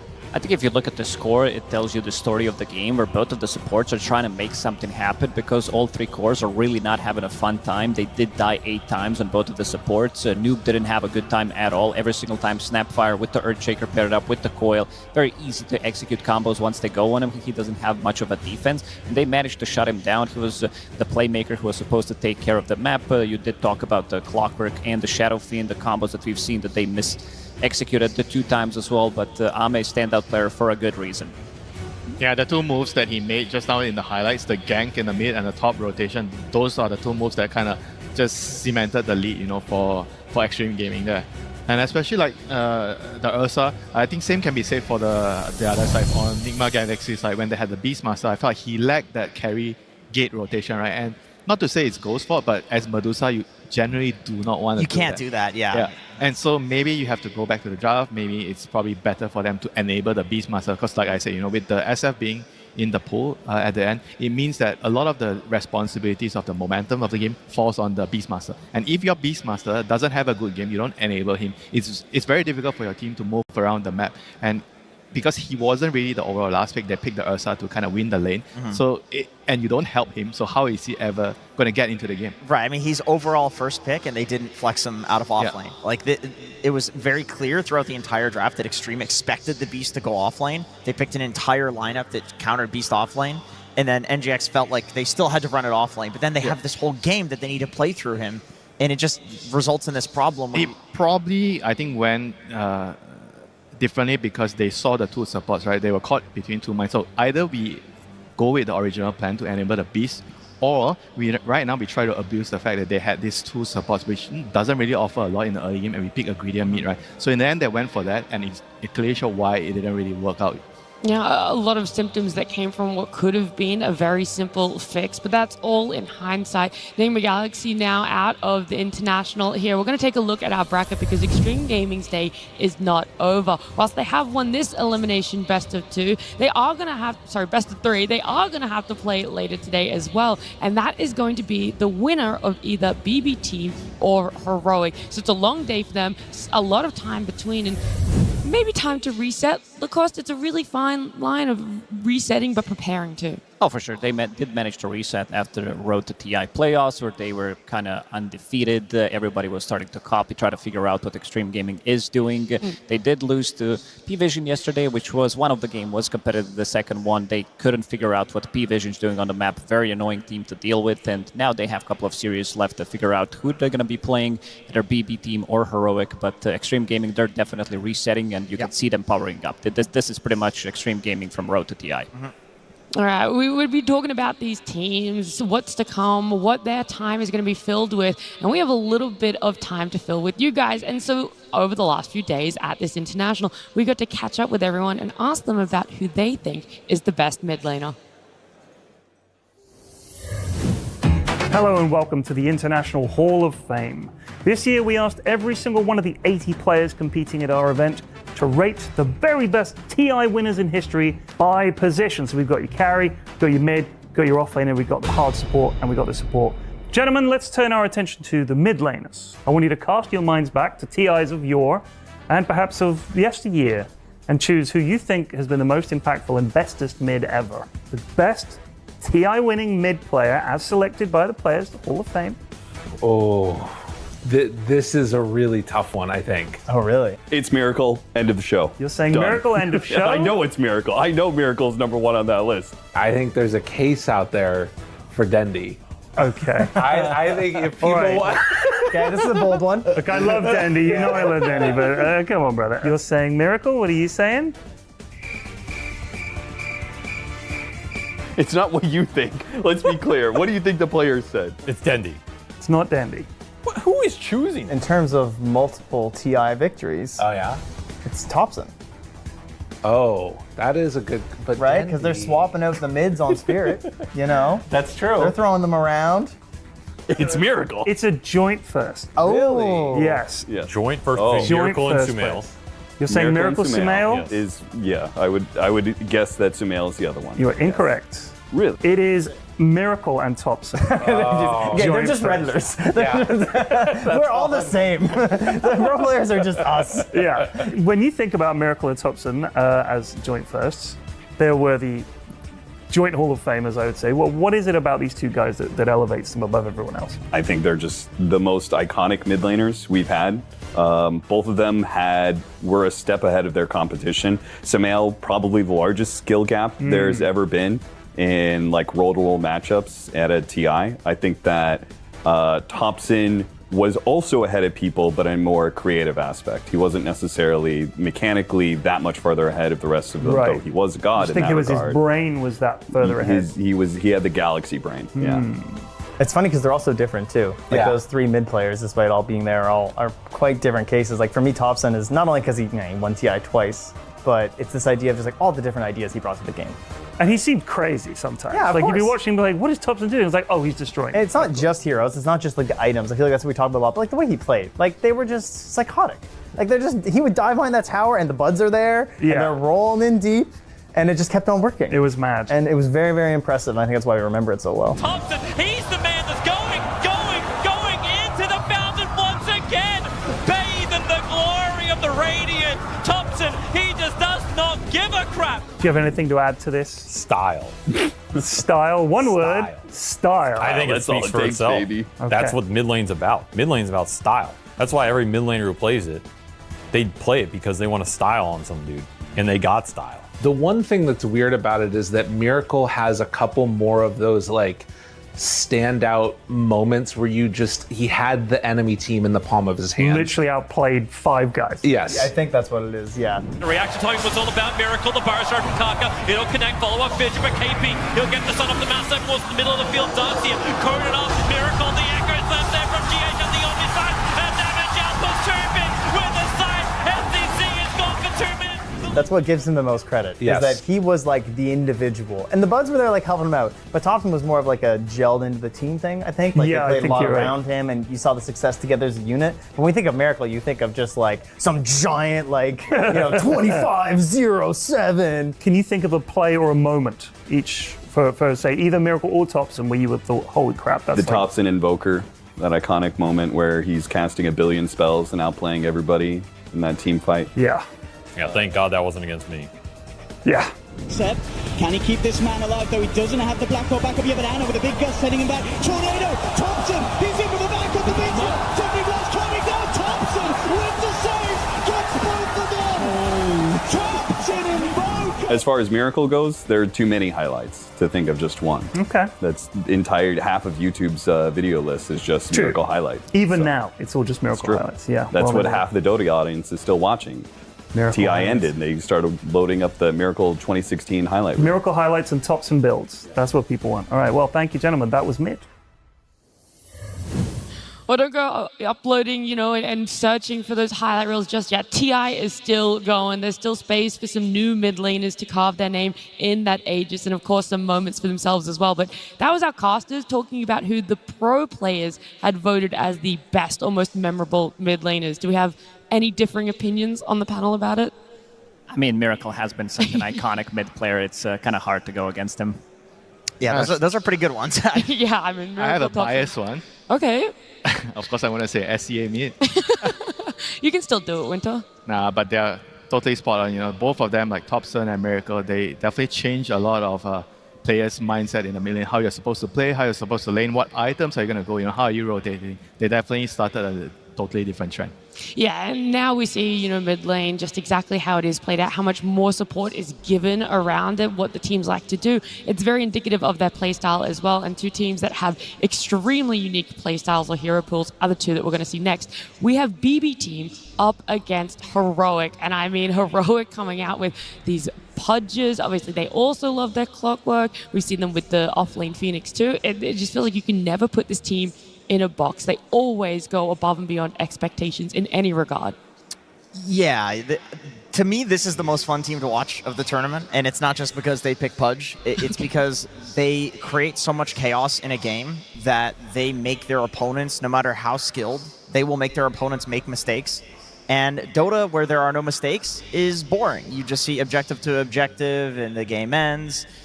This is why TI is so great. You have the pressure, you have mistakes, you have a team that's willing to create these mistakes, and then you get these long games, opportunities for really cool plays to happen, and it just seems to happen every game with Heroic. Yeah, every single time. Game that they played yesterday against Tundra, if you gave their draft, this Pudge, Shadow Demon, Broodmother, Tusk, and Phoenix to, I think, any other team, I don't think they would be able to win that game, because this is not like a super strong draft. It's just that it suits Heroic's playstyle. They know how to utilize these heroes. This is pretty much their classic heroes as well. We're talking about Tusk. We're talking about, Shadow Demon on KJ as well. Support duo has been really the shining stars of the team, but I also got to talk about Yuma. This guy has been amazing throughout the whole tournament. I don't think he had a single bad game. Yeah, I think that's very fair to say. We're seeing him step up in every regard when it comes to it. Is he going to be able to step up when it comes to the side of BB team? They're drafting a lot more stable in what we see for their supports. I mean, that Hoodwink getting picked up 10 times. And it just feels like there is the big difference in what they want to do for stability in finding success.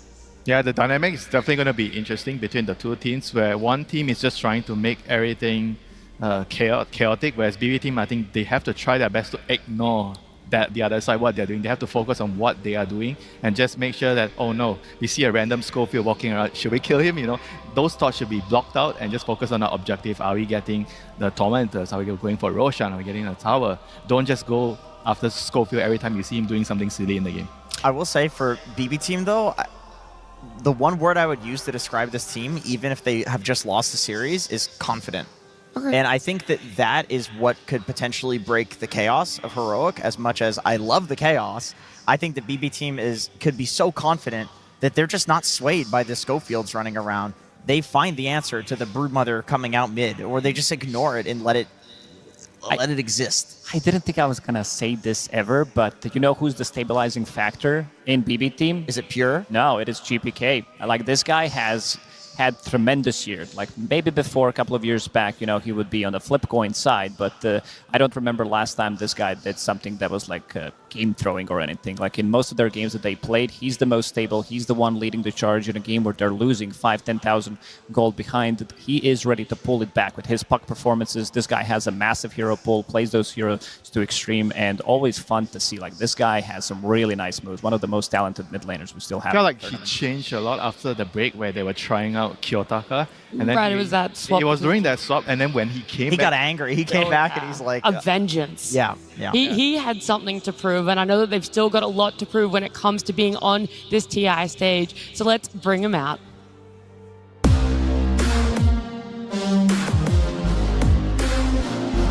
And we're back.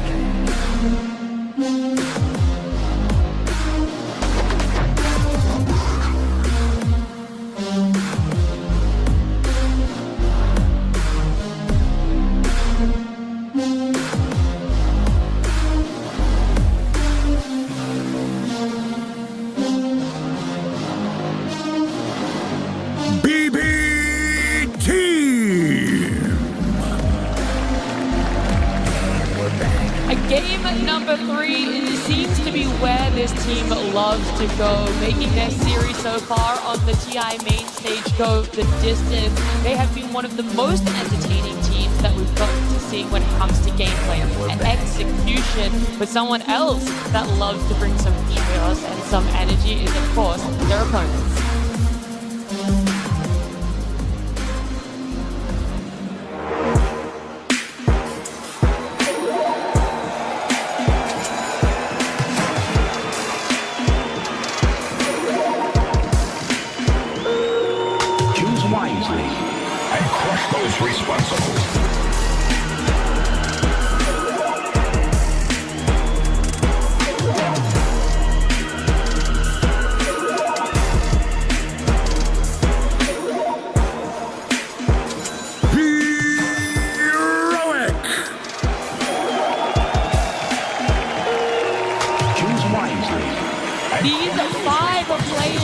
Striving for their best result at an international, not just personally, but for the South American region as well. Top 6 is where they currently sit after this best of 3. If they can get a win, a top 4, that is the best we've ever seen from these players and from that region. A lot is on the line for them, a lower bracket run. It's definitely possible. They showed up yesterday. They can definitely show up again today, Lacoste.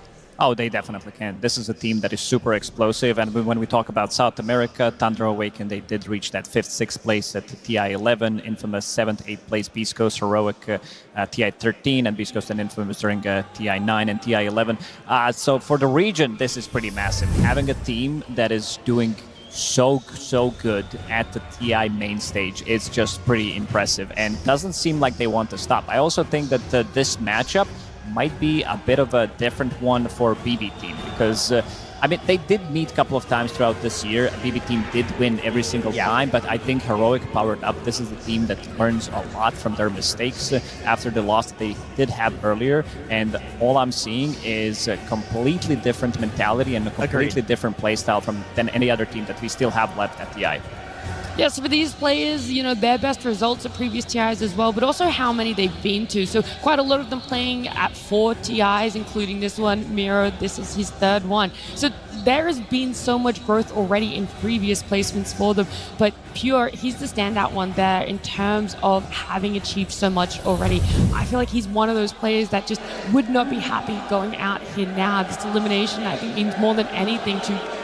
He wants to make it to that final day is essentially what I'm saying. Yeah, he did reach that with Tundra, but also I don't think Pure has reached his full potential yet at TI here, because in the previous performances, this guy is the dominating factor. He's the one controlling the tempo of the game with his Monkey Kings, with his CKs. He plays Lone Druid as well, but I don't think he's playing to 100% yet. It really feels like BB as a team, they live or die off of the back of Pure. This is what we saw in the series yesterday, where he was rotating on anti-mage, you know, level 2, level 3. Oh yeah, that mid rotation. It was really interesting. Like, he has very creative ideas when it comes to the game. He has a lot of confidence, but as a result of that, you can have these games where it's very volatile. Like, either he's 18-0 or he's 0-18, which makes for very interesting Dota.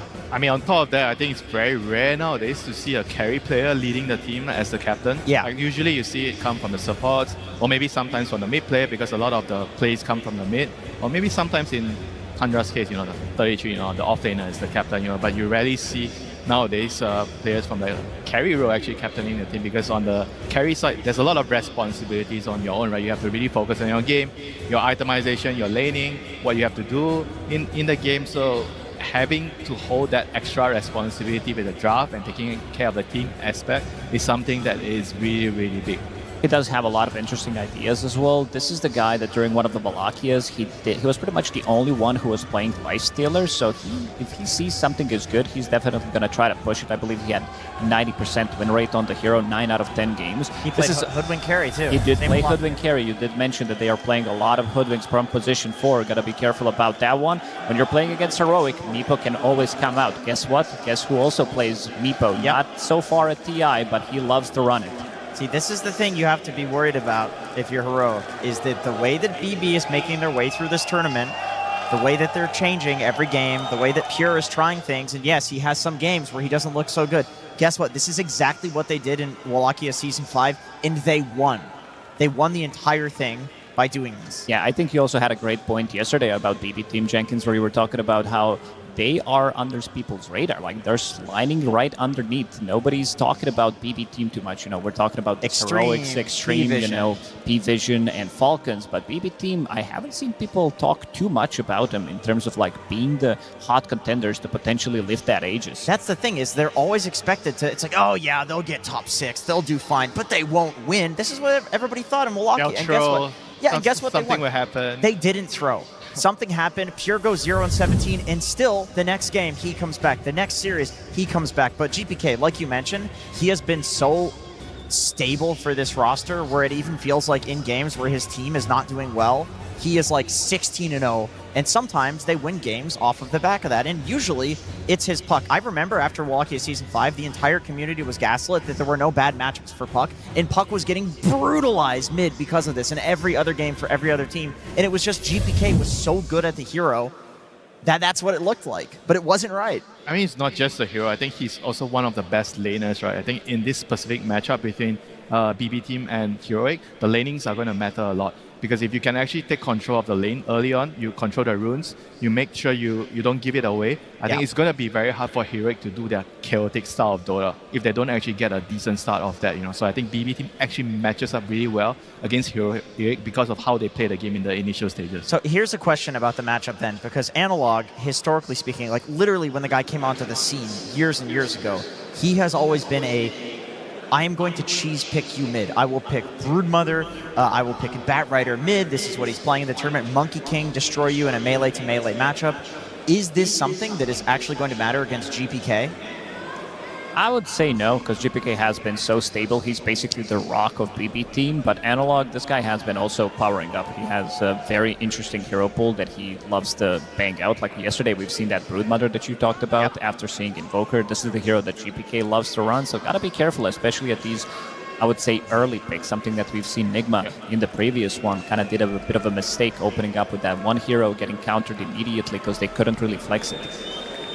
I want to see their past encounters because we've talked about how it's always been slightly favoring BB team, how in tournaments when they're sliding under that radar, they're able to go the distance, go on to even potentially win it there. But for Heroic, this is just something that doesn't feel normal in terms of a tournament for them. There we have it. BB it's been team. Hugely favoring BB team. Right. So yeah, it's not been looking good for Heroic. But this is months ago that you have to factor in. There has been a lot of significant growth for Heroic. It may be months ago, but it really comes from, I think, the root of how both teams actually play. Because when I was watching their games, right, I feel like Heroic likes to play on the side lanes more. They prioritize Whisper's game a lot. So they tend to give a lot of rotations towards the side lanes, whereas I think against BBT, if you don't control the runes and if you don't pressure GPK, he's going to try to snowball the game from there. Then after that, if Miro gets pressured, he doesn't mind coming to the mid lane, or even Pure, for example, he's rotating to mid lane to help the mid laners get runes and make plays, And that doesn't really happen the other way around when Heroic,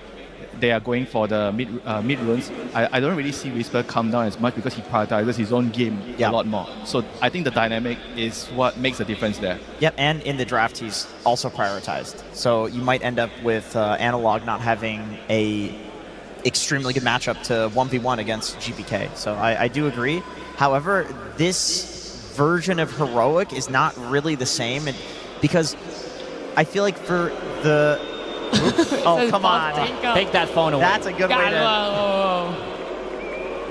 The arena was definitely vocal about what Where's they the thought security? Escort him out of the arena. Do either of these teams pick Tinker? I don't think we have... No Tinker Wait, mids, okay, when at you least. say No that, Tinker mid. I was going to say, they're not necessarily like Tinker experts, but I do feel like there is one person on almost every team. They're not going to bang it out. Anyway, Heroic has powered up in this tournament, and I think every other tournament this year, barring the Parker PGL Wallachia, when they had him, they have pretty much played to their expectations. They don't beat the good teams, but they beat all the bottom tier teams, and then they just get knocked out by when they face their first good team. I mean, usually that's like a sign of a team not being flexible enough, right? Because to a certain point, you might need to play out of your comfort zone to make certain adjustments to beat the stronger team. Yeah. And maybe right now, like you said, they've already powered up, and we'll have to see whether they are really willing to make that change, like the prioritization. Are they going to try to move that away from Whisper and try to help Analog more to make sure that they don't get run over by BB team in this series? I think the offlane duo for Heroic is pretty similar to way P-Vision plays, where Schofield, I'm going to say, they put their offlaner in a really weird position, whether they're going to be dominating the lane completely like they did yesterday with this Marcy plus the Batrider, or he's going to be doing his own thing on the clock, would be very annoying, something that 9 class does really well, compared to the offlane duo of BB team with Miero and Save, who's been so stable in the last, pretty much ever since he joined the scene. Miero, I also think that this meta does favor him, because we're talking about these Helm of the Dominators, the Zoo metas. These are all of his most successful and the best heroes. We're talking about the Lycans, Beastmasters, Visages as well, so he knows how to micro. Look, those fans are getting passionate out there. They're seeing Heroic on the stage and in their booth, and all they want to do is just get on into this series. BB Team versus Heroic, Game 1. Yeah, we have another elimination on our hands here between BB Team and Heroic. We've talked about the chaos that could potentially ensure for these two depending on what they get their hands on in the draft. The stability coming from that off lane, especially in the position 4 on the side of BB Team. However, on the side of Heroic, it's the chaos that is somehow stabilizing their lineup in a position 4. I'm never going to get used to a first phase ban Pudge. That is so goofy and wacky. Actually, speaking of the 9 class comparison that you made, Lacoste, I think one of the best measures of goofiness in a position 4 and like chaos is courier kills, because you're just on the enemy side of the map. That's where you're going to snipe couriers. 9 class is #1 in the record for I assume Schofield's number 2. Why am I not surprised? So the comparison is definitely very accurate. I mean, the counter to that is to pick Marcy, so your couriers don't die easily. That's true. Genius. And it might actually make it through here. Yeah, I think it's something that's not highlighted enough. You know, whenever you have Marcy, it actually helps the lane a lot because of that. It does, yeah. More of a counter to Heroic, but they snag it. Such a strong hero. Like literally the reason that the whole Dominator meta even happened. Like the fact that you can run it as a core position, like it can play in every core role. I think even mid would be fine. You can run in any core role with the Dominator, play for having a lot of damage. You can run it in either support position and use the double jump, jumping your ally in. The facet is also really strong, right? It's not just the helm, like the Fleeting Fury facet. I think those are the 2 things combined together make the hero so hard to deal with right now. Yeah, the position 4 pick me up facet, getting people out of trouble. Or didn't we see one game like previously, like someone did it on a core role? I think it was Omar. Oh wow! Oh, support. Facet for the damage. Yeah. I think that's fine in some games. If you feel like if it's all like ranged cores that you have, you don't want to jump them in, and you don't feel like there's anything good to save from, or you think you can scale. It's definitely okay. Yeah. So we are seeing a trade here between Marcy and Lycan. Yeah, the crowd definitely is cheering for the Lycan. They love the how that he's been doing. I don't know if you guys were tuning in last time he was playing. It's a lot of fun. I do wonder if Heroic are going to get their hands on the Shadow Demon though, because that was something that was a big factor in their series yesterday. I mean, I want to see like how both teams deal with the helm, right? So both teams got the helm hero, and you have to kind of build the draft to deal with it. And I would always kind of favor the Radiant side a little bit more because of the fact that you get the earlier Roshan access and the Tormentor. So I feel like you have to like really plan your draft around that, whether you can actually stop it if you're on the dire side. Is there any way of having heroes that can actually stop it from happening early on? Like you want to have, I think, heroes that can sit in mid lane and defend a tower. Because the thing with the mid tower is the Radiant side, once they kill your mid tower, it's very easy for them to kill the Roshan between 15 and 20. Yeah. So that's a good point. I would like to have heroes that can push the way out. Like we've seen Sniper, we've seen like Puck.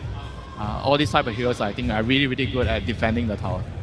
And that's an interesting ban. Heroic removing Dragonite. Not many people wanted to play Dragonite. It's a GPK specialty. Yeah, they did play it on Pure as well. It takes the tower, you know. So I feel like it has a lot of. It doesn't really defend the tower as well, but it takes your tower. So I think it can make it difficult for the Radiant side to get that early Roshan also. There's a lot of like thought behind this ban here. 10 seconds remaining. And BB Team taking out the Meepo. Not gonna let Yuma get his specialty. Some teams will wait and ban it in the last phase, but they're not willing to risk it. Heroic does have the pick out of phase with the last pick. Yeah, this one not really being too much of a surprise. The hoodwink. He should. Yeah, I was going to say the crowd. Yeah, we're going to put it up to Thompson, you know? Who knows? There might be a return. Hey, there's Divide Llama in the back. I saw Divide Llama there. We're seeing everyone in the crowd. Shoutouts to Divide Llama. Yeah, awesome. We're going on to Heroic. And their pickup here with the Chen. So this is a different sort of take that KJ can go for.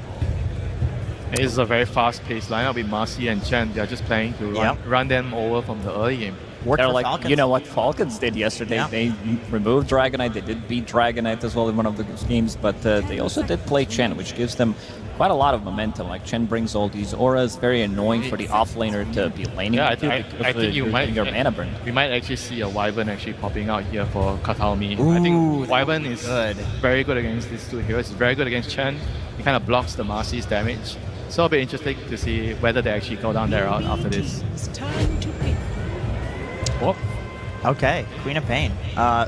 I would say this is quite punishable from Heroic. It's also really good with the Chen, right? Because Chen likes to go mid and pressure and take the tower. Co-op always keeps the enemy mid lane low on resources, so it gives you a lot of opportunities to kill the tower. That's a cool point. That's a cool point. I feel like there are heroes that can counter Queen of Pain, and I don't know. She doesn't really like playing into Lycan that much. This is a very interesting one. I mean, Hoodwink is a really low HP hero and very hard to catch. So I do feel like Queen of Pain loves playing against Hoodwink. And the thing with Heroic is Schofield does play Quap. This could be a Quap 4. Could be a Whisper Quap as well. So for now, they're just keeping the flex open to see the two heroes that BB team is going to pick. They need some kind of a control. I don't think having Hoodwink as your control is going to be enough, because this is not a reliable control. Maybe in Save's hands it is, but also Lycan doesn't provide you with much. But again, if we talk about the Lycan, this hero gives you very strong timing. It gives you like 12, 13 minutes Helm of the Overlord as well. Then you're going to be pushing with your Wolves, you're going to be pushing with your Shard. A lot of ghost pushing that's going to be happening on the map, which means that the lanes are going to be in a good position, which opens up potentially you going for Tormentor, collecting all that information. One of the reasons why this hero is first pick. Yeah, we love being able to open up the map for those objectives there. I just don't really know where they go for this. If there is this comfort that needs to be relied on, or if you're going to try and go for something that is going to be catching someone off guard. I think BB kind of have to just like pick their heroes. They don't really know the lanes, right? It's very hard to tell what's the lane. But they have to pick their position 5 and their carry, right? Because they're picking twice in a row. So I feel like they just pick a really strong lane. I'm trying to think, like, what can they pick that will hype. Casual Disruptor, I think, is fine. Good for catching the Queen of Pain, because you're going to be having vision. And this is going to be the hero for GPK. So they're deciding to pick the mid lane right away, which, I mean, we already discussed, maybe the co-op is not a mid laner, so it might not be the lane that the Void Spirit is expecting to go in here. So, but they're putting more stock on keeping the carry hero until last year, probably because he doesn't see the lane, so he doesn't know what he wants to play yet. This is a decent catch against the Quap here, and Lycan gets people to run away from him, so guess what? Disruptor brings them back. Yeah, he loves an anchor, for sure. I mean, this is like one of the best duos, right? I think I remember seeing these two together. I think earlier today in Net you mentioned the combinations, Disruptor and Lycan. It's a very strong trio too, between the mid and the two supports. Like, they have a lot of kill threat, lots of magic bursts, lots of ways of locking people down, and even if the two supports go with Lycan, like, these are really good. This is what Lycan likes to have with himself, any kind of lockdown, any kind of a slow, something that can keep him in place just so that he can be the one dealing that damage. And I would say that this is relatively natural response to what they do have. Because so I guess Oshaker's going mid now? Yeah, I assume so. I think this Queen of Pain will be shifted to off lane. Off lane, I would say. Yeah, it's very similar to like the Bat and the Phoenix that he plays, right? He plays all these like range heroes that deal a lot of damage, aiming to destroy you in the lane. I think that's probably the reason why BB team felt like they are more comfortable waiting for the carry pick to fully understand what is the lane matchup, because that's what heroic like to do. They like to destroy the safe lane. They do. They're always having that strong offlane. That's what we guys talked about coming into this one. And so it does make sense that they're looking to try and hold off, give Pure the best game, because he hasn't really been having the greatest showing. He has a lot more potential than what he's been bringing to the main stage so far. So we'll see what exactly gets taken out from the side of Heroic. What are you worried about? What is a Pure hero that could do so much damage to their lineup? I feel like if you know you're playing into Queen of Pain in the off lane, Lifestealer, Abaddon? Abaddon would have been great. Lone Druid does very well against Queen of Pain. Oh.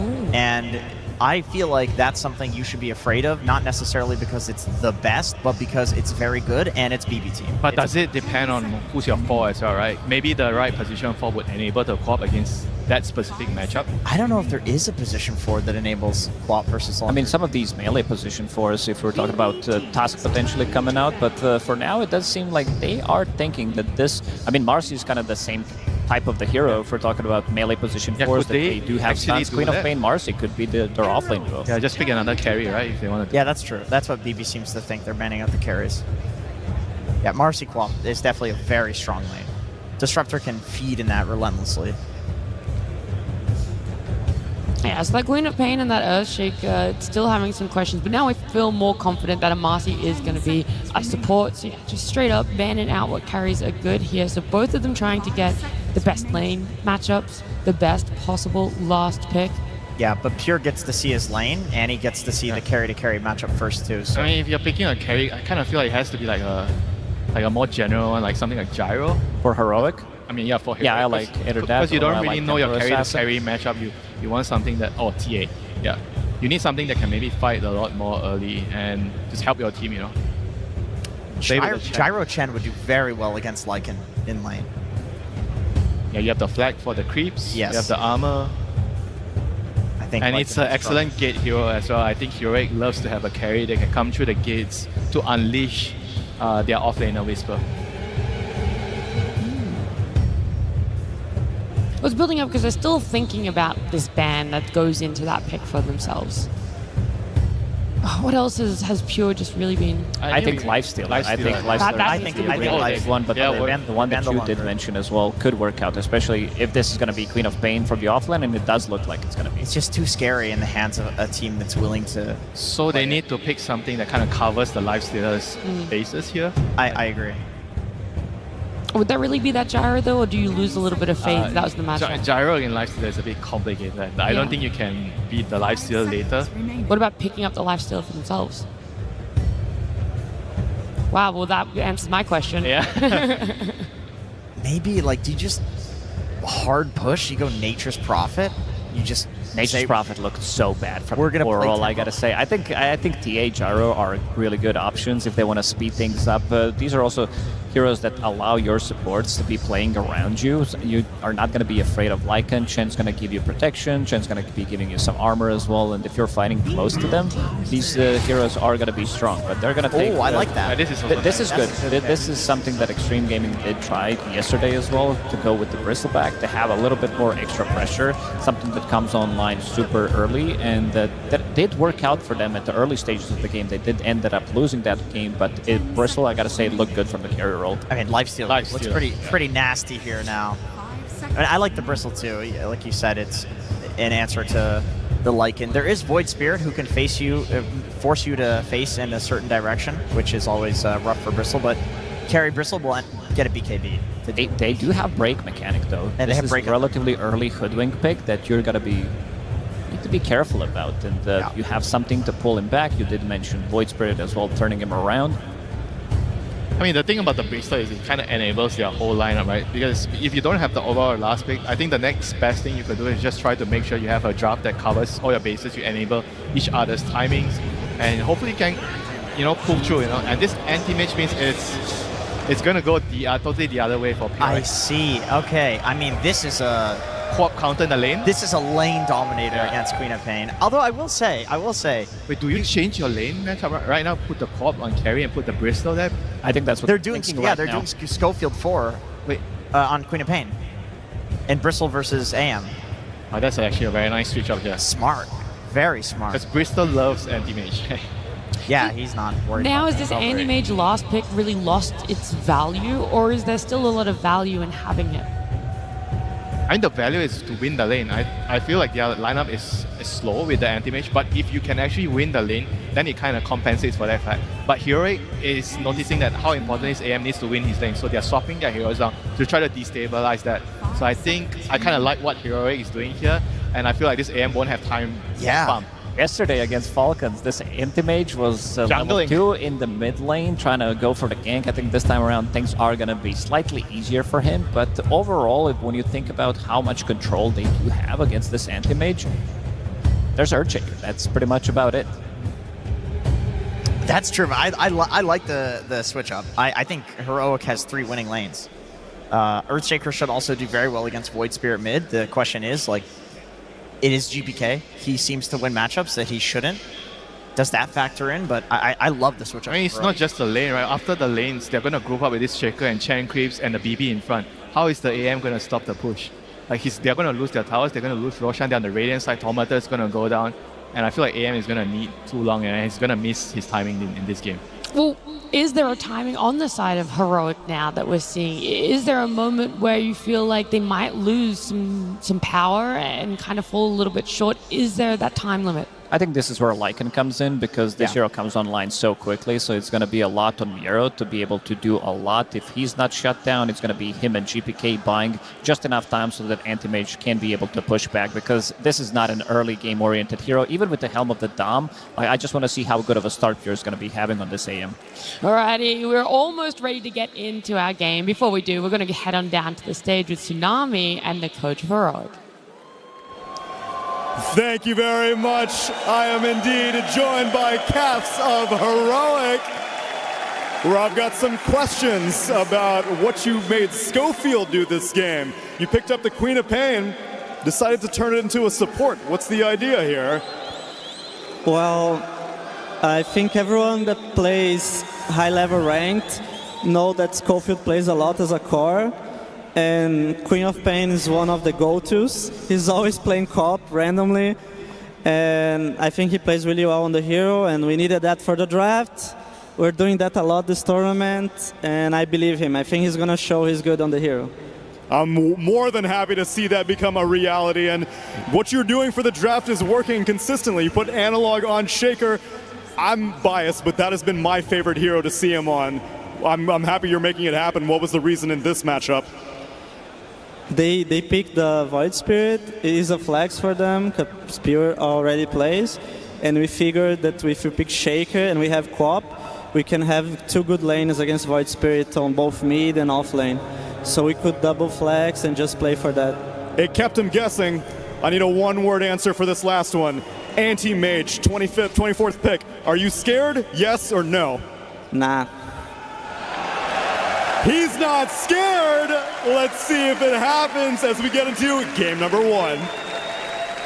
And you cannot afford to be scared going this deep into the international. Elimination on the line, but no matter which way this series goes, history is about to be set, Avery. We either have BB Team outdoing their previous performance in 5th, 6th in 2023, or a South American team top 4 for the first time in the history of the international.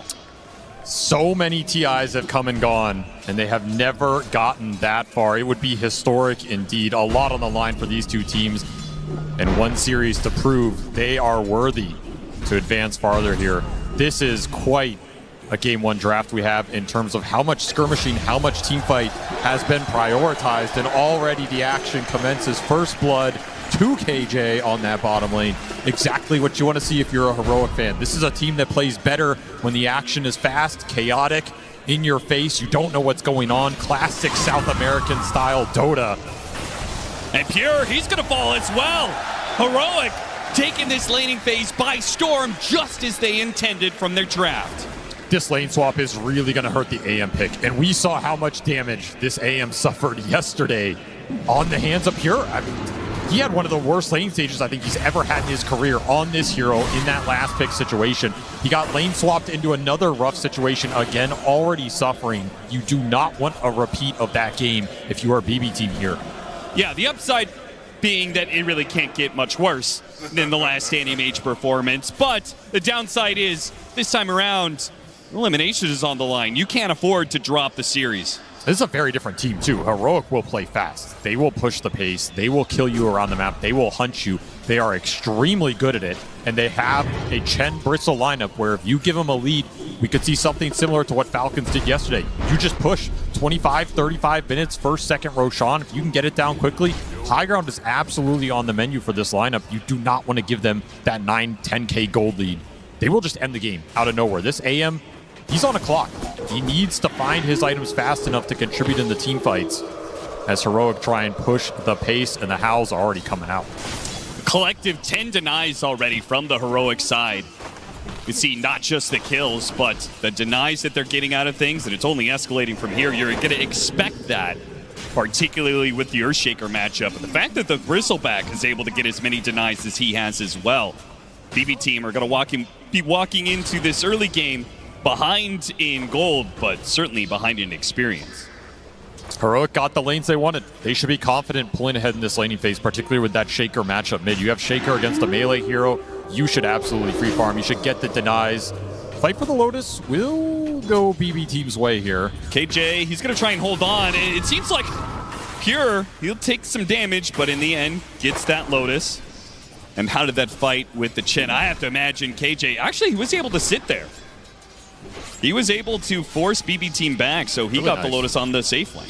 Big win for them. Putting mana into these two side laners for Heroic, really important here between the Bristle Especially and the with the jump. Yuma, he's going to make expert use of that mana. Pushes Miro out of position. A healthy amount of damage. The Bushwhack, the only thing that saves his life there. Putting the pressure on these Helm heroes always feels good. You just delay it a little bit, it counts for a lot down the stretch. If you can pick up a kill on this lane, it would be amazing for Heroic. Extra experience going into this Chen would go a huge way for KJ in this game. Get those auras up, your team fights a lot stronger. Another jump, another rebound, another toss. Beautiful double hit, the Lotus. Bit and heal going the way of the Lycan. Will survive to the Helm though, flying out now. Feels like Miro got through at least a tough early portion of this lane. Analog feeling heat of his own. This glimpse is coming for you, just out of range. Almost got him. Has to hit him with the Ren. They does manage to do so. Now the glimpse is in range, but it's not even required to get the kill. Nice little rotation from Kataomi. I mean, that top lane not going well at all. Try and make something else happen on the map. And this will skew that mid matchup that was going Analog's way. Now it's going to swing back to GPK. We saw how much of a rock GPK has been for this team. If you're going to put resources into one lane in this game as BB Team, it's got to go mid. Enable this man, let him carry you, let him carry those early mid-game fights. He's your one playmaker. He's got to create space for this Lycan and this AM. Look at this body blocking. KJ, true to his name, king of the jungle, but apparently not good enough as Kataomi continues his roaming experience. As a glimpse. The Disruptor with the glimpse ready to go. One kill, looks to turn to two. It's an immediate Bushwhack after the glimpse, guarantees a double for Miro. This double Disruptor rotation completely broke that stranglehold Heroic had on the early laning phase. They're topping the CS chart, but the net worth is starting to swing. And more importantly, there's just not the equivalent pressure going into the AM. The Helm is flying out for him. He's getting some decent net worth on that top lane. Top CS. Way better start for Pure than we saw that other time around. Yeah, the fact that BB Team is actually up in gold now, is that how concerning is that for Heroic, considering the fact they put in so much effort to win the laning phase, and it seems like the latter part of this has not worked out for them? It's still fine. I mean, you can still snowball this game. You can still put pressure on the lanes with Chen rotations. You can look for the Shaker Blink. You can look for the stacking on the triangle too, right? Schofield trying to just deward these sentries to free up the camps. It's been a nuisance for them. So no stacks created at the 6-minute mark. Could hamper Analog's momentum here. If you can't find kills, you got to go back to that jungle. And if there's nothing waiting for you in the jungle, then where are you going on the map? I was expecting to see teams put more resources into blocking out these camps, just because it has been one of the reasons that Earthshaker has been so highly valued, right? You just pick this hero up. Even if you lose the lane, you have this guaranteed fallback. And if you win the lane and you get it a bunch of ancient stacks, you're just so far ahead of anybody else, it's hard to fight. If I see Shaker or Sand King mid, I'm going in there and I'm blocking those camps as much as I can. That's your biggest accelerant going into that mid game. So Analog definitely getting slowed down here. Whisper trying to make up for it, doing some creep cutting. Very hard target to all in and bring down. They might be able to get him here. They're going to try. Yeah, a decent amount of mana, so Pure can do some damage, and with a Void Spirit, it's guaranteed. They pull him back in off of the glimpse. And GPK nets another one. Analog will cut what waves he can just to try and deny some golden experience away from BB Team, but the damage has been done. Pure, despite Kataomi's roaming around the map, is 33-7 in CS. This is... I mean, he had this similar CS score in like 15 minutes last time around. Oh, he's cruising here. Way stronger and more fluid early game for BB Team than we saw yesterday. They're picking it up here, and this is the right time to do it, and against the right team. Again, you do not want to fall behind in this game. You get those Helms up, your laning is really solid at that point. You can start to push heroes off of the lanes. You can threaten the towers. Those gank rotations are going to turn into objectives if Heroic can't battle back. And they need Analog in order to battle back. The faster he gets his Blink Dagger, the better. Good glimpse. Make sure the Kataomi stays alive. Schofield is getting a little behind here in experience. I was just looking at it. This Queen did not want to take a lot of the experience off the lane from the bristleback and has done some stacking. So Schofield's going to be the one super far behind in this game. I mean, he can absolutely make up for it in the fights, get that experience back. But he is a big playmaker for this squad. It hurts to see him on this super sacrificial role. Maybe he'll leech a bit off the stacks here. I mean, you got to pay him back somehow, right? Katomi certainly knows this is going on. He secures a power rune for GPK. Question is, will GPK go into the triangle at the right time here? The Earthshaker has been missing for such amount of time. He's got to be careful not to get too close, though. Analog is going to hold on to the Echo Stem for as long as possible. BB team will manage to soak some of that experience. Now GPK, now the stacks are cleared, he goes in for a kill. He'll chase after Schofield, misses the Remnant this time around, still got the glimpse on him. 2 seconds till the blink is back up. The bushwhack lands before the blink can get him away to safety. They did get some of that experience leash. Kataomi getting to level 5 off that stack being cleared. They sapped it across both heroes, I believe. Pretty decent win for BB team. It's really tough to get in there and contest the actual creeps, but if you can get the experience, it's a huge boon. Schofield will recover his game a little bit, also pushing up to level 5. Very even across the board. Just be a matter of Analog finishing up this blink, and then you can look for some aggressive plays onto this Void Spear, potentially. Quick smoke here from Save. He wants to get GPK's momentum built even more here. Dynamic duo of Save and GPK. They have been the ones on BB team who have secured them or brought back many a mid game. Just these two running around finding kills. And they're looking for one on Yuma here. He's tanky. He is. If Yuma had some sort of creep to jump to, he might have been able to get away. But even after the rebound, there was still the glimpse. BB team brought in Katomi, 4 heroes in the bottom lane. And why not? If they get a kill like this, if they clear out this bottom lane, the tower is free for the taking. It's a Lycan, it's a Helmet Dom, it's kind of guaranteed. It's just dying. Double Troll Summoner down here. All this skeleton rally on top of wolves, on top of each other. So much tower damage. This tier 1 just got shredded. Tried to secure power runes here. Instead, going for the kill on Katomi. A Fissure will help out here, slowed down by the Hellbear. They certainly got it, but the trade-off. GPK tried to do some damage. Sonic Wave just got picked up. Big damage on Save in the back lines. They focus on GPK, though, and they've got the Sentry in place. Despite the Invis Rune pickup, they still hit the kill. Necessary for Heroic, as it felt like things were slipping away a little bit. Really nice connection from Schofield. He hits 3 Screams plus the Sonic Wave on 2. Max damage coming out from that fight. Your Queen of Pain right there. Hits his mark. That's exactly what you want from this support. It'll get him to an early fighting item here. And a really nice connection with the cores. I will say this combination of mids that are able to go hit jungle, the Earthshaker, Beastmaster, the 2 that come to mind, clear out stacks, giving an opportunity for supports that fall behind like Schofield did in this game, and just give them the mid lane for a while. Right? It has done wonders for a lot of these 4 positions that have found themselves a little bit starved in experience trying to give solo to their off lane. I agree. They did a nice job recovering Schofield here, prioritizing him. Do not want that Sonic Wave on off the bat for too long. Straight up Echo is the burst damage. There it is. They got him with the trio of Whisper, Analog, and Schofield. They pick up that kill, but the pressure from BB team is still on. They may be finding kills around the map for Heroic, but BB team are taking towers. The rally continues here. Glyph already popped this tower. It's gonna fall really fast, and you use that Echo top, so they're very confident to push. In fact, they want more. They want mid and a kill top, looking for the glimpse plus the sharp shot. Managed to get the shot on him. He's gonna be broken into the Static Storm for the guarantee. Not messing about whatsoever. As Heroic back away after taking the tower of their own, they lose a core. This is a really fast-paced game right now. Everybody's just looking for more off of the initial play, and those are generally the games where Disruptor thrives, because you always get that +1. You always get that secondary kill off the little tower of the fight. Kataomi having himself a very strong early game here. Sonic Wave back up for him. Got him, but they used the glimpse, so unfortunately a bit of overlap there. It doesn't matter. GPK, thanks to the amp damage, had more than enough to bring down Schofield and another outer tower pressure. The kill combo of GPK and Save, combined with Miro and his efficiency in taking towers, is taking map control away from Heroic at a blistering pace. This is where this anti-mage looks so much different than past iterations of the hero. I mean, Pure has contributed with this helm to a lot of pushes. He's been stable on that top lane. He's farming incredibly fast. You picked him off twice, but he has not slowed his game down at all. And you simply can't say the same about Yuma's Marcy. Nope. Another break onto the bristleback. Underneath the tier 2. This just cannot happen.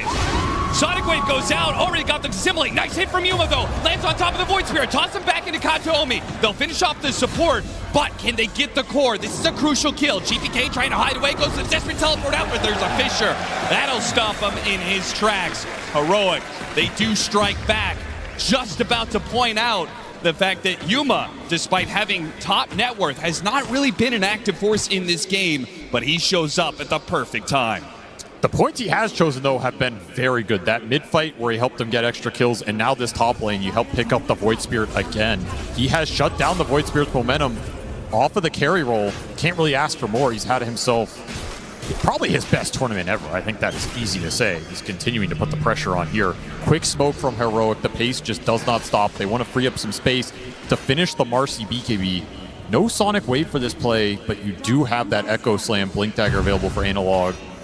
Looking to find his mark. Would love to find a big core target off this smoke, especially if you're bringing multiple cores. This could be Whisper just farming that Ags. Instead, he's looking for the aggressive potential. Scan hits. Oh, right as he's on top of the Ancients. Perfect opportunity for a big Echo Slam.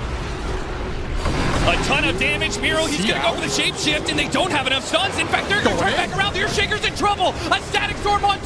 The Quap runs out of it, but the cores are stuck inside. Schofield makes his blink away. A glimpse to pull him back. Miro was farming up Ancients, but the damage, they underestimated just how tanky this Lycan truly is. A total disaster of a play for Heroic. They just didn't have the Ags on the bristle. You're missing a lot of damage. There's not that many creeps around for this Echo Slam, and that Wolf, he's got over 2,000 HP. That is not an easy target to go in, especially without that Sonic Wave. Again, you made that play without the Queen of Pain ulti. If you have it, it's a guaranteed kill.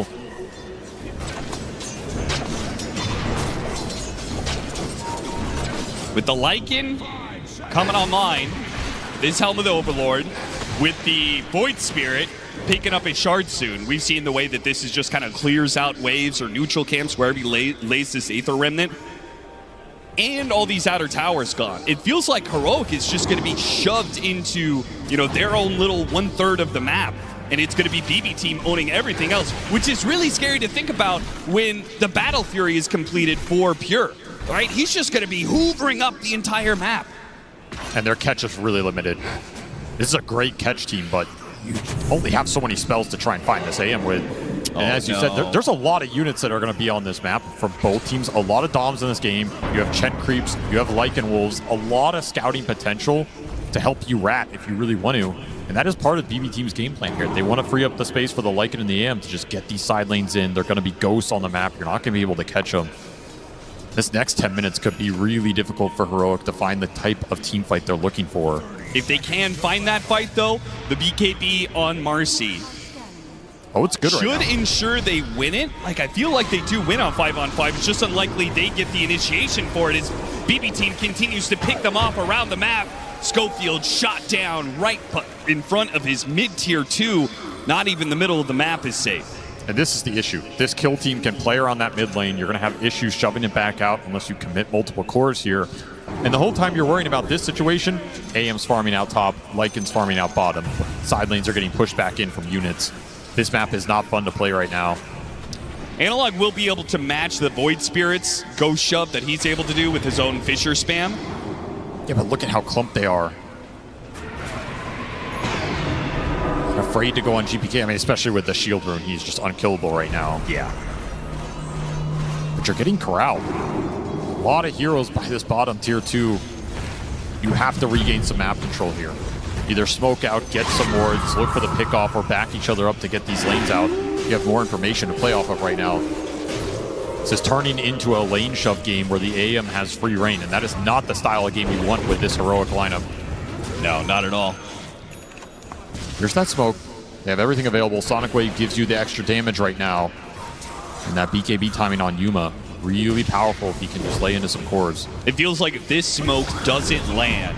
I mean, how do you land this smoke, though? This is the issue. You just got to go blind.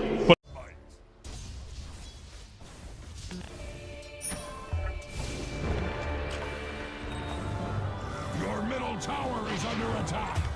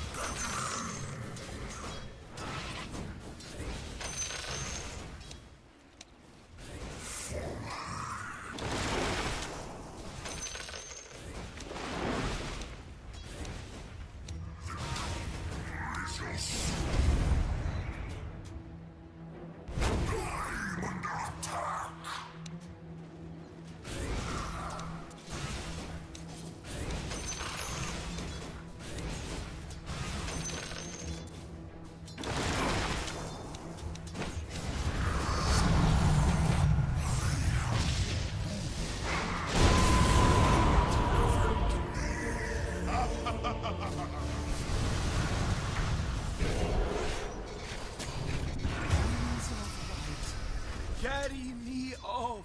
To hell with me!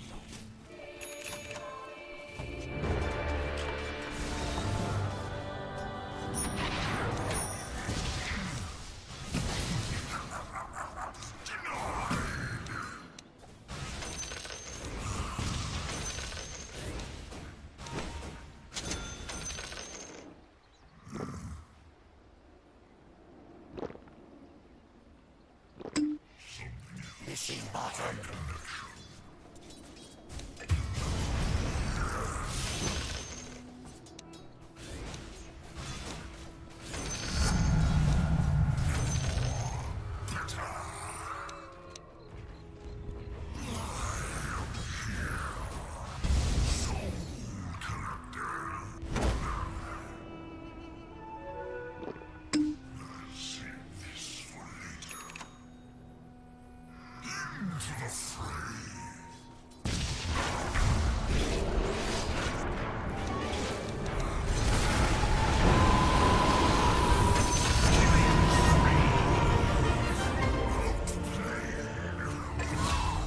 You were doing very well. I'm very proud of you.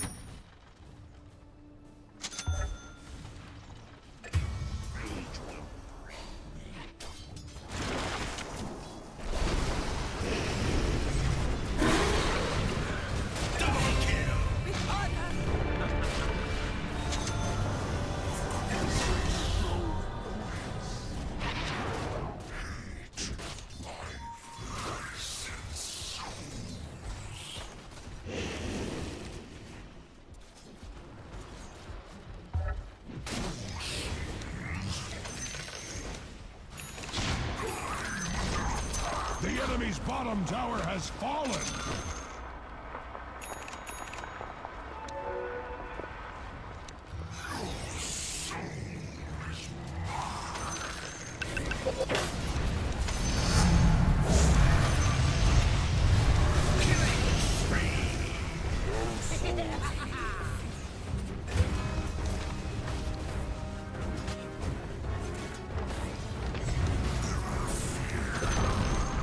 Like axe, the dire structures cannot be hurt.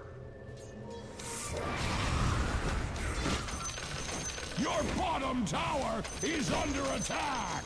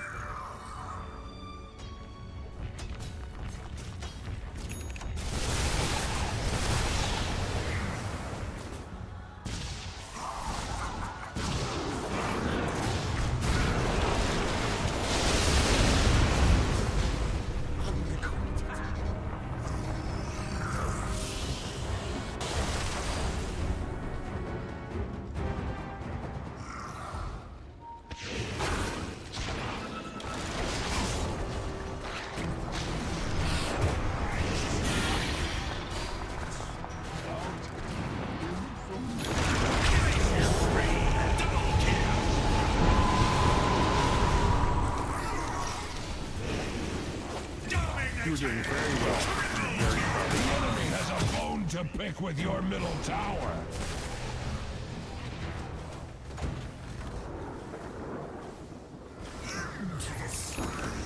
Your middle tower is under attack. Your middle tower is under attack. Your middle tower has fallen. Axe needs something to chop.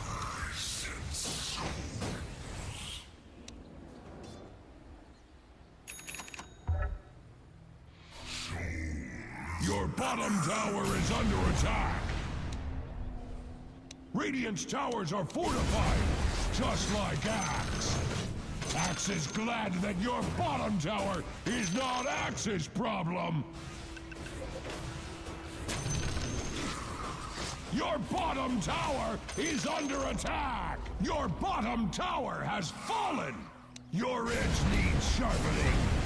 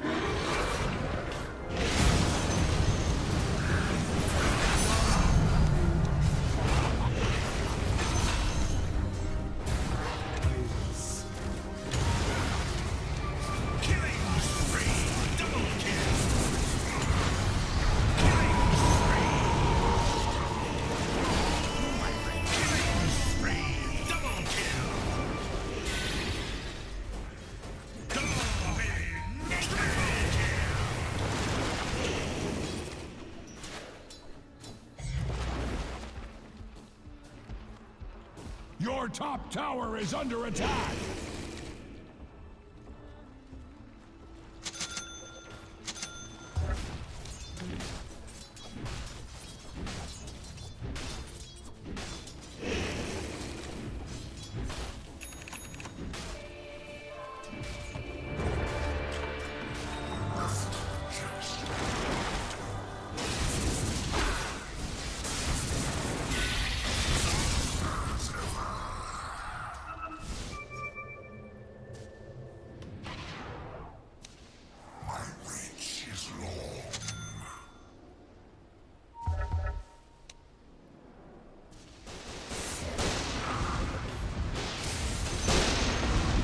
Enemy's middle tower has fallen.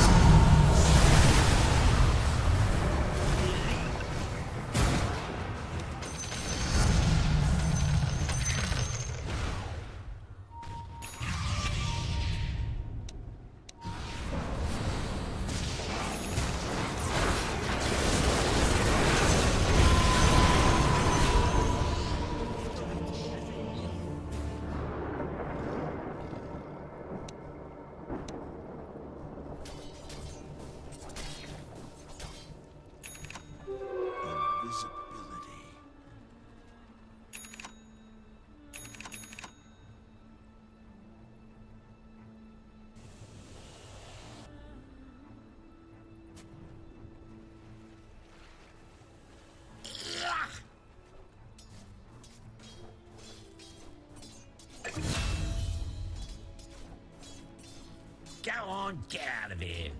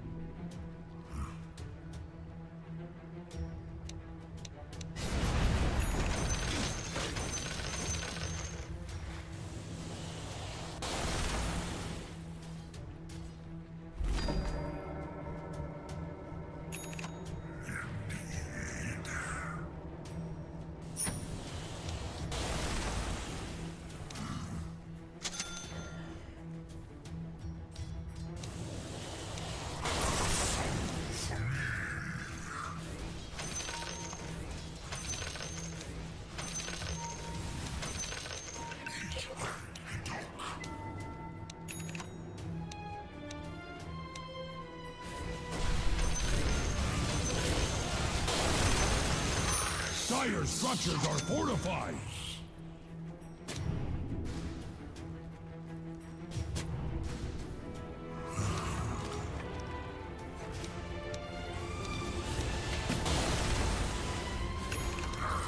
Puny Radiant hides behind their fortification. Your top tower is under attack.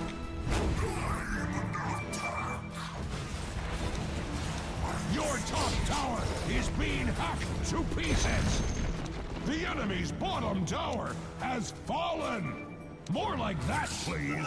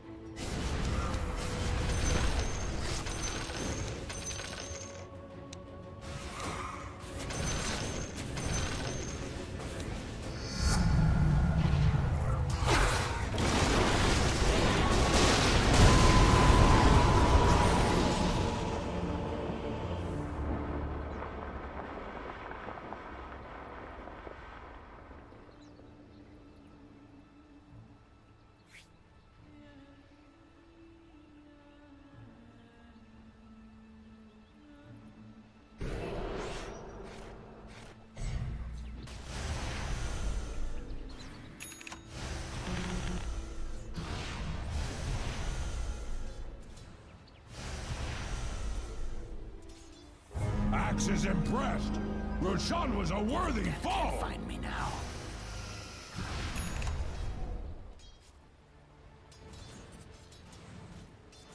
Your bottom tower is under attack.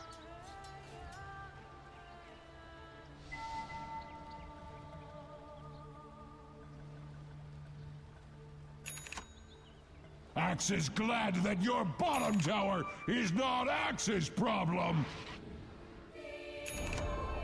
Your bottom tower has fallen! Are you going to do something about that?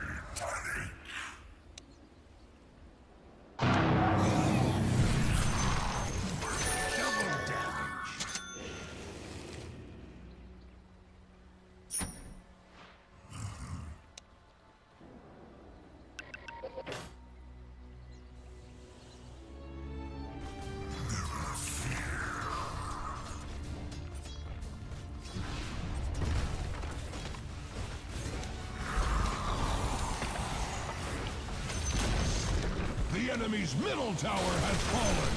Do not miss this chance to push your advantage.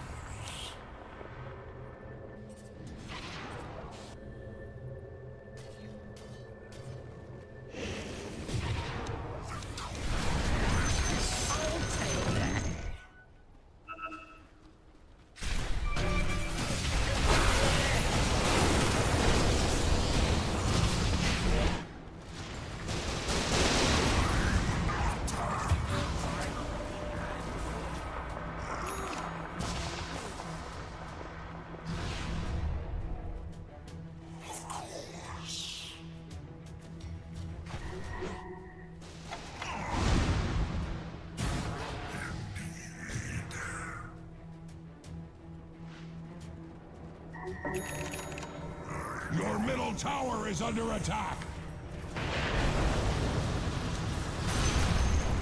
Radiant's towers are fortified. Just like your middle tower is under attack.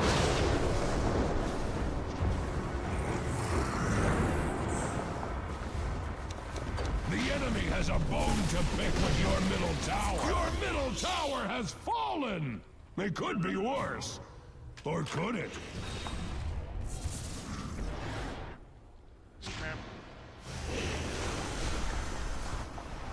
Your middle tower is under attack.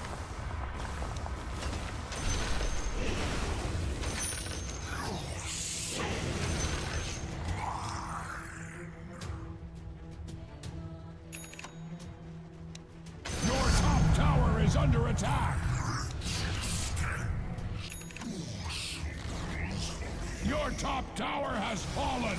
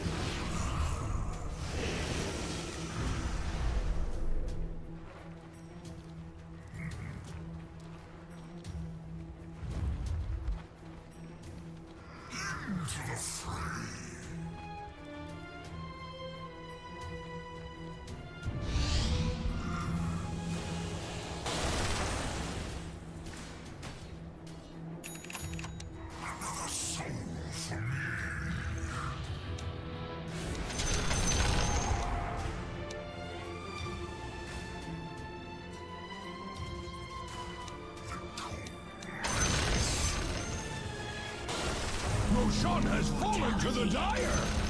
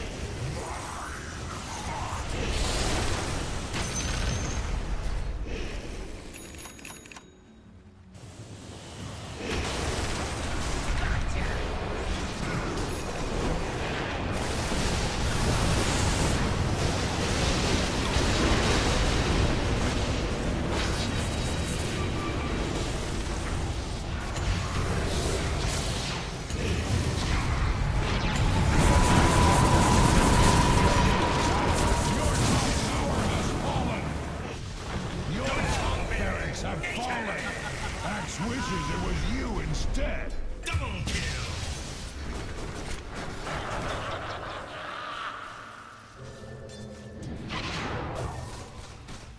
Axe wishes Axe could defend your top rack.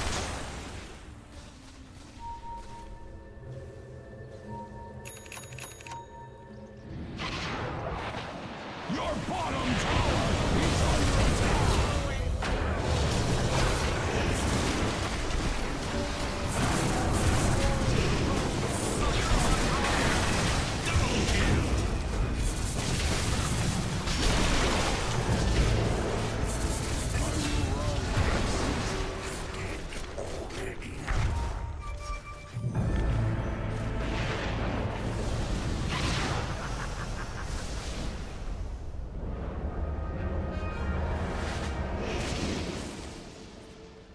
Your middle tower is under attack!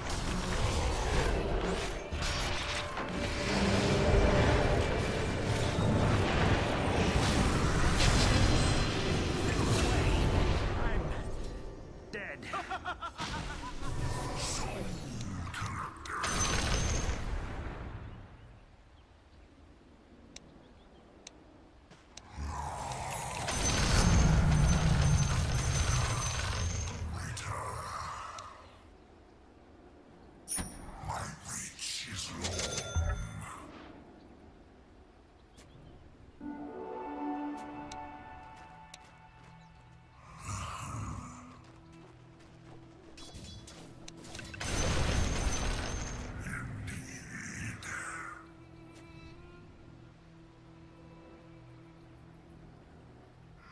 Into the fray.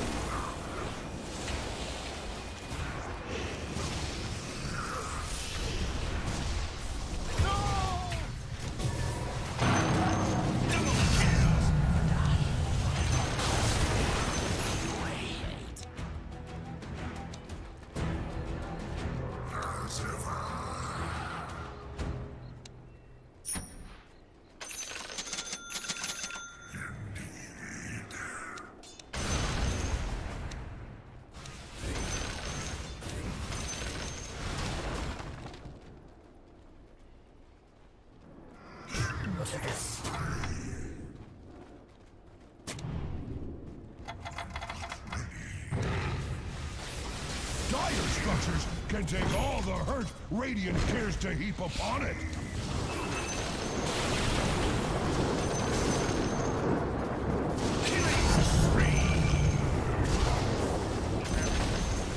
The enemy's middle tower has fallen.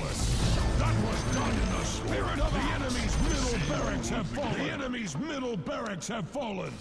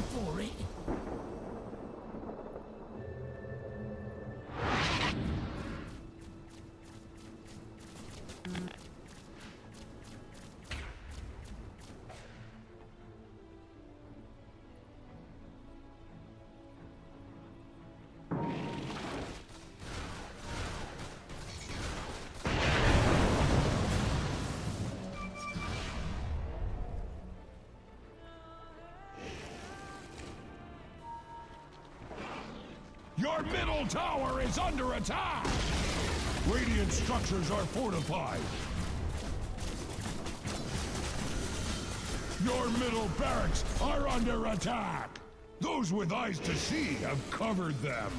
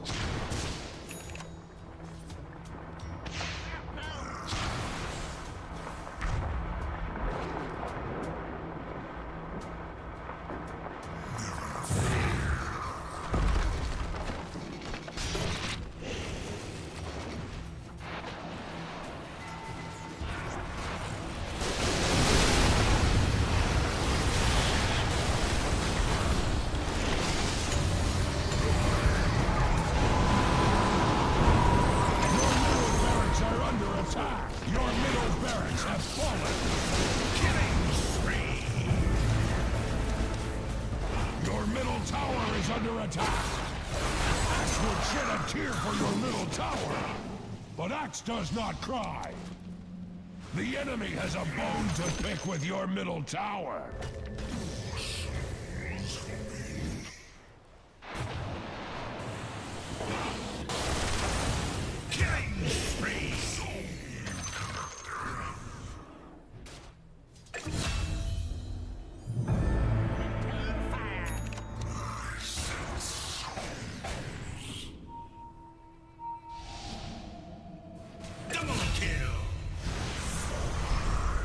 Killing spree!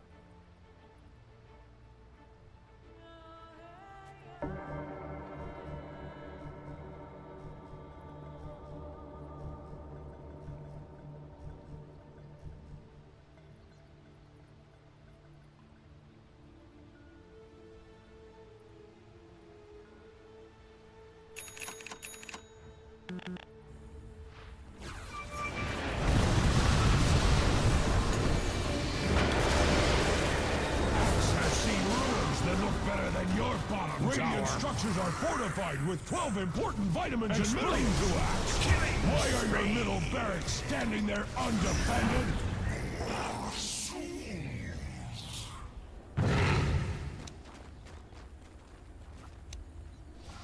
Into the fray.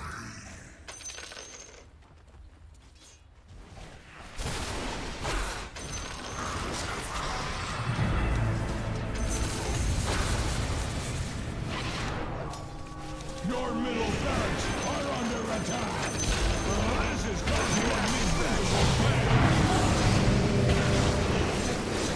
Your middle tower is under attack.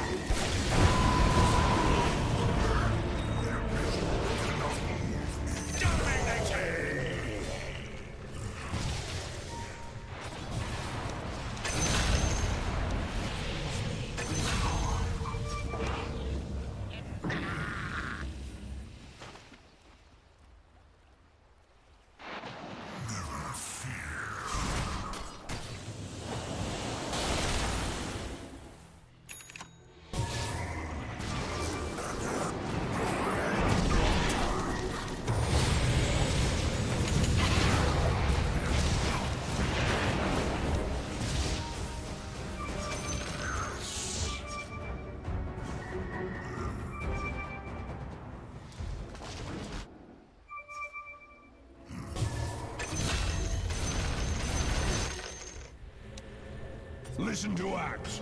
Your agent needs protection.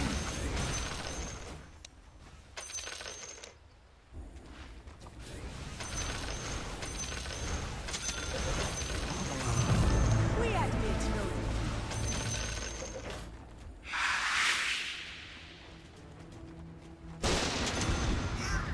Killing spree.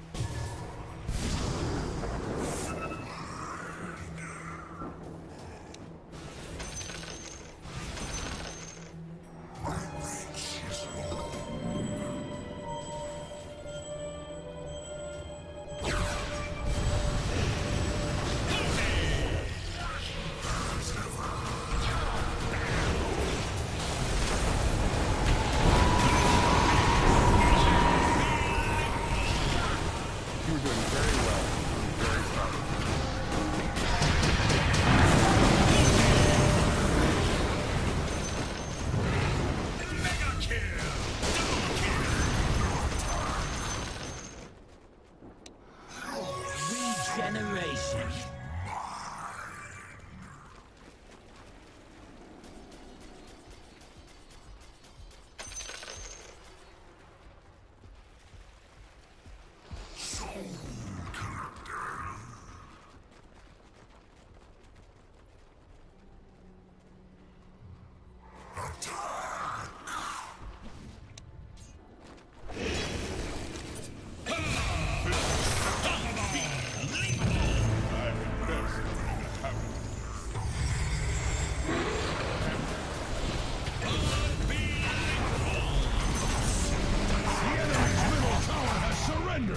Two Radiant structures can take all the hurt Radiant cares to heap upon it.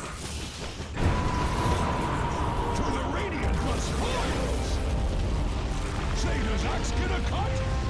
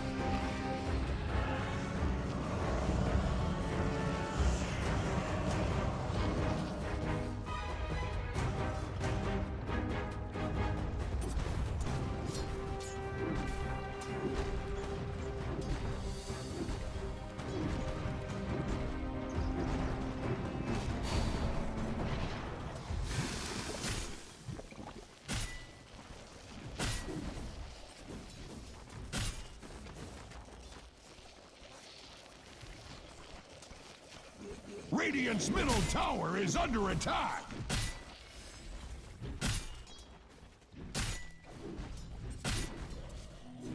Radiant's top tower is under attack!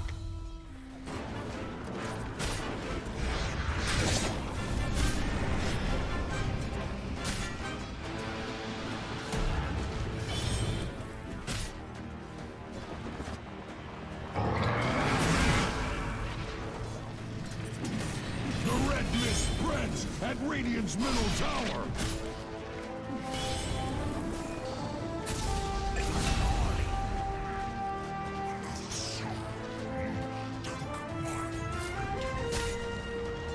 Puny Radiant hides behind their fortifications!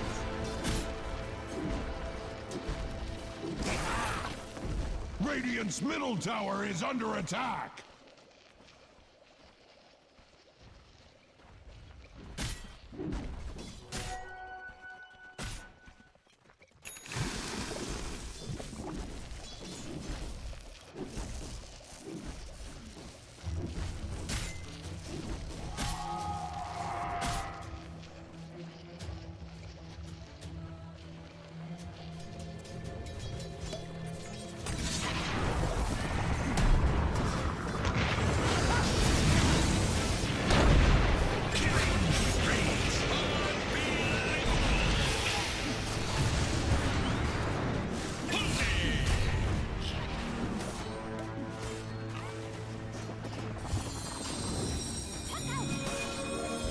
Dire's middle tower is under attack!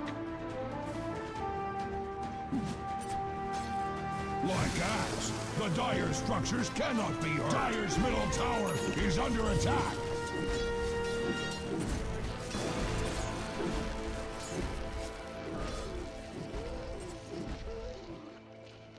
Killing spree! Unbelievable!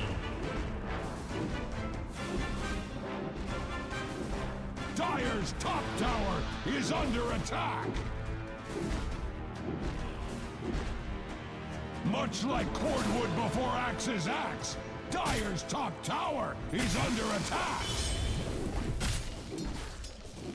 Dire's top tower is under attack!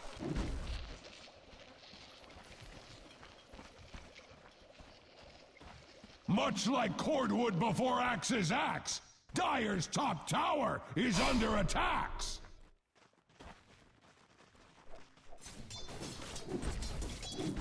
Dire's top tower is under attack!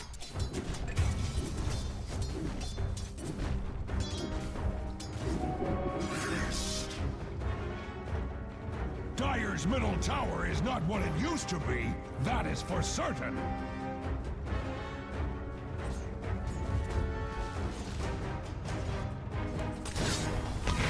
Dire's middle tower has been denied!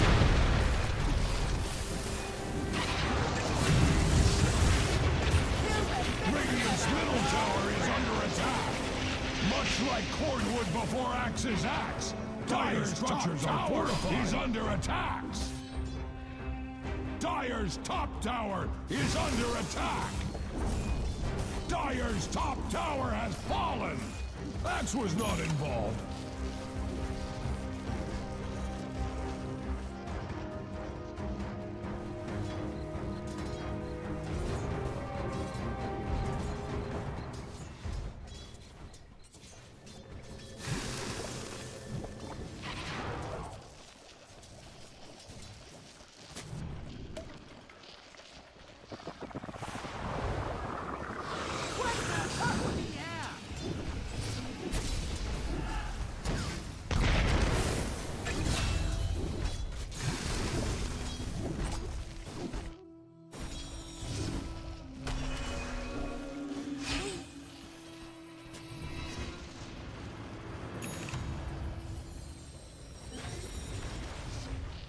Dire's bottom tower is taking many wounds.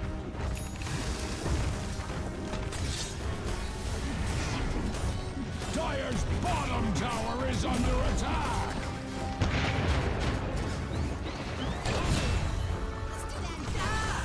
Dire's bottom tower is taking many wounds. Dire's bottom tower has fallen.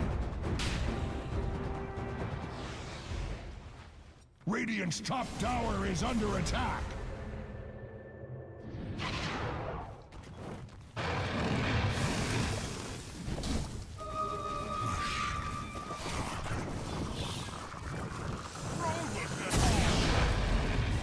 A soldier's fortune. The red mist spreads at Radiant's middle tower.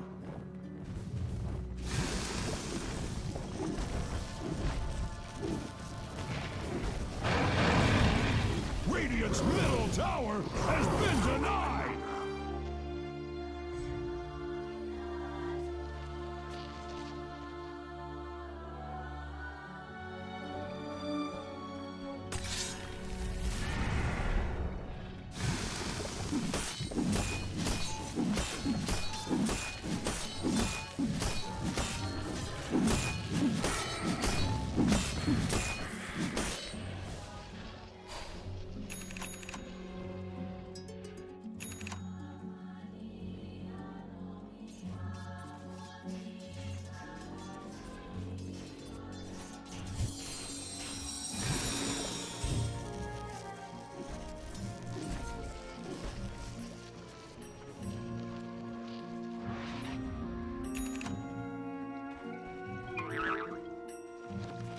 That was genius.